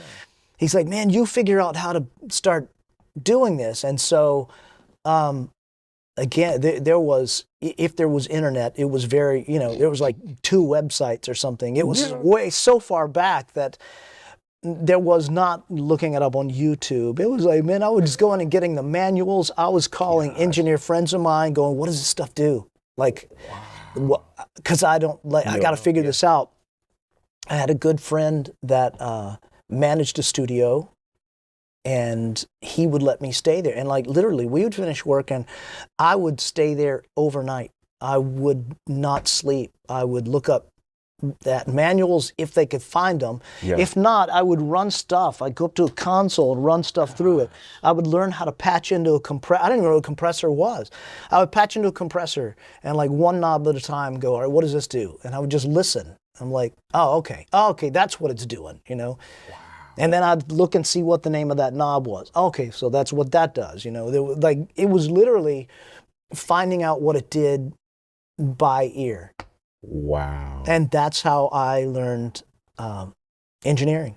And it's something that was really difficult, but later I would be really, really thankful for those moments. And I'll tell you why, because so many times people think of engineering as a very technical part of this, but it's not. It is a very musical part of it. If you use your ears, it's not about what frequency is there, like that's fighting that you have to carve out, or what a compression ratio is. It's like, how does this sound? How do we create this sound to fit into the track, to fit the rest of it, to make it say what this lyric is saying? Wow. It's a creative, it's a musical process, and it's not technical. I mean, there's some technical stuff behind it. But you approach it from a musical thing. And so even now when I'm dialing in, I cutting vocals just before you walked in, and, you know, and getting a sound, and I'll reach over and start grabbing the EQ. I won't even look at what the knobs are.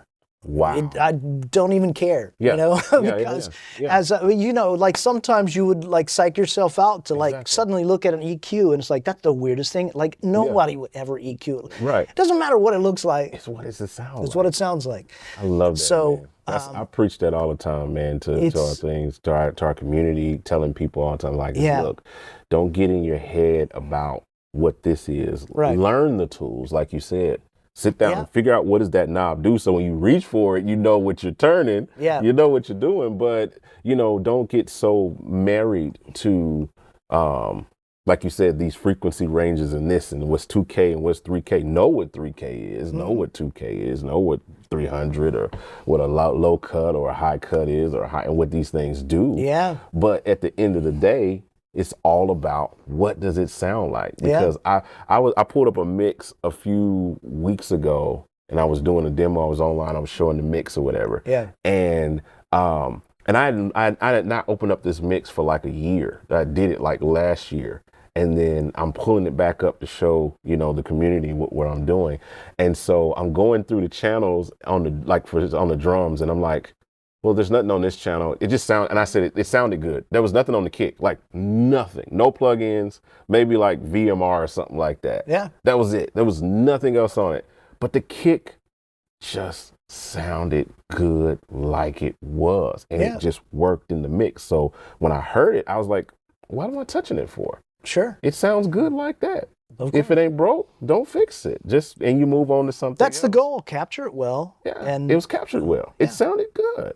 So okay, moving into that. So Tommy Sims, you thought about telling Tommy Sims no, and God told you to tell him yes. It wasn't like a hard no, but it was just like, hey, just trust like me. a maybe. Yeah. You know, you was trying to give Tommy a maybe. You know, so you can keep your things going on there. So you moved into that. You spent all of these years. I got a good story with it. Okay, Can I share that? Go ahead. Okay, so.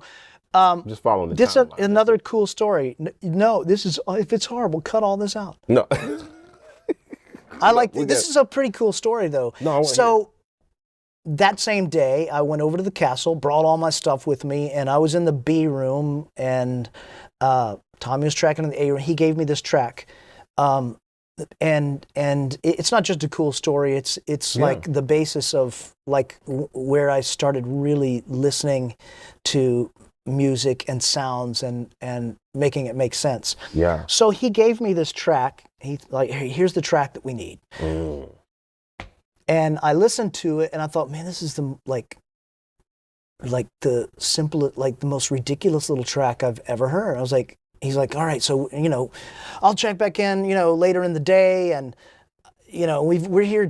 We've got the studio all week. And I honestly thought, man, I'll have this track done by lunch. We're you know. Yeah. So I did. I thought it was pretty cool, something, you know, and so he walks in, you know, around lunchtime, and I'm like, yeah, let me play this for you. Yeah. And he's like, no, this is, man, it's gotta like make me feel lonely. Wow. Like I need to feel longing, you know. It's and I'm like, this is the first time somebody I ever heard like talking about music with that much emotion. Yeah. Like it needs to, you know, like feel, like make me feel this when and I'm like, wow. Yeah. And so I went back to the drawing board on it, and we kept, you know, we did this on and off, you know. A couple of days later, it's like, it is, but I don't feel desperate. This situation needs to feel desperate. It was like, man, we're talking in emotions. It's not like give me another keyboard patch. It's like we're talking about feelings, you know. So we actually spent the entire week there, you know, getting this little track together, which is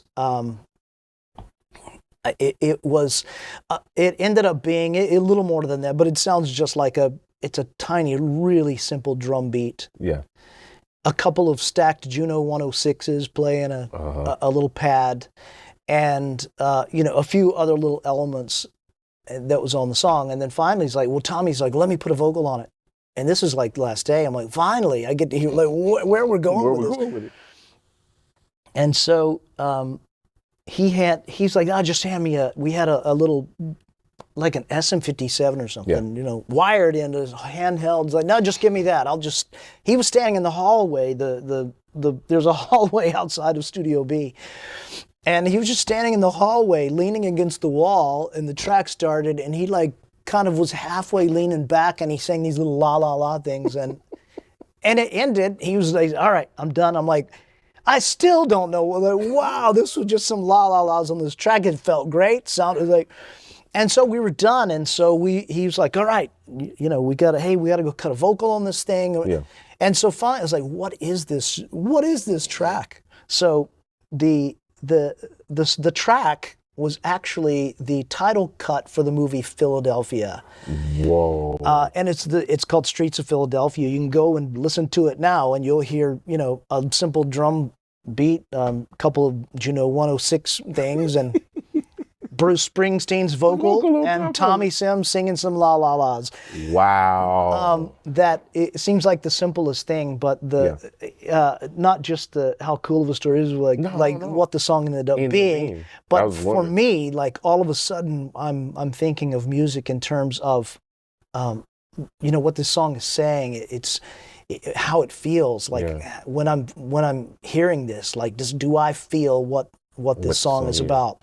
That's good. And so, that's the first thing that Tommy and I ever got to work on with Tommy. So was that. And like I said, from just about every day for the next 8 years, we worked side by side on things. Crazy. I felt like I was at school every day. Like I was like getting paid to go to school every day to learn from the master. Yeah, he really is. Learn from that's amazing. But he was the one that encouraged me to start like learning how to engineer, like figure out how to put this, because I don't know what's happening, but like I don't like what's happening so far, but you figured out. So I learned it like that, and he pushed me to, you know, I started printing the stuff, and he's like, oh well, we're gonna record a band. Yeah, you cut it. You record it, you know. And again, I'm calling up engineer friends, looking at man, it was like, how do I, Micah, whatever it is.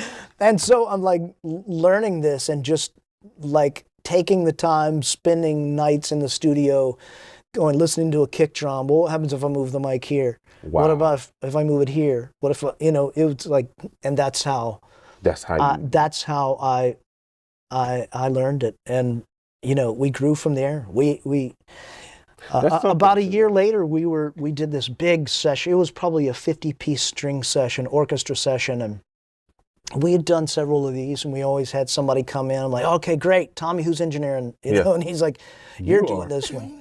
I'm like, oh no, absolutely, I know that's too much money on the clock. Yeah. He's like, no, you got this. Like, I believe in you. You can do it. You've got this. So amazing. He threw me into the fire, but I'm forever grateful for him, and we still get the chance to work together quite a bit, and he is still the greatest. Oh man, no, the greatest learn from the greatest. I think and it's something to be said about just that process of just figuring it out. And I think it's so taken for granted within the art of it is lost, because now everybody's trying to go find a video on YouTube or trying to do this, because, you know, it's so saturated that we lose the art of just, like you said, going and turning the knob and seeing what it does, going and getting the mic and moving it in different places to understand like what that does. And then I think it speaks to like even I think I could see the journey, like going back to what you were saying, like Tommy's telling you about emotion and how you learn, like cognitively, it sets into you. So when you get into recording, that same process is almost brought over into it. It's like you're looking for the emotion, you're serving the song, you're going by feel. What do you feel? What does this feel like? What does it need to feel like? And you're building from there and turning from there. It's amazing. Yeah, that's all there is to it. When if I am and not even cutting a vocal, if I'm recording a band, we're laying down band tracks, even if there's no vocalist gonna be singing, I want the lyric in front of me. Wow. Like what is this song about? Wow. So even from the moment we started getting sounds with drums and finding guitar tones, like everything that goes into that has to say this. Wow. What this lyric is saying. That's something to be said. See, that's the kind of stuff y'all need to pay attention to. You know, you heard it here. You won't hear it on YouTube. You won't find it on YouTube. They're not going to tell you that kind of stuff. That's amazing. So how does this journey progress? Like, what is that moment? I mean, Tommy Sims, I mean, that's definitely a moment where you just say, wow. But when is that when does it become independent of Tommy and it becomes Tommy, and it's not just Tommy, it's Danny, you know, and people are calling Danny to come record this, calling Danny to come do that, calling Danny to come do this. What is that first, like, I don't know if you could top Tommy Sims. I mean, but you know, I mean, I still feel like I'm in class every time we are in the room together. Wow. So, I don't know. I think more and more people just start asking me to do things, you know, apart from what I was doing with him, which was like loads and loads of stuff. But wow.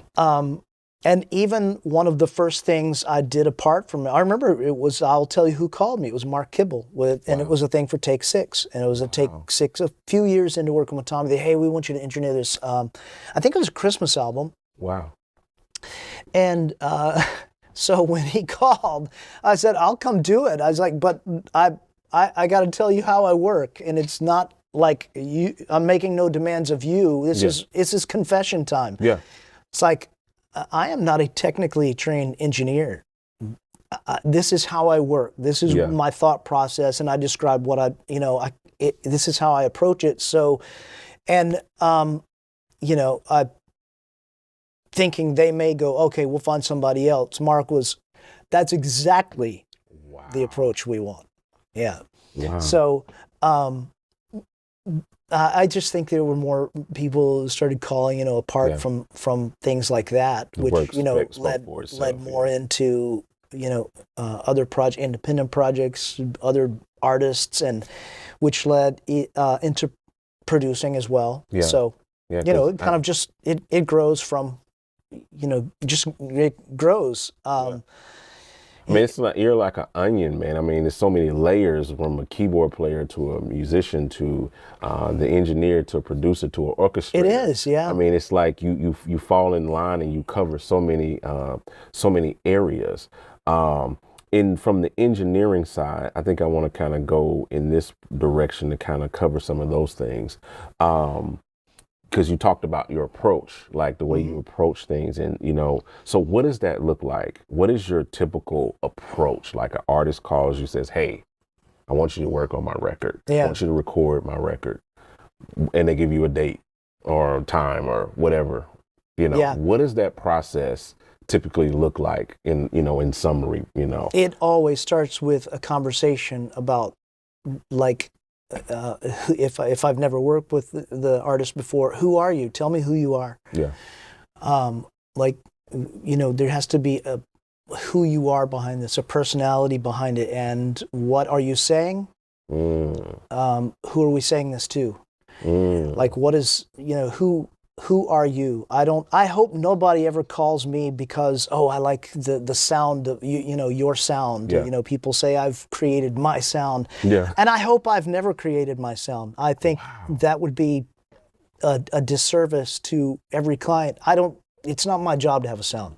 Wow. It's about the artist and their sound. It's not my vision, it's their vision. But my job as the engineer is to help them realize what it is that they're wanting to do, what they are wanting to say. Yeah. It can't sound like me. It can't sound like anything I've done before. It needs to sound uniquely who they are and what they are doing. So I stay away from ever wanting or desiring, oh, I've created my sound. I really hope I haven't, because I have failed. That's so good. If that's the case, it's not about me. So the approach is, it's about you as an artist. What are you wanting to do? You know, what is your message, and how do you want to say it? Even with people that I've done 20 projects with. Yeah. Every single time before we ever go into the studio, there's multiple conversations about, hey, this is where we're going with this one. This is what's on my heart. This is what we're saying. And it all has to start from there, and then we take it and go, all right, well then, like, how do we get there? How do we get there? Yeah. Man. So from that point, what is the technical part of that look like? Like, what are you doing in terms of like prep and getting ready for a live recording, say, like with like any artist, Israel or Tasha, and I know, pretty sure every scenario is different. You know what I mean? Every room you walk into is going to have its own challenges to try to figure it out. Yeah. But what does that process look like in terms of like, just aesthetically, like, what you? So there's some similarities between being in the studio and recording a live project. In fact, when I did my first ever live recording, I had done nothing but spent years of my life in the studio. I didn't know anything but studio. I didn't know how to approach a live recording. So my approach was, I'm going to take everything I do in the studio, and just bring the studio to the live event, and we're going to treat it like a big giant studio with an audience. With an audience. And believe it or not, that's still my approach to a live recording. Like approaching everything with studio quality microphones and mic pre's and let's create this. So technically speaking, with the live recording, it's a little more involved because for the most part, the whole thing is happening in one night, as opposed to over the course of several weeks or several months. Everybody is here. We're capturing this all at once. Starts with an input list. Who are the players on that? I'll have a conversation with each individual player. Wow. All right, you guys have probably been in rehearsals. What are you bringing for this? What kind of stuff are you bringing? Over the years, I've built up just relationships with a lot of people that I see on a regular basis, and so we're already there. You know how it is when you work with people. And there's a reason you keep working with some of the same people. Sometimes it's not because you don't prefer anyone else. It's like sometimes especially when you think just need to gel, you want something that they already know where you're going. They already know where you're going. It's a conversation. It's an unspoken conversation. And so, a literal conversation with each person about what they're doing, how we're approaching this, come up with input lists, go back and forth. Does this look right? How is this going to be set up on a live stage? How are we getting that many inputs to us? How is that getting to front of house? How's that getting to monitors? Are we split off from them? Are we sharing gains on some digital pre somewhere? Are we, all of the little technical aspects of that kind of thing, conversations with the front of house and monitor engineer.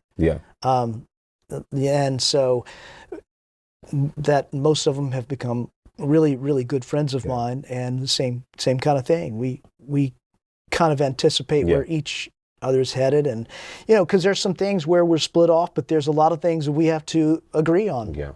What mics we're using, that's going to be the same for all of us.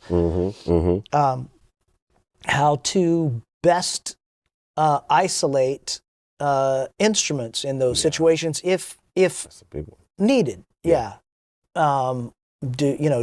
Is isolation even that important on this? And so what's the venue? What's the room that we're going to be in? What's that going to be doing to our sound? That's one of the biggest things with live recordings. The room that you're in becomes its own instrument. There's with ambience and knowing how to treat those. How much is the room a part of this recording? Wow. As opposed to just the crowd and the audience response a part of this recording. The room and the audience are two different things. That's a good point. I never heard anybody put that in context, that the room is like an instrument. It really is. That's so good. And it can be in a very good way to your advantage, or it can be like something you have to overcome if it's not a good situation. Not a good source. That's so good. So do you prototype any of this stuff like before? Like if I got a recording coming out this time, is it the room, the venue, you've gotten the input list from the artist or from whomever's supplying you that information. How much of that are you kind of prototyping? So, because again, like you said, it has to happen in one night. So what are the steps that you're putting in place to ensure that one night goes off without a hitch? So it's always different for every live recording, because there are sometimes it's, we're going to load in on Monday morning. We're going to be recording rehearsals. We're going to be doing overdubs before with some of the vocals, and we're going to capture a dress rehearsal on a Wednesday night, and we're going to have a full-on recording on Thursday night, and then the real ones on, when you have you're on site even for overdubs after the fact, and you could be on site for 7 days on some of these. Yeah. Some of them are not. Yeah. Some of them are, it's someone who is on tour. Yeah. We're loading in at 6 a.m. The concert's at 7 that night, and we've got to be out by midnight. So it's all happens in one day. So, they're all approached a little different depending on how much time you have. But we'll do as much pre-patching as I can before we leave. So I have my own recording rig that I've built up specifically. I'm still building it. It's not built. I've been years in the process of building this. That is, it's various mic pre's and compression and the way, it's just signal flow really that has been built up specifically for the best way to capture a live concert, a live performance inside of a venue. So, having input lists that we've gone over like many times prior to arriving, I'll get in there, a couple of my guys will get in there with me and pre-patch some of this stuff. So when we arrive, it's a matter of connecting, mass connectors on a snake. And so, especially helps if it's just one day on site. Yeah. When we patch in, hopefully 95% is already there showing up, and we're ready to go. We're ready to go with it. So it's something to say about the prep, and I think that's one of the reasons why I asked that, because I'm pretty sure a lot of people watching, and they aspire, and I've never done a live recording. I aspire to one day. But well, come with me. We're going to do one together. Let's do it. Do that. Come on. We'll take everybody. We'll take everybody because we got to show them this process. I will show you everything. People always say, "Hey, show me your secrets," and my response is, "I have no secrets. I will show you everything I know." We could do that. We're definitely gonna show that to you guys. I think it's gonna be amazing. But I want you to speak to. I'm glad you started talking about the input list and the prepper and the fact that you have a whole separate rig, and we're gonna talk about what's in that rig specifically next. But the fact that you have a rig, because I know. So there's a staple. Me and my friends, we laugh about this all the time. I have a couple of friends we laugh about this. We call it the X32 recording. It's everybody. I don't know why I'm laughing. But you know what I'm talking about. I know. It's the guy, because I've gotten those to mix, and I've had friends that get that stuff to mix, and it's basically like the church got an X32 or M32 or something 32, Allen and Heath 32. They got a 32 something. They got 32 channels, and they can come USB off the board into Pro Tools or into Logic or into whatever DAW that they decide that they want to use at the moment. And now they think we can do a live recording.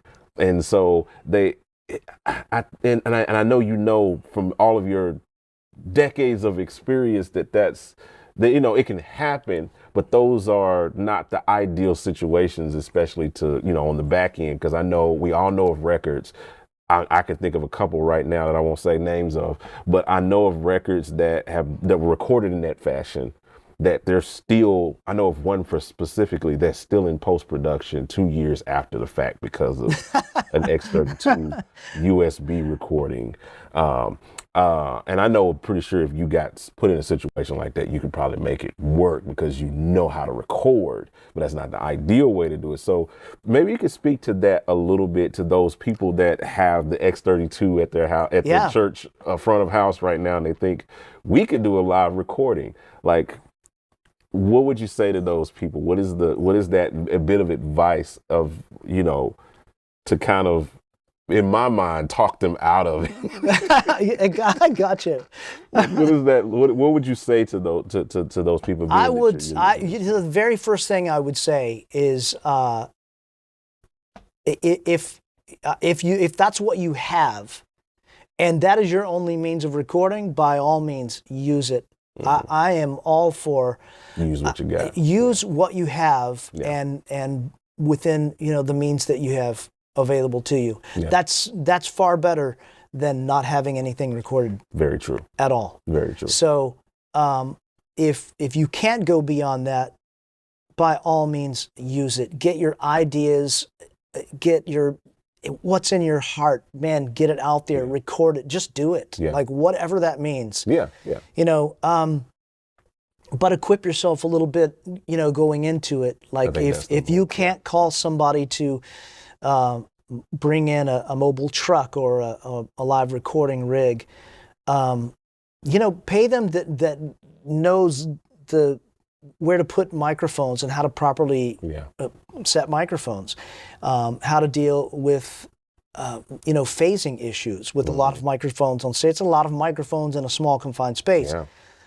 You know, and this is a thing that I've realized that a lot of people completely understand that you know, more microphones raised louder does not necessarily mean that it's going to sound better or even louder. You know, phasing is a very, very big deal, and it requires ears and some knowledge to know how it works and how to hear it even, you know.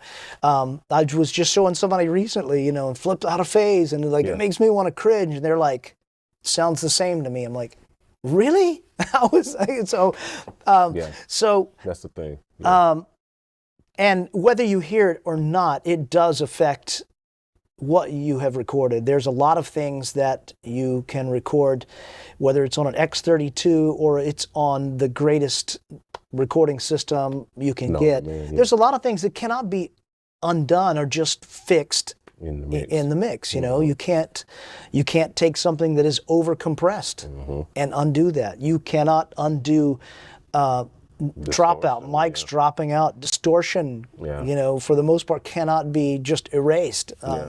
So there's a lot of things to consider, but by all means, if that's your only means of doing it, go absolutely. For it. Like but educate yourself. Call us. Call somebody to just come in for a day and look at it. Help find the trouble spots. Like at least like we'll go into your X32, but let's put things here. Let's use this type of mic that will isolate this a little bit better. And even if this is not the most ideal thing that we normally use, it'll isolate it, and whatever happens that night, we can fix it later. So because, you know, I don't know what is going on with the project it's 2 years in the making, but I have had numerous experiences with people that call and say, hey, we need you to come and do a live recording for us. They'll tell me all about it, and I will put it together, and I will send them the quote, and they're like, oh wow, no thanks, we've got somebody with a console, it's gonna be good, you know.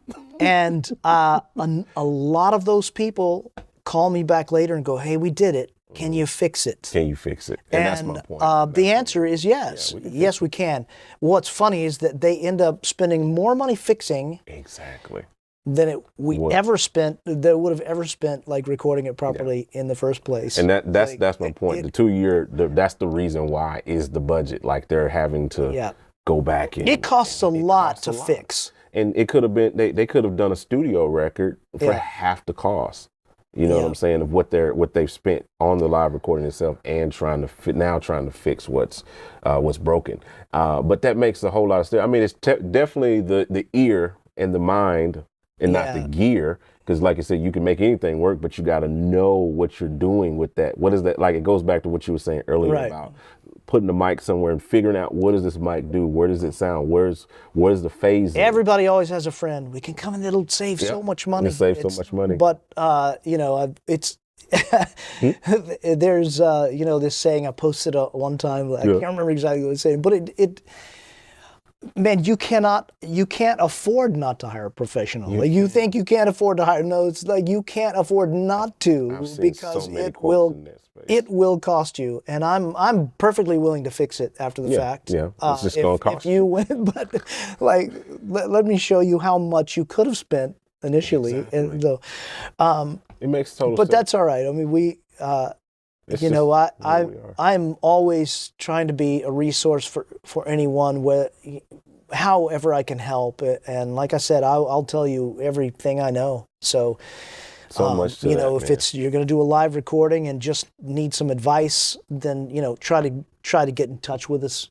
We'll help you all that we can. Yeah, I think you should definitely call Danny. My goal is that you are just able to do it. So yeah, I mean, like you said, to serve the actual song, serve the music the way it needs to be served, and present it in the way that it needs to be presented. And you need to call a professional that's good at that. No difference than if you were painting your house. Like, you could get up there with you could go spend money on a ladder and get a paint bucket, and then you start slopping stuff on there, and then you get halfway down, and then you realize, oh no, like, I should have actually went on Angie's List, if that's still a thing now, and got somebody, or Thumbtack, or whatever these little things they got now, to hire somebody to actually do the work the right way. And I learned that the hard way in my personal life with different things that I tried to fix around the house and then end up tearing it up. You know what I mean? But it's a good situation. So speaking to your actual recording rig, like, so because I want to paint the picture. I really want people to understand the dynamics, no pun intended, around a live recording and what it takes to not only to capture it, but to capture it in a way that you're going to be pleased with after the fact. So when you talk about your rig, your truck that just they're ever expanding, what's in your rig right now that really that helps you get the job done? It's not much different from what you'd see in a studio. I don't know if you can see. It's racks full of mic pre's and compression and EQs and exactly what I would use in a studio. But like there's certain pieces that I've like over the years, like, oh, this is so super clean on vocals. So, you know, it's not like there's a formula that I always use this on something, you know, it changes depending, but I've always added pieces that I found like, oh, this works so well. You know, this particular microphone works so well. And that's what I mean. It's always when I find something, add that piece in, you know, we're going to start, you know, there's a lot of different flavors that we can choose from, and it's a modular rig. I've like 3 or 4 times gone really hardcore into building a truck.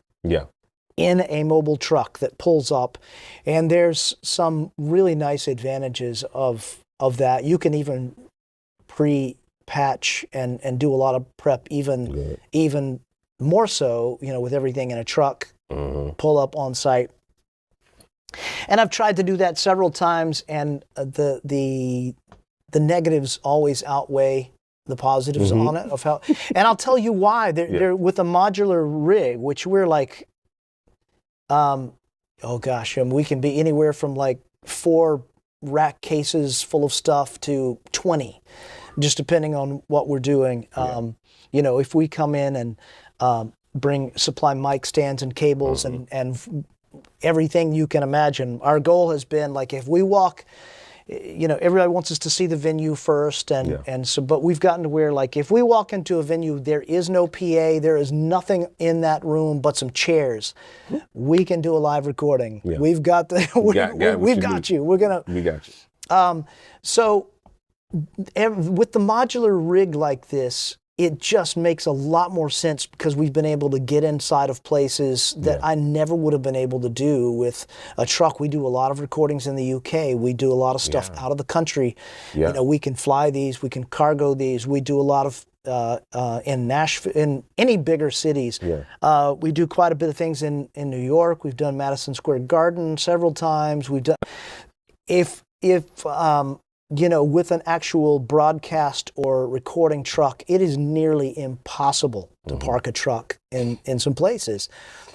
With a modular, we can always move it into a little space, whether that's some isolated space that we create ourselves, or if there's an extra dressing room, or you know, we've found a space to create. But with this rig, we have been able to record in so many places that we could have never gone with just a truck. I mean, we've recorded in kitchens. We have recorded. We recorded in the New York subway. Wow! Like right down in the subway. we've like just about any place you can imagine. We've done, a recording. That's crazy. So what are some of the pieces that you would say that's in the reel? What are your main pieces of main pieces? APIs. I love APIs. Got a lot of APIs. Vintex or any kind of like any Neve-ish pieces. Millennia. I have a bunch of Millennia that I like. Is super clean. Kind of thing. I have these ADMs, boutique kind of mic pre's that have come. I don't know if you've seen them or their EQs. Really cool. Focusrite. I have quite a bit of Focusrite stuff. You would see a lot of the usual suspects you would see in a recording studio. That we just bring right into the venue and we. So you patch. So basically, are you like building? It's like a modular console. So it is. That's what it is. So you don't have an actual board that you're. Don't have an actual. You just have a modular console, like a rack kind of situation that you can just move in. And how many? It's exactly like we would do here. We can do as many inputs as you have.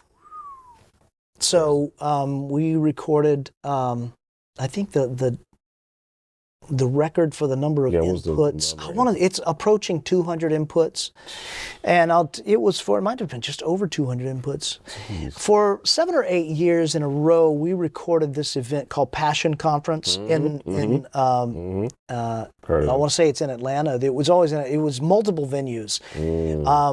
And that's where we are approaching 200 inputs every single time. And it was multiple venues happening simultaneously. So we had 3 rigs in 3 separate cities simultaneously recording, and it's band after band. So it's and a lot of spoken mics, and it's in the Mercedes Benz Dome thing. So, like 20 of them are just crowd mics, if not more. It might be more crowd mics than that. So with all of those inputs and switching band, it's just like super nuts. High in input. That's nuts. Counts. Like, how do you manage that many inputs in one setting? Like, how does that? The input list is literally a book. That goes out, and it's you'll see a matrix of what's coming to record, where it's routed, where that's going to, because there's a lot of elements to that.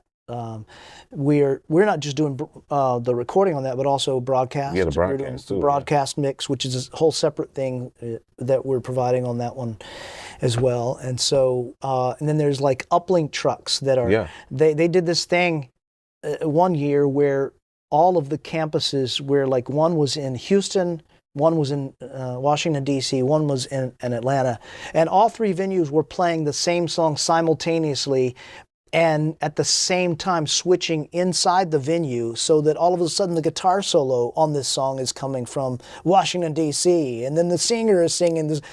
So exactly with like latency, like over fiber channels that were, it's a lot to it. So like some of the most like technically challenging.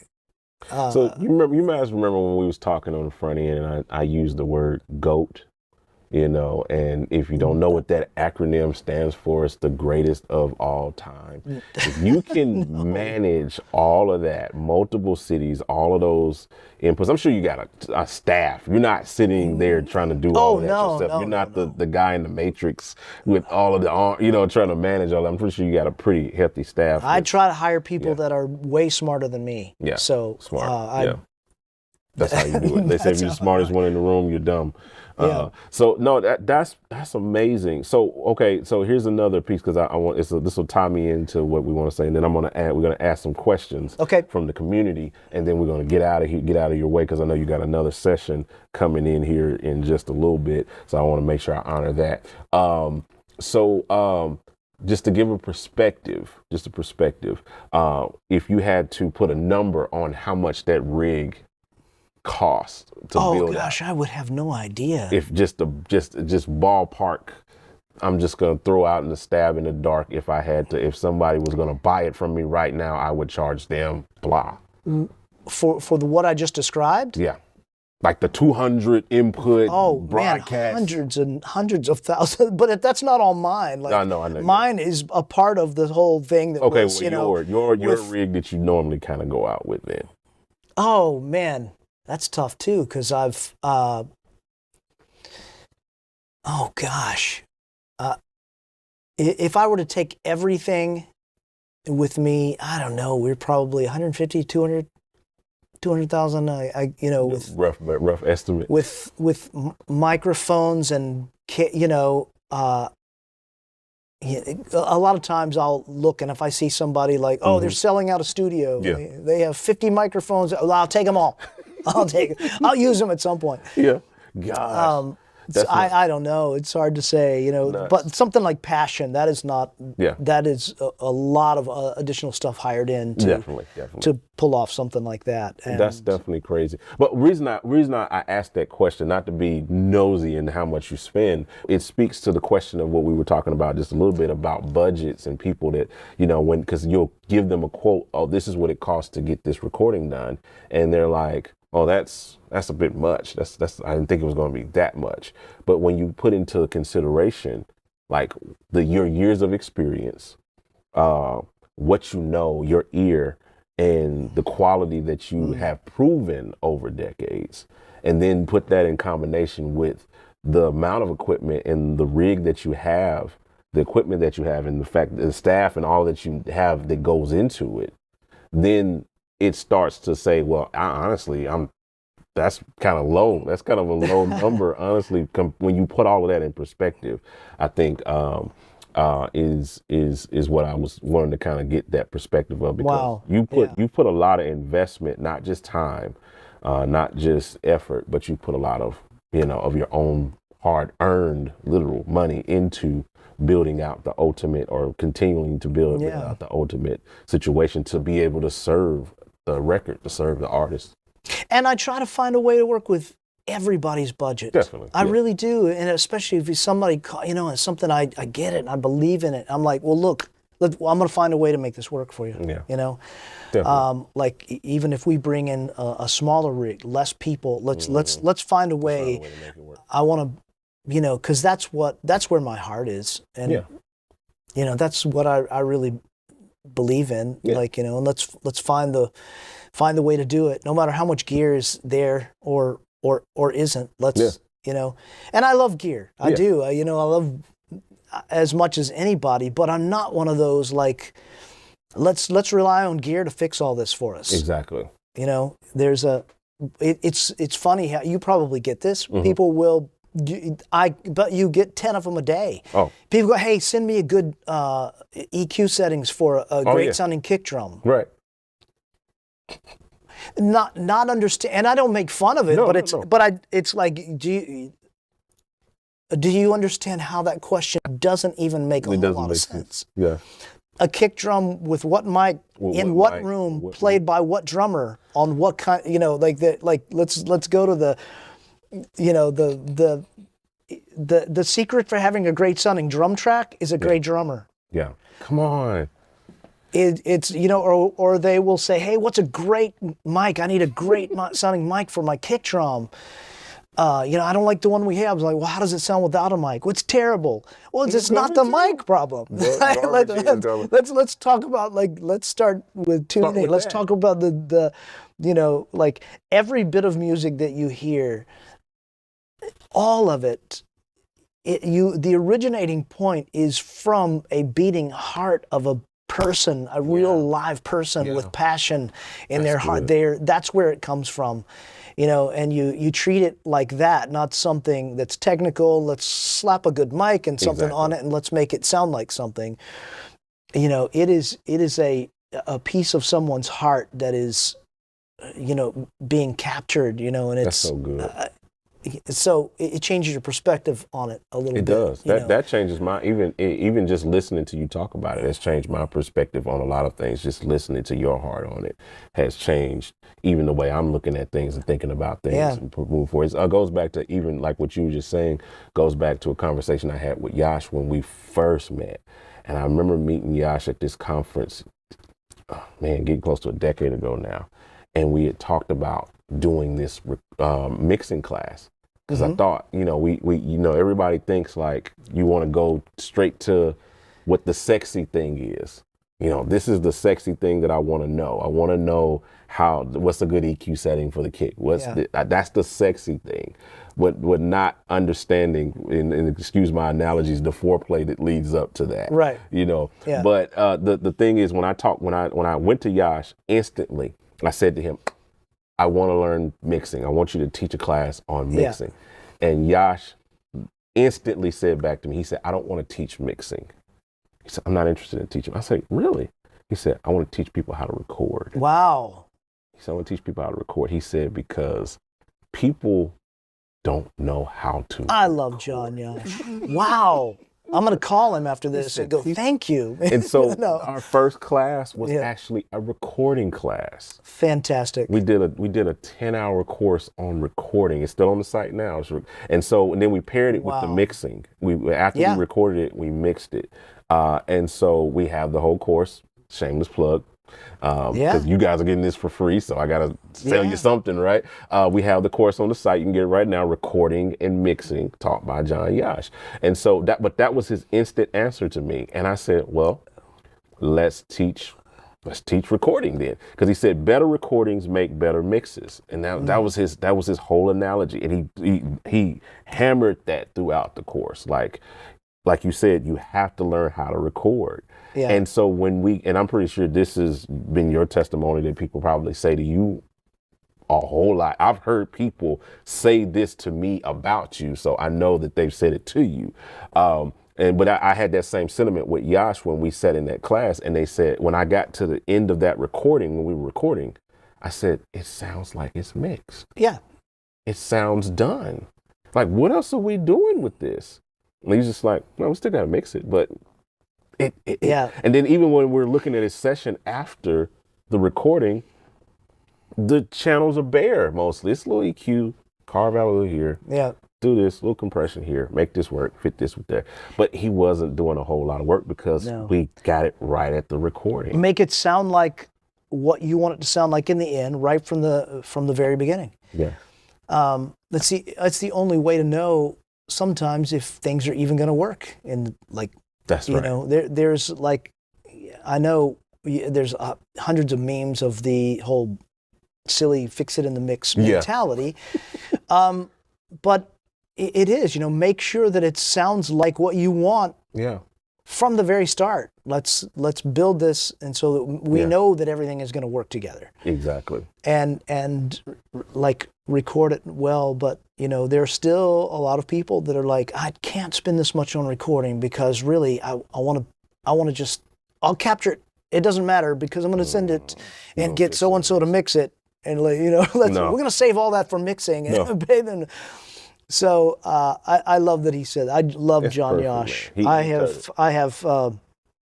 I have many tricks I've learned from John Yosh. I'm sure he's learned some from you as well. But I absolutely love him, and that he said that about recording. You cannot replace a bad recording with just mixing. Yeah, so you can't.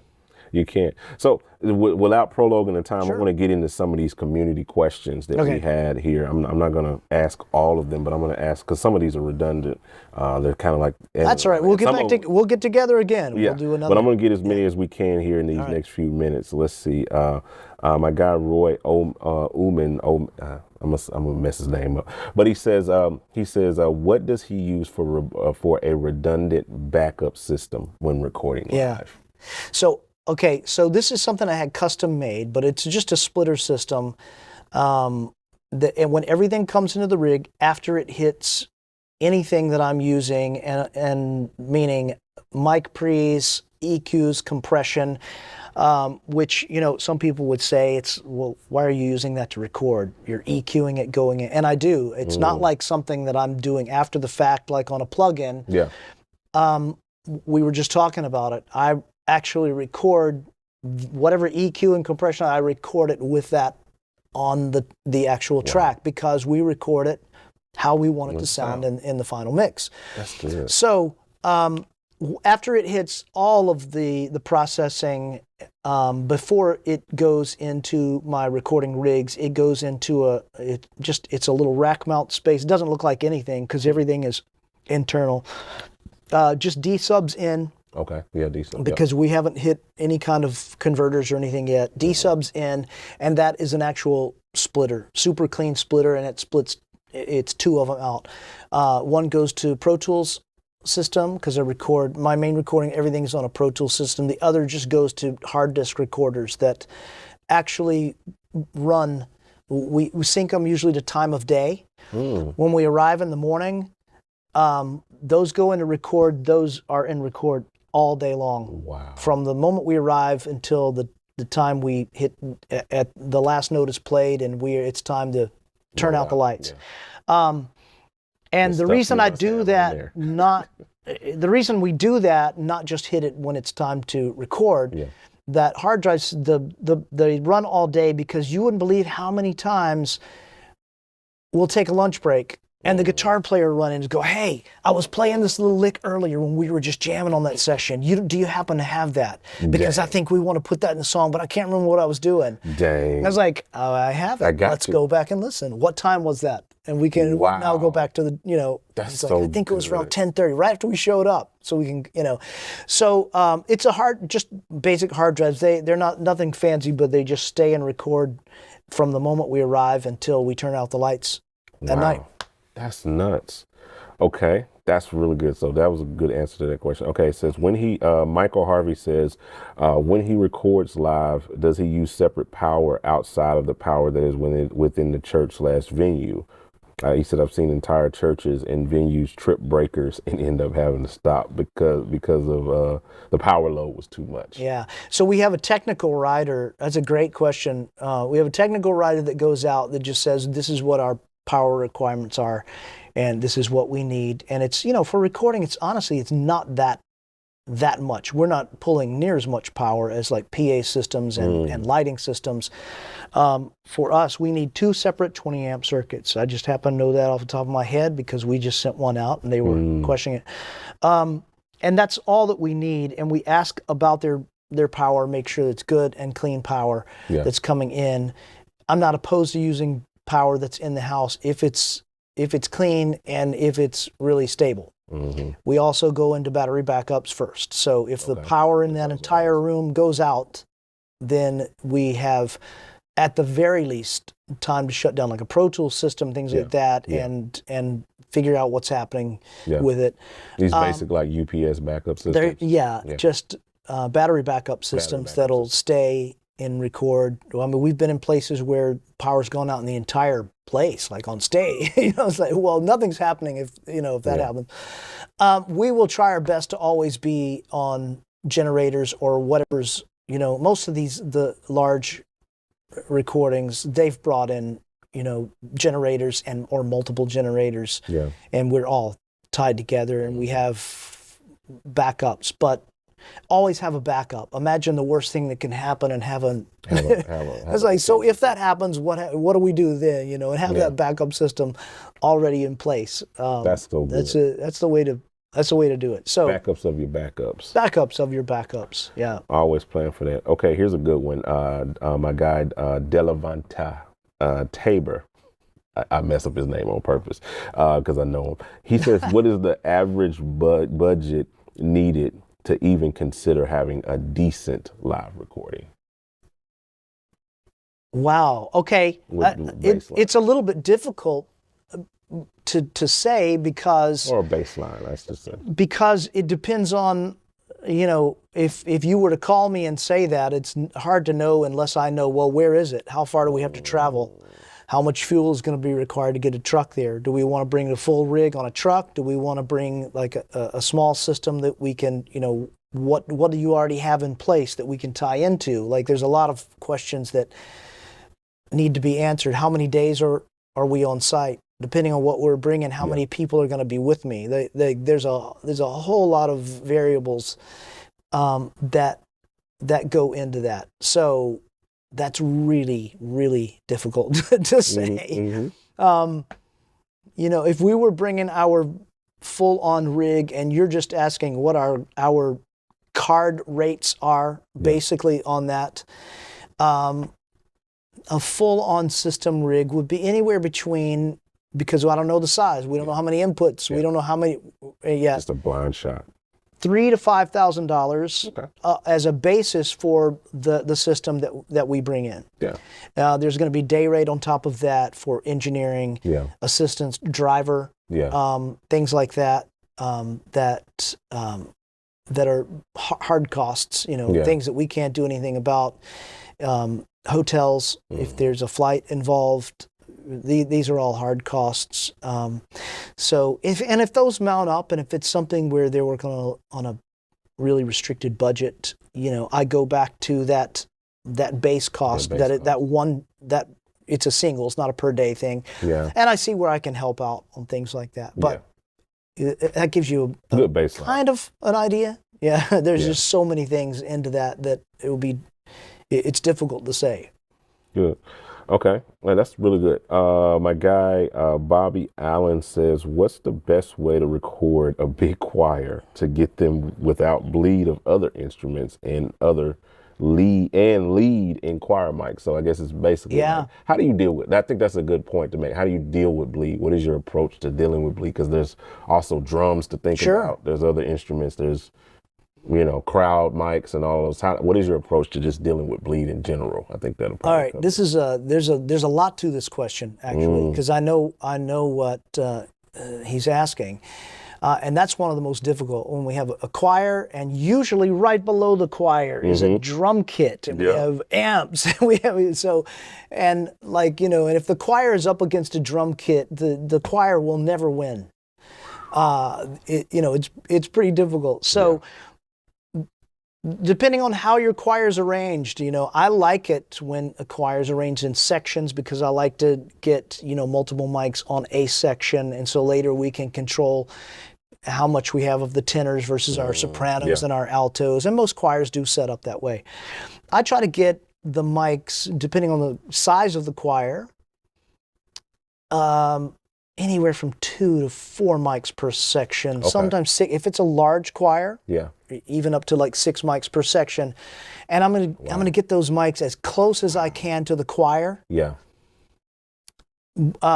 So that I get as much as I can out of the choir. And a lot of times I'm not choosing like real fancy condenser mics on that, because as fancy as they are, they also are going to be there. You think of every mic you're adding for the choir is going to be a drum mic, basically. Yeah.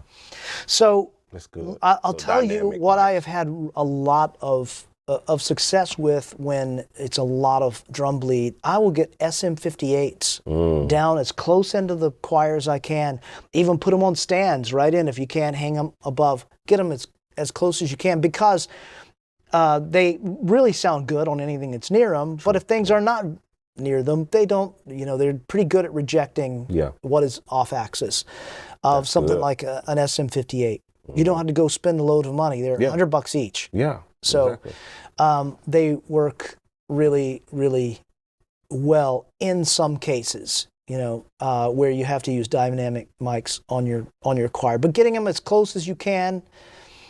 But that's another thing, depending on your choir, that you really have to be careful of phasing, because you can end up with a lot of mics really close to each other, and you have to check phasing between each mic and then that pair against the next mic to make sure that it's not canceling each other out. Yeah. If it is, you can raise those choir mics as loud as you want, and it's never going to get louder. So there's another thing that a good friend of mine, you may know Armando Fullwood.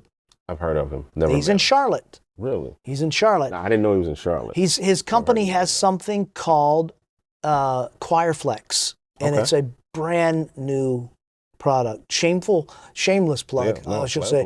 That sounds dope. It's called Choirflex, and it is a piece of technology that sits in a rack.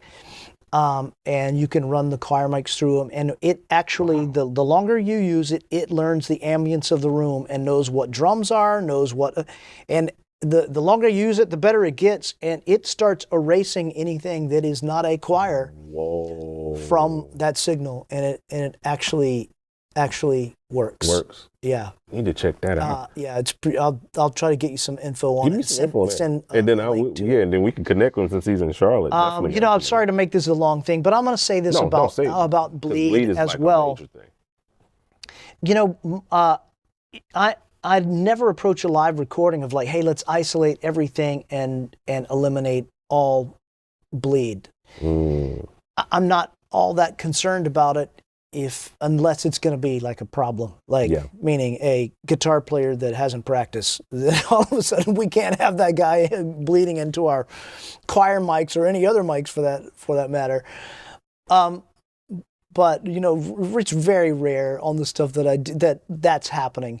So some bleed is inevitable, and I'm not afraid of it, and I am not trying to eliminate it. And because a lot of times that is part of the sound of what's happening on the stage. You know, I'm not trying to get a kick mic with no snare in it or a snare with no hat. Or okay, if you stand in front of a drum kit, you're not hearing individual drums. You're hearing one instrument, a drum kit, and it's the combination of all of it, the combination of the resonance of the kit itself in the overhead. It all becomes one sound on one instrument.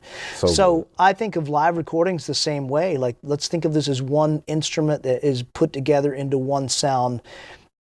Part of that sound is some of the bleed that happens in a mic that may be 20 feet away, that, you know, it gives you the illusion of space. If you know how to use it, all of a sudden you've listened to recordings, it sounds like feel like you're in the room, and it's, you know, use it to your advantage. Use it to your advantage. So I'm not necessarily trying to eliminate all forms of bleed. Okay. So that's so good. My guy Sean McLean says, what's the best volume DB solution for multi-tracking a live recording with a full band, vocals, and crowds? I guess maybe like a target. What do you do? Do you have a target DB that you're trying to stay in range? I do, and so, you know, we talked earlier, I come from analog days, and you can always tell people that come from because the goal was always like, let's get this signal as hot as we can before feedback, because, you know, it was noise floor, and we're working with you know, we want to get as hot of a signal as we can, so that, you know, the signal is hot and we have no noise. That's not the case anymore. So it's hard to get yourself off of that. Like, I want to see that thing almost hitting yellow sometimes, you know, and I had to like work myself out of that with digital recordings. So anywhere from about -18 to -10 dB is a really good area to be for your target when it comes in. And a lot of times when I get mixes to do, people send me mixes, I will either actually trim these down or like throw trims on them, and I try to get my tracks to come back to around -15 before I start mixing. So a lot of times I just record them at that space as well. So if you look at, you know, plugins or whatever you're using when it comes to mixing, some of them are looking for levels that don't exceed, you know, like -10 sometimes, and it opens up the sounds of the plugins actually. Interesting. A lot more. So that's a good question, actually. Really? That was a really good question. Yeah, really good question, because that was something I was thinking about as well. Okay, so my guy Michael Bradford says again, he says, what was the, this is a good one, I think you can tell me, and if you don't want, you can plead the fifth. You can plead the fifth on this if you need to. But he says, what was the greatest recording experience you had, and what was the worst experience you would have if you had to put them in there? Now, if you need to plead the fifth. I'm going to plead the fifth on the second one. Okay. But I'm glad Michael asked this, and I get this all the time, and I always, I can tell you the best and one easily, but because I get this question a lot, it's not going to be what you're wanting to hear, but I'm going to tell you anyway. My mentality is the greatest, most important recording is the whatever you're working on. I know what Michael was wanting to hear me say, but and it's not a trick thing. I'm not just trying to say, but it has to be like whatever you're currently working on. Whatever you've done in the past, whatever I did yesterday or years prior, it does not matter. That's the only thing that matters right now is this. This has to be the most fresh sounding. It has to sound unique. And I have to approach this like this is the most important thing that I have ever done. And I keep myself saying to stay in the mentality of like, this is how important this one is. And it doesn't matter who it is or where it is. Yeah. This is the most important thing. We have to treat it like it is. And that, you know, you'll end up with something that sounds unique, something that is sounding fresh, and not just, you know, sounding like something else. Yeah. I know that's not what he was wanting to hear. I could tell you a bunch of them that I, you know, that you really like, lots of fun on, but really, I really do. I try to keep that in the front of my brain. Like the best is what I'm working on right this second. Okay, the last one is really not a question. It's actually a statement, and it's from someone you know. It's from Shelton Morgan. Oh, Shelton. And Shelton says, "No questions. Danny is great. Tell him I said hello." Oh man, hi Shelton. Oh my gosh, that's and I haven't seen him in a little while. I need to see Shelton. I need to. He's great as well. So man, are you kidding? I think he's the one that like I should be saying that. Gosh, Shelton is great. Shelton is amazing. I've been trying to connect with him. It's funny. We was talking like some months back, and it's like, oh yeah, man. I went to school in Nashville, area Murfreesboro, MTSU. I was like, from Tennessee, man. I'm right up the road. Grew up in Jackson. He's like, really? And then I moved out to Charlotte. He just moved to Atlanta, and then we're talking, and I'm like, he's like, I'm like, yes. He's like, so where are you at? I was like, I'm in Charlotte. He's like, oh, I just left there. How long have you been in Charlotte? He's like, I've been in Charlotte. I was in Charlotte for 13 years. I was like, you just left? I've been there for 7 years, almost 7 years, and you're following him around. You didn't even know following him around. I was like, and we literally keep missing each other by that much in terms of like a natural connection. But definitely going to get him in. But I appreciate your time. Oh man, I know the community appreciates the information, and we're going to do this again and again and again and again. Yeah, let's do it. And really get into doing some of the getting into the details in the process and showing it, because we can talk about it, and some people they gain knowledge from just listening to people talk about it, but some people are hands-on kinesthetic. They very much. See it. It makes a lot of sense when you see it happening and and hear it as you see it, and then like it makes the connection. Yeah. And so I definitely want to do that. We were talking about some stuff off camera that we're going to try to put together. So I'm excited from what we're going to develop from this. But ladies and gentlemen, boys and girls, Danny Duncan, we got a chance to hang out with him, and I'm so excited. I'm so much grateful that he allowed us into his space, and we got some other stuff that's going to be that we're going to get from him, and we're going to do that. But man, tell them those who just want to connect with you, let them know how to connect with you. My Instagram is The Real Danny Duncan. I think on Facebook it's just Danny Duncan, but at The Real Danny Duncan on Instagram. It's not near as pretentious as it sounds. If we get tense on the next one, I'll tell you why. It's the real Danny Duncan. It's actually a pretty funny story. And for emailing, if there's things with Vanguard Recording, that's my live recording company, Danny@vanguardrecording.com is the email address, or Danny@DannyDuncan.com for general email. Love it, man. Well, thank you guys for hanging out with us. Feel free to check out any of the other stuff that we've got. We got some more stuff coming up with Danny. I'm really excited to show you guys. It may already be out depending on when you're watching it. So if it is, go check that stuff out. We'll talk to you guys on the next one. Out. Thanks, everybody. I'll let you boy. Bye-bye.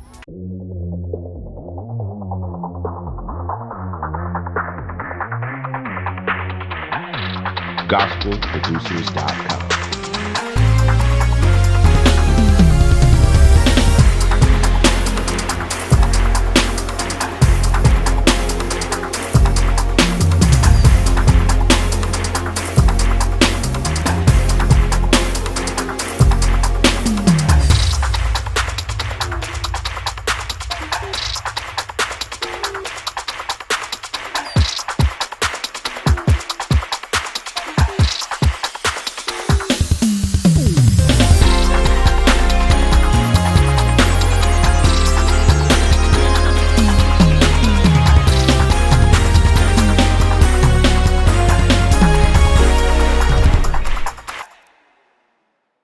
every time I watch that video, I get emotional, man, because there was a point where. Did you already know you was gonna play that, or were you just all flowing? Nah, it was all fun. Wow. But did you know he was gonna do that? No. So this was all spontaneous. Y'all didn't talk about this. All spontaneous. Well, Pastor was wanting me to solo. He wants you to go in. Yeah, I'm not finna solo on these drums. Why not? Cause I'm. Now, what was he telling you right there? He was this action. I used to get fussed at over the microphone in front of people for incorporating anything digital to my setup. And over the microphone, it would be jokes made about, and I'm talking about at convocations, at crusades in front of big audiences. Like, yeah, man, you gotta lose that digital stuff. See, ain't nothing like that analog. And then I'll launch a track, go into the groove, and then he'll speed the song up just to say, I don't want my track. no loop. Yeah, just to say like it was something wrong with my track. You got there, and you've integrated now into the culture of Deeper. Yeah. And you've already shared about how it's changed your whole perspective on family. Mm-hmm. And I'm sure you've been able to heal a lot of those hurts over these last few years, just kind of doing, I mean, of course, you've been traveling everywhere with him. But there's this one clip that has been, I think it's one of the latest ones. When you type in Warren Brown on YouTube, this one clip pops up that I think everybody's been buzzing about. I think at current it's got over 100, and then you got 100,000 views on one video, and then you got like all of the sub videos that everybody sharing. All of them got tens and tens of thousands of views as well. But I want to get your reaction to this video. This is the last thing we'll do. I want to get your reaction to this video, and I want you to talk about just that whole setup and how that flowed, and just this. So we're gonna pull this joint, and we're just gonna watch a little bit of it, and I think I got it queued up to where it should pop in at the right place. Let's see. When you see him, what you are seeing is an internal decision. Now, I want to demonstrate something because it is broader than you think. Go ahead.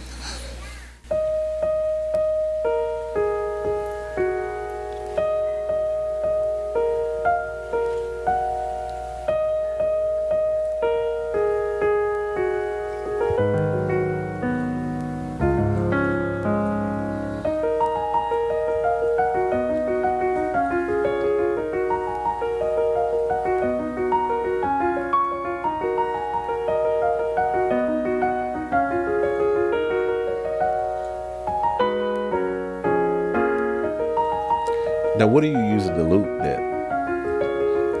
So I'm using Ableton, but the iPad is just a controller controlling Ableton.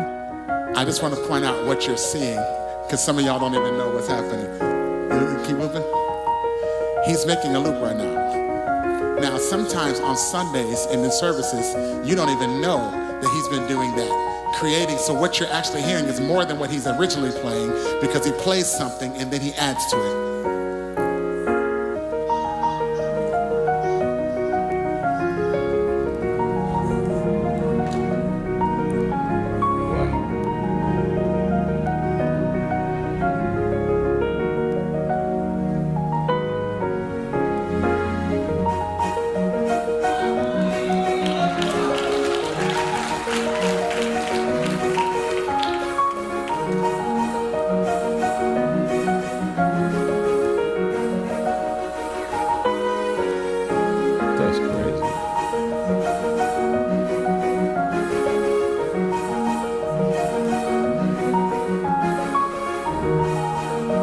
Did you already know you was gonna play that, or were you just all flowing? No, it was all fun. Wow.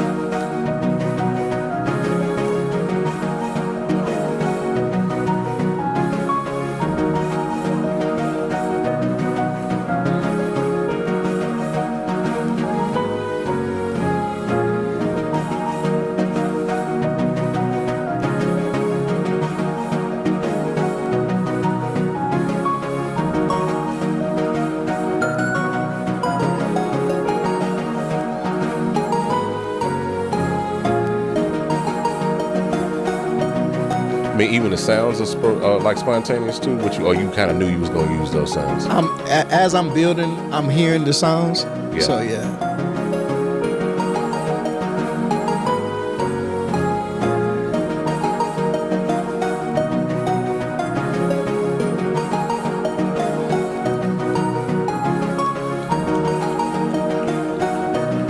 Now, what was he telling you right there? He was just asking, is it going to keep looping? Let me tell you something. He was like, is it going to keep First looping? of all, And I was like, yeah. He's one of the rarest people that does that live and in person. Most people do that where no one else can see them, but the reason why he can do that in public is because of what he did in private. But now, you think you know the extent. Can you go over there? Now, did you know he was gonna do that? So this was all spontaneous. Y'all did not talk about this. All spontaneous.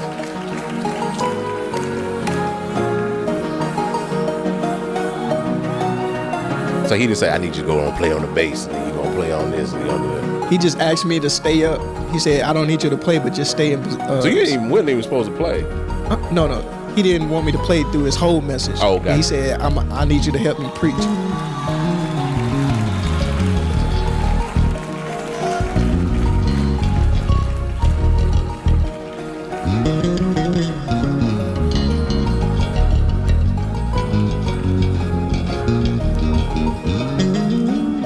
Come on, Cheese. Corey, come here. And the musicians, after it was all over, they was like, man, the bass player, he was like, bruh, thank you for not playing something complicated. Corey Harrison. Because nobody knew that he was going to call everybody out to pick up where I left off. Can you take over that part? Can you take over that part?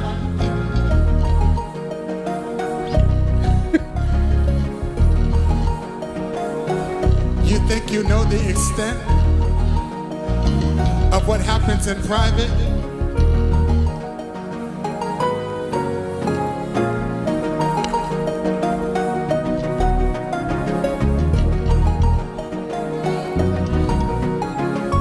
Warren, can you go over here? I mean, what are you thinking? I'm not sure what I'm thinking, man. As I'm coming to the guitar, I don't really play guitar like that, so I'm thinking like, just play the line, because I didn't know where to play power chords or where to try to play the chords. So I'm like, just play the line. Yeah, but you'll hear me kind of fumbling trying to figure it out, because I didn't know I was going to do it. Because I'm like, I didn't know he could play guitar when I saw this. And the foot pedal that I'm using, I didn't know what I was doing on the foot pedal. I just pressed something and it said lead.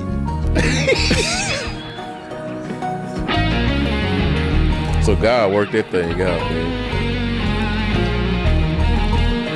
Wow. See, you can kind of see me kind of. Man, I ain't. Luke, come here.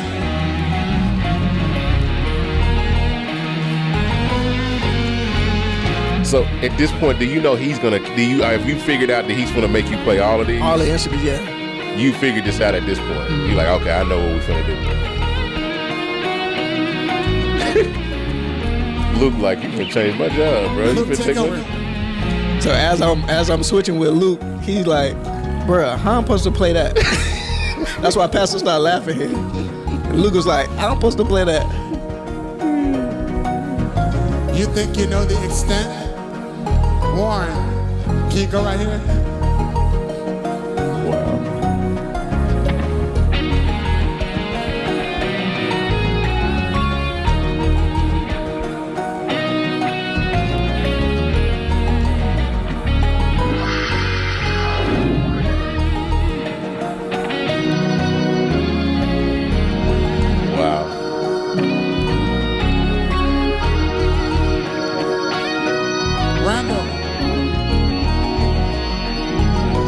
Funny story. So you'll hear him call Randall a few times.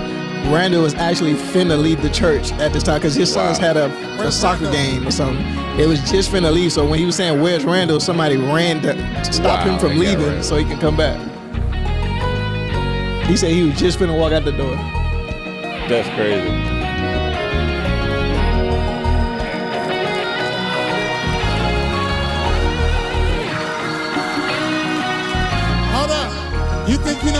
You go right here. This right here, I was nervous as heck running to them drums because I was like, I don't even know what to play. Wow. It's crazy. I was like, keep it safe, Warren. Keep it safe. I wanted to stay right here the whole time. And then Pastor looks at me like, go ahead, man, go ahead. I'm like, go ahead, do what? Yeah.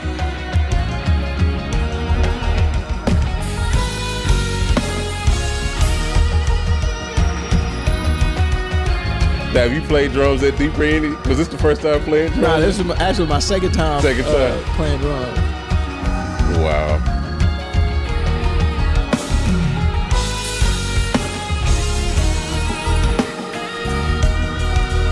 Look, Pastor was wanting me to solo. I'm yeah, like, he wants you to go in. Yeah, I'm not finna solo on these drums, man.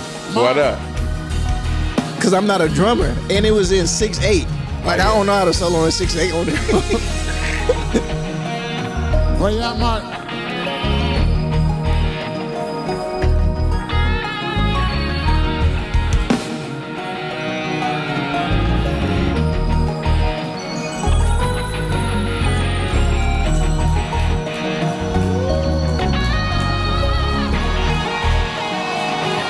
So do you think you done at this point? Yeah. I thought I was done.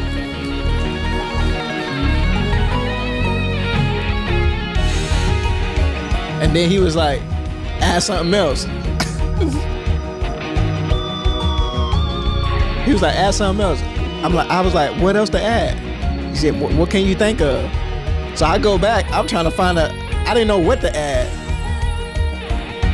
I think I started like looking for a lead sound so I can play like a lead on top of it. Because where this ends up is crazy. Because I think what he wanted me to do was do the vocoder, but he didn't tell me to do the vocoder. Okay. He just asked if I could add something else. So I started playing a lead sound.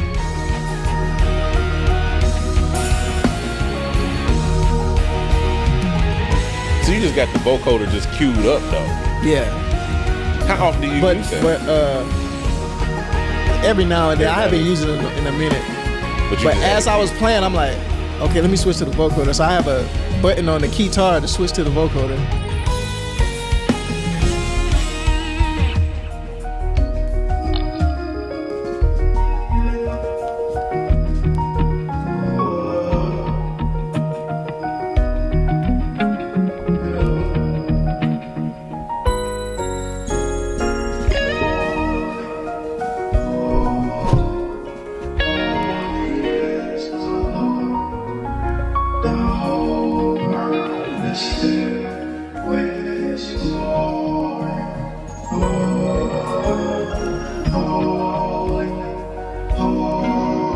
I'm excited to reveal something game-changing for us and for you as producers and musicians. I want to introduce to you Peculiar Sounds version 2. We've introduced standalone mode, allowing you to use it independently from any DAW. You can now blend up to 2 sounds to create rich and complex textures. We added in 2 brand new effects, the Lo-Fizer and the Mod Filter. The Lo-Fizer gives you instant lo-fi vibes with just a button, while the Mod Filter adds dynamic movement and flow to any sound you apply to. And we also added the innovative new MIDI browser that provides you with hundreds of chord progressions, melodies, and drum loop MIDI files that you can drag straight into your DAW. And as a bonus, V2 now includes Sounds Off the Block expansion for totally free, bringing the total to over 400 patches. So as you can see, Peculiar Sounds V2 is not just an update, it's a revolutionary new plugin. So make sure you check the website right now and you can get your hands on this game-changing plugin. You know, watching that back now after the fact, I mean, how does it feel like, and what was the response like afterwards and stuff, like expecting that all stuff?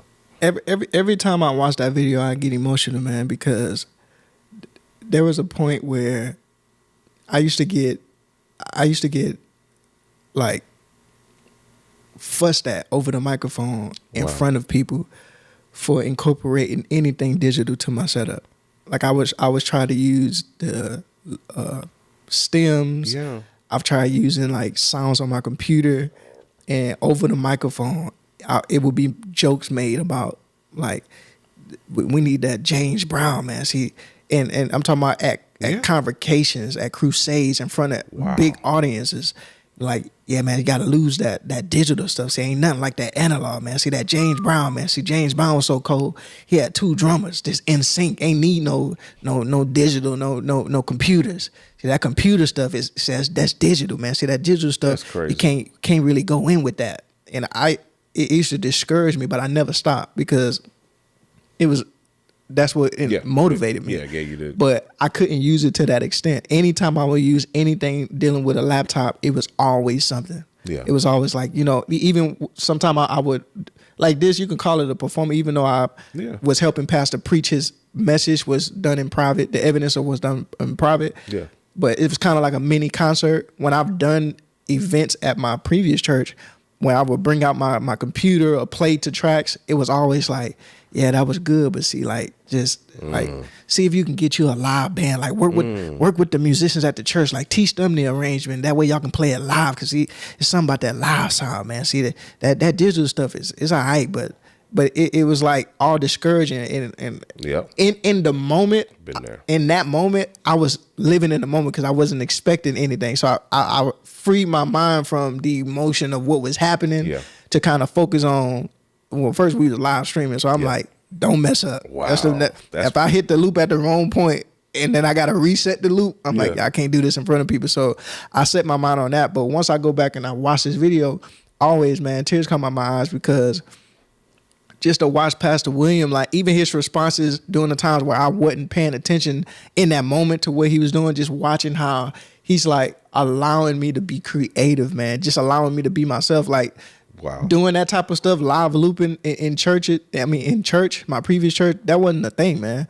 As soon as they saw my previous pastors, it was going off. He would try to change the tempo in the middle of playing just so that we ain't on the thing. I'm like tapping the tempo out, and then I'll launch a track, go into the groove, and then he'll speed the song up just to say I don't want my track. No just to say like it was something wrong with my track. The reason why we got off, but he's speeding it up just so it was just like. When I'm watching that, I'm like, man, sometimes I'm in disbelief of where God put me at, man. He really put me in a safe place, bro. I went through social media. People probably would never know it because I never went on social media ranting and raving about it.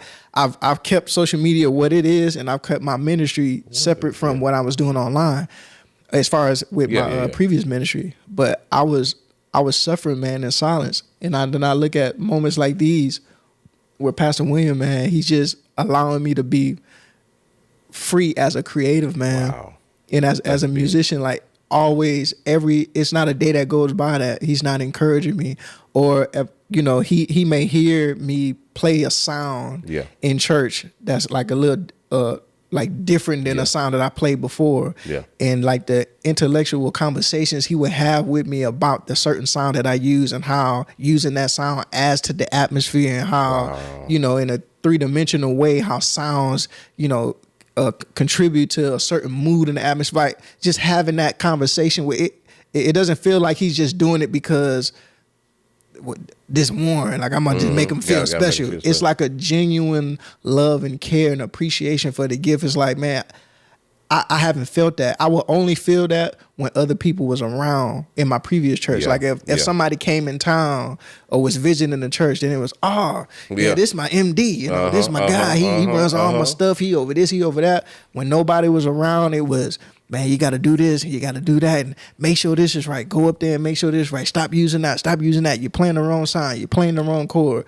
But like, this is like genuinely who Pastor is. It's not a day that goes by where he's not encouraging me. And like I said, that was just off the cut, spontaneous. Like the way Pastor knew I was doing loops is because he saw my video online. I used to post. I still do post videos of me using my rig, and I was talking about the looper. And in that moment, it was just spontaneous. He didn't set me up like, hey, this service tomorrow, I'm going to preach. I want you to use the looper. It was just in the moment, he saw it fit for me to help him preach his message of what's done in private. And that actually, where it sparked from, that previous I think that previous weekend we had went to Phoenix together. I went with him to Phoenix to and he said a little bit of it in the actual video, but I went to Phoenix with him on a ministry tip. Just he wanted me to, you know, kind of learn his flow and get used to playing behind him and whatnot. So he took me to Phoenix. And on the way to the hotel, we passed up the Phoenix Stadium, the Sun Stadium. And we was talking about that for a minute. I was asking questions. Then he said, he was like, Warren, what's your favorite? He was like, are you into sports? I was like, nah. He said, so you don't have a favorite sports team? I was like, nah. I said, I go with whoever winning at the time.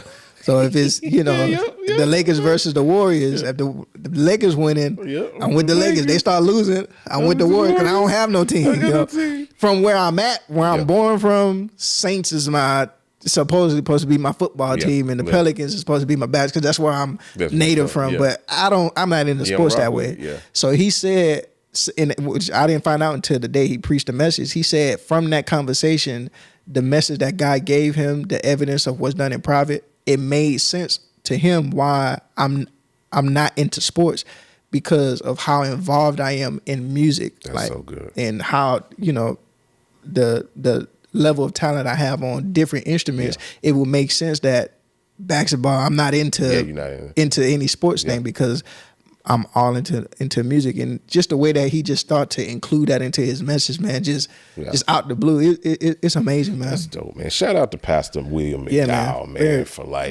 for studying and really shepherding and pastoring, you know, the people. That is huge, because you don't see that shepherds with that type of heart. Yeah, man. You know what I'm saying? Like, I think we were talking earlier with like Jamel and all of them, and he was talking when you was telling about it, he was like, because he's a creative, he understands the war that creatives go through. And that's huge when you have a pastor that can understand and can relate to you at that space and at that level, and it helps you heal those places where it wasn't accepted. You know what I mean? Like, you coming from that back. I grew up in that as well, man. Like, every time I'm like, I run a whole company where we do stems for churches literally all over the world, and I can't even run them in my own church. Like, every time I would turn it on, they would wall their eyes. Or, like you said, they would do the intentional thing of just trying to get off the track, because I'm like, yo, I can't even use it here.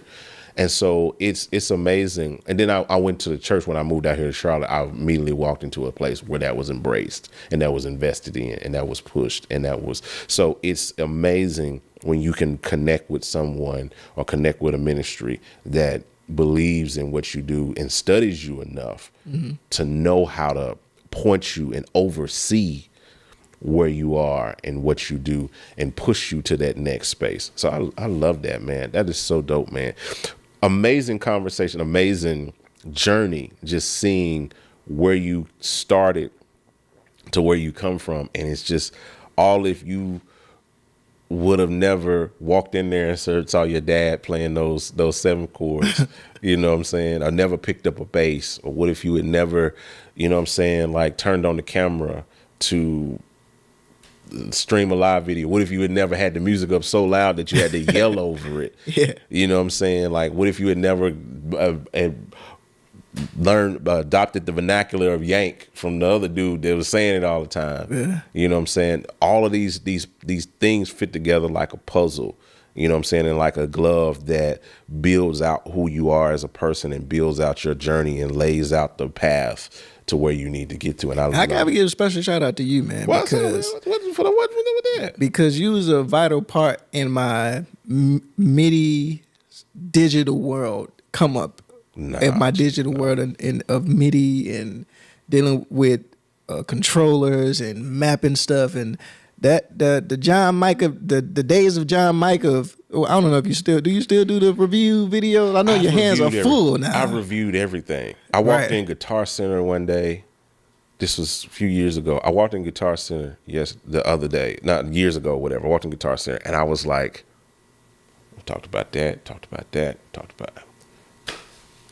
There's nothing left for me to review. Like, I've reviewed all of this stuff.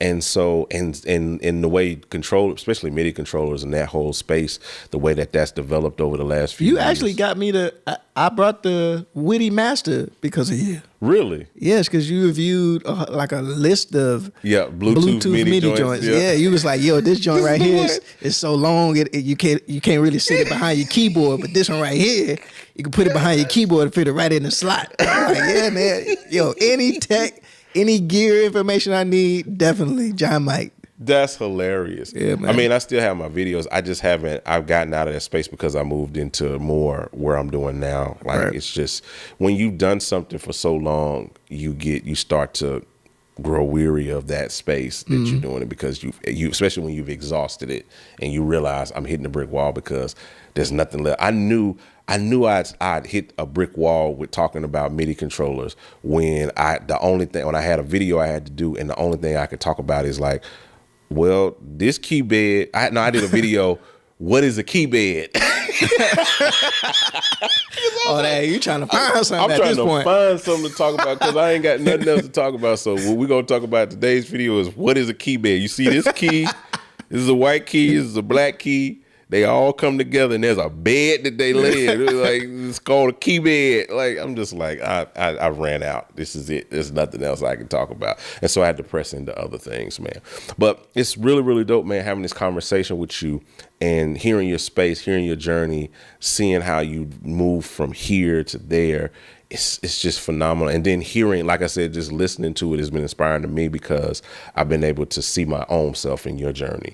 And I'm sure everybody watching has been able to see parts of themselves in your journey. I'm hoping as well that it'll translate over to, man. So, man, anything you want to add, give to the people? I mean, they got to know who you are and where to follow you at this point, but anything else you want to lead the people with? I just want to lead the people with, make sure y'all follow this guy over here across from me, Mr. John Mike, and make sure y'all get his plugins. I know we didn't get a chance to talk about it in this video, but bro, your plugins are masterful. I remember, I think it was either, it's Peculiar. My first time using Peculiar, and I was in Mississippi. I'm listening to these sounds, and I'm like, what the heck is happening in my ears? It sounds traveling from over here all the way over here. I'm talking about out the box. Like, you don't have to add nothing to it. And I know you have like the racks in there where you can tweak it how you want to, but out the box, these joints are smacking, man. Like, to the point it make you want to produce something. I think it was Peculiar Sounds, or it was when you released Juice. Yeah. The day afterwards. Like, I think on the video when I was reviewing it, I had this idea come to me, and I was like, yo, I got to get off this video, because I had to finish the idea, and then the day later, I sent you the idea that I was working on. It's like, it inspires you to want to create, bro. Yeah. Congratulations on that, man. Y'all make sure y'all go check out my brother's software, his plugins and stuff like that, man. I know you got some new stuff you're working on as well. We always working. Man. We always working, and God is good, man. Today, I want to introduce to you Loop Elements Pro. This represents a very innovative new way of using loops. And guess what? It's standalone, not only as a plugin, but it's also standalone outside of the DAW, which means you can now use loop elements in your live performance. This isn't just a plugin. It's the ultimate tool for creatives and producers. Whether you're layering loops, creating click track, creating beats, building arrangements, soundscapes, Loop Elements Pro gives you the power to create without limits. Loop Elements Pro is now available. Go get it now. Sound pack with gospel producers. But I don't got my own sound. I don't either, bro. I've been asking too. Hey, look, matter of fact, this is my first time behind the camera. I'm like, man, you live up the street. You talk about the real goal right here. You live at the. I can't even get on the couch. He got my phone number. You live in the city. You live an hour and a half away. I know, John would never call me. I've been calling you, Kenny. I've been calling you. You said I must suck. I ain't good. I ain't that good. If John don't think I'm good, bro. No. Oh, John, I call everybody but me. No, I'm gonna tell you what it is. It's people like you is almost like unapproachable. Nah. That's how people see it. Nah, he got my phone number. I call him to pray for his kids. I call him to pray for the fans. We talk about everything else. He said, "No, I ain't gonna take that." No, I was trying. You tried. He said, "Look, I've been trying to catch Kenny. Man, I made a couple records. I've been trying to He catch made a Kenny. couple records, bro. You done some made a records. couple That's what we're dollars gonna out talk here. about. That's what we're gonna talk about. We just gonna jump into it. Welcome to the Hangout podcast, ladies and gentlemen, boys and girls. If you enjoyed that banter on the front end, I think you're gonna enjoy the rest of this episode because I got two people here, two of my big bros for real that have been big bros to me for quite a long time. I got none other than, we're going to esteem the Bishop first since he said I don't acknowledge him. We're going to esteem Bishop. Don't try to make up for Kenneth. I'm gonna give you a Lamar. That's your middle name for this. Lamar Leonard. Yeah, we're gonna get you there. I'll take it. And then we got the Right Reverend Jamel Kimbrough, Mr. Administrative Kim. assistant to the bishop. Yeah, the armor bearer. That's how I go. Yeah, armor bearer. Like Y'all wildin'. Yeah. Welcome, Mel. So these two gentlemen, of course, represent. I wanted to have both of them on here at the Hangout because both of you guys represent. Man, super amazing spectrums in the gospel industry. I mean, you're talking about Todd Delaney, Tasha Cobbs. I mean, all of these 5 Grammy nominations. You got Grammy nominations. You got 3 nominations, 3 nominations. I don't even know how. Y'all probably got a closet full of Stellars. I'm pretty sure at this time. I don't have any. You don't have no Stellars? I don't either. So really, here's what's interesting about the Stellars, which I think is cool. They don't normally do like the Grammys will do a Grammy for album of the year, right? And the Stellars just isn't set up like that. Right, they're not That's set true. up that way. Like for engineers. And Yeah. We had a pod where we talked about that on how engineers don't have a category. You know, like you said, musicians, all of that stuff like that don't really have a category. You know, you got to get it by de facto. Yeah. The album won, the album got nominated, so you can claim that, you know, because you were a part of the production, a part of the, you know, the whole situation. But not technically, so the award won't come back in our names. Wow, Right. that's I true. mean, there's It doesn't even come back. no. Yeah, and then don't you have to pay for it too? Well, no. I think what normally will happen at best is you get the certificate. And you do have to pay for that. That's what I'm saying. You have to pay for the certificate, and you have to pay if you get the actual trophy. You have to pay for the trophy as well, right? I've not I don't know seen because it. I don't have. Well, you I said don't know. I don't even know if what you I've have an heard. opportunity to buy. That's just what I heard. Now that's hearsay. Y'all take that with a grain of salt. But I've heard that you have to buy. But even you say you have to buy the certificate still. Yeah, well, so how it was explained to me is like the record company will basically, depending on the company, they'll get it. But if you're an independent get it for artist, you. If you're an independent artist, you got to pay for it. So it's like, come pay us for this award that you won. Yeah. That's kind of crazy. Pretty when much. you think about it. But I get it. That's how the Recording Academy is an amazing institution. I definitely don't want to make light or take away from it. No, we're not getting in trouble. Recording Academy, we love you.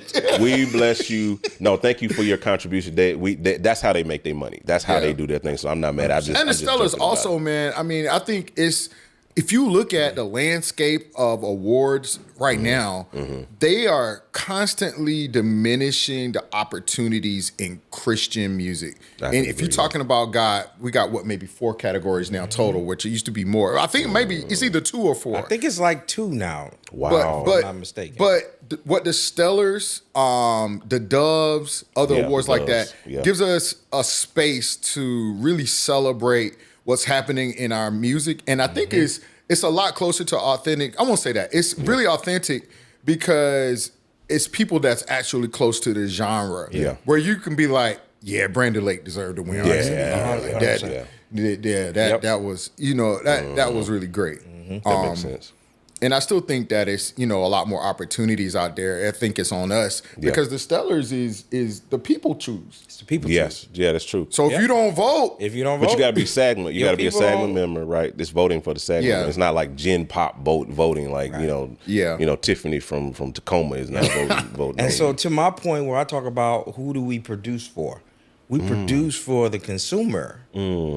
Because it's for them. It's not for us. Yeah. You know what I'm saying? That's crazy. This is why he wins so much, because he creates music for the people, not for us. I guarantee you ain't making no music for me to say, Kenny, you killed that. Yeah, I was about to say, explain what you mean by us, because you're absolutely right.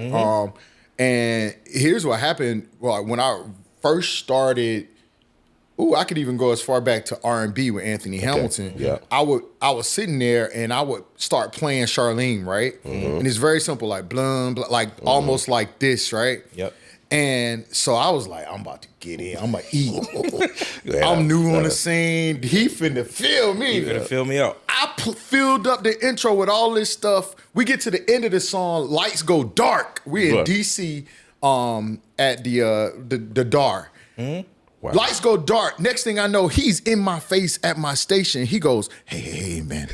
Get out the way. Don't do all that. Like, it throw me off when you do all that. So I'm having I don't know if y'all know Wizard, who's a super music director and producer down in Atlanta. Okay. OG, I'm on the Tom Joyner cruise, and he goes, hey, man. He was like, I was telling him, I'm frustrated, man. I wanna do all this stuff, man. And he said, hey, man, listen, them people out there, he was MDing for New Edition, so Candy Girl, all that. He said, I get tired of dun dun dun dun dun dun dun. He said, but them people out there, they don't understand none of all of that stuff we talking about. 100%. He said they come to hear the music. You'll sing the song and they'll be like, man, that was cool, but I didn't hear my song. That's right. Yeah. That's right. And so it changed my perspective on the big picture, right? That's so like good, bro. everything is important and everything needs to communicate. Like we're talking a language here. It is, bro. We're talking music is a language. That's the reason why That's so true, bro. when John do this crazy arrangement, musicians understand the language in that home like, oh, Yeah. Yes. Yeah. but other people don't understand that language. Yeah. So we gotta communicate to them in such a way where they like, ooh. Yeah, we're speaking right. a form. It's a language because I heard somebody say it years ago. Music, because a language can be written, it can be spoken. You know what I mean? Those are the categories of a language. So music can be written or felt. Music is written. We write music. Right. We write music. We notate music. We read, written, and spoken. Those are the three categories of a language. Music can be notated. We notate it and we read it. We write it and we speak it by singing. So music is literally a verified language. Yeah. And like you said, but just like any other language, there's a key. You have to know what the dialect is. You got to know how to speak it. That's right. And like you said, to y'all's point, like I don't know how to speak Spanish. I don't know how to speak Spanish. And if they come to me speaking Spanish, I don't know how to respond to that. Right. Wow. I'm just looking at you. Yeah. You know, but if you come speak English to me, I can respond to you. Right. And so that's what my objective is. And when I do music, I want the people to respond. Yeah. And if I communicate in a way that they can interpret it, they're going to good. respond to that. Here's one of the things that I think you've been a master at and been able to do is make it simple enough that everybody can respond, but also complex enough that as a musician and singers, we're gonna enjoy doing it. Yes. And not y'all walk the line really well, bro. You do the same thing, brother.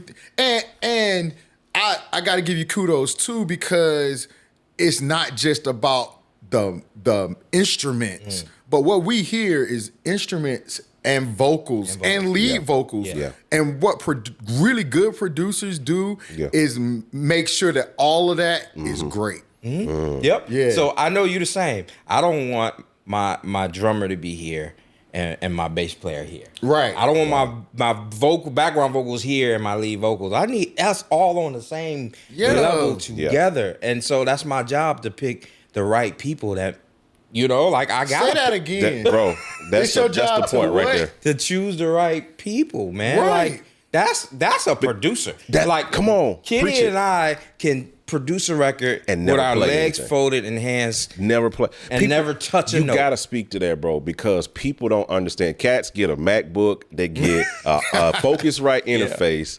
Shout out to Focusrite. They get a Focusrite interface, I got 'em. and they get a AT2020 mic. I'm a producer. I'm a producer. They done changed their bio. They got bro, their on backpack. Backpack. They got backpack. that's the starter I kit. came in here with mine because I don't. That's I the got mine starter too. I want to kit. make sure y'all know. But my position has always been this. My position is always this. Producers have budgets. I mean, you can have the MacBook and the Focusrite and the AT2020, but do you have a budget?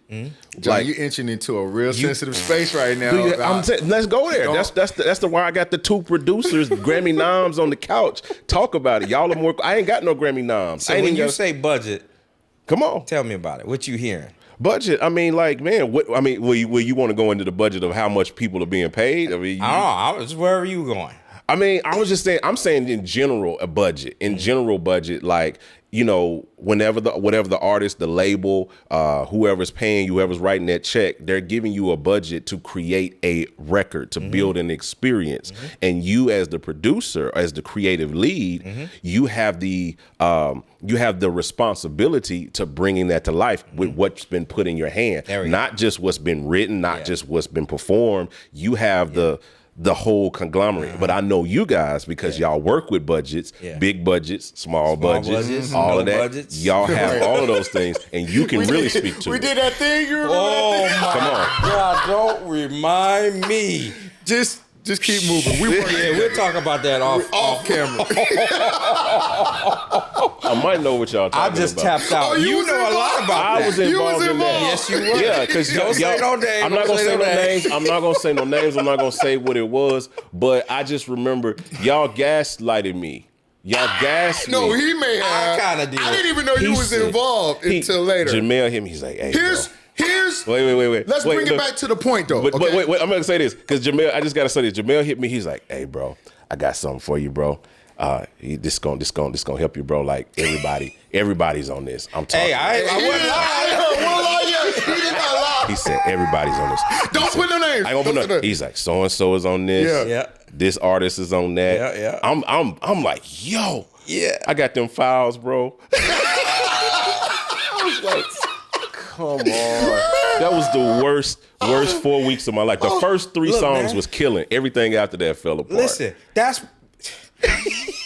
But to your point, that good producers know how to get like wine out of water, right? Yeah. Good producers can blood out of a turnip. Yes. Right. You know, like I come from when I say engineering, like I studied computer engineering and industrial engineering in college. So there's like when you program, they garbage in, garbage out. But when certain producers can get garbage in, and what comes out is beautiful. Yeah. And when we got that project back, and you go watch it on YouTube, and the audio is amazing. Yeah. And honestly, it probably shouldn't have been. Right. And so kudos to you. Kudos to you for making it happen. Yes. Kudos to Jamel for like a good producer is like, I need to call this guy. Yes. He figured it out. He can make it can't happen. do it. Yeah. That's why I would say this, like, which camera I'm looking in? Any of them. Get out your feelings. Most of this stuff has nothing to do with your ability, your skill set. Sometimes that guy got called because he lived in Detroit, and that was what was going to keep the budget under budget. Oh Lord. He's great and you're great. Yep. So it's not always a matter of, because we tend to covet.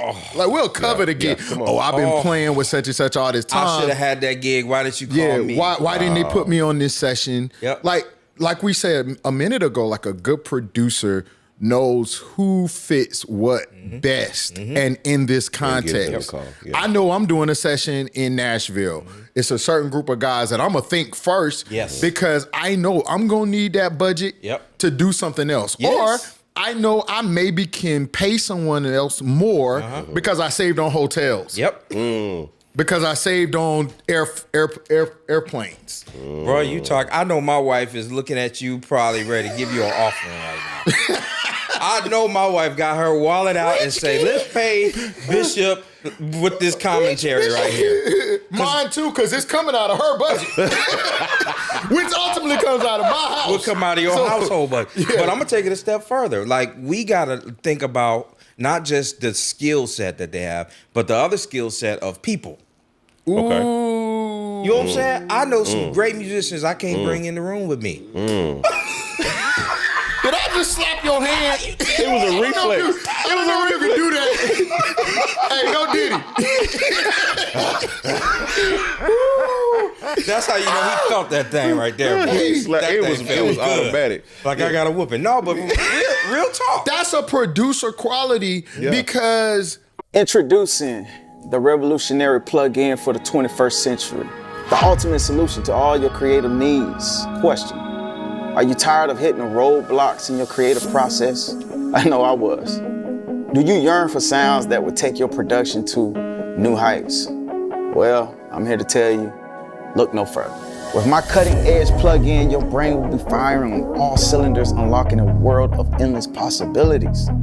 Imagine effortlessly finding drum patterns with the perfect melodies, effortlessly creating live arrangements that leave a lasting impression on your audience. And let's not forget about this heartfelt chords that tug at the heartstring. This plugin is not just any ordinary tool. It's a game changer that will revolutionize your music production experience. With this intuitive interface and powerful features, it's like having a personal assistant dedicated to taking your music to the next level. Yeah, new heights. So I ask you today, are you ready to unlock your full creative potential? I know I am. So I say don't settle for anything less than extraordinary. Get your hands on this plugin. It's the future, and watch your music soar to the new heights. The possibilities are limitless. I give you the world of Juice by D-Lo.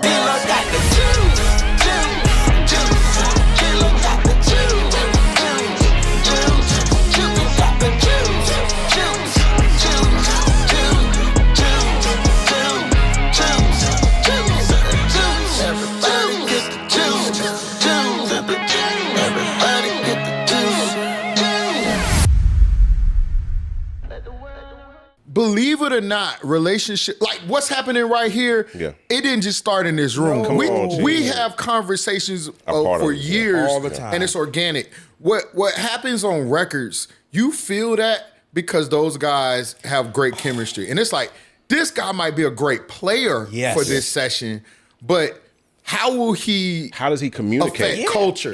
Culture. Wow. How does he affect the culture of this record? Because we in the red for an hour, but we hear 10 hours. And that record's gonna speak forever. It's gonna speak forever.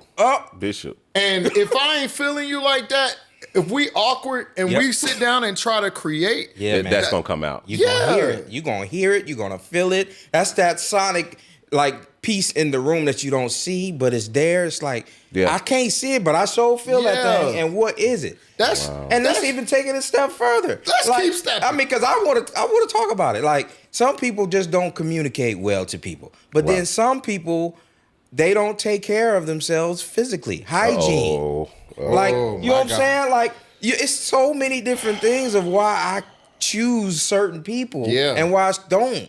Because you don't know how to watch your mouth. You want to challenge everything that somebody say, and you just a guitar player. Right.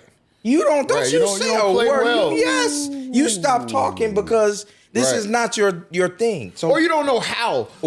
You may have some very valid, incredible, and valuable information, but you don't need to go straight to the artist. If they don't know you, especially. Thank you. And you don't need to go around the MD. You don't need to go around a producer. Nope. No etiquette. It's like, read the room. Read the room. I was in the room. I got my understudy. He plays bass. I told him, I said, I was working on a Timeless song. I said, hey, bro, I'm working Timeless. You can be in the studio. Come with me. He's like, you sure? I didn't have to tell him. I didn't coach him anything. This was coached before. He sat in that corner, didn't say a word. Tamla had to go to him and say, hey, son, who are you? What's your name? Because there is a value that can't even be. You can't even put value on access. That's right. If somebody gives you access, you gotta protect that like nobody's business. Man, that's worth more than anything, bro. You just because you had access to the room, you gotta be able to absorb everything that's happening in the room and stay in your lane. We was just talking about somebody, and you said I can't give them that credit.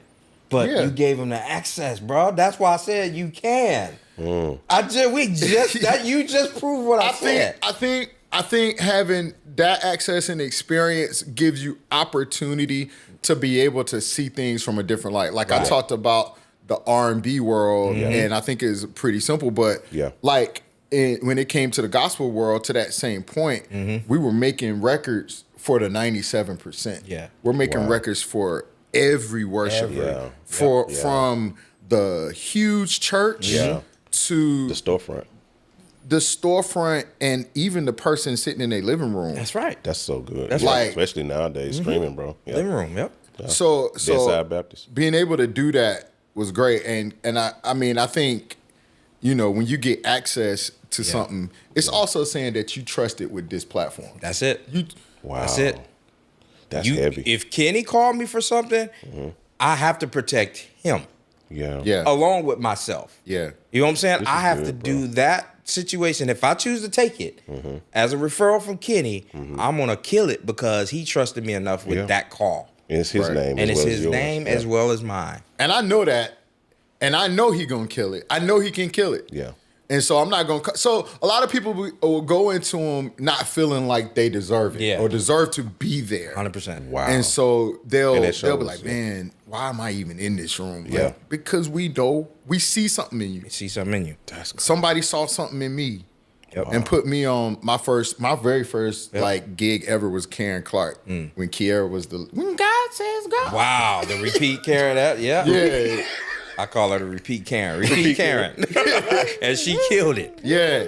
So, but I'm like, man, I'm just like, I haven't been playing that long. Yeah. Ivan Powell, God rest his soul, with the great, man, we was just one talking of the about greatest to ever We were just talking about him yesterday. grace an instrument, called me and put me on a Karen Clark gig, and I'm like, man, I gotta show up. Yeah.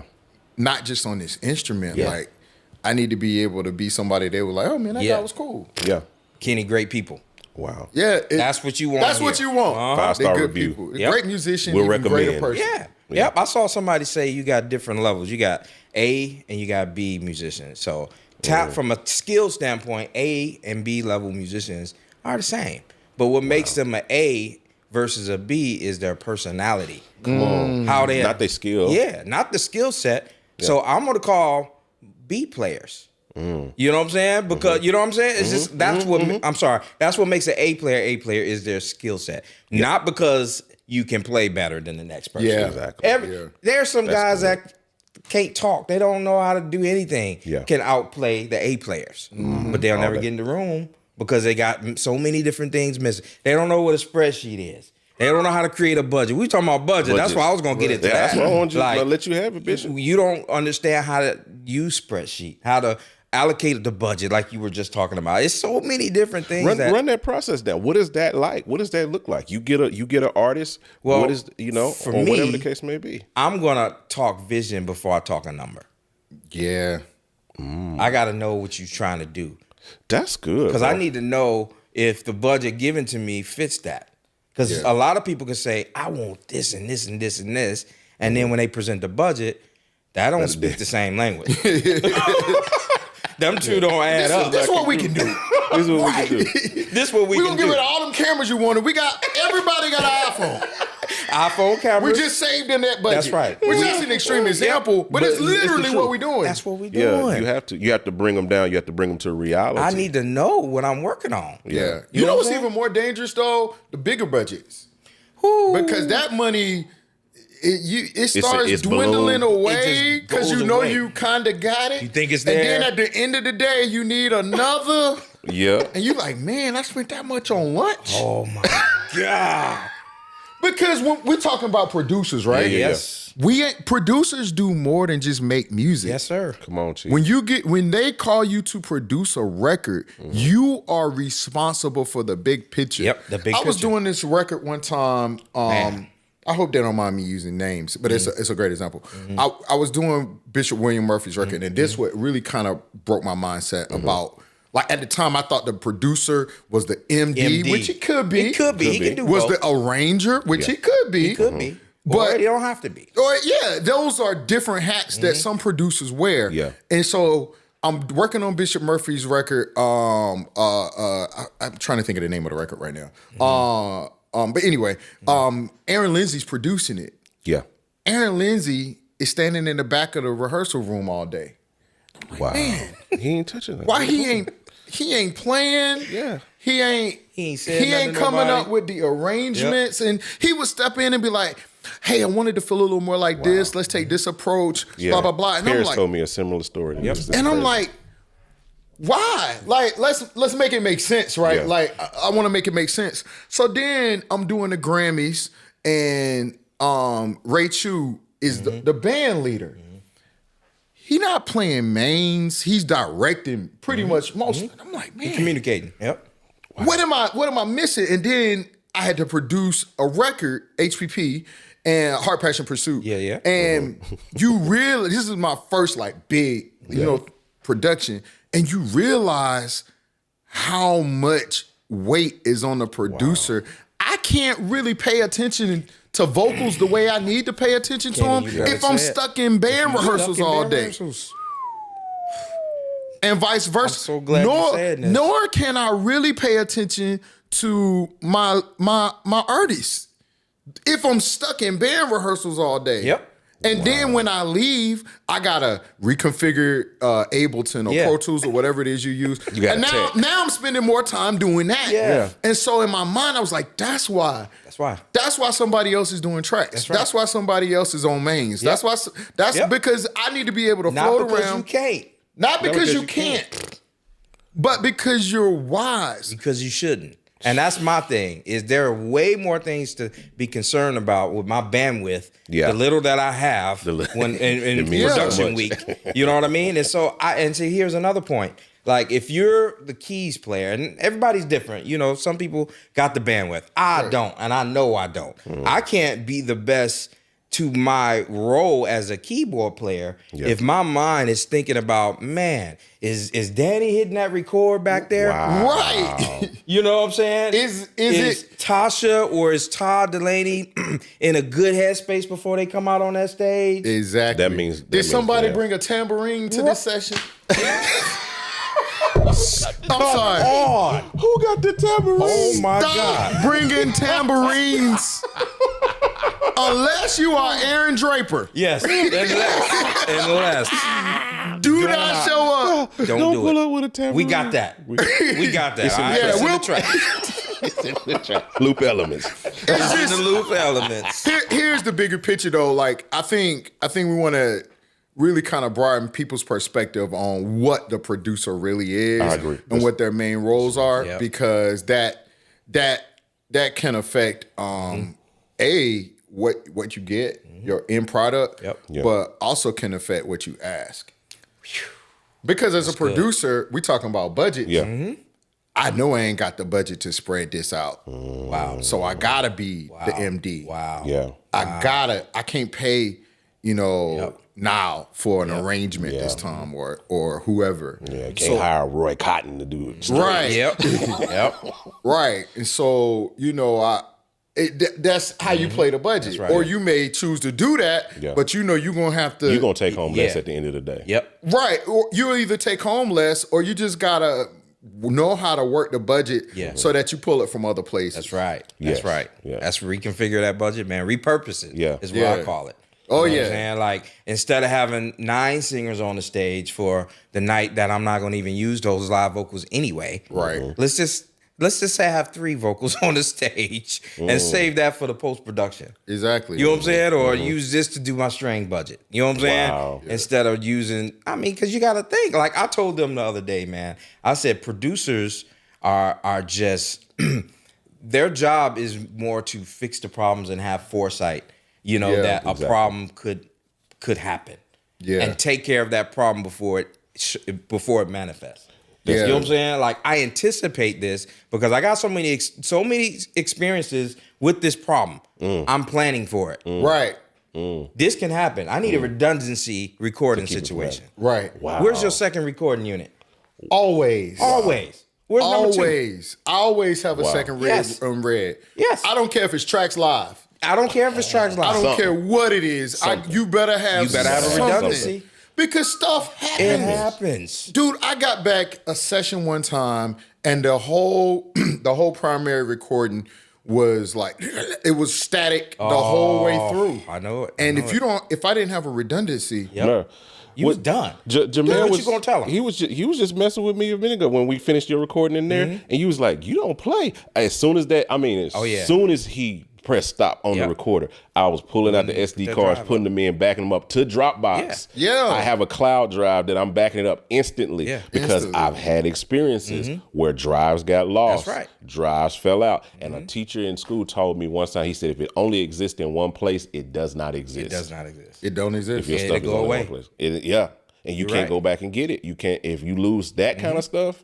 Oh, you more than fired. You're done, bro. You're That's done. it. That's your career. I told a friend of ours, Ron Hill, I did a project for him, and he was at the session rehearsal, and I was tracking. He's like, "What you doing?" I said, "Man, I got the record." Right. I said, if don't nobody come here tomorrow, I got the record because I just recorded it. Yeah, you because I cut it in got pre. to. You got to be proactive. Oh, I'm thinking about pre. Most people think about post. Nah. Jamel's Forget post. cool there, bro. Forget post. Go home. Because I'm going home. I'm not finna stick around for a whole nother hour on post. The record's already done. Yeah. I think for me, doing pre-production helps me speed up post too. 100%. Because I still want to capture, if we're doing a live session, I want to capture what's happening live. And then, I work with a lot of like worship artists who might get a song of the Lord in the spot. And so you want to comp that. But I do think that it's a huge win when you show up to the session, all your aux done, all your vocal overdubs, or at least the main parts the main are done. song is done. And not only do I think it helps us feel a little bit more at ease, but now the audience is really getting a true experience. So they're gonna respond. Cause them vocals are bam. They understand. Respond because I don't see no horns, but I hear them. I hear them suckers. They sound great. They sound great. Wow. Bishop Hezekiah Walker, I did a song with him. He's like, so I don't see the singers up there singing it. I said, what are we doing? I said, that I did them in pre already. Yeah. He's like, what do you mean by pre? I said, well, you do choirs. You know what I'm saying? That's a little different. That's a little different. This world, you know. But I said I pre-recorded those vocals, and they're just giving you aesthetics right now. You know, he said, "Oh my God, that's incredible." I said, "But not always for the choir. Most choirs, you ain't running no vocal stems. No. They singing that song. You could, but most of them ain't. No, you're singing that. You know what I mean? So speak to your pre-production process, and both of you. I want to hear those perspectives on how much is pre.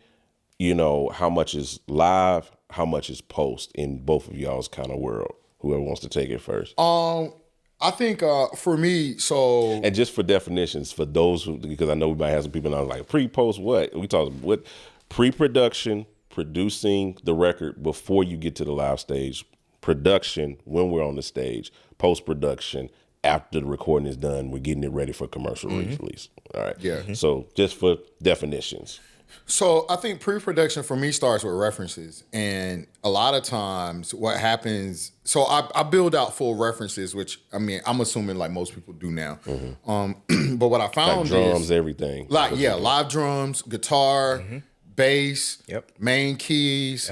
And also I'll do. And this is when you get the reference. Yeah, this is the reference. Like many times we'll get a song that's just voice note. Right. No click. Right. You got to chop it up and put it on. People don't understand that. You got to do all of that. But what it does is it gives the artist and everybody involved with the performance part opportunity to know what we're listening to, what we're going to create.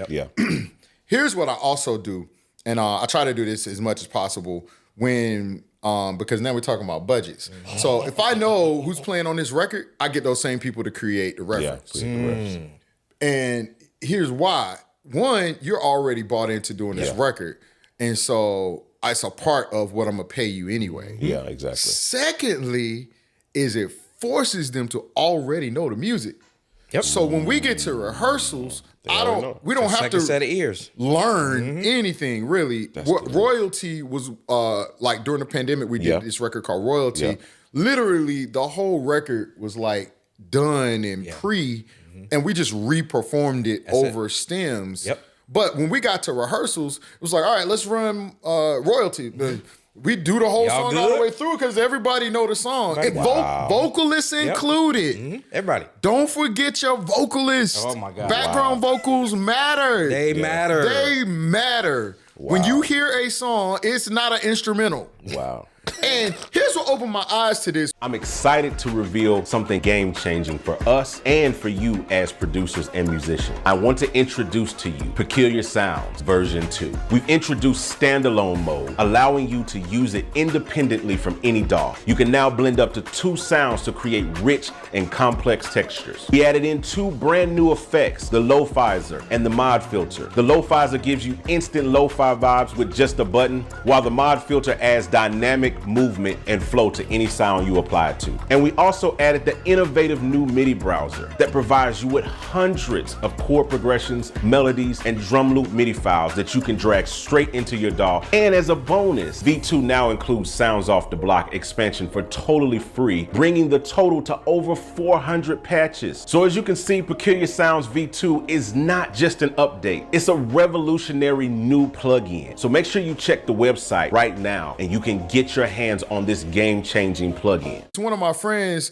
they was talking to me, they was like, yeah, like the words this and the lyrics that, and I'm like, yeah, but you didn't hear that lick. No, never even heard it. See what I mean? Never heard it. So we thinking everybody's loving just the music mix. part. Like, no, it's everything. It's everything. Man. So my pre-production process is pretty much that. I want to get as many of the people that will be involved in the entire process involved. Yep. And I also want to make it do as much of it as possible so that it's a lot smoother when we get to rehearsals, when we get to, by the time we actually performed it, you had to learn the song, you done had to record the song once, we had to come in rehearsal for at least a week and rehearse stuff you already knew.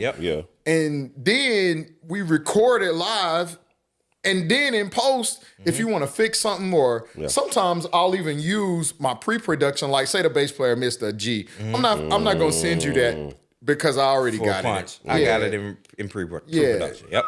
And I don't have to wait a day or two or whatever your schedule permits for you to get it back to me. Yeah. I just do it. I just take it from pre-production and if it fits. Wow. Of course, but most of the time it's not hard. Man, that's huge. I love that because that's exactly what I do. And I'll even say my pre-production starts at that vision conversation. Like, what do you want? What are you trying to say? Yeah.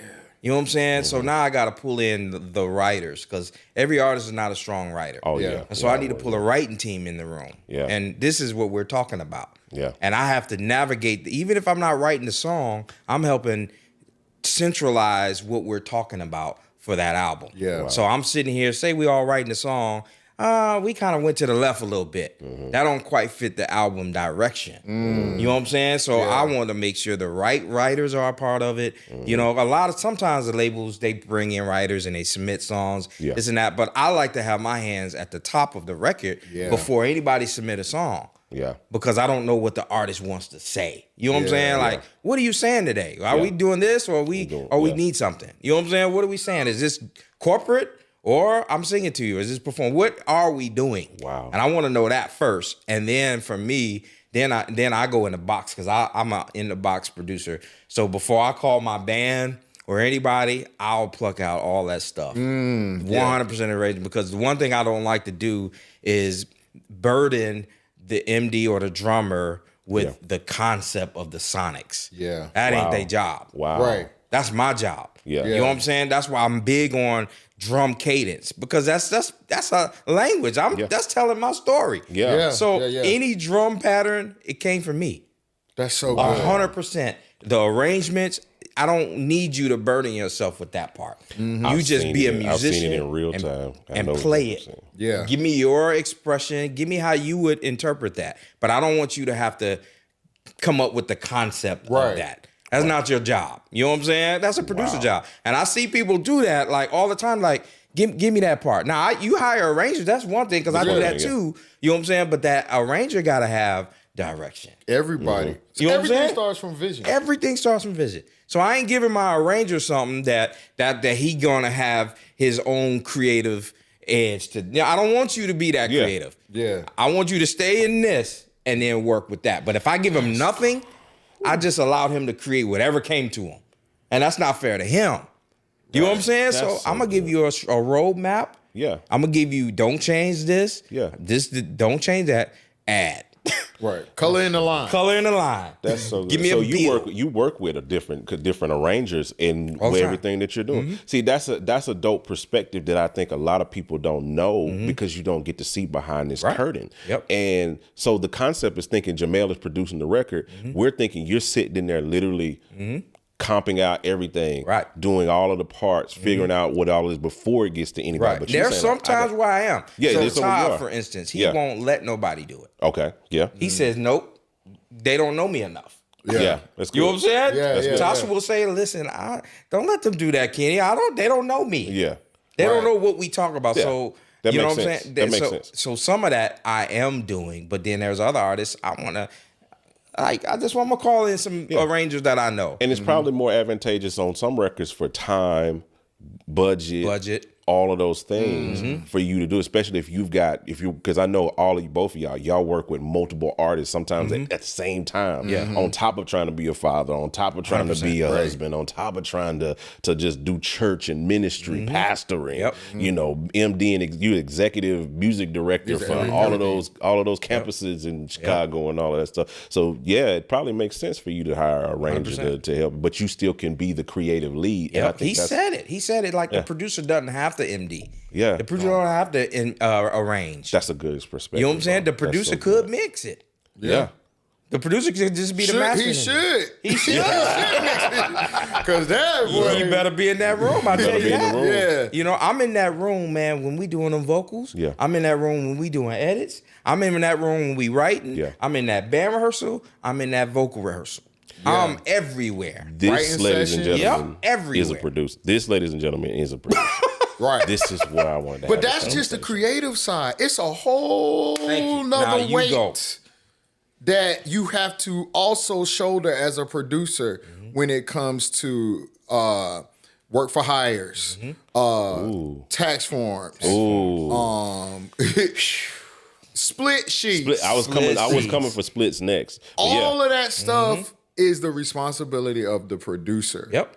And if you cherry pick, you're not being fair to the role of producer. Man. You can't just arrange and say I'm a producer because you got to do it all, my So guy. I think that's the point that I like to make a lot of times is there are categories and people put on the producer hat initially because that's the common language, but not really understanding the role because you might not be a producer. You might just be an arranger. Yeah. A great arranger. Yeah. You might just be a beat maker. You might just be a composer or just a dope musician. Yeah. And there's nothing wrong with those spaces and living in those spaces. But I'm pretty sure the people that you work with as arrangers, they own arrangements. They own it.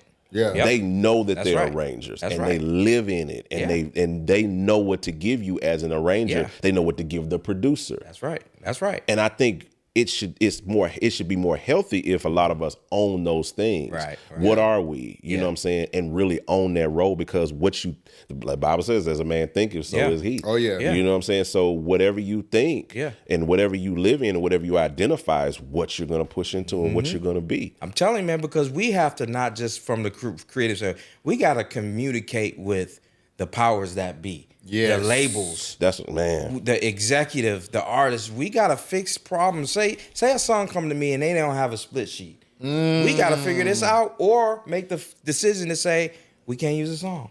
Yeah. Wow. You know, because you don't know your splits. Y'all arguing over splits. Yeah. I don't want it. Bro, you really can't release I can't that touch song. it. The label won't touch it. Yeah. If they don't have a split in their hand. Yeah, and you got to know when you doing a cover. Yep. Yeah. You got to have a release for that. You got to have a release. You got to get that mechanical. Mechanical. Yeah, you got to have mechanical. No, I know about that, bro. You go out there without it. Go out there without it. You in trouble. Trust me. I know some people that lost millions of dollars because they didn't know that was a cover, bro. Yeah. And you took this song and you released it and you didn't do your work. Wow. You know what I'm saying? So you don't know how to talk publishing language. You don't know how to talk none of this communication that the label talks. Yeah. They talked on other levels. Yeah. We could take it even a step further because there are parameters that we don't necessarily would know. We wouldn't know unless you start talking to a label like, hey, this song is too long. Yep. This song needs to be 5 minutes. Yeah. Because the algorithm tells us that they only listen to the first minute and a half. Wow. You gave me a 9-minute song for YouTube. What we gonna do? And you gotta make the decision to either say, well, we'll either fight for it, or we're gonna play in the rules. And sometimes they may not even give you the. You need to cut it down. Cut it down. Yeah. You got a radio edit. You just gave me a 9-minute song that's got to be 3 minutes and 30 seconds. So get to your artist and make sure they can understand they got to compromise. Right. Or what's scary is they'll be like, don't worry about it. We'll edit it. I'm like, no. You get back to edit. It don't even. The beat don't even lie to you. You been there. So you know what I'm talking about. Skip the beat. You like that, dude? Why would you loop that? They do that. Never mind. You leave that up to the AR, so the ARs will do that. So here's what I do. This free game. So what I do is I create the main portion of the song to fit within my 5 to 7 minute Thinking radio. parameters, and I know I can edit 5 minutes down to 3.5. Yeah. I might even like beg for 4 minutes. But then there's a reprise, if you will. We could end the song right here. You said reprise. Yeah, that's the correct way. That's how you pronounce it. Really? Yeah, Yes. it's So not it's not reprise. reprise. It's not reprise. It's reprise. It's reprise. Yeah. I was today years old. There you go. Learn something new every day. It's repeat. Then I got a section that I know that if I have to truncate this or if I have to cut it off and make it another track, I got space to do that. Wow. And that's good. I'm talking to my artists about that too. Like, we can't loop this but for so long. This is an actual format right here. And we'll work it out. Or if we are looping something, I know I can cut a loop down Come on. into a couple of turns and If it's I'm good. 8, I'll make it 4. If it's 4, I'll make it 2. Yeah, we'll figure that out. We can figure that out. But if you got a really long verse. Yes. So what I do sometimes, like, I make that second verse half. So if the first verse is 16, the second verse is going to be 8. Yeah. And then move it that way. That way I ain't doubling up. That's 32. Yeah, that was like, you did that with like Your Great Name. I can see that same format. That's the formula. You did 16 on the first verse. Into the chorus, and then you did 8 on the second, back into because you want to get the song moving. Like Down Lawrence taught me how to make a radio, because at radio they want to keep moving. So you got to get rid of them downs. Whatever's dropping, because worship music does that. That's just what that's what it is. Right. We got to find out a hard way to get those downs and keep the record moving for radio's sake. Wow. Because that's something new for radio. It's got worship. Worship music. That's like, that don't really fit we navigate radio. that. Tasha made it. Tasha is the front runner of why worship music is on the radio now. Right. Y'all. This has been amazing. Ain't that crazy? Well, I think it's a science too, to when you record a song, like you've been saying, hinting in there, as you were saying, I was like, he literally is like, God, like I know the end from the beginning. Yeah. And to start with a vision, to know the complete picture, because I want all of this. This is my vision. This is what I want it to look like, feel like, smell like, all of that. This is what I want it to be. And now, as a producer, it's my responsibility to protect the artist and protect the vision and create a thing that can live in multiple spaces. Because you got to do Your Great Name on the Stellas, and they ain't gonna give you but 2.5 minutes to do your. So you got to be able to create it in such a way that 2.5 minutes still feels like 7. Still feels like 7. 3.5 minutes. That's great. On a TV show still feels like the full song. Right. And if you don't have that in mind, and it's essential parts in the song that you don't want to compromise.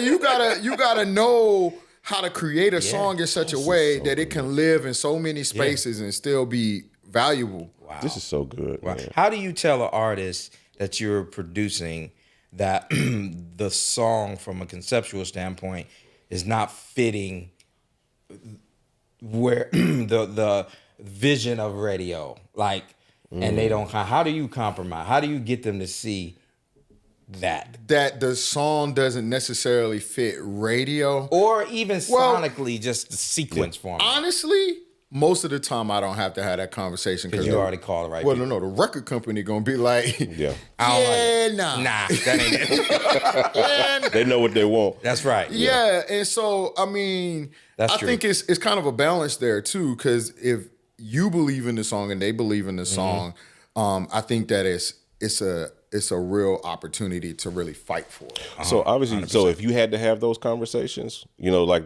so how were you so he hasn't really navigated. How do you navigate those? So conversations? I mean, you got to be straight up honest. And so if you're the producer, you got to be the bad guy. You got to be the one to have the hard conversation. Yeah. You know, even with the label. Okay. Like you tell a label, I disagree. Wow. I don't think that's the first single out. Wow. You know what I'm saying? I think you're wrong. And it's okay to say that. Yeah. You don't have to end say so. Yeah. But you still have the right To to voice it. try to protect what you are. It's in your hands. So some people Because they'll don't- miss it. They will miss. And have. Yes. Wow. Wrong song.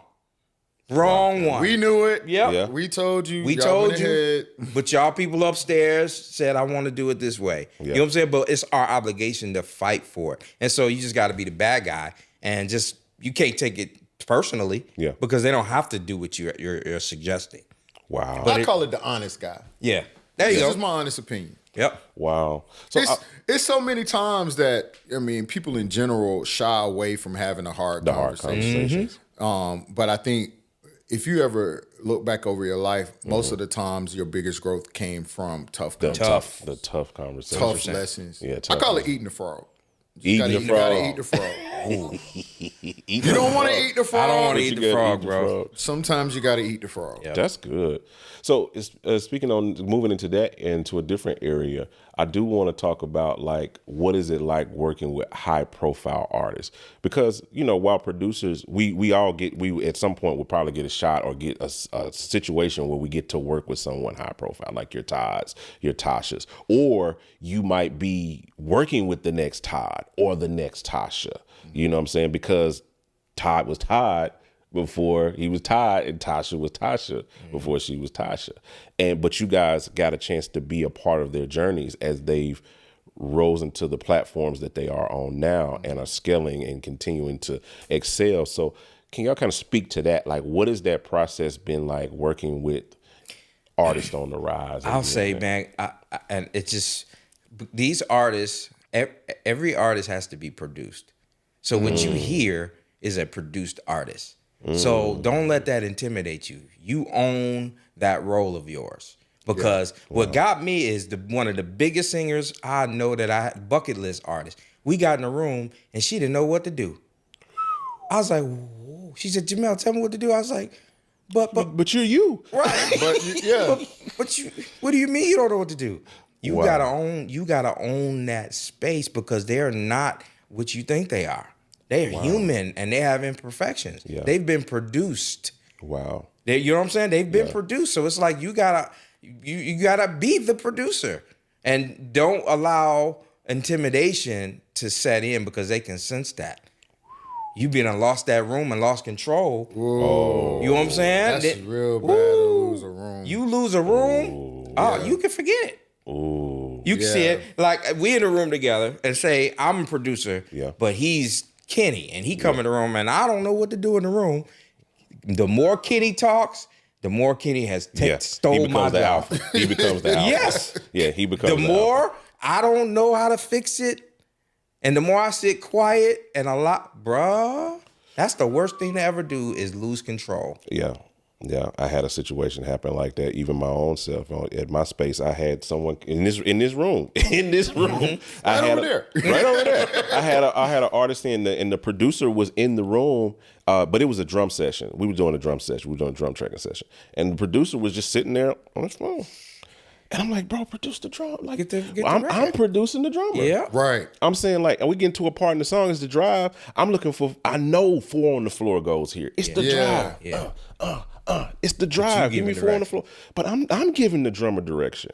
Because I knew I had to mix the record after it. So I know what I'm gonna need to keep that bottom going for the song. I need weight there. I'm gonna have to mix this after. I'm engineering the whole thing. You're the producer though.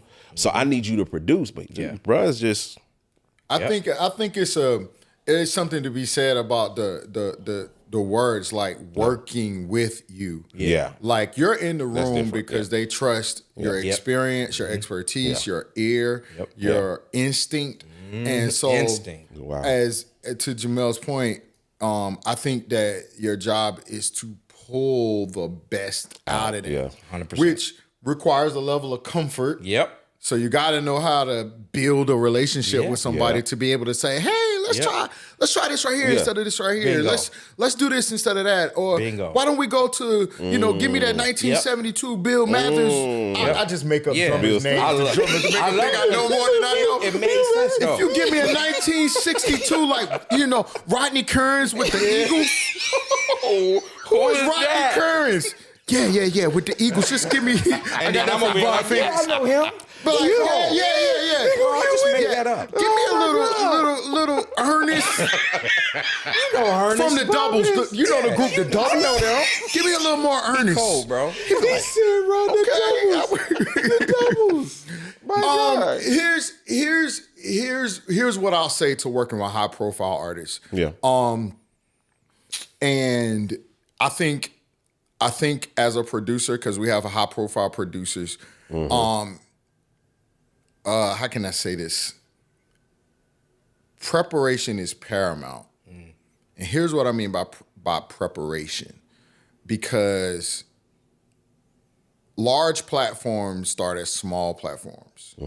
And so as a producer and as an artist as well, I think that you have a real big opportunity when your platform is small, when your exposure is small, to perfect your gift, perfect your process, perfect your skill set. Those mistakes. And so you treat the artist that's about to blow up like the artist that's already blown up, 100%. So that when you get there, you know how to handle situations.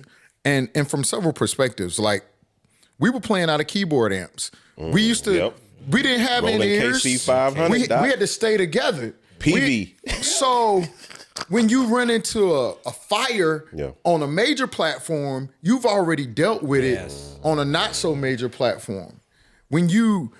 Same thing, like I used to learn Ableton in church, right? And I would spend hours. This guy run Ableton. I would spend hours and hours. One of my homeboys was like, "Y'all just be discerning when you're listening to your homeboys, especially if they ain't been there, right? They don't know. But one of my homeboys was like, "Why you spending all that time doing all that for that church, and you spending all this time on them tracks, man? They ain't gonna pay you for it, blah blah blah blah blah."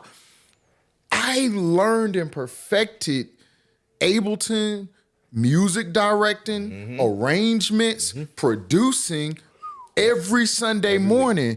And cats want to treat their local assembly as if it's not valuable. But only what you do for Christ go last, bro. Like, you grow and learn, and God is giving you an opportunity to be able to walk into somebody's worship assembly and minister to people. Don't take that lightly, because God is depositing stuff in you and giving you an opportunity to sharpen yourself. Not just on the stage. I don't even know why I'm going here. Not just on the stage, but need to be saying that. You're getting the opportunity to learn how to show up on time every week. You're getting the opportunity to learn how to build relationships with people every week. You're getting the opportunity to learn how to correctly learn music, how to correctly practice, you getting every week. You get an opportunity. It's a university. You get to. You don't got to. You get to preach. You get to do this so that when Michael Jackson, there used to be Michael Jackson when I was growing up. That was the ultimate. When Beyonce called, right, you don't fumble the favor. Because, come on, Kenny. To whom much is given, much is required. And when you said that, my thought was, what's the difference, right? What's the difference between somebody that haven't blown up and somebody that has? And it's the amount of eyes.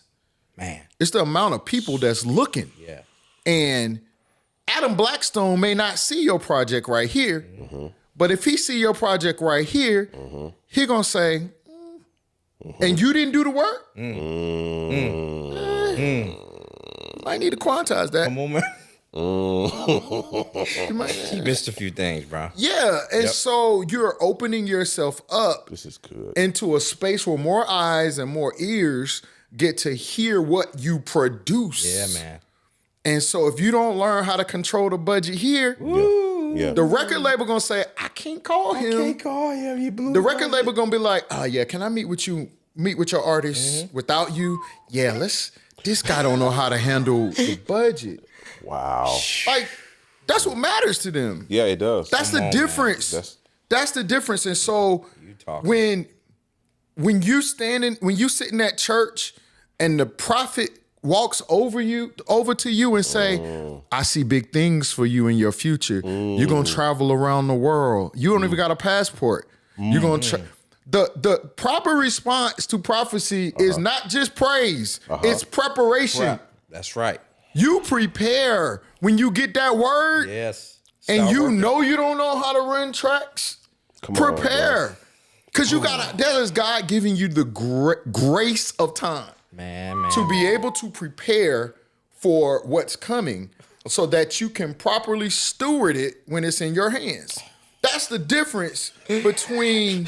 I can't even take this right now. Y'all can't even see. Y'all can't see it off camera. Y'all won't see it off camera. But Warren Brown, we got Warren Brown in the building. Y'all gonna see him on the pod. Warren stepped out. Man. Yeah, Warren stepped up. Brown perfected his gift. There you go. So that when the world began to see it, it's excellent. Come on. But he sat with the bass, come on, with the keyboards, with the drums, with the guitar, with the flutes, with the spoons. He play everything. He play it all.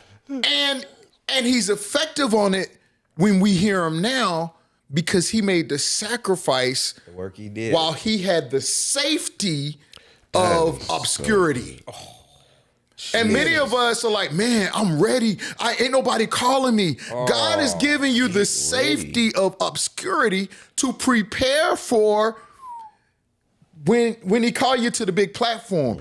And the other thing you got to work on there is not just being able to be great on your instrument, not just protecting the budget, but you also got to have a solid relationship with God so that when they come cussing you out in the comments, you don't lose your salvation. Lose your mind. You don't, not just your salvation, your self-esteem don't go down. You miss what your purpose and your focus on the vision because now somebody has something to say about you using a tambourine in this track or you using like your home. Man, I wouldn't have blah blah. So now you taking it to heart. You starting to change your focus on your vision based on what somebody said. But if you don't protect your character, then if you don't develop your character when you protect it, when you get these attacks on these larger platforms, you won't be able to handle it. Wow. Everybody can't handle the comments. No, bro. And you want to be an artist. Yep. Everybody can't handle the criticism. Yep. Wow. And you want to be a super producer. Wow. You can't handle it. Especially that, bro. This right here is genius conversation. Like, I'm just letting them cook. Next I'm level just letting them cook, bro. Conversation right here. This is what people really, truly need to hear. When you got one of those modes, I don't know what to do. I'm stuck. You're right. All I do is listen to something like that and it's like, okay, now I got something. Exactly. I have like every single plugin. But some plugins, you be spending like hours just trying to find that one sound. You took the time to really curate and find like a group of like sounds that's really usable, that get straight to the point. You're giving them enough to get started so they can walk into a room with someone and be like, all right, man, what am I missing? I love the plug-in, man. I think it's incredible. I think people are gonna be like, wow. I mean, you got the sounds, people looking for sounds like that. Look, now they just get the plug-in. You know what I mean? So you literally can just cook a complete record, like just from this plug-in. And for me, it's like not about a whole bunch of sounds, it's about production. He gonna come out the gate sounding legit. Yeah.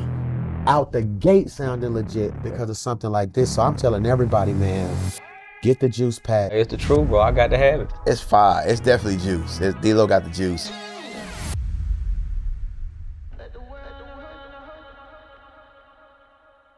Yeah. Because as a producer, you're a leader. You're almost a pastor. You are. You know what I'm saying? And you got to have a pastor's mindset. Yeah. You know what I'm saying? This is why it's perfect, and it made sense for you to pastor a church. It makes all the sense in the world. I'm still trying to figure it out. God, does this really make sense? It makes sense. It makes sense. You think about the great producers like Aaron Lindsay. Yeah, Why is he a pastor? He been a pastor. He been a pastor. You know what I'm saying? In the field. Yeah, he been doing this. And so don't be looking at me because I ain't the next pastor. Yeah, come on. Because that ain't me. Listen, man, I'm glad you said that. Key 'em up ministries. God just dropped this on me. I'm gonna jump on the you drop organ. But learn the chords. Yes. Yeah. But also learn your character. Yeah. That's good. Build your chords, build your character. Yeah, man. Shed on those things. Shed on knowing how to treat people. Treat people. Shed That's the on stuff we need to having be sharing integrity and paying your bills. No, I'm serious. Because that's piece the budget. If you can't budget your own finances, how you gonna manage a budget if you get it from the hardest label? person to lead is yourself. Yep. Yes. The hardest person to lead is yourself, man. If you can't lead yourself, how are you going to be able to effectively lead others? Man. Hardest person to discipline is yourself. And you can get up every day and practice and share for hours, but you haven't taken the time to develop character to do build that habit. And that's what shows up. Respond to text. Yeah. Wow, it's that simple. Tell the truth. Tell the truth. Yeah. Kenny, man, like this has been a masterclass right here. Man. That's a big deal, man. Forget the music I had creative to part. not call people that were very well equipped, skill-wise. Skill-wise. That because they missed the bigger picture. 100%. Every artist, every single artist I've ever worked with, and I would assume that I haven't, will go for the guy with character, integrity that can play the song versus the super amazing, dope guy with no integrity or character. We don't need Spain for this. Right. We don't need we just need. Yep. That's all we need. Candyman, man. That's so crazy. Listen, man.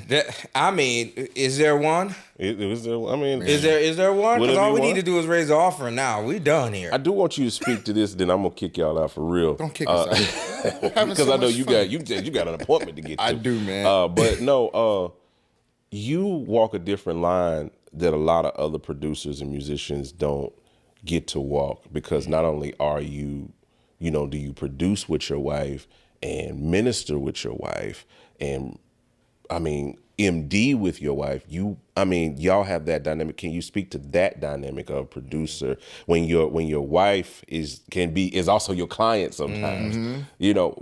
How do y'all navigate that dynamic? I'm pretty sure because visually y'all seem to navigate it and work it well. I've been paying attention for years to how you guys have just progressed throughout every iteration of y'all's journey. 100%. But speak to that a little bit, because I know there's a lot of people that are building that dynamic, have that dynamic, and how do y'all do it without losing everything in the midst of it? You know what I'm saying? Losing each other. I think from the very beginning, we both were very intentional about staying within the lines, right? Yeah. And so Tasha Cobbs Leonard is my artist. Tasha's my wife. And so I'm very clear on how I see her when we're having artist, producer, artist, MD conversations. Yeah. It's stuff that I would pull rank as a husband and as a man. Yeah. Be like, nah, we ain't doing that. Yeah. But she the artist. Yeah. And I think I had to take myself to a space of, if I wasn't married to her, yeah, and she just paying me to do this and trusting my word, how would I handle this? So there are some times where I give context and I'll say, hey, I think we should do this because of this, and this is the big picture, and you'll make the decision based on what's your context too. Yeah. And so as her MD, producer, even business partner, there are clear lines that I'm very conscious and not egotistical about, well, I'm your... I might not even like it. I might totally disagree. But because I respect the lines that we've created, like, it's a contract, right? Like, the reason we have contracts is to outline expectations and put everything in black and white so that we can understand who's responsible for what and what this relationship looks like. And we have a proverbial contract when it comes to our business relationship as well as our marriage. And there are decisions that she won't make without me because we're in our personal marriage space. Now I'm husband. And even as pastor, hey, I got this opportunity to take this gig. I like to talk to my pastor. And sometimes it might be funny, but sometimes she'll be like, Pastor Kenny, I need blah, blah, blah, blah, blah. Because now this defines how the rest of this conversation is going to go. Bae, blah, blah, blah, blah, blah, blah, blah. Or she'll send me a set list. Most of the time I create the set list, but she may feel something sometimes, or she'll say, hey, I don't want to do that song. I want to, okay, cool. And it's my job to respond and create the most comfortable space and pull the best out of her for whatever the context is. And so just that dynamic, I separated and compartmentalized all of those different things. Like now, you can't deny that they overlap. So I have certain advantages playing with Tasha that I don't have with other artists because I take in so much information every day about, I know what she looks like when she doesn't like that because she didn't like it over here. I know what she looks like. I know how she stands. I know how she sounds, feels even when these situations come up. So I can tell when she's uncomfortable on stage because I know, and I'm already aware as an MD, but I have even more information. You got more information. Because I can tell when she's like in the river. I can tell. So I get more information in every space that we're in, and I just use that to stay within the lines. I think it makes me a better MD for her. It makes me a better husband for her. It makes me a better pastor for her because I have so much information to make decisions from. That's beautiful. That is beautiful. I love that he's Kenny or he's Pastor Kenny. Bae, or pastor. I like he like Bae. He said, I like Bae. Bae is great. That was, man. But even so, even for you to speak to on merit, because even y'all have a dynamic, even though, Miss Kiamup, CFO, is not an artist, she still stewards everything else around you. So speak to your dynamic, even as because I think these are things that I think are important, even though we're talking in the line of production and produce. But who you marry matters. Matters, bro. You know what I mean? No matter what you do, who you marry matters. The reason you guys are sitting in this studio, as beautiful and as amazing it is, because of who I marry. It is a direct result. These things are congruent because of what my wife does upstairs allows me to do what I need to do down here. You know what I'm saying? And so these are things as producers that we don't talk about, because you could be killing it out there in the field, killing it as an arranger, as a producer, and failing at home. And I see this dynamic played so much. It doesn't matter if you get the Grammy, if you get the Stellar, if you win all of the awards, and you come home and there's nobody there to celebrate it with. There's nobody there to be victorious with, to go on trips with, to do all of these things. At the end of the day, there's just nothing but you and your award. You know what I'm saying? And so I feel like as producers, as musicians, as creatives, these are conversations that I'm always interested in, because I want people to walk away with all of the value. This is how you get the gig. This is how you be a good producer. This is how you be a better musician. And this is how you be a better person. This is how you be a better husband. This is how you be a better father. Because those things are going to play over into who you are as a production. It spills over. If you having a bad week at home, and Todd Delaney comes into your space, and your space is a wreck upstairs, it's gonna bleed over into all of that production. You got that right. So speak to your dynamic and give us some advice. I've learned, because like I love what Kenny was saying. I mean, you have to know your wife. You have to know what she's able to tolerate and what you need to do more, to help her. So my wife, I need to make sure she's bought into everything that I'm doing because she has to feel a part of. Yeah. Because her whole life is connected to me. Yeah. And I know my wife can get easily offended if she feels like she doesn't have a place. Yeah. That's good. Man, That's good. so I have to make sure she has a place in everything that I do. No, she doesn't sing. She doesn't play music. Yeah. You know, but I sent her to college to get a degree in accounting so that now she accounts for our company. Wow. She feels connected. She sees all the money come in.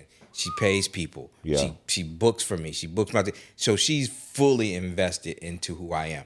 That's because good. that makes it easier for me to be the producer I am. Like you said something, if she's not happy at home, I can't come down here and be successful. No. You said bro. it. If something going on upstairs, Bro. Nothing's gonna happen down here. Yeah. Bobby You better singing. get upstairs. You better get Bro. upstairs. You better get And that's upstairs what and I'm gonna fix do. that. Hey, can we cancel this session today Right. because I got they ain't something got to I know have. what's going Yeah. on. Something came up. That's right. Something But I came know right now, man, my wife and I are in a season. We've been together over 20 years, and so we're now in a season that we are. Thank you, brother. We don't celebrate that enough. Man, bro. we don't. We Same, bro. don't. We had 23 years of relationship. Man, Wow. We'll celebrate 20 years of marriage next October. man, that's But beautiful. 23 years of relationship. Y'all got some Yes, sound sir. effects you can add. I know. I We'll know, add add them in the Y'all are post. in there. superheroes. We'll add it in But post. I no. know now I'm relearning her and me. Yeah. We're in a different place right now. Oh yeah. Yeah. And I have to be intentional with saying, okay, I'm different. Mm. My wife, I know I'm different. Yeah. The call on my life is different. Yeah. It wasn't like it was. It wasn't. That wasn't what we were. We were 20 talking years ago. about like 15 years ago when she was pregnant. It's Yeah. like things were just so different, and Yeah. the way you looked at me was different, and I was like, I felt so convicted. She Yeah. was telling me Yeah. that. Yeah. You know, but the call on me is different now. Yeah. You know, the pull on me, but I have to make sure You have she's to, comfortable, yeah. man. You know, whatever you need to do, make sure she's first in everything. That's important. Make sure she's first. Skip the hype. Because if they don't call you no more, guess who's still gonna climb in that bed with you? Got that right. You know what I'm saying? You can be broke, no calls, no more music, but guess who's still with you? Guess who's still with you? And so she has to know she's priority.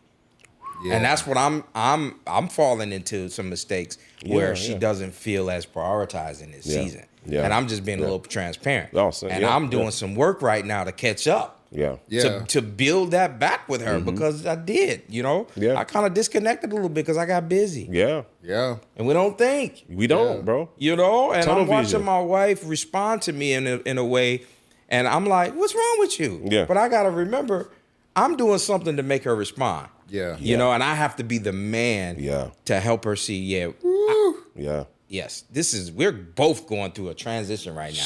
You are, me too. But I have to be the one to navigate that thing and make it right. Say that again. Come on. I was just about to say the same thing. Say that again, because as men, I know we got a mixed audience, but as men, I'm gonna talk to the men. It's Come on. our responsibility to lead and navigate Yes. those seasons. We have to. It says giving honor to them as the weaker vessel. We are the stronger vessel. Yes. That doesn't mean that they're lesser. Yep. It doesn't mean God never speaks in lesser than greater than terms. He's always like the weaker vessel, meaning that we have physical strength. Yes. Yeah. We have emotional strength. We have to cover that. We have to we cover do. Our that. main thing, our main responsibility is to cover our wives. That's the main responsibility. And leading through those transitions are that. It's some things that I can't share with her because if I share something that, okay, let's put it this way. Say I'm having a disagreement with the pastor that I serve.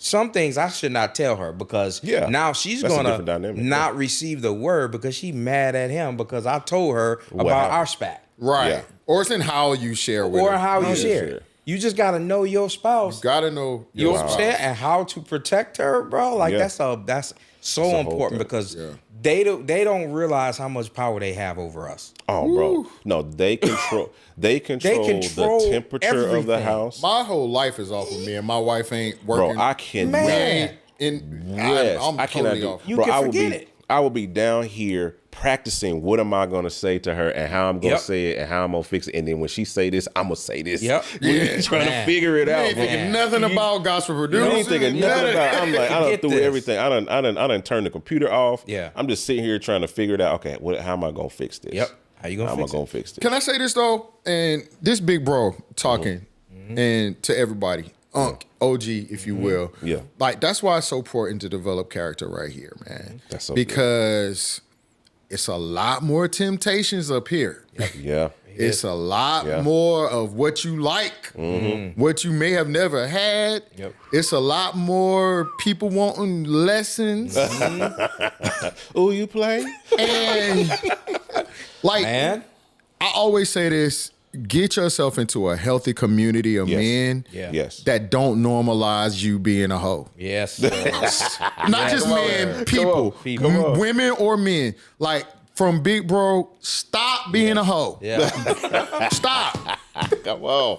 And you're going to have to create an environment that supports that. I'm telling you from experience. Absolutely. Like, it's going to help your life when you get better. Yep. I heard Jamal Bryant say this, like, my biggest mistake was my first attempt at monogamy was when I got married. Wow.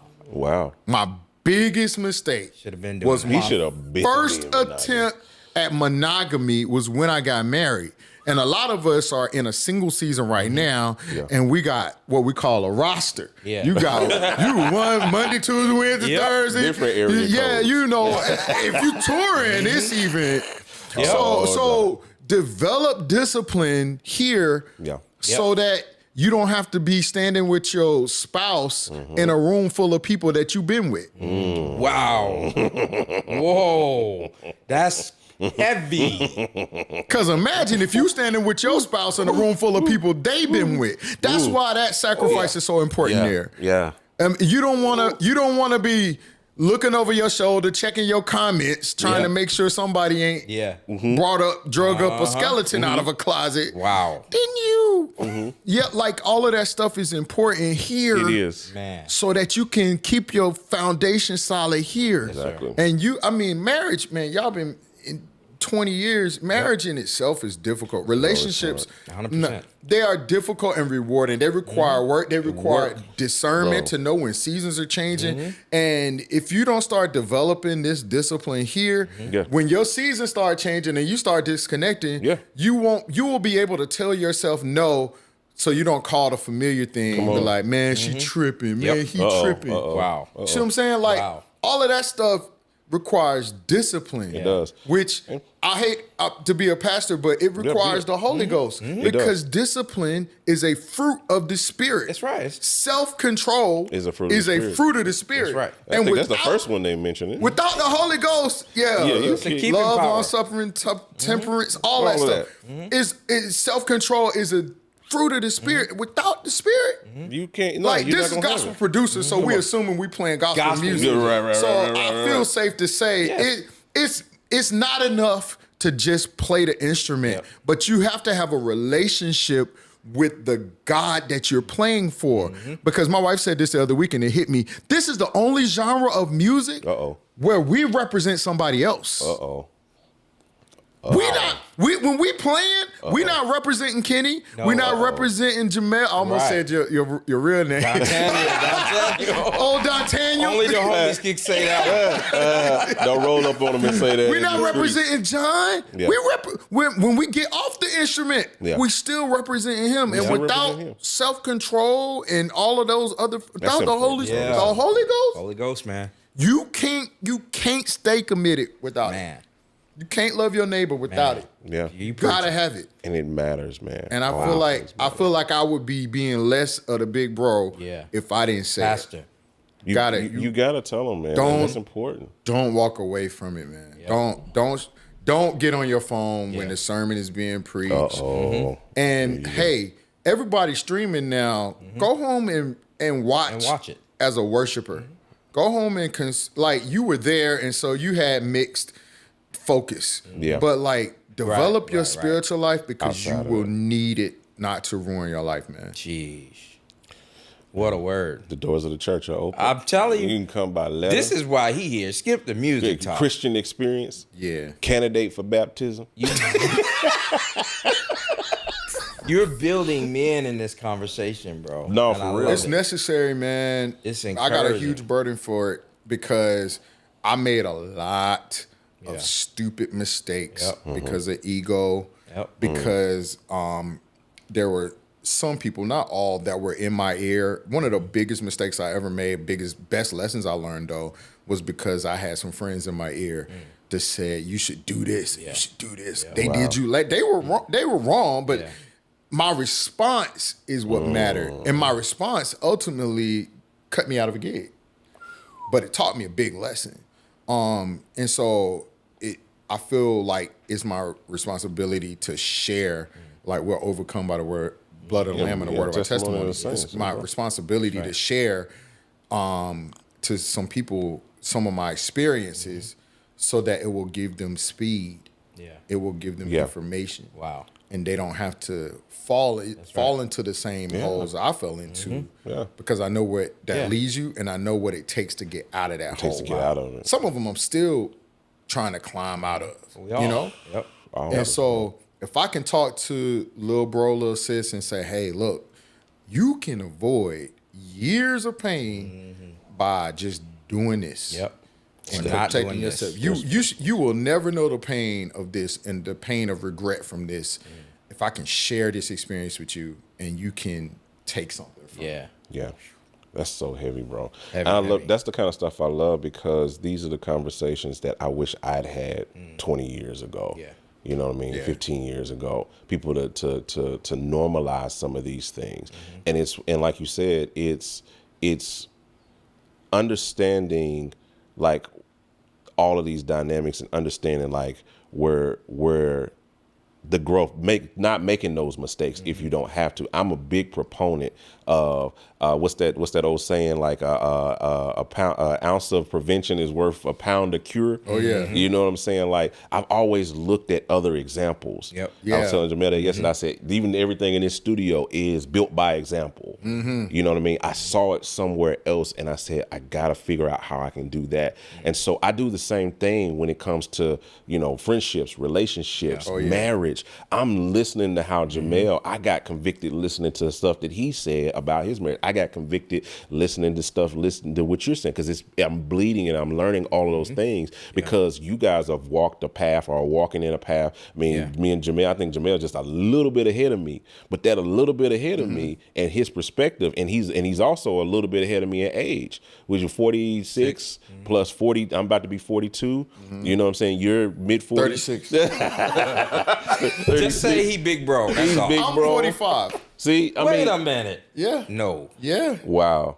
So He's still y'all big walk bro. 1978. He's still big bro. Y'all, You still big bro. I'll be 46 next month though. but you know what I'm saying? Like, but y'all are walking in a space with that, and like, you know, as the saying says, I heard a preacher say this year, I can't remember where I heard it, but he said, birds of a feather, not only do they flock together, but they fly to the same destination.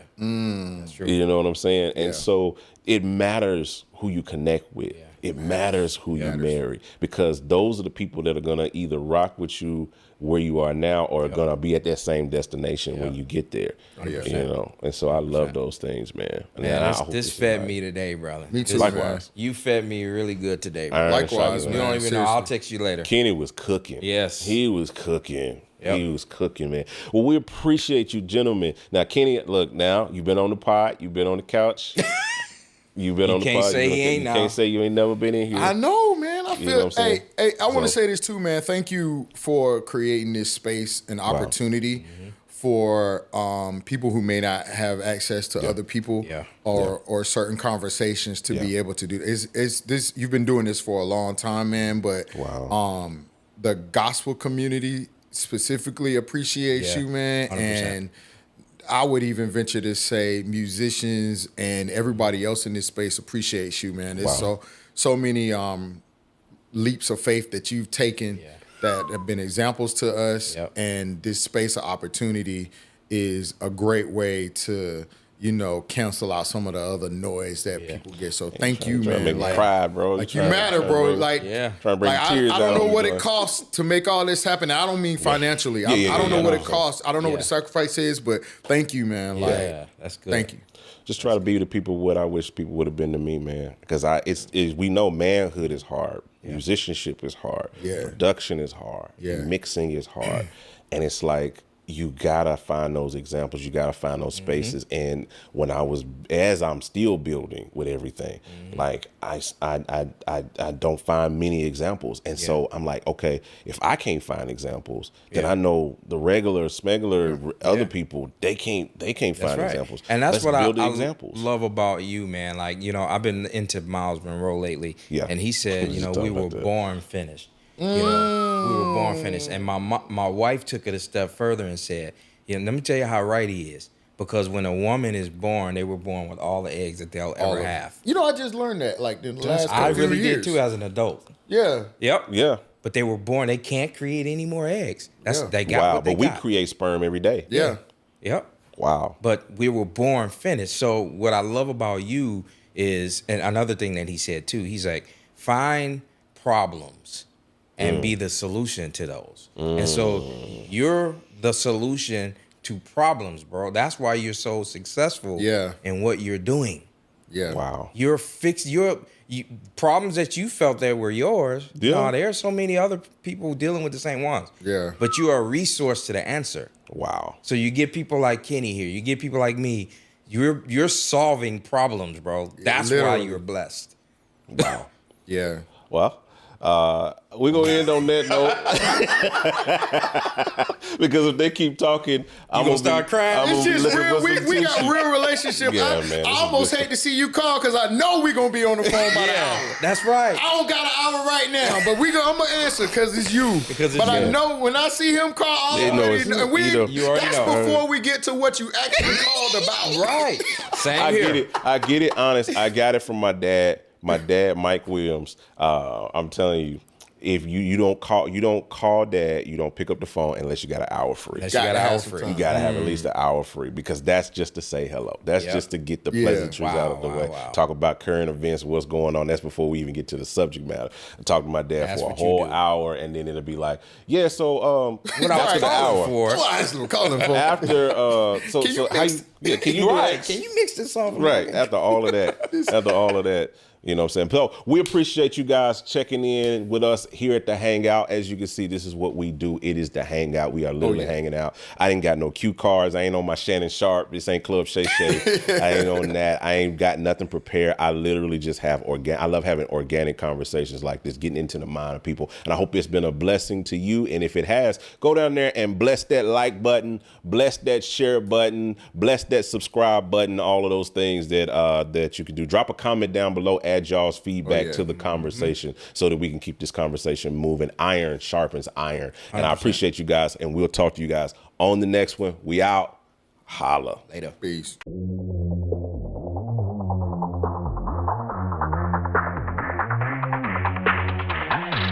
GospelProducers.com.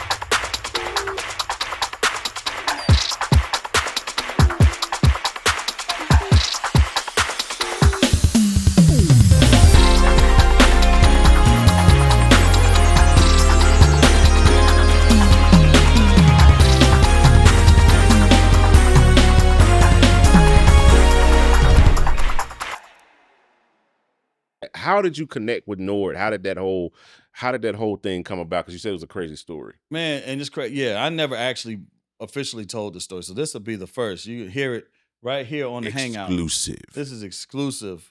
Only a few people actually know this story. But I was at NAMM in 2018. This is my first NAMM. Billy, my brother Billy and Doobie, they made me go to NAMM. I wasn't trying to go.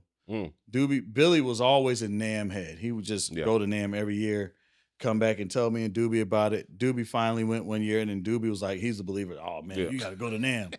So I finally go to NAMM, and I'm like, oh boy, because I told you, I'm like a social introvert. So it's like I go around a lot of people, and then I have to get away from everybody to regroup. So I'm already dreading it. Like, go back and Lord, plug your phone this in. at a convention center. This is what is this? damn. And I was like, okay, whatever. So I go and I walk in. Shout out to Spud, my boy Robert Spud, C. Wright. Yeah. He got me a pass with Diodario that year. Was it Diodario? Yeah, that might have been that year. Oh, string company. Yeah, bro. he just got me a pass to somebody. He was But like, see, hey, now you you know, need a pass, now you know. you can buy actual You passes could buy a now. pass, but I was now, but back then you I was couldn't. musician broke. Yeah. You know, I was, you know, I but was see, like, but even back then you couldn't buy a pass. You couldn't buy a You pass. had to be endorsed. You had to be go. endorsed. And so Right. you have cats walking around like, and you be like, man, how'd you get here? And they throw their pass. You know, I'm here with right. It'd be some cable company, some obscure cable company. Assassinations Cable. Right. Huh? Who was that? Yeah, man. I don't know. My name is Steve today, though. My name.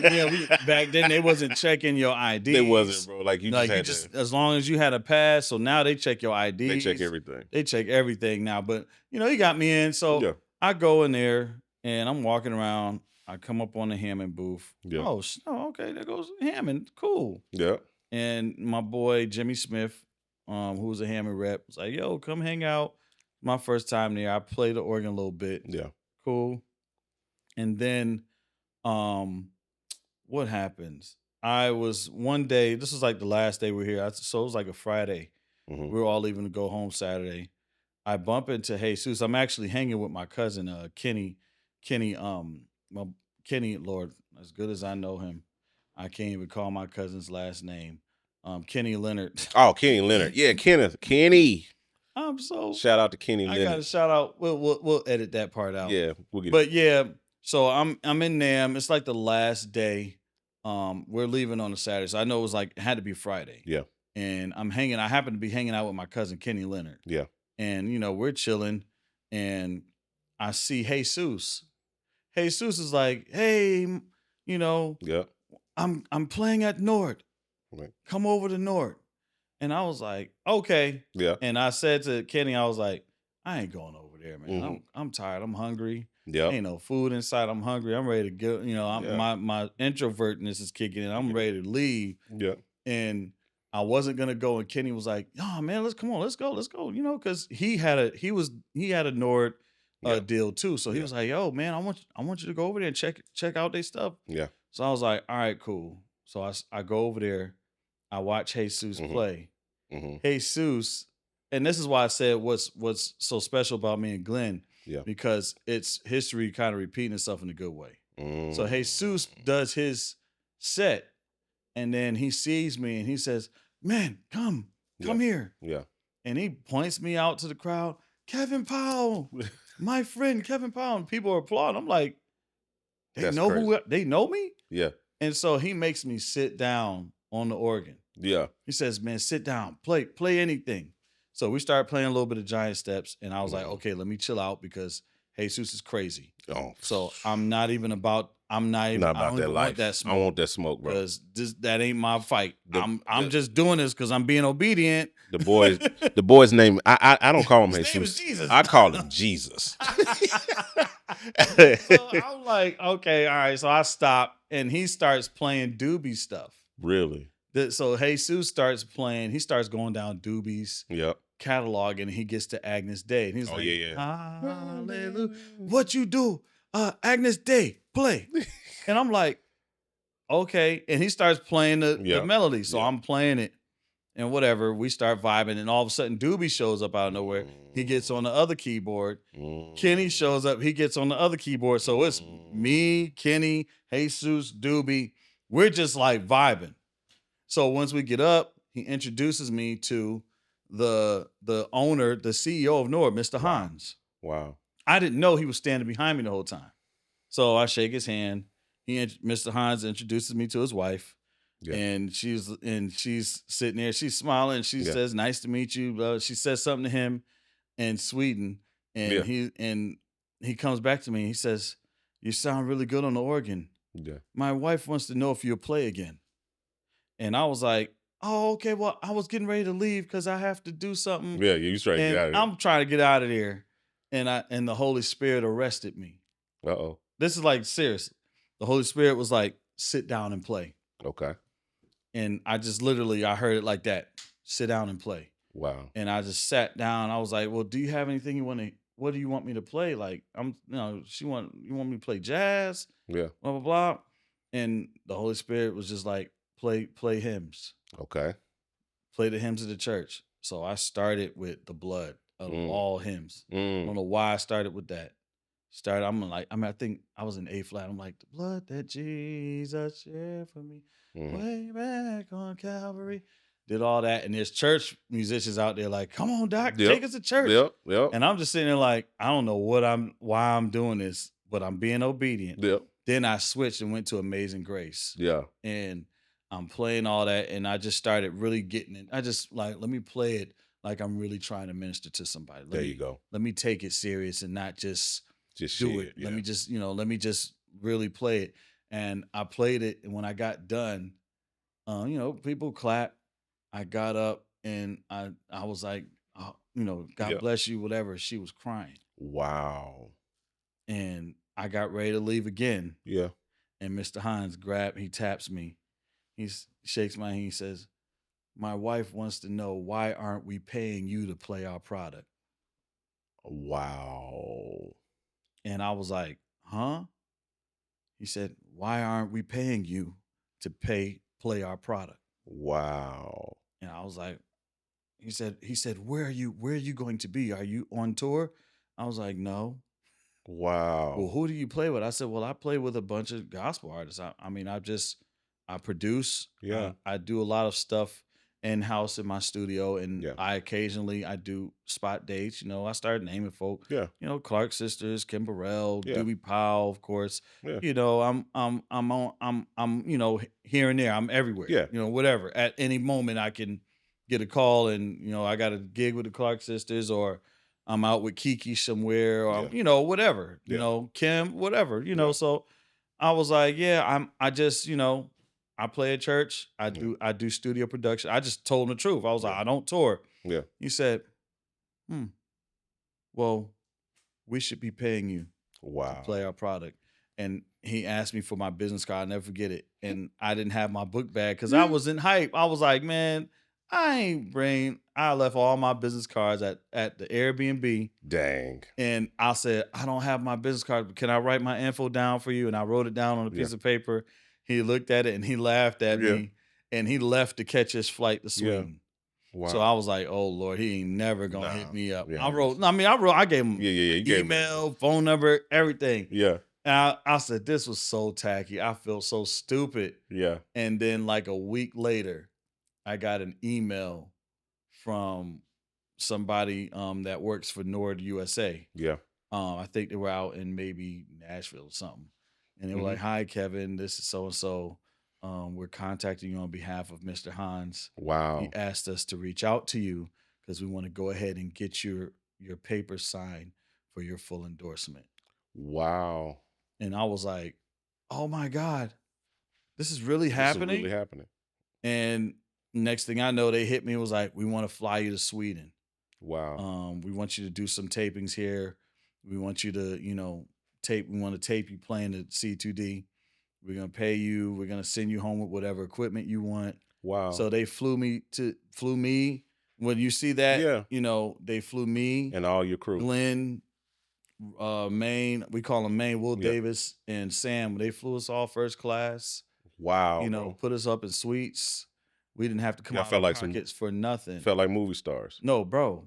They looked out for me. So it's like when people start talking all that junk about stuff they don't know. Yeah. It's like, man, y'all don't know what obedience will do for you, man. And I don't mean to get emotional or get, spiritual. Yeah. But there's so many gospel musicians and there's so many musicians with church or Christian backgrounds. Yeah. At NAMM and on these different platforms. Yeah. And it pays to literally hear the voice of God telling you, or if you're in the world, your good instinct, however you want to say it. However you look at it. However you look at it, it pays to be obedient. Yeah. Because if I would have walked away from that, you wouldn't know. We wouldn't have saw it. You wouldn't even saw this. Yeah. But I heard the Spirit say, sit down and play. Play the hymns of the church. Yeah. And, Christianity, to my knowledge, is not even the main thing in Sweden. No. So it's like for her to be really moved like that, and was like, you know, the power of having say the anointing destroys the yoke. Yeah, you know what I'm saying? The power of your better half or your favor. Yeah. You find a wife, find a good thing and obtain favor. The power of her. Yeah. The favor that she has. Yeah. You know, because I was obedient to crazy. Influence her husband who made these keyboards. That's crazy. This is Hans. Yeah. Like he's the one that invented Nord. He's standing behind me and I don't even know it. You don't even know it. And I'll never forget him when he said that. My wife wants to know why aren't we paying you to play our product? To play our product. So that speaks to a whole, like you said, you know, with the stigma surrounding this, because you know a lot of people over the last few years. I mean, I understand the Corey fiasco, you know, that happened. And we can talk about that, we can or not or whatever. Yeah, that's a whole other thing. And something like that, I would really want him to just say it out of his own mouth. Right, but I understand there's no debating it. I don't have any. I don't got no qualms. I don't have a dog in the fight, so there's nothing I got to say about it. But a lot of people like to say a lot of stuff about it. But you know, there's been this whole stigma of almost like digital blackface, so to speak, that Nord is doing with, you know, the African American gospel. You know, they're platforming all of the popular gospel musicians, black musicians, really platforming them, and a lot of people in our community which is the shocking part for me. Right, a lot of people in our community have had a problem with it, and they throw out these claims of y'all ain't getting paid. All of these different things like that. They just using them. What do you say to that? What is your you know? There's nothing I've done for Nord where I didn't get paid. Yeah. And it was a good paycheck. There we go. And you know, Nord is they're still a mom and pop company. They're just very popular. Yeah. They still operate like a mom and pop company. What I mean by that is they don't outsource anything. Wow. You know, and that's what I was getting to. Yeah. When they flew me to Stockholm, Sweden. It was on their dime. It was on their dime. Yeah. First class, put us in and not suites. just you, a whole band. Yeah. First class, put us. I literally was looking at my ticket confused because I was like, all right, where's 1B at? Is there like another 1B on this airplane? Wow. They was like, no, you can go to the first class suite. And I was like, oh, I'm really in first class? I ain't never. Wow. So no your first other country. Was that your first class flight? No, it just. Okay. I mean, my first class flight out of country. Out of country. Like it's like probably I think it was like a 9-hour flight or something.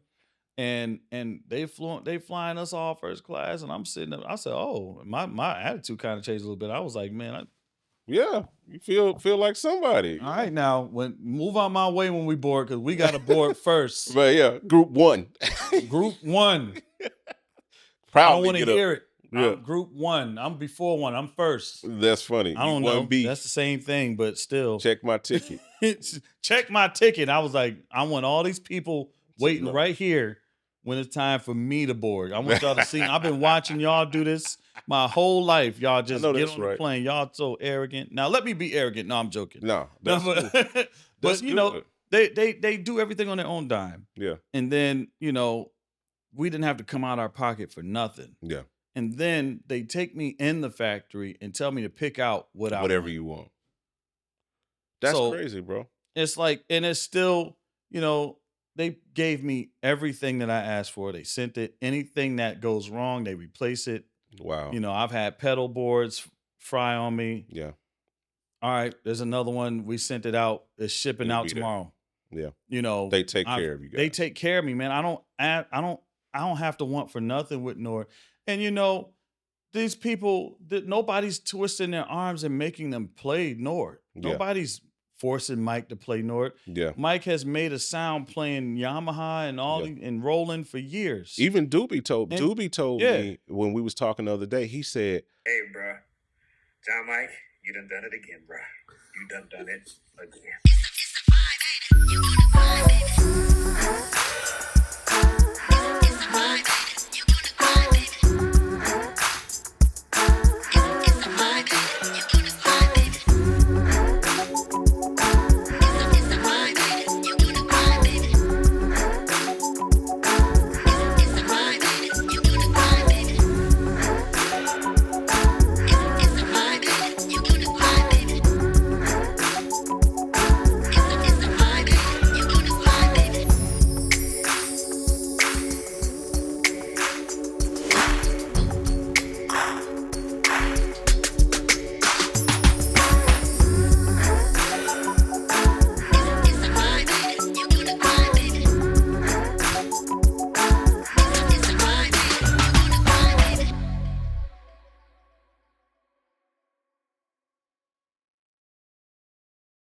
was playing Nord before they called me. Mm-hmm. He said, I loved Nord. It wasn't low, so it wasn't like, oh, they call you, all you switching up. Oh yeah, I'm on because they, get an no, like bro. He said I've been playing. It's a clip I found. I'd have to dig for it, but I found a clip of you, and it may have already been there by default. I don't know where it was. It looked like it was at a convention. It looked like it was at like AIM or something like that.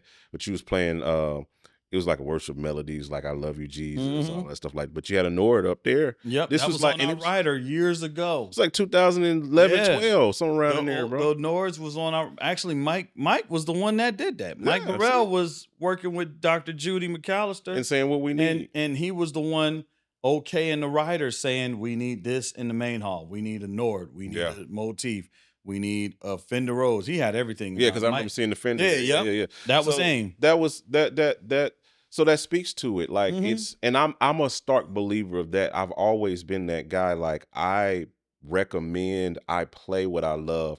I invest in what I love. Like if you go in my control room right now, you'll see a lot. You'll see 3 or 4 Korg boards over there. Because I love Korg. There's a lot of great keyboards out there from a lot of different countries, but companies. Yeah, there's a lot of them, but a lot of those guys, and I hate to say it, but a lot of those companies, they don't do for their artists the same way, and some of them do, because they can afford to. Exactly, they literally can afford to. When you look at Yamaha and Korg or Yamaha and Roland. Yamaha and Roland, they make so many different aspects of music. They make so many different things. So that's why people have to do the math. Yeah. When you're dealing with Yamaha makes drums, motorcycles. They make motorcycles. they make keyboards. They're like the General Electric. They make sound equipment. They make speakers. They can afford to send you 3 boards for free and say, hey, keep them, and then they still fry on you and you're still screwed because the new motif ain't working right. Right. As to Nord, who literally only makes like 3-4 different styles of keyboards and an organ. Yeah. They don't have, and like you said, they're mom and pop. Like when you go over there, you see, okay, it makes sense. All of their everything is in one factory. Yeah, and I think I saw a pick one time where they had like a staff pick, and it was like maybe like what 20, 30 people. Yeah, that run the whole company. It cut in half because of COVID. Yeah, so it's like they had some people who got sick, died. Wow. And they sent half the staff home because of COVID, and how they do stuff over there is different. In a good way. Yeah, but like their factory in itself, nothing is outsourced. Yeah. They're computerized. Like the people who do what you do, that do all the coding, is right over here. Yeah. The people who take the motherboards and put them in the keyboards is right there. Yeah. And then the keyboard room, the hot room is right over here. Yeah. And then they got the main floor where they're actually assembling the stuff. Wow. It's all in one factory. Nothing is outsourced. The only thing that is outsourced is the wood that comes from another part of Sweden, where they cut the wood and they color it and stain it. Yeah, but that's still all Sweden. That's still all. So Sweden. it's like it's not like Yamaha, or some of these other companies who got sweatshops. In other countries, you know what I'm saying, putting their stuff together and then send it to you.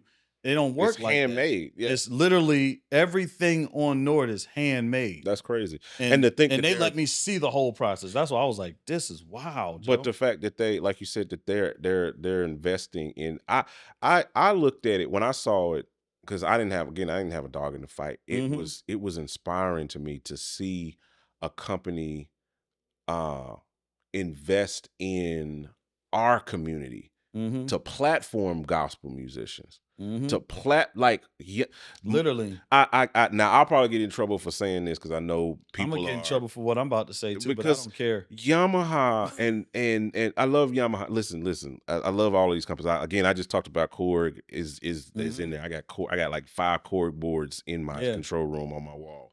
I love Korg. I got a motif in there. Not a motif, a montage in there. Yeah. I got Nord in there. I got all kind of stuff in there.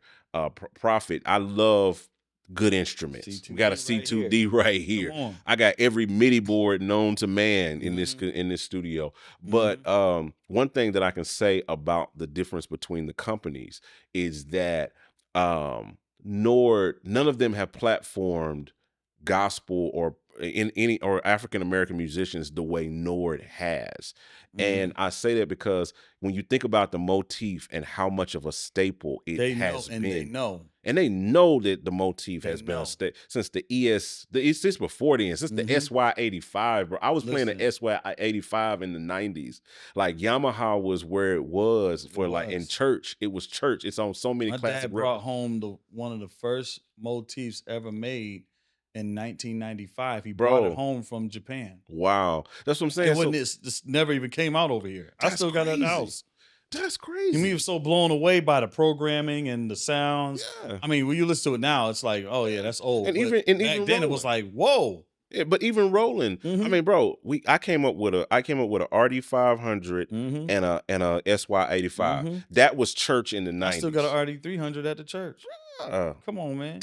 Dang. That was church in the 90s. Roland and Yamaha was ruling It the wasn't game. church without it. Yeah, it wasn't church without it. You know? So, but they still, even though those products have been staples across our genre, across our industry for decades, you never see. You never seen them say, let's do a gospel. Now, I will say to Yamaha, shout out to Yamaha, because they do have at NAMM, they have the Yamaha stage. Yes. Where they do, they've let Fred Hammond and Oh, go up there. Yeah, Of course, that's A-lister. He don't need y'all. Yeah, that's cool. He don't need We're Yamaha, talking about the everyday But there's the musician. everyday musicians that have an impact on the everyday musicians that we have yet to see a lot of these on other those platforms. We're just saying Yamaha, but this not just Yamaha. Not just Of course, Yamaha. There's We a can talk lot of forward. other cats that really could look out for these guys like that. So, and I'm saying that for example, Hammond, Hammond. And I'll tell this story because this all happened in 2018 when, I went to NAMM for the first time. I sat at the Hammond booth and they were so, my boy Jimmy Smith, shout out. He was trying to put me on. He was like, look, this cat, they, y'all talking about gospel organists and all this stuff. He's the guy. All these cats know him. They know his work, man. He's been, blessing people and, people been looking up to him for a minute. Yeah. So he introduced me to some guys at Hammond reps, and they were like, all right, cool. They talk real cool, here's my number, let's do this. But no follow. And they tried to get me, they had me to sign something. Yeah. And they was like, we look forward to doing business with you, blah, blah, blah. They had me sign on the dotted line. And I was like, okay, I guess I'm with Hammond now. Yeah. And I kept checking the website and I never saw anything. Them update and welcome new artists. So I said something to one of the reps. I'm like, yo, like, what's up? Like, y'all ain't said, Yeah. They was like, oh, okay, I'm sorry. You could check the email, check the website now. They put me on the website. And then I remember the next year when Nord asked me to play. Because I signed with Nord, and I remember I emailed them. I was like, I signed with Hammond. Yeah. Is that gonna affect what we got going on? Because I love Nord. Of course, I grew up playing Hammond. Yeah. I thought it'd be a good look. Yeah. So and Nord was like, nah, we cool. Like, nah, we don't. But the follow through, like you said, like here you sign with Hammond, it's like, oh, here you go. Check the website. Right. Nord says, man, here's a first class ticket to right. to So Sweden. that's where I'm getting. So what happens is, Nord is cool. They was like, cool, just don't do any deals with Kurzweil. That's their you can't when you're with Nord, I guess you can't sign with Kurzweil, whatever. Yeah. That's directly, you just can't deal with them. I don't Kurzweil who? I don't know that. So I'm going on. I remember getting ready to go to NAMM in 2019. Yeah. At this time, I done hit up the Hammond reps like a couple times. Yeah. What's going on? I haven't heard from y'all. Y'all was telling me y'all wanted me to do some promo stuff. Yeah. Like, what's good? Yeah. And they never responded. Yeah. I remember I hit them up and was like, can I get a pass to NAMM? Yeah. and they never Never responded. responded. So right, like clockwork, Nord hits me and asks me to perform at the booth. See. Now this is my first time performing. Yeah. And so I'm like, okay, bet. So Nord sends me passes. Yeah. I show up to NAMM with Nord badges on. And the Hammond reps see me and they're like, yo, what are you doing? What are you doing? I'm like, I'm good. You good? Like, what's good? I talked to my homie. Yeah. And he knows this. Like, cause I had to, explain to him like, yo, I told him everything that was going on, everything transpired. But, I just hated that Hammond, kind of, I ain't gonna say I hated that they did me like that. Yeah. But it was just like, if you want to, kind of capitalize on the whole gospel movement, why don't you start with the guys that's playing that's gospel. actually playing gospel? Yeah. Like, you could have had a few guys come on board and bam, there you got a whole line. You got a whole man, I could think of 87 organists that could have stepped in and do what they do. But it's just the game. And you wonder, like, I've always wondered that, even way before Nord came out with the C2D and the C1 and the C2 and all of that stuff that they was when they started to get in the game. Even before them, I always wondered, like, why isn't Hammond? I mean, like, the Hammond is. We talk about forget motif, forget all of that. The Hammond has always, for like the last 100 years, has been the staple I of don't the care black how much church. note I play. If there's a real B3 in the room, I'm gonna play the B3. You're gonna play the B, even though you are signed with Nord. You gonna sit at an A100. You gonna sit at a C3. You gonna sit at a B3. That's in my house now. If you mess with me, I might mess with the M3. If I'm in a situation and I just need the organ, you gotta get you. And if it's plugged up to a 122, hey, we could do some church. We could do some damage if I got that. I just need drop bars and I need the tone at the moment. Like you're gonna play Hammond, but at the same time, like you said, it's almost like that. I don't know if that cognitive dissonance is what they call it. I don't know what it is. Maybe they say, well, we already got the black church. We already got them sold up. We don't need to pander to them because they we definitely emailed me afterwards. It was like, when they saw that you was showing me love, they emailed me. It was like you got to choose between us and choose ye this day. And I was like, I was literally on a flight. I was on a flight going somewhere. And I got on. I paid for Wi-Fi. Pay for the Wi-Fi. That email. I was like, thank you, but hey, you're going with Nord. I haven't heard from y'all, and Nord showed me mad love. They done treated me. They, I love it, man. I love the fact that you said respect, man. And I didn't ask, like I said, I didn't ask for any of this. I wasn't trying to go there looking for endorsements and all that stuff. I just was going because my brothers made me go. Yeah. And look where the Lord opened the door. Yeah. And when you're obedient, he opens doors and no man can shut them. And what happened with, and to kind of, not even really talk about it, not even really so much to bring it up, but what happened with Corey happened before I even started coming to NAMM. Right. I still, I don't know all the full details. Yeah. But I remember when I was getting ready to play at Nord in 2019, I remember people hitting me up, like random people who don't even talk to me. Like, bro, don't play at the Nord booth. They did Corey dirty. They don't even think about it. You better not. If you love Corey, you better not play. Now, it's so funny because they done said all that, and me and Corey are cool as heck. Yeah. And Corey has even came to the Nord booth to watch me play.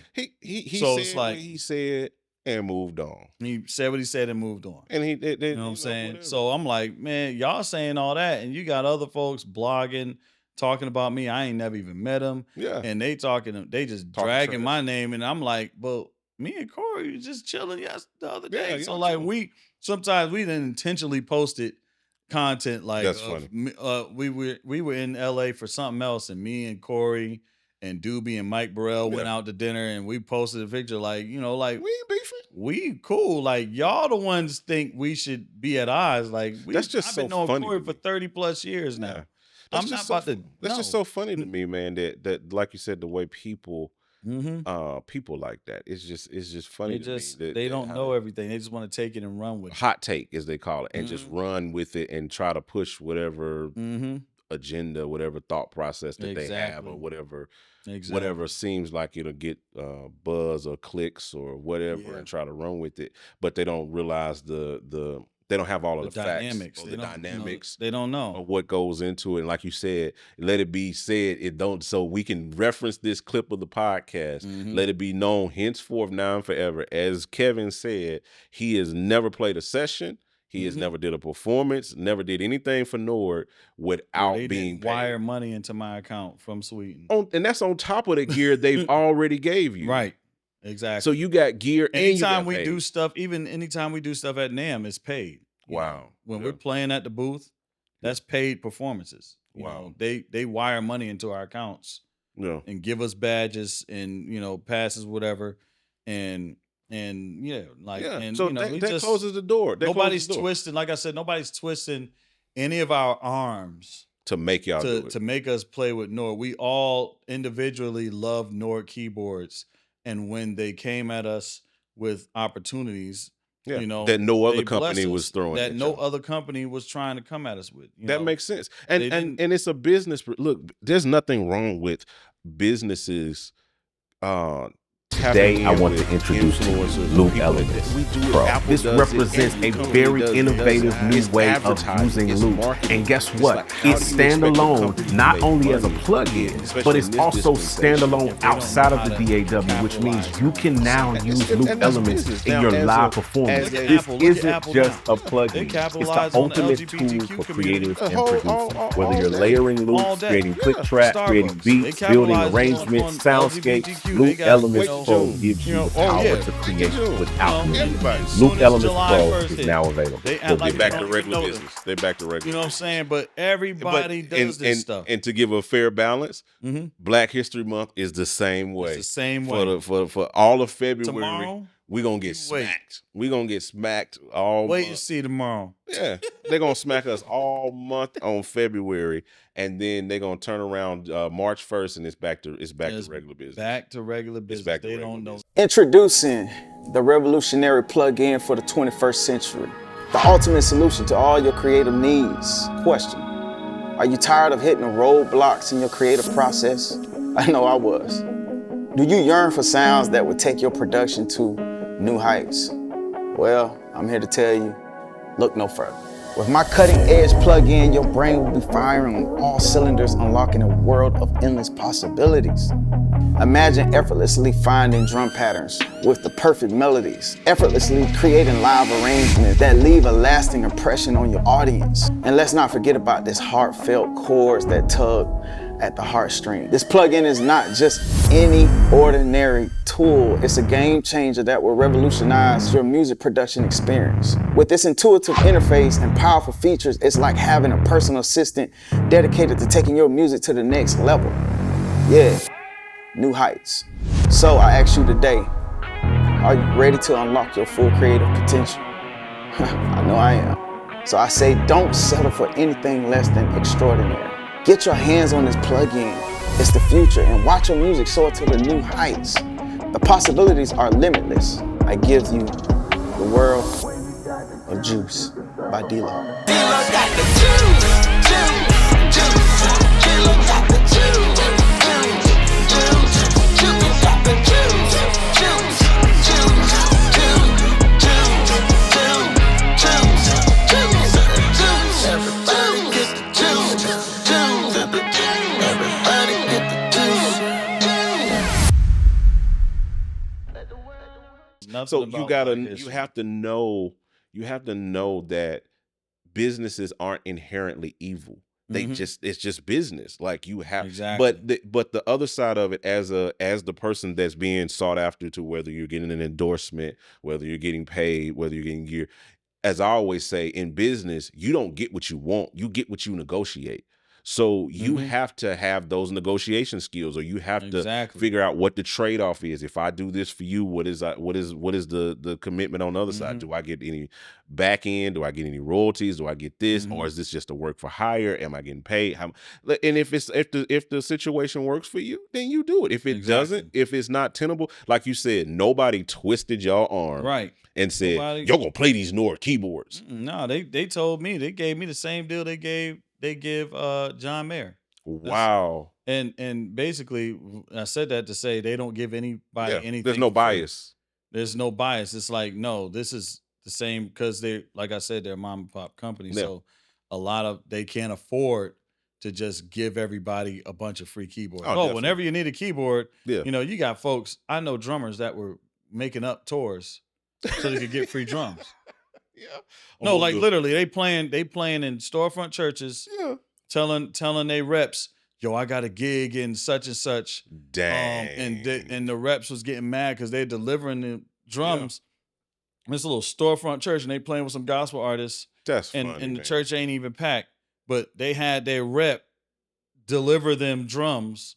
So like, you know, it's like you got folk who were taking advantage of their endorsements in that manner, where they were like getting stuff knowing that they don't need it, getting stuff knowing that they don't really got nothing going on. That's why I was straight up with them. I was like, I don't tour like that, bro. Yeah. So, you know, y'all just want to send me something? Bet. I'll do some content. I'll do blah, blah, blah. Yeah. But I don't, you know, that's not my thing. Like, touring is not me. Yeah. You know what I'm saying? So same here. bet. I've done the same thing for years with my YouTube channel, with all of those things like that. I've gotten, I mean, just about every piece of gear in this studio, just about I've gotten on some sort of, you know, deal with a company, you know, that I've worked out with, whether it's software, whether it's hardware, like, because I built my career as an influencer, companies will seek you out and they will say, hey, can you promo said product? Can you do this? Some gigs are paid, some are not. Most are not. Let's keep it up. But what I've done as an influencer, most of them are just, hey, we're going to send you this keyboard, or we're going to send you this, and can you talk about it? Can you promote it to your audience? Exactly. And so I have to make a decision. Do I want to take this piece of gear to do this review, or do this thing, or do this content for it? Or do I want to just send it back, or not even respond to the email? But I look at and I value each proposition at the value that it is. So if like Kawhi or whatever, Nord or whomever, if they say, hey, we're going to send you this for that, I have to say, okay, man, that's $1,000. If Native Instruments says, I'm sending you this, the S61 or the S888 or whatever, that's $1,000 keyboard. Right. It's almost like they paid me $1,000 to do this review. It's the same exchange, value exchange. No different than them giving you a $4,000 keyboard. I mean, you know, put it to like, and like you said that, like you talk about, like, for example, the C2D. Yeah. Everything on that is a la carte.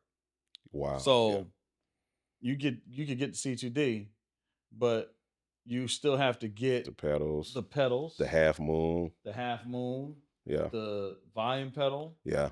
You got to get all of that. The organ stand. Yeah, the organ stand. Yeah. So when you add it all up, it's about seven grand. Yeah. They sent me all that for free, and they paid you. And So I'm like, why am I arguing? I don't. What am I arguing about? And they sent me the Nord case. Wow. So it's like, I don't.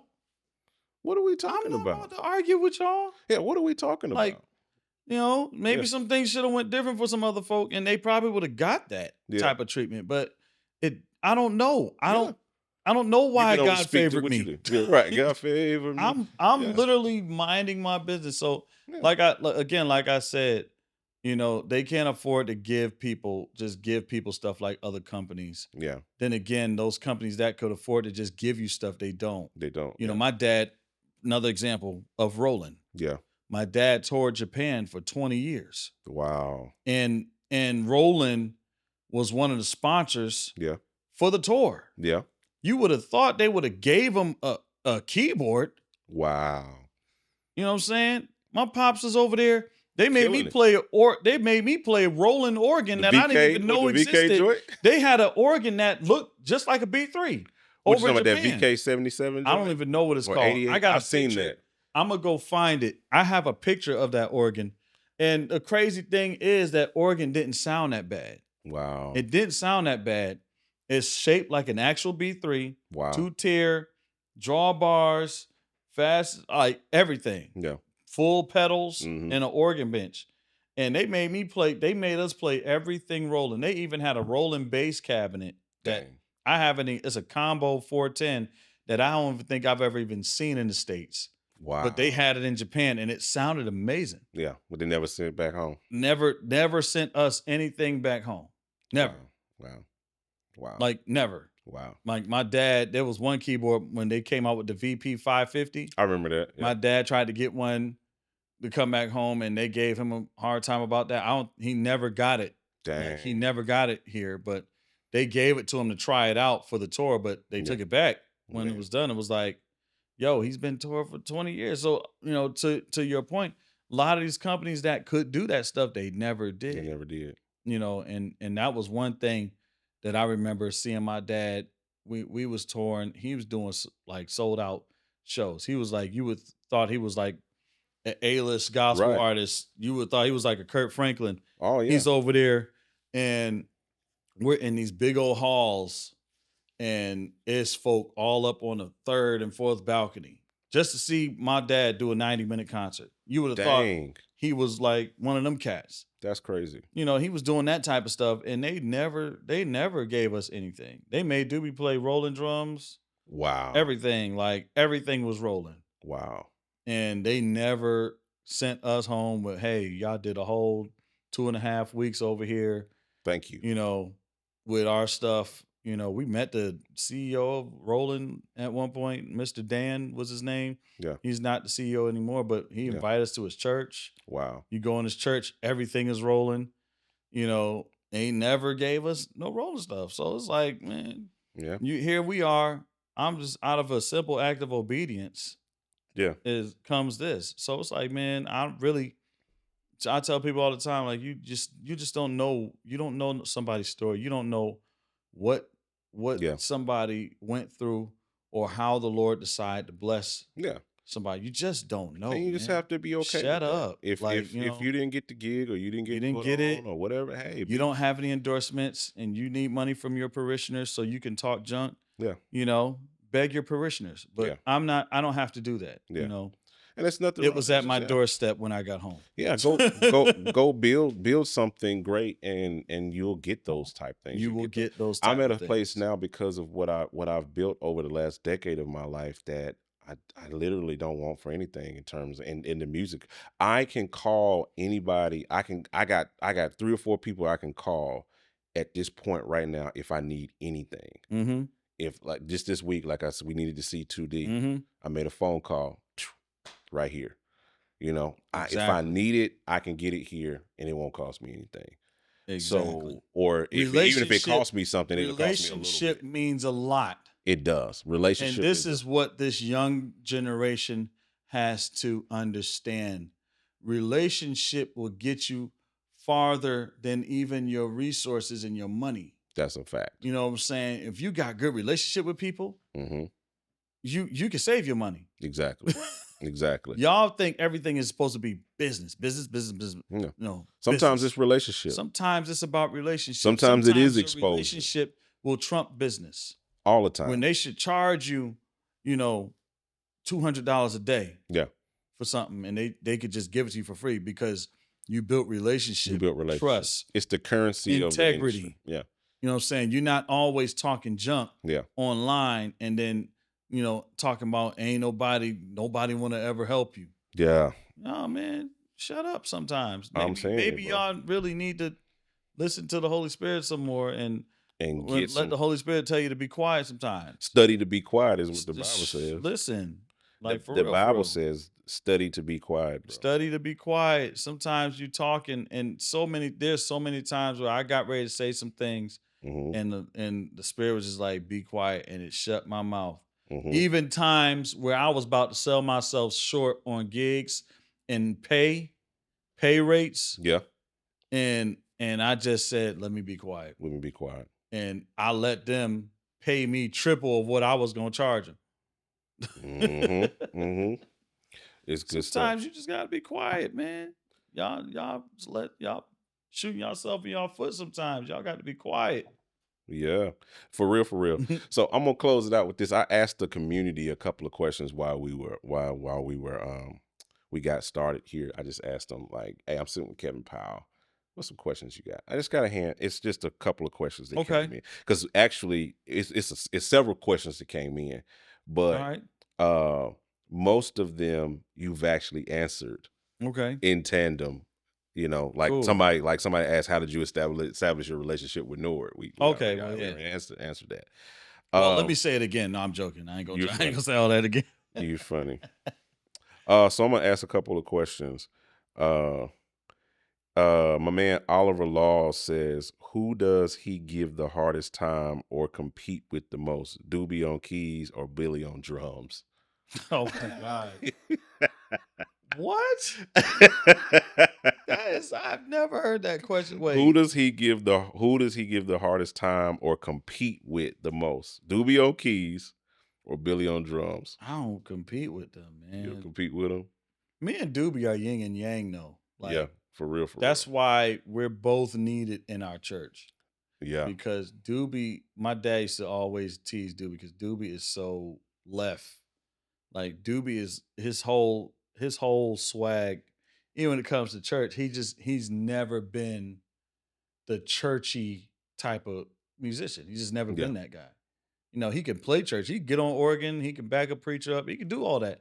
But that's just not something he chose to do. It was kind of deep by default for him. Yeah. So me and Doobie have always been, when it's churchy moments, it's me. Yeah. You know, when it's vibe. You know, my dad used to say, "All right, Doobie, you're soothing them. You're soothing them." You know, my dad be trying to rebuke the whole church, and Doobie be back there just, you know, in his Doobie's world with a rose panning and a pad going. And my dad used to be like, "Hey, all right, thank you, Minister Doobie. You're soothing the people, and I'm upset."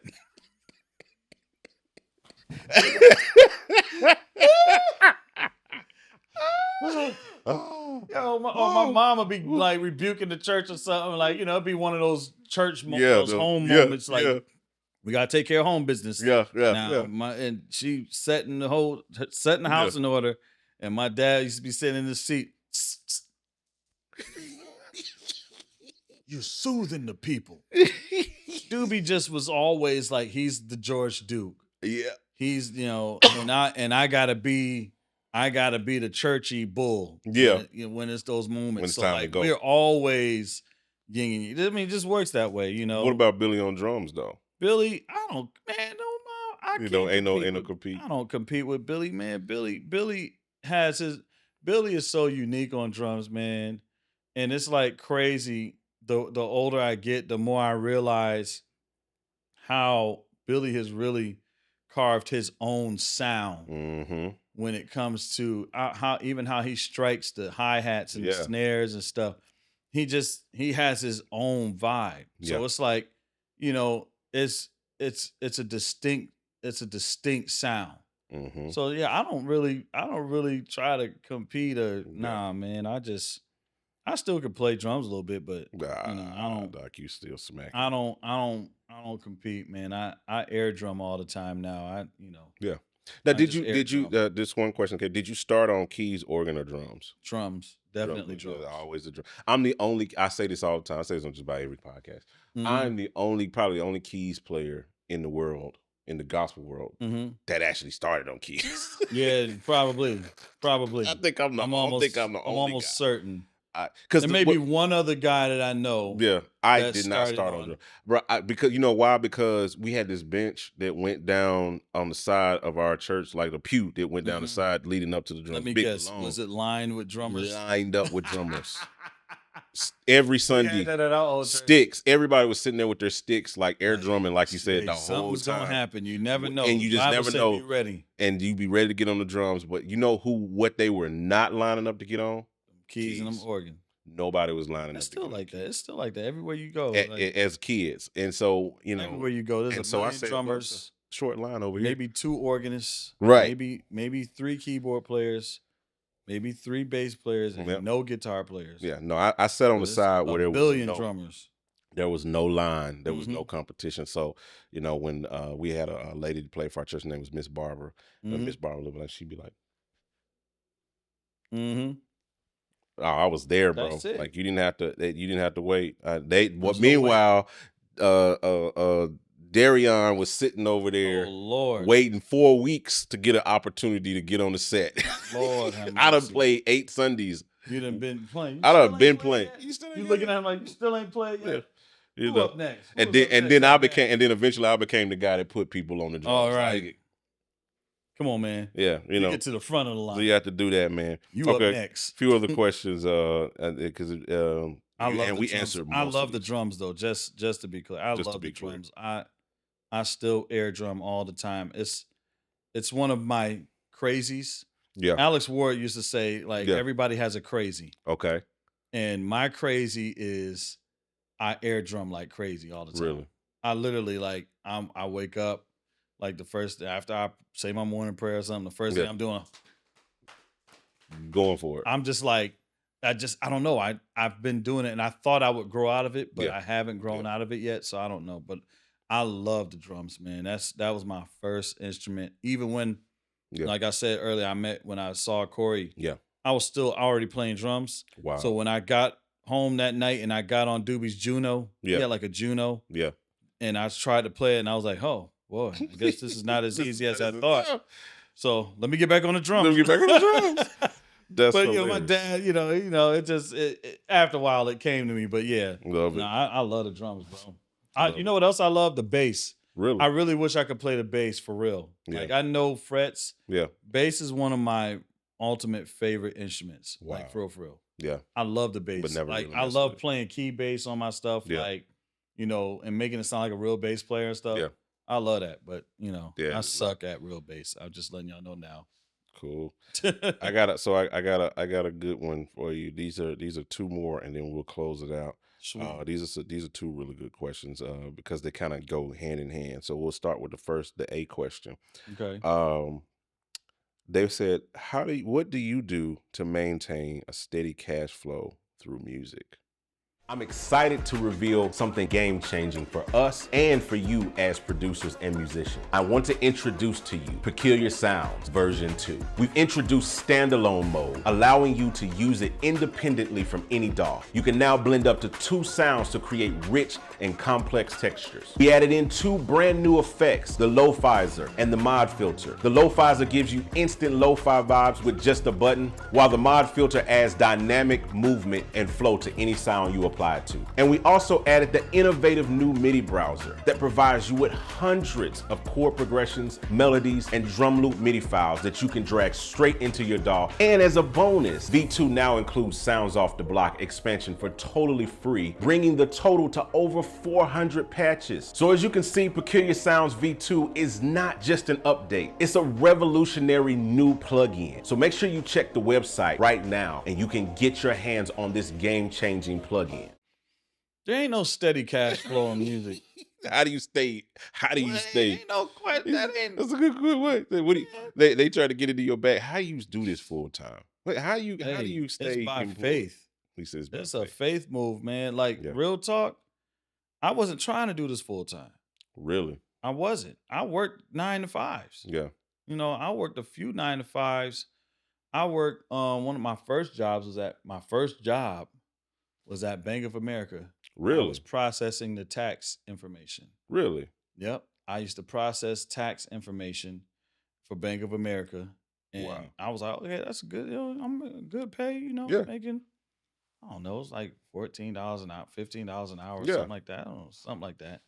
And then, it ended up being seasonal. Yeah.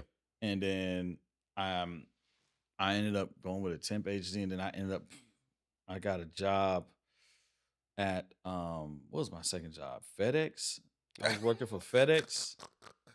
You look like a FedEx driver. Yeah, you look like somebody working at FedEx. I was working for FedEx, B. But I wasn't driving. I was loading the trucks. I wasn't even loading the trucks. I was loading the belt. Oh, yeah. So you use the factory distribution. Yeah, system, I'm inside the factory, Yeah. like getting all the, because by my house there's a big FedEx factory. Got it. Right by the airport, so they get all the stuff coming from everywhere. Yeah. And it goes there, and then it goes Goes out out. to other parts of Connecticut. Got it. So I'm there offloading those freight carts and stuff, Yeah. putting it on the belt strategically. Oh, this got to go here. So this there, this go over here. Yeah. This go there. Yeah. And I was doing that for like, I forgot how many years I did that. And then I ended up working for the gas company, Connecticut Natural Gas. I worked for CNG, and that was probably the easiest, highest paying job I ever had. Really? Because all I had to do was I was reading gas meters. So Wow. I was going around reading and verifying gas meters. Wow. So I had got so good at reading the meters and the knobs Mm-hmm. and the gauges that they had me verifying other people's work. Wow. So I was like, bet. And when I did that, they would give you routes, and they'd be like, after you do this route, if you do another route in the same day, Yeah. you get overtime, time and a half. Yeah. So you get your days paid, and then you get time and a half for doing another route. So I was like killing. I was like, man. And then they laid me off. So like they was like, hey, we cutting back. We upgraded. Yeah. We got these digital meters now. So the guys with seniority are gonna ride in the cozy trucks, and they're gonna point the laser at the meter. Yeah. We don't need you anymore. Dang. They're just gonna point the laser at the meter and get the read and going about their day. So they didn't need people like me walking and checking the beat and actually checking meters. So I got laid, and I was so mad because that job, I had so much bank. Dang. From that money. But I was so like, how man, I long- could do this all. I don't mind. I'll do this and still do music, and Yeah, And make then the money. when But how long have you been doing it full time though? I started doing it full time like 10 years ago. So you had been doing it a decade. So Yeah. I'm sorry. It's been longer than that. Really? It's been longer than that. Because when I got laid off, from that job, from the gas job, company job, I kept trying to get work. Mm-hmm. And nothing was falling through. Everything just kept falling through, rather. Nothing was just, happening. And I remember I was just mad. I'm like, how am I supposed to make a living? Blah, blah, Right. blah, blah, blah. And I heard the Lord was like, you know what you're supposed to be doing. Wow. And I was like, well, here go the faith walk. 'Cause Yep. I literally, I was lining up for other interviews because, we believe in, you ain't, if it ain't popping, get you a job. Exactly. You got to do what you got to do. It's nothing wrong with that, especially if you got a family to feed. Yeah, or somebody to take that's why care I of. shout out my Billy, me and Doobie, we used to tease Billy all the time because Billy would, whatever he had to do to feed his family, if it meant, trading in one of his drum sets. Billy just had drum sets galore. So sometimes he would just be like, man, I had to pay some bills, and we look up and see he done got rid of one of his kits. Like, well, what happened to, man, I pawned that, man. I had to do something. Like Billy would do whatever he had to do to take care of his family, take care of his wife and his kids, and make sure they didn't have to want for nothing. So it's like, man, if you got to get a 9 to 5, get it, because this music industry is very fluctuating. It can be some timing, especially in our field. It can be some timing. Sometimes you're working with an artist, you getting day rates, you getting weekly rates, and then that artist decide they not doing nothing for a while. Yeah. You out. You out. So now you gotta find something else. So how do you so even though it's that, Mm-hmm. what is that? Because the second piece of that question is what's the best financial advice you can give somebody to basically keep? Man, stay humble. Yeah. Stay humble. I mean, that sounds so spiritual, but literally, don't live above your means. That's perfect. You know what I'm saying? Don't, when you know what you can afford, when you know what you can't afford, it's okay. Yeah. Like, the day will come when you can afford it. But however you can stack your money, stack it. If it means if it means get rid of the car payment that you got, Yeah. Get something a little cheaper. Yeah. You know what I'm saying? Stop buying Jordans. Yeah. Stop buying Jordans every other week when you catching Ubers. Woo. You know what I'm Preach saying? the word. I'm Stop, a proponent of that. I'm a big proponent of that, bro. There was a point we cut everything, bro. We cut cable and went to Netflix, and I'm not even talking about. I'm talking about Netflix when it was DVDs. I'm not even talking about Netflix when it was streaming. When streaming finally came for like $5 a month, we was ecstatic. Wow. But we cut cable, went to just Netflix, bro. I would get like them 4 DVDs from out at a time, and the kids would watch the same thing all week long. That's Baby crazy. Einstein about to come back on, y'all. Blue's Clues coming on next. Don't miss it. We made it seem like they had cable, and then we just watched movies, and for ourselves when we was there. We cut cable, we cut everything. Went from AT&T to like Cricket. You know what I'm saying? Like we cut everything. Bro, I got it down to, and I got 6 kids. I got it down at one point, I got it to where I could take care of 6 kids and provide for the whole family for less than $2,000 a month. Hey, man, that's beautiful. And even now, at where we are now, even though while I was building business, while I was doing all of this stuff, even now where we're at a place of bountiful and overflow and all of that, as we would say in the church, we still live below our means. Right. And we live as far below them as we can. You know what I mean? I still don't have cable. I got like 2 or 3 streaming services that I'm paying for every month. It's cheap. But I still don't have cable. Like I actually still have Cricket. I heard a wealthy person, a lot of money. Yeah. Say, you know how I stay like this? Yeah. Because I live like I'm broke. I live like I'm broke, bro. Like, you know what I'm saying? You have Some of the people who are millionaires, and it's funny because you see people who, they always point out those obvious opposites where you see the people who are millionaires, you know, Bill Gates, billionaires rather, who will walk around with a regular shirt on and some penny loafers, some regular jeans, and then it'd be the ones who ain't got it that's buying $300 Jordans and buying Balenciagas. Come on. And you can't even pay your car note, but you buying Balenciagas and what is it? My wife introduced me this weekend. We was in LA, Golden Goose or something like that. It's some new brand, or at least a new to me brand, something Goose. But it's like there's some old they look like an old pair of Chucks that's been like that you done had on for like 30 years. Like, oh wow. No, I don't know if I've seen those. $800 shoes, but they look like they're $2 like shoes. They come pre-scuffed, pre-torn, pre-everything, and they sell for like $800-900 a shoe. Like I'm just like, are you serious? But that's my whole do, thing. It appeals to the folk, the broke folks. That's who's buying. That's and who's buying that. I heard. It's not the rich I think folks. Was it buying Dr. that stuff. Umar that said that? Yeah. That a lot of times it's our folks who are obsessed with the symbols of of wealth. We want to look wealthy. We rather look wealthy than to be wealthy. Yeah. It looks like we got money when you got a gold watch on, or gold and diamond watch, and some $300 Jordan or some. I was watching a thing online at some sneaker expo. Yeah. And fools is paying 8 G's for some Air Force Ones. Yeah. That blew me away. I was like, what? It's that. But bro. the fact is, a lot of times it's the folk who can't afford nothing. Yeah. They want the symbols of wealth. Yeah. They want to see that. And that's why I tell people all the time, look, it's okay, man. It's okay to go to Target and get a couple of shirts. It's okay to go to Walmart and get a couple of shirts that's going to get you through. I love my wife is the goodwill queen, bro. Listen, she is the goodwill queen, bro. Like we was in I had to stop her. We was in LA. We was in LA, and she was like, "Ooh, Goodwill." I said, "Babe, we in LA." Well, I did not fly all the way out here.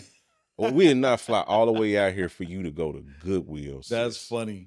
Like we not. You never know what you would. But hey, that's what I'm Washington saying. Maybe could have gave something over there. You never know. But but at the same time, that's what we learned to live way below our means. That's how. I think that's the biggest piece of advice we can give to any musician, any creative Absolutely. that's trying to make it in this industry is you have to get that cost of living way down. Way down. I had a young man, I'll say this and then we'll close it out. I had a young man hit me several years ago. We was talking about this same thing. And he was like, bro, I'm trying to get into doing music full time. I'm trying to get into da da da da. He's like, what do I need to do to what must I do to be saved? No, he's like, what do I need to do this full time? And I gave him a simple thing. I said, you're gonna have to do the S word that nobody wants to do. And he was like, the S word. He said, save. Yeah, exactly what he said. He said, save. I said, no. I said, sacrifice. Well, that's good too. Yep. You're gonna have to sacrifice. You're gonna have to. And then I said, how much do you make a year? He said, I make about, I think he said it's about 50 grand. He's like, I make 50 grand a year. I said, how much you spend a month? And he told me it's like, it's about $5,000-$6,000 a month. And so I was like, you're already living above your means. I said, if you want to do this full time, you're gonna have to cut that to a third. Because you spend $5 grand a month. Yeah. That's more than what that's more than making. 50 a year. And he's probably accounting to what his wife is probably making. They're working together, whatever. But he was just like, yeah. And I said, bro, if you want to do music, if you want to do this thing full time, you're going to have to sacrifice. You're going to have to cut stuff. You're going to have to cut everything. The first time, I think when we met out at NAMM had to be, no, it wasn't when we met. It's somebody else that I met out in NAMM. Because the first time I went to NAMM was like 2016. You said your first time was 18. My first time at NAMM, I was out there, and if somebody will watch this will know, met me out there at NAMM that year. We had a booth out there too. I had a booth out at NAMM with the company I was with. We was running a booth with Gospel Multitracks. We was running a booth out there at NAMM. Whole booth. Wow. I had a food stamp card in my back pocket. Sheesh. I was out there at NAMM with a food stamp card. When I left NAMM, I was looking for a spot that took EBT. I was looking for that sign, EBT accepted. Right. To be able to go get me something to snack, get my snacks and get all my little stuff like that. Wow. I was out at NAMM with an EBT card in my back pocket, shaking hands, doing all of that stuff, being out there rubbing elbows with the who's who in the industry with a food stamp card in my back pocket. The amount of different tax brackets that be at NAMM is crazy. Because it's like, I said that, I was like, yo, they go DJ Jazzy Jeff. Yeah. Oh, snap. Yeah. They go DJ, Battle Cat. Yeah. They go Stevie Wonder. Yeah. Yeah. And then there's me. Like, yo, I was laughing with my boy Kareem. Yeah. We was, we booked this Airbnb downtown LA. In NAMM. Yeah. And so the people who put it on Airbnb site, it was only like their second time renting out. Yeah. So they didn't know how to price it. So they priced it really cheap. Yeah. So we got it like really cheap, ridiculously cheap for LA. Wednesday to Saturday. Yeah. And so we got there, and it's a high-rise, 2-bedroom penthouse. Wow. Overlooking crypto. Dang. Crypto arena. Yeah. So and there's Lakers games going on while we're in there. While you're in there. You can see Lakers and Bulls is playing. I can look right down at crypto. And so what my point in telling the story is because I was, staying within my budget. Yep. I said, I need a car, but I don't need nothing flashy. So I rented me a little Mazda. Something that good on gas. That'll get me from LA to Anaheim. I had a Fiat the first time I was in there. Listen, bro. But my point in telling is because I looked around, I was like, I'm talking about the tax brackets, where the space where I'm supposed to park in the garage for the Airbnb, there's nothing but Bentleys, McLarens. I think even some, Clippers and Lakers players were actually living here. Dang. Because you see nothing but Bentleys, McLarens, Audis, a whole row of Teslas. No. All this stuff. And here go my Mazda.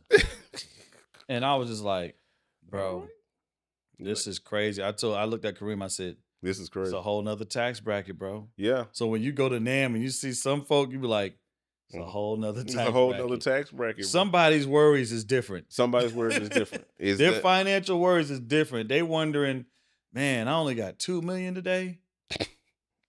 And we up here like, dang, I got about $200 to last me. I'm trying to get on this plane. I'm trying to figure out how I'm gonna get back home. Ain't gonna hold you.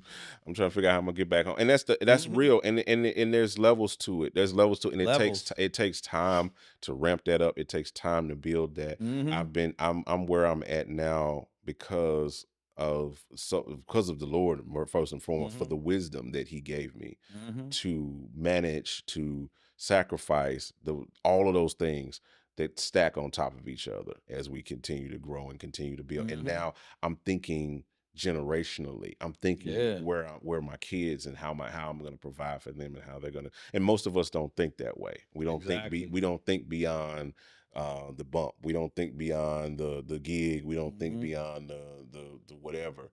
And there's as long as I'm making my few $100s a Sunday, I'm good. No, you gotta think beyond that. You got as I tell my man Rob, you gotta think deeper beyond what you deeper than what you about to say. You got. I'm at a point now where my tithes, I know that I want my tithes to consistently be more than what my church pays me. That's crazy. Yeah. So it's like, my church paid me this and my tithes is this to the church. That's I don't want to really even worry about what I get from my church. I love that. It's my home church. I love that. But I don't even want to worry about that. My thing now in this season is maximizing on all the different ways that lead to multiple streams of income. And just, not even worrying about that. Let that be something that go on a savings or something. Exactly. But I'm like, I don't want to have to worry about that. Yeah. You know what I'm saying? So I love it, man. Those are things, to whoever asked that last question, you definitely, it's a discipline thing. Yeah. You got to be disciplined. The pandemic taught me discipline. Yeah, same. Because taught me a lot, bro. Oh man, like I started putting money up because we wasn't doing nothing anyways. Yeah. And then when I did that, I was like, yo, I should keep doing this. Like, you create those new habits. Yeah. Yo, this money just been sitting here. I got this little $1,000 that's been sitting. I ain't used it. Yeah. Man, I need to do this more. Like keep doing it. Why? So that created a whole nother, habit for me. So now it's like I'm just every time I get it, every chance I get, I'm putting money aside. You have to. Some stuff I put it in places where I know I ain't gonna look for it, so I don't spend it. Yeah. You gotta have discipline. You can't buy, like I keep saying, you can't buy Jordans every other week. You can't buy the latest, accessory every other week. Sometimes you just got to chill, man. Be content with not having everything. Exactly. Be content with not having with not having the latest of every gadget, the latest of every clothes, trying to follow fads, and you know what I'm saying?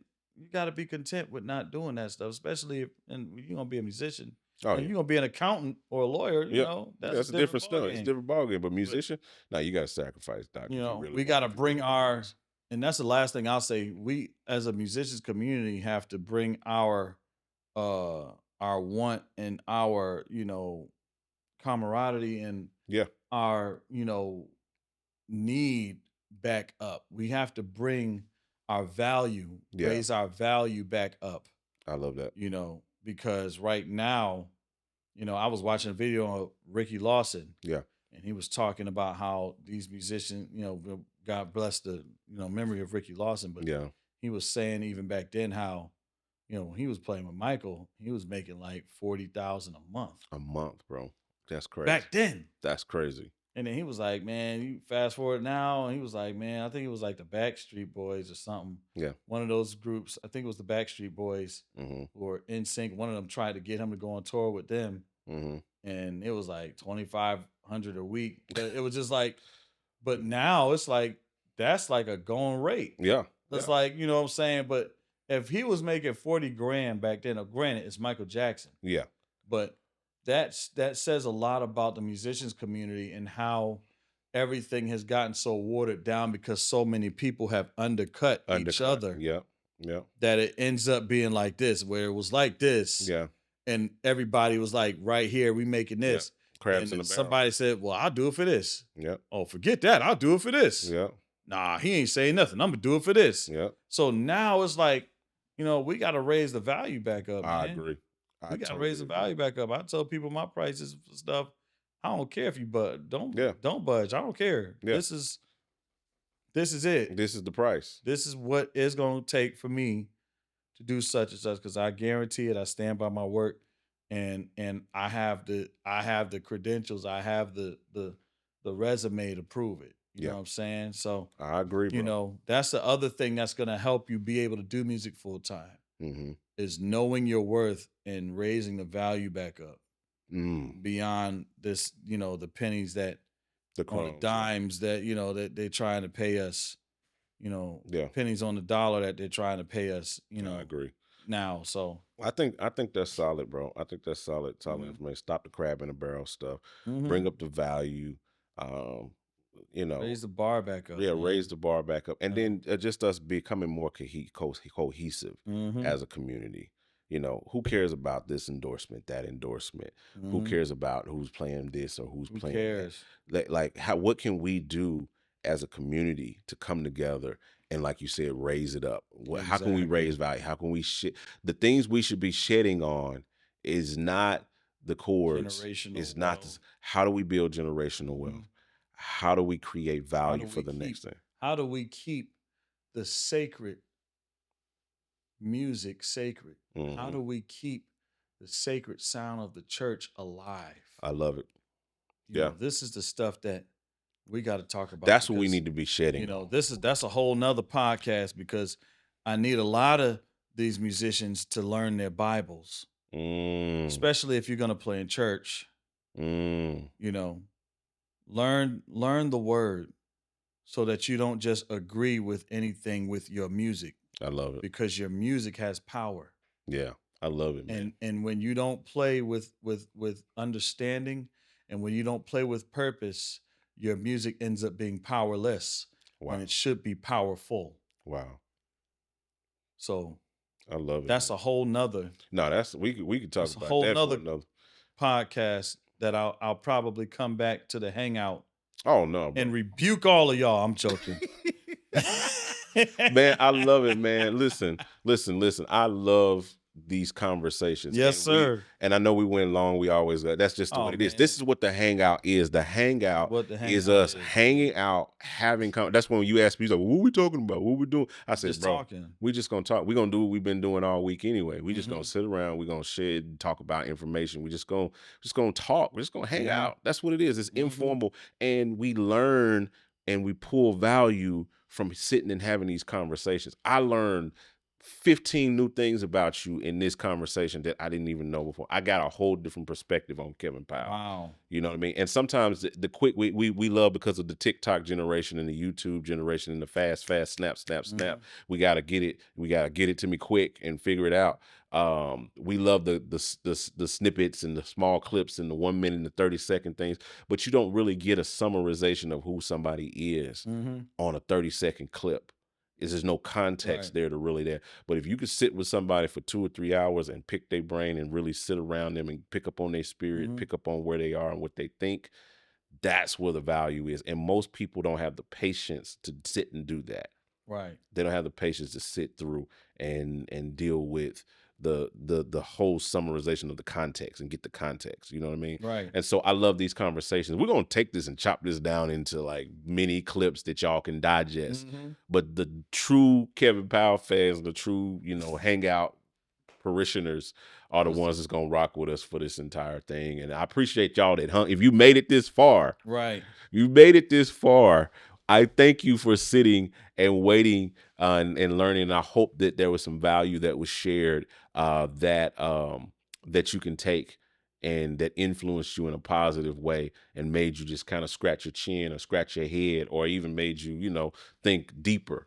than what you're already thinking. That's the whole purpose of this. It's bringing in interesting people, having interesting conversations that go beyond what we do on the keys or what we play or drums or our instruments, our production, our desk, all of that. What you hear, what you see. This is who Kevin is. And we get to look and sit and pick his brain and see his experience. My brother, So man. thank you, man, for being a part. Thank you for hanging out. allowing me to be here, man. This is actually, I think this is my first podcast. Really? I can't think of any other podcast I've Well, ever done. here's the but- thing: you're the first podcast in this particular podcast studio. You're the first person to actually be in this studio, in this setup. So It's you on. christened this you're the first episode Blessed in this Lord. setup. We've done the Hangout. Bless you. Bless you. But thank you for thank you for christening. Hey, I'm it for- honored, man. Thank you. And keep doing what you're doing. Yes, sir. You know, not just, for the musicians and gospel, Yeah. but there's so many people out in the world that are Wow. that are watching you, that are being inspired by what you're putting out there, and you're taking chances on people. Yeah. And it's paying off, man. Wow. And this is the crazy thing. There's even more. Wow. You know what I'm saying? Yeah. God's got even greater. So like just for what you're doing and the sacrifices you're making, it's not in vain. You know what I'm sir. saying? So I want you to I keep receive doing that, what you're doing, because you're blessing us, and you mean more than what you probably realize. Wow. To the industry, to the gospel industry, to the musicians, to the artists. This is what you're doing is inspiring people Yeah. to get back to what it is that they need to do. Yeah. Even myself, Wow. I've been grieving a lot. So Yeah, man. it was rough for me to create. So Yeah, I I'm know. just Getting back into that flow. pushing myself back in there. But this is very inspiring. Like I Wow. want to hurry up and get back home. So you can get into it. And so I can get into I it. love So it, man. like I respect this. I appreciate Yes, this. I sir. love you, brother. Love you too, man. It's great. And this Well, is on. Yes, sir. Well, thank you guys for watching. We appreciate you hanging out with us here at the Hangout. This is what we do. We're going to be back again later with somebody else to hang out and have some good conversation with. And we appreciate you guys. You know what to do. If you made it this far, you need to go ahead. If you haven't hit the like button yet, you need to go ahead and hit it. If you haven't subscribed yet, you need to go ahead and subscribe, because if you sat here this long with us, you should be subscribed, because that means you should have been done subscribed. So hit the like button, hit the share button, subscribe. Check out these other episodes that we got queued up for you. And we'll talk to you guys on the next one. We out. We out. Peace. Peace.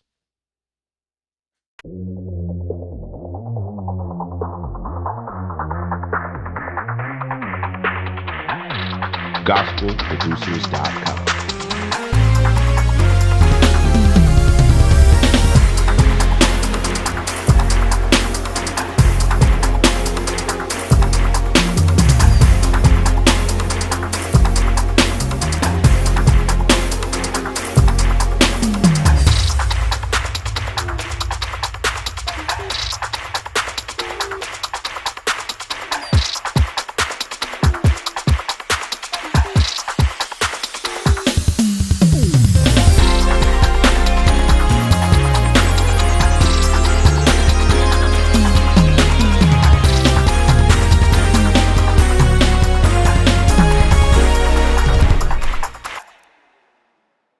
I think there's often too many people that are copying someone else, and and I don't know, I go back to your traditions and also move forward. Yeah. But be original and be yourself, and in my mind, keep the audience in mind. And there's a way to innovate and Yes. incorporate modern stuff in with the roots and still be true to the genre. Yes. And then there's certain ways where it's not true to the genre. All right. Hello, everybody. This is an awesome pleasure to do this, to be with two of my favorite people, engineers, and get to just have a conversation that we've actually talked about before. We were going to do it on Clubhouse, but we didn't get to do it yet. So maybe this will be the preamble to that. But anyway, thank you, John Mike, for Gospel Producers and having us here to do this. And let's just talk to these two gentlemen here, John Yosh and John Blass. If you don't happen to know who they are phenomenal engineers, mixing, tracking. They have a long tenure in gospel music and other musical styles, I'm sure, of course. But we're talking about gospel primarily today. And this gentleman here, I would say is the predecessor to us doing what we're doing, and he's had a just magnanimous impact on gospel music as we know it. You may not know the name, but you may know some of the songs that he's mixed and presented for us to hear, learn, and cherish over the years. So let's kind of start with John Yosh. Thank you for being here with Gospel Producers. And hey, how you doing? Good, doing fine. What's going on? Well, let's kind of talk about the career a little bit, just a little bit. My personal first expose to you was through Sanchez Harley, or at least one of my first ones. And Chaz would always say, man, you got to get Yosh. You got to get Yosh. He's such a liar. So, of course, I didn't even know your first name because he kept calling you Yosh. He never called you John. Of course, I didn't know how to spell it. I thought it was Yosh versus JASZCZ, I believe is the correct spelling. That's pretty good. So, yeah, I try to get my ABCs together. So anyway, you've had it for just amazing career. Mixing music, but gospel's has been great. Okay, so here's a little aside here. So I met this guy in New Orleans, and how old were you? I don't remember. 20 years old? Yeah, maybe. 22? No, it's older than that. Okay, 23. That was our second meeting, I think, actually. And he's in the middle of recording, what was it, Bishop? We did the Bishop Morton record together. Bishop Morton's record. Yeah. And he has to deal with Kurt Carr and Bishop Morton when he's a young guy. It was amazing. Like 2006. He had everything going on at this live recording, and we got the live recording going. And then when we finished the live recording, he had to record all the overdubs, and you were recording a 002 or something. What was it? I brought my brother's 12-inch PowerBook Mac, a Digi 002, and a Mackie 16-channel mixer. And we just set him up in a room. We did the same. And he just started recording, and he he dealt with a really good producer and handled it really well for never really doing it like that before. He had experience doing stuff up in St. Louis. St. Louis, but to have to deal with that that was amazing. Like I was so impressed, because if I was 23 and I was thrown into that, I don't know what would have happened. It was definitely a moment to cut teeth. Just to give you the backstory, we did the live recording. I was the live sound engineer, monitor overseeing that part, even overseeing production, backline, and then recording dubs. In the sanctuary, we even had a rock room that we transitioned into. So we set up a makeshift studio for you, basically, so you could do lead vocals and then choir out in the church. Yeah, I did that, and the bishop did his overdubs in the office. Yeah, it was good. Yeah. So, anyways, this guy's amazing. So I'm done. So again, but our first meeting was actually at a GMWA. You were recording with Women of Worship for Sanchez. Okay. In the truck. I think it was you and Dave. Dave from Watermark. Yep. I think it was his truck, but you were the engineer at the time. Dave Habinger. Yeah. So, but man, like I said, going back to mixing, let's talk about Benson and the Dan Cleary Cloudburst days. Yeah, I should not know that, right? Wow. I remember, like I said, Sanchez talking about you, but I would see your name on these records, like with Carmen commissioning the Christ Church Choir album. I think there was like all the Hezekiah Walker stuff. I don't know if you did all of it, but the one that sticks out. Randy Poole did some of that. And we happened to be at the pool room. And we're at the pool room in Randy Absolutely. Poole. So how that happened was, I lived in Detroit, and I worked with Commissioned and a lot of other people, a lot of Detroit people, and before that, P-Funk and Bootsy Collins and all that. But we were probably like on the 6th or 7th commissioned album when I met Dan Cleary from Nashville. Well, Fred's or Commission's record company was in Nashville, and they always wanted us to come to Nashville to mix. And we're like, we're not going to Nashville. Like, who would go to Nashville to mix when you're in Detroit? Like, we don't mix this kind of music, and they don't mix music like this in Nashville. And I'm like, because for my generation, Nashville was about hee-haw. You guys don't even know what that show is. Yeah. But we were prejudiced against Nashville people. And honestly, we really were. And so I wouldn't go mix there. We were mixing in Detroit studios. And but then one day, this guy, Dan Cleary, comes from Nashville. He's an A&R guy for Fred and Commission. And he goes, man, I need you. He came to the studio and he was actually doing some project, which the project you were just talking about. What was it? The Commission, Christchurch. Yeah. And we tracked all the stuff with Commission. And then he made me come back to Nashville and mix the stuff. And of course, as soon as I got here, I fell in love with this town immediately. It was like instantaneous. I was wrong. It just goes to show you, you don't judge a book by its cover. Yeah. And I was introduced to this incredible studio system here at the time. And it still exists, but not like it did back then, where we worked from studio to studio to studio, setting up mix situations every 10 to 12 days in different studios. And we got to learn, myself and my assistant, to learn all these different consoles. Like one day you're working on SSL, next day next month you're working on Neve, whatever, or an API. And so it was an incredible educational experience going from Detroit to here. Sure. In Detroit it was more, I got my chops going with tracking and then mixing, and then coming here was another whole new thing where you explored people and gear and made relationships. So that's all I got to say about that. So let's go further into gospel. Like I said, I mentioned Hezekiah Walker, even the Live in Toronto record, which was a horrendous story as y'all had that happening for the travel part. Yeah, there was a blizzard. Right. Yeah. So trying to get there was crazy.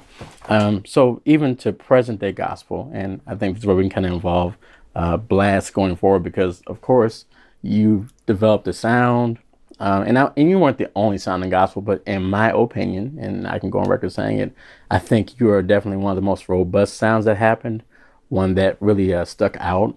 I think there's a difference between artistic parts, like where the artist is what they're doing, and the sonics are different. And so I think there was always a difference in the sonics when I heard a record that you mixed. Like I said, I'll go back to How Much We Can Bear. That's a song that people sang for years.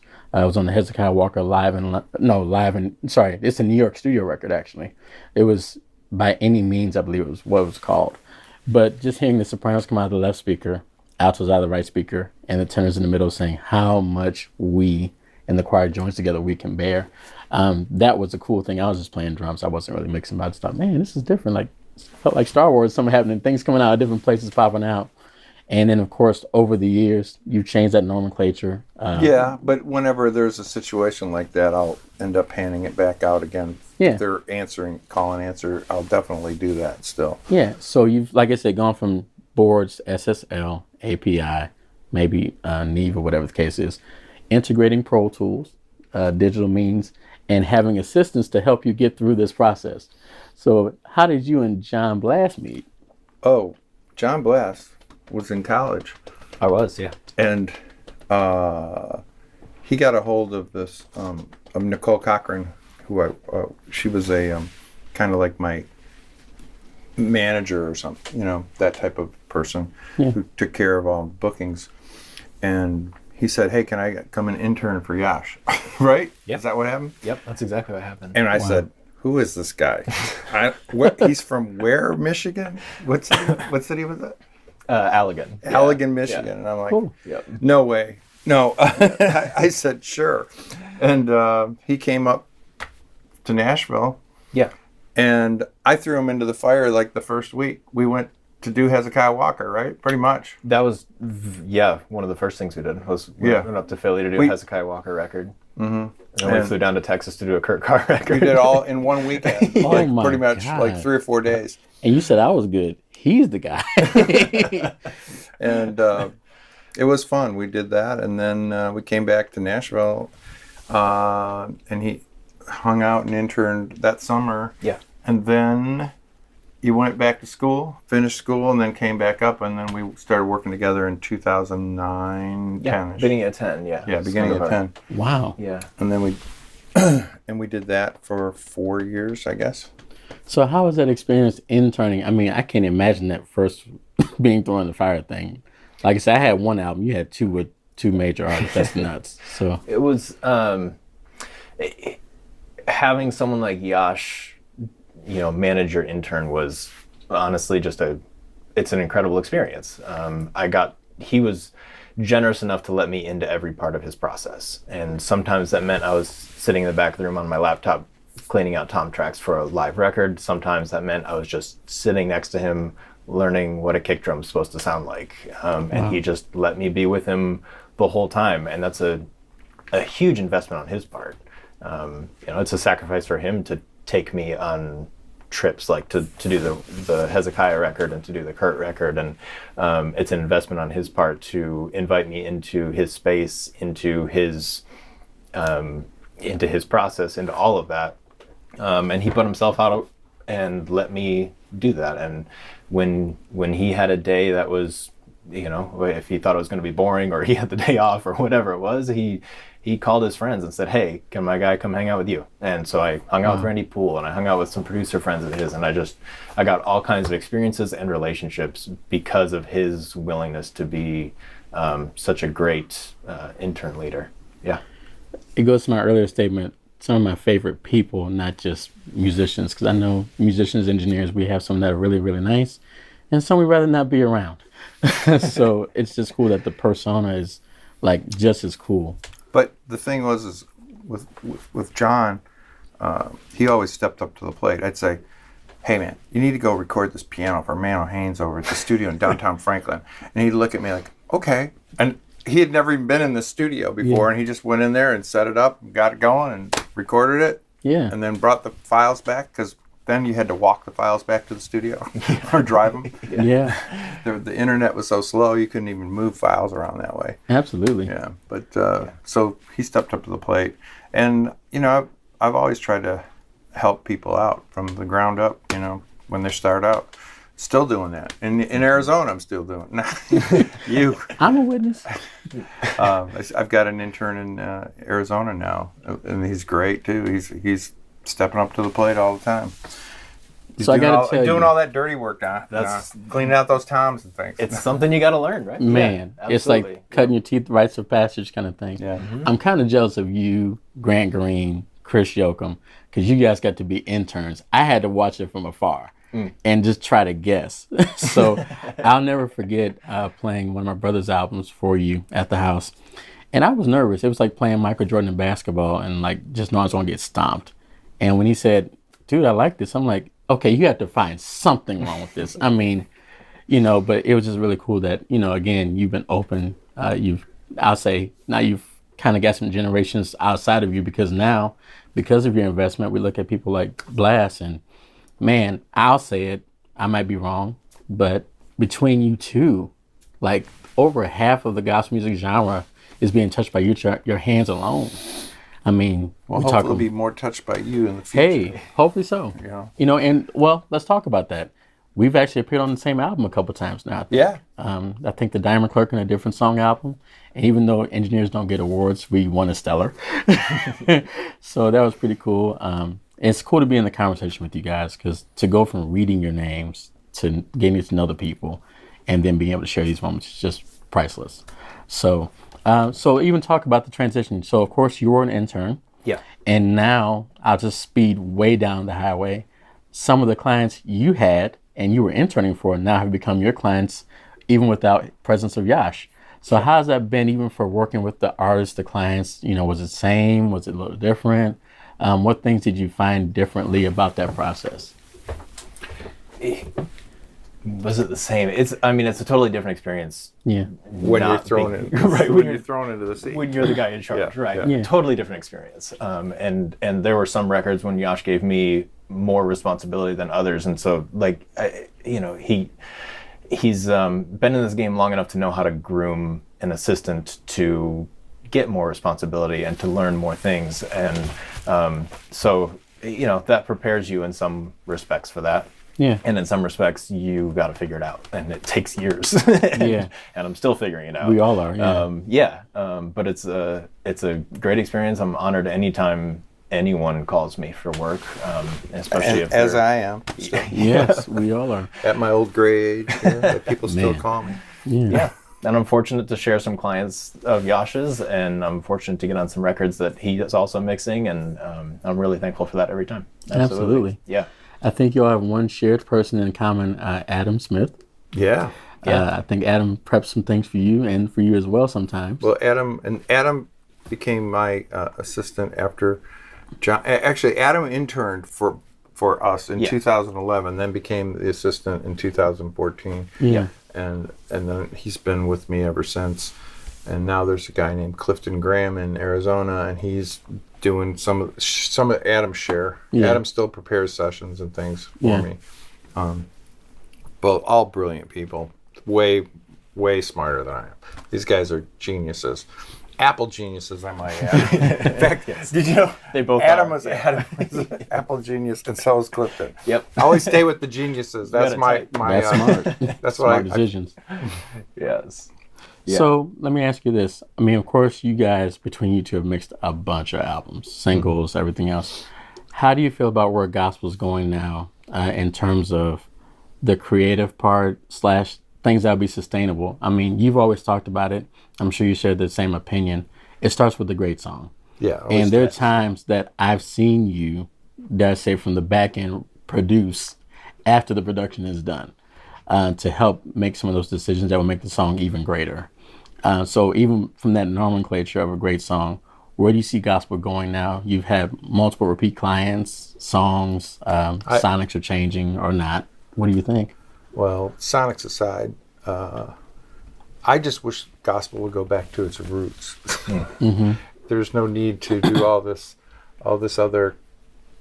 It's a genre that goes deep into the deepness of the South and of black music, and I don't like it when it gets homogenized by other kinds of music. So my favorite music is when it's real gospel music and it's heartfelt and comes from the Delta, man. I get it.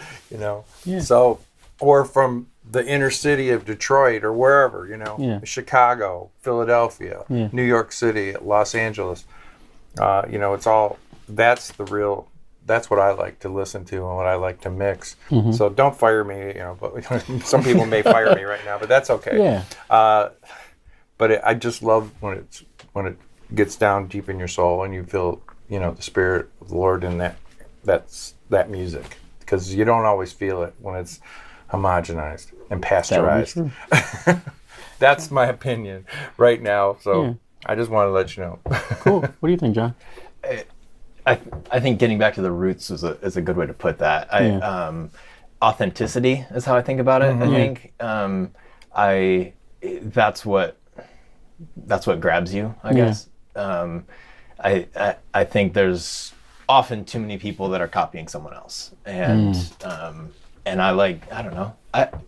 Go back to your traditions and also move forward. But be original and be yourself. And in my mind, keep the audience in mind. That's who you're making these records for.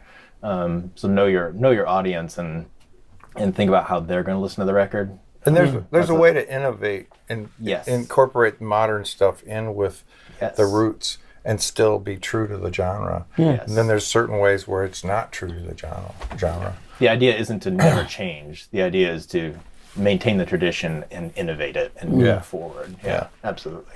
So I kind of function a little differently than you guys, a little bit, because I'm on sometimes the player side of the recording, and then I get to join you guys on the post part, the mixing and editing part of the recording. And so for me, that just rings so true. I think a lot of times people chase what they think success is. Yes. And that's for the copying part. And sometimes it could be, imitation is flattery sometimes, but as my pastor, Bishop Walker says, Joseph Walker says, God anoints originals, not copies. And so I think a lot of times we lose that essence, as you just said it. Sometimes I think when it comes to mixing, don't you just love seeing about 160 tracks coming at you? Very, very, very, very not true. But I think that's part of the homogenizing that happens, thinking that more equals better. And I think sometimes an old adage I've heard is less is more. It's definitely less is more. Yeah. And tracks will be way bigger the least amount of tracks you use. Yeah. You know, there's one thing, a certain part of a song can get really, really big, on purpose by making it thicker or whatever with layers, but there has to be space. If there's no space, then it doesn't feel as good. It's just not going to feel great. All right, let me jump in here real quick, guys, with a quick sponsored segment. So we just released Yosh Warehouse Volume 2, boys and girls, and I'm really excited to show it to you today and present it to you guys today. We went in real deep on this one. We sampled over 13 brand new snares. We sampled 3 new kits, like full kits, the kick. We got toms. We even threw in your 8-inch, your 10-inch, we threw in an 18-inch tom.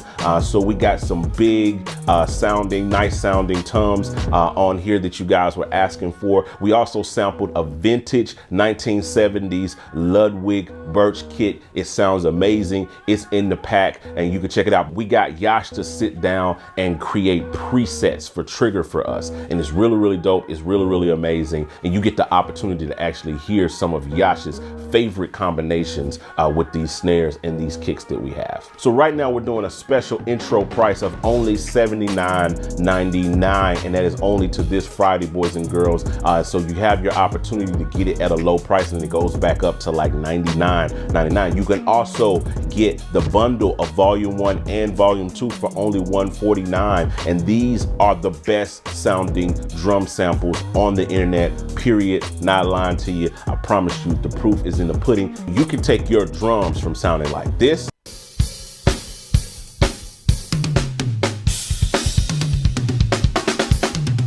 sounding like this.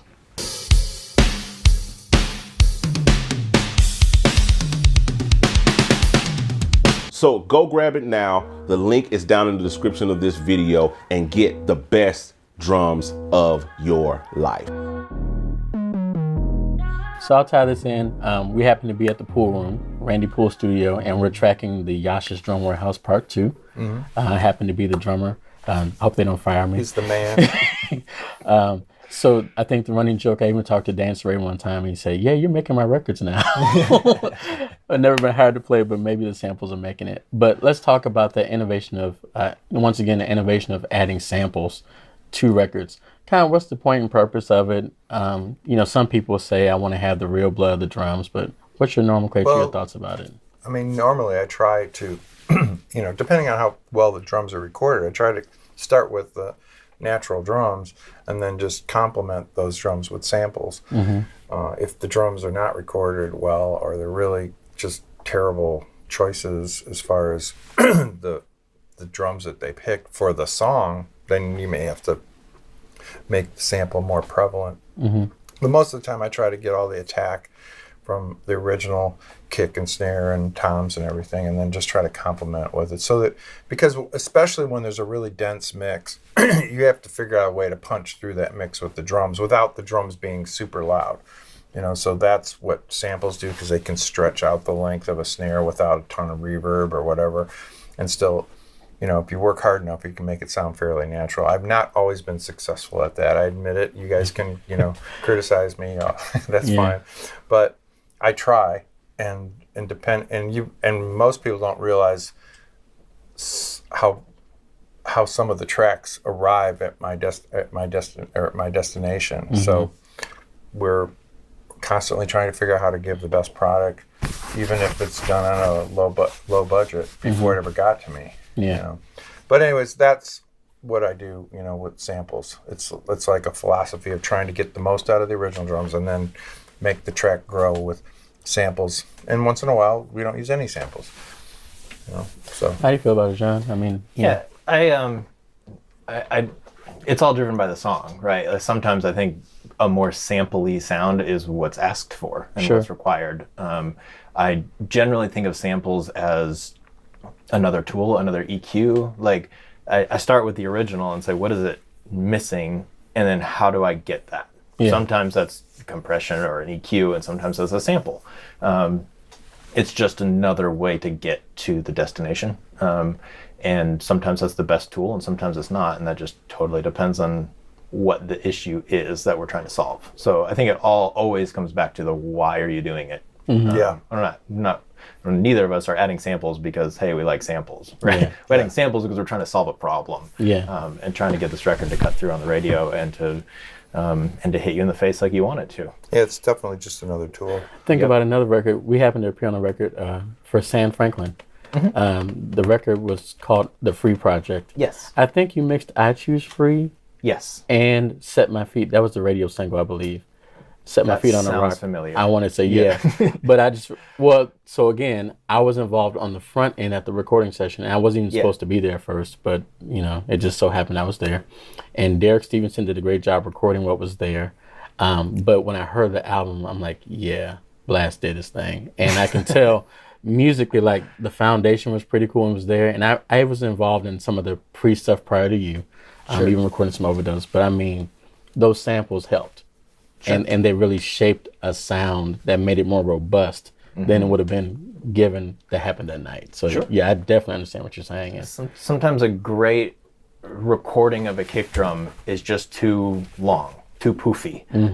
Sometimes it's got a ton of tick and no low end. Sometimes just the way they have the inside and the outside mics just don't work together. No matter how you flip the phase, you're either losing something in the middle or you're losing something at the bottom, and there's just no way to get that bottom end and like short, punchy bottom end out of it. Sure. So you got to help it out some. So, Absolutely. Yeah, but the goal is always to respect the drummer, to be perfectly honest. What I'm trying to do is make the drummer live his best life, shine his brightest. So it's never a disrespect to an engineer or a drummer.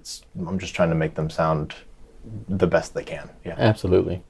Well, guys, look, we've had this great conversation. I'm not going to make it longer. We can get into other questions later.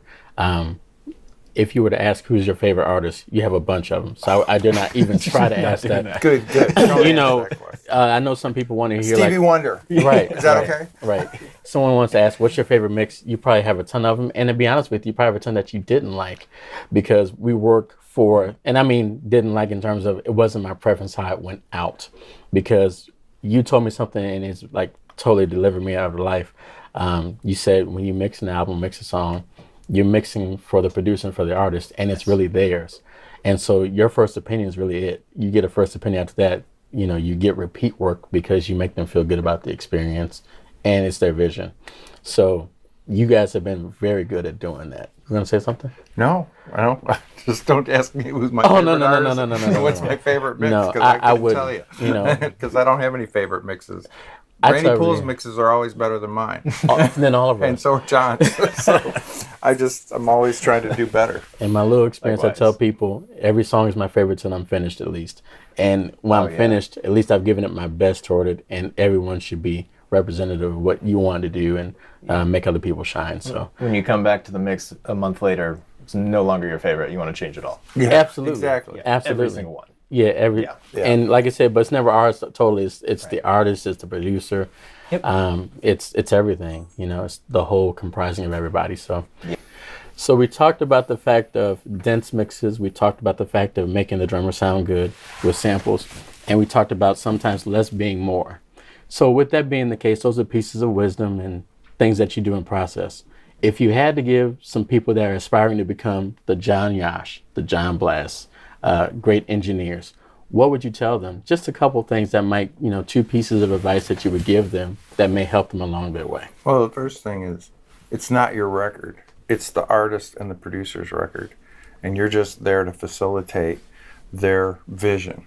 And so no matter what you think it should sound like, you have to get inside their heads and figure out what they want it to sound like and try to achieve their goal.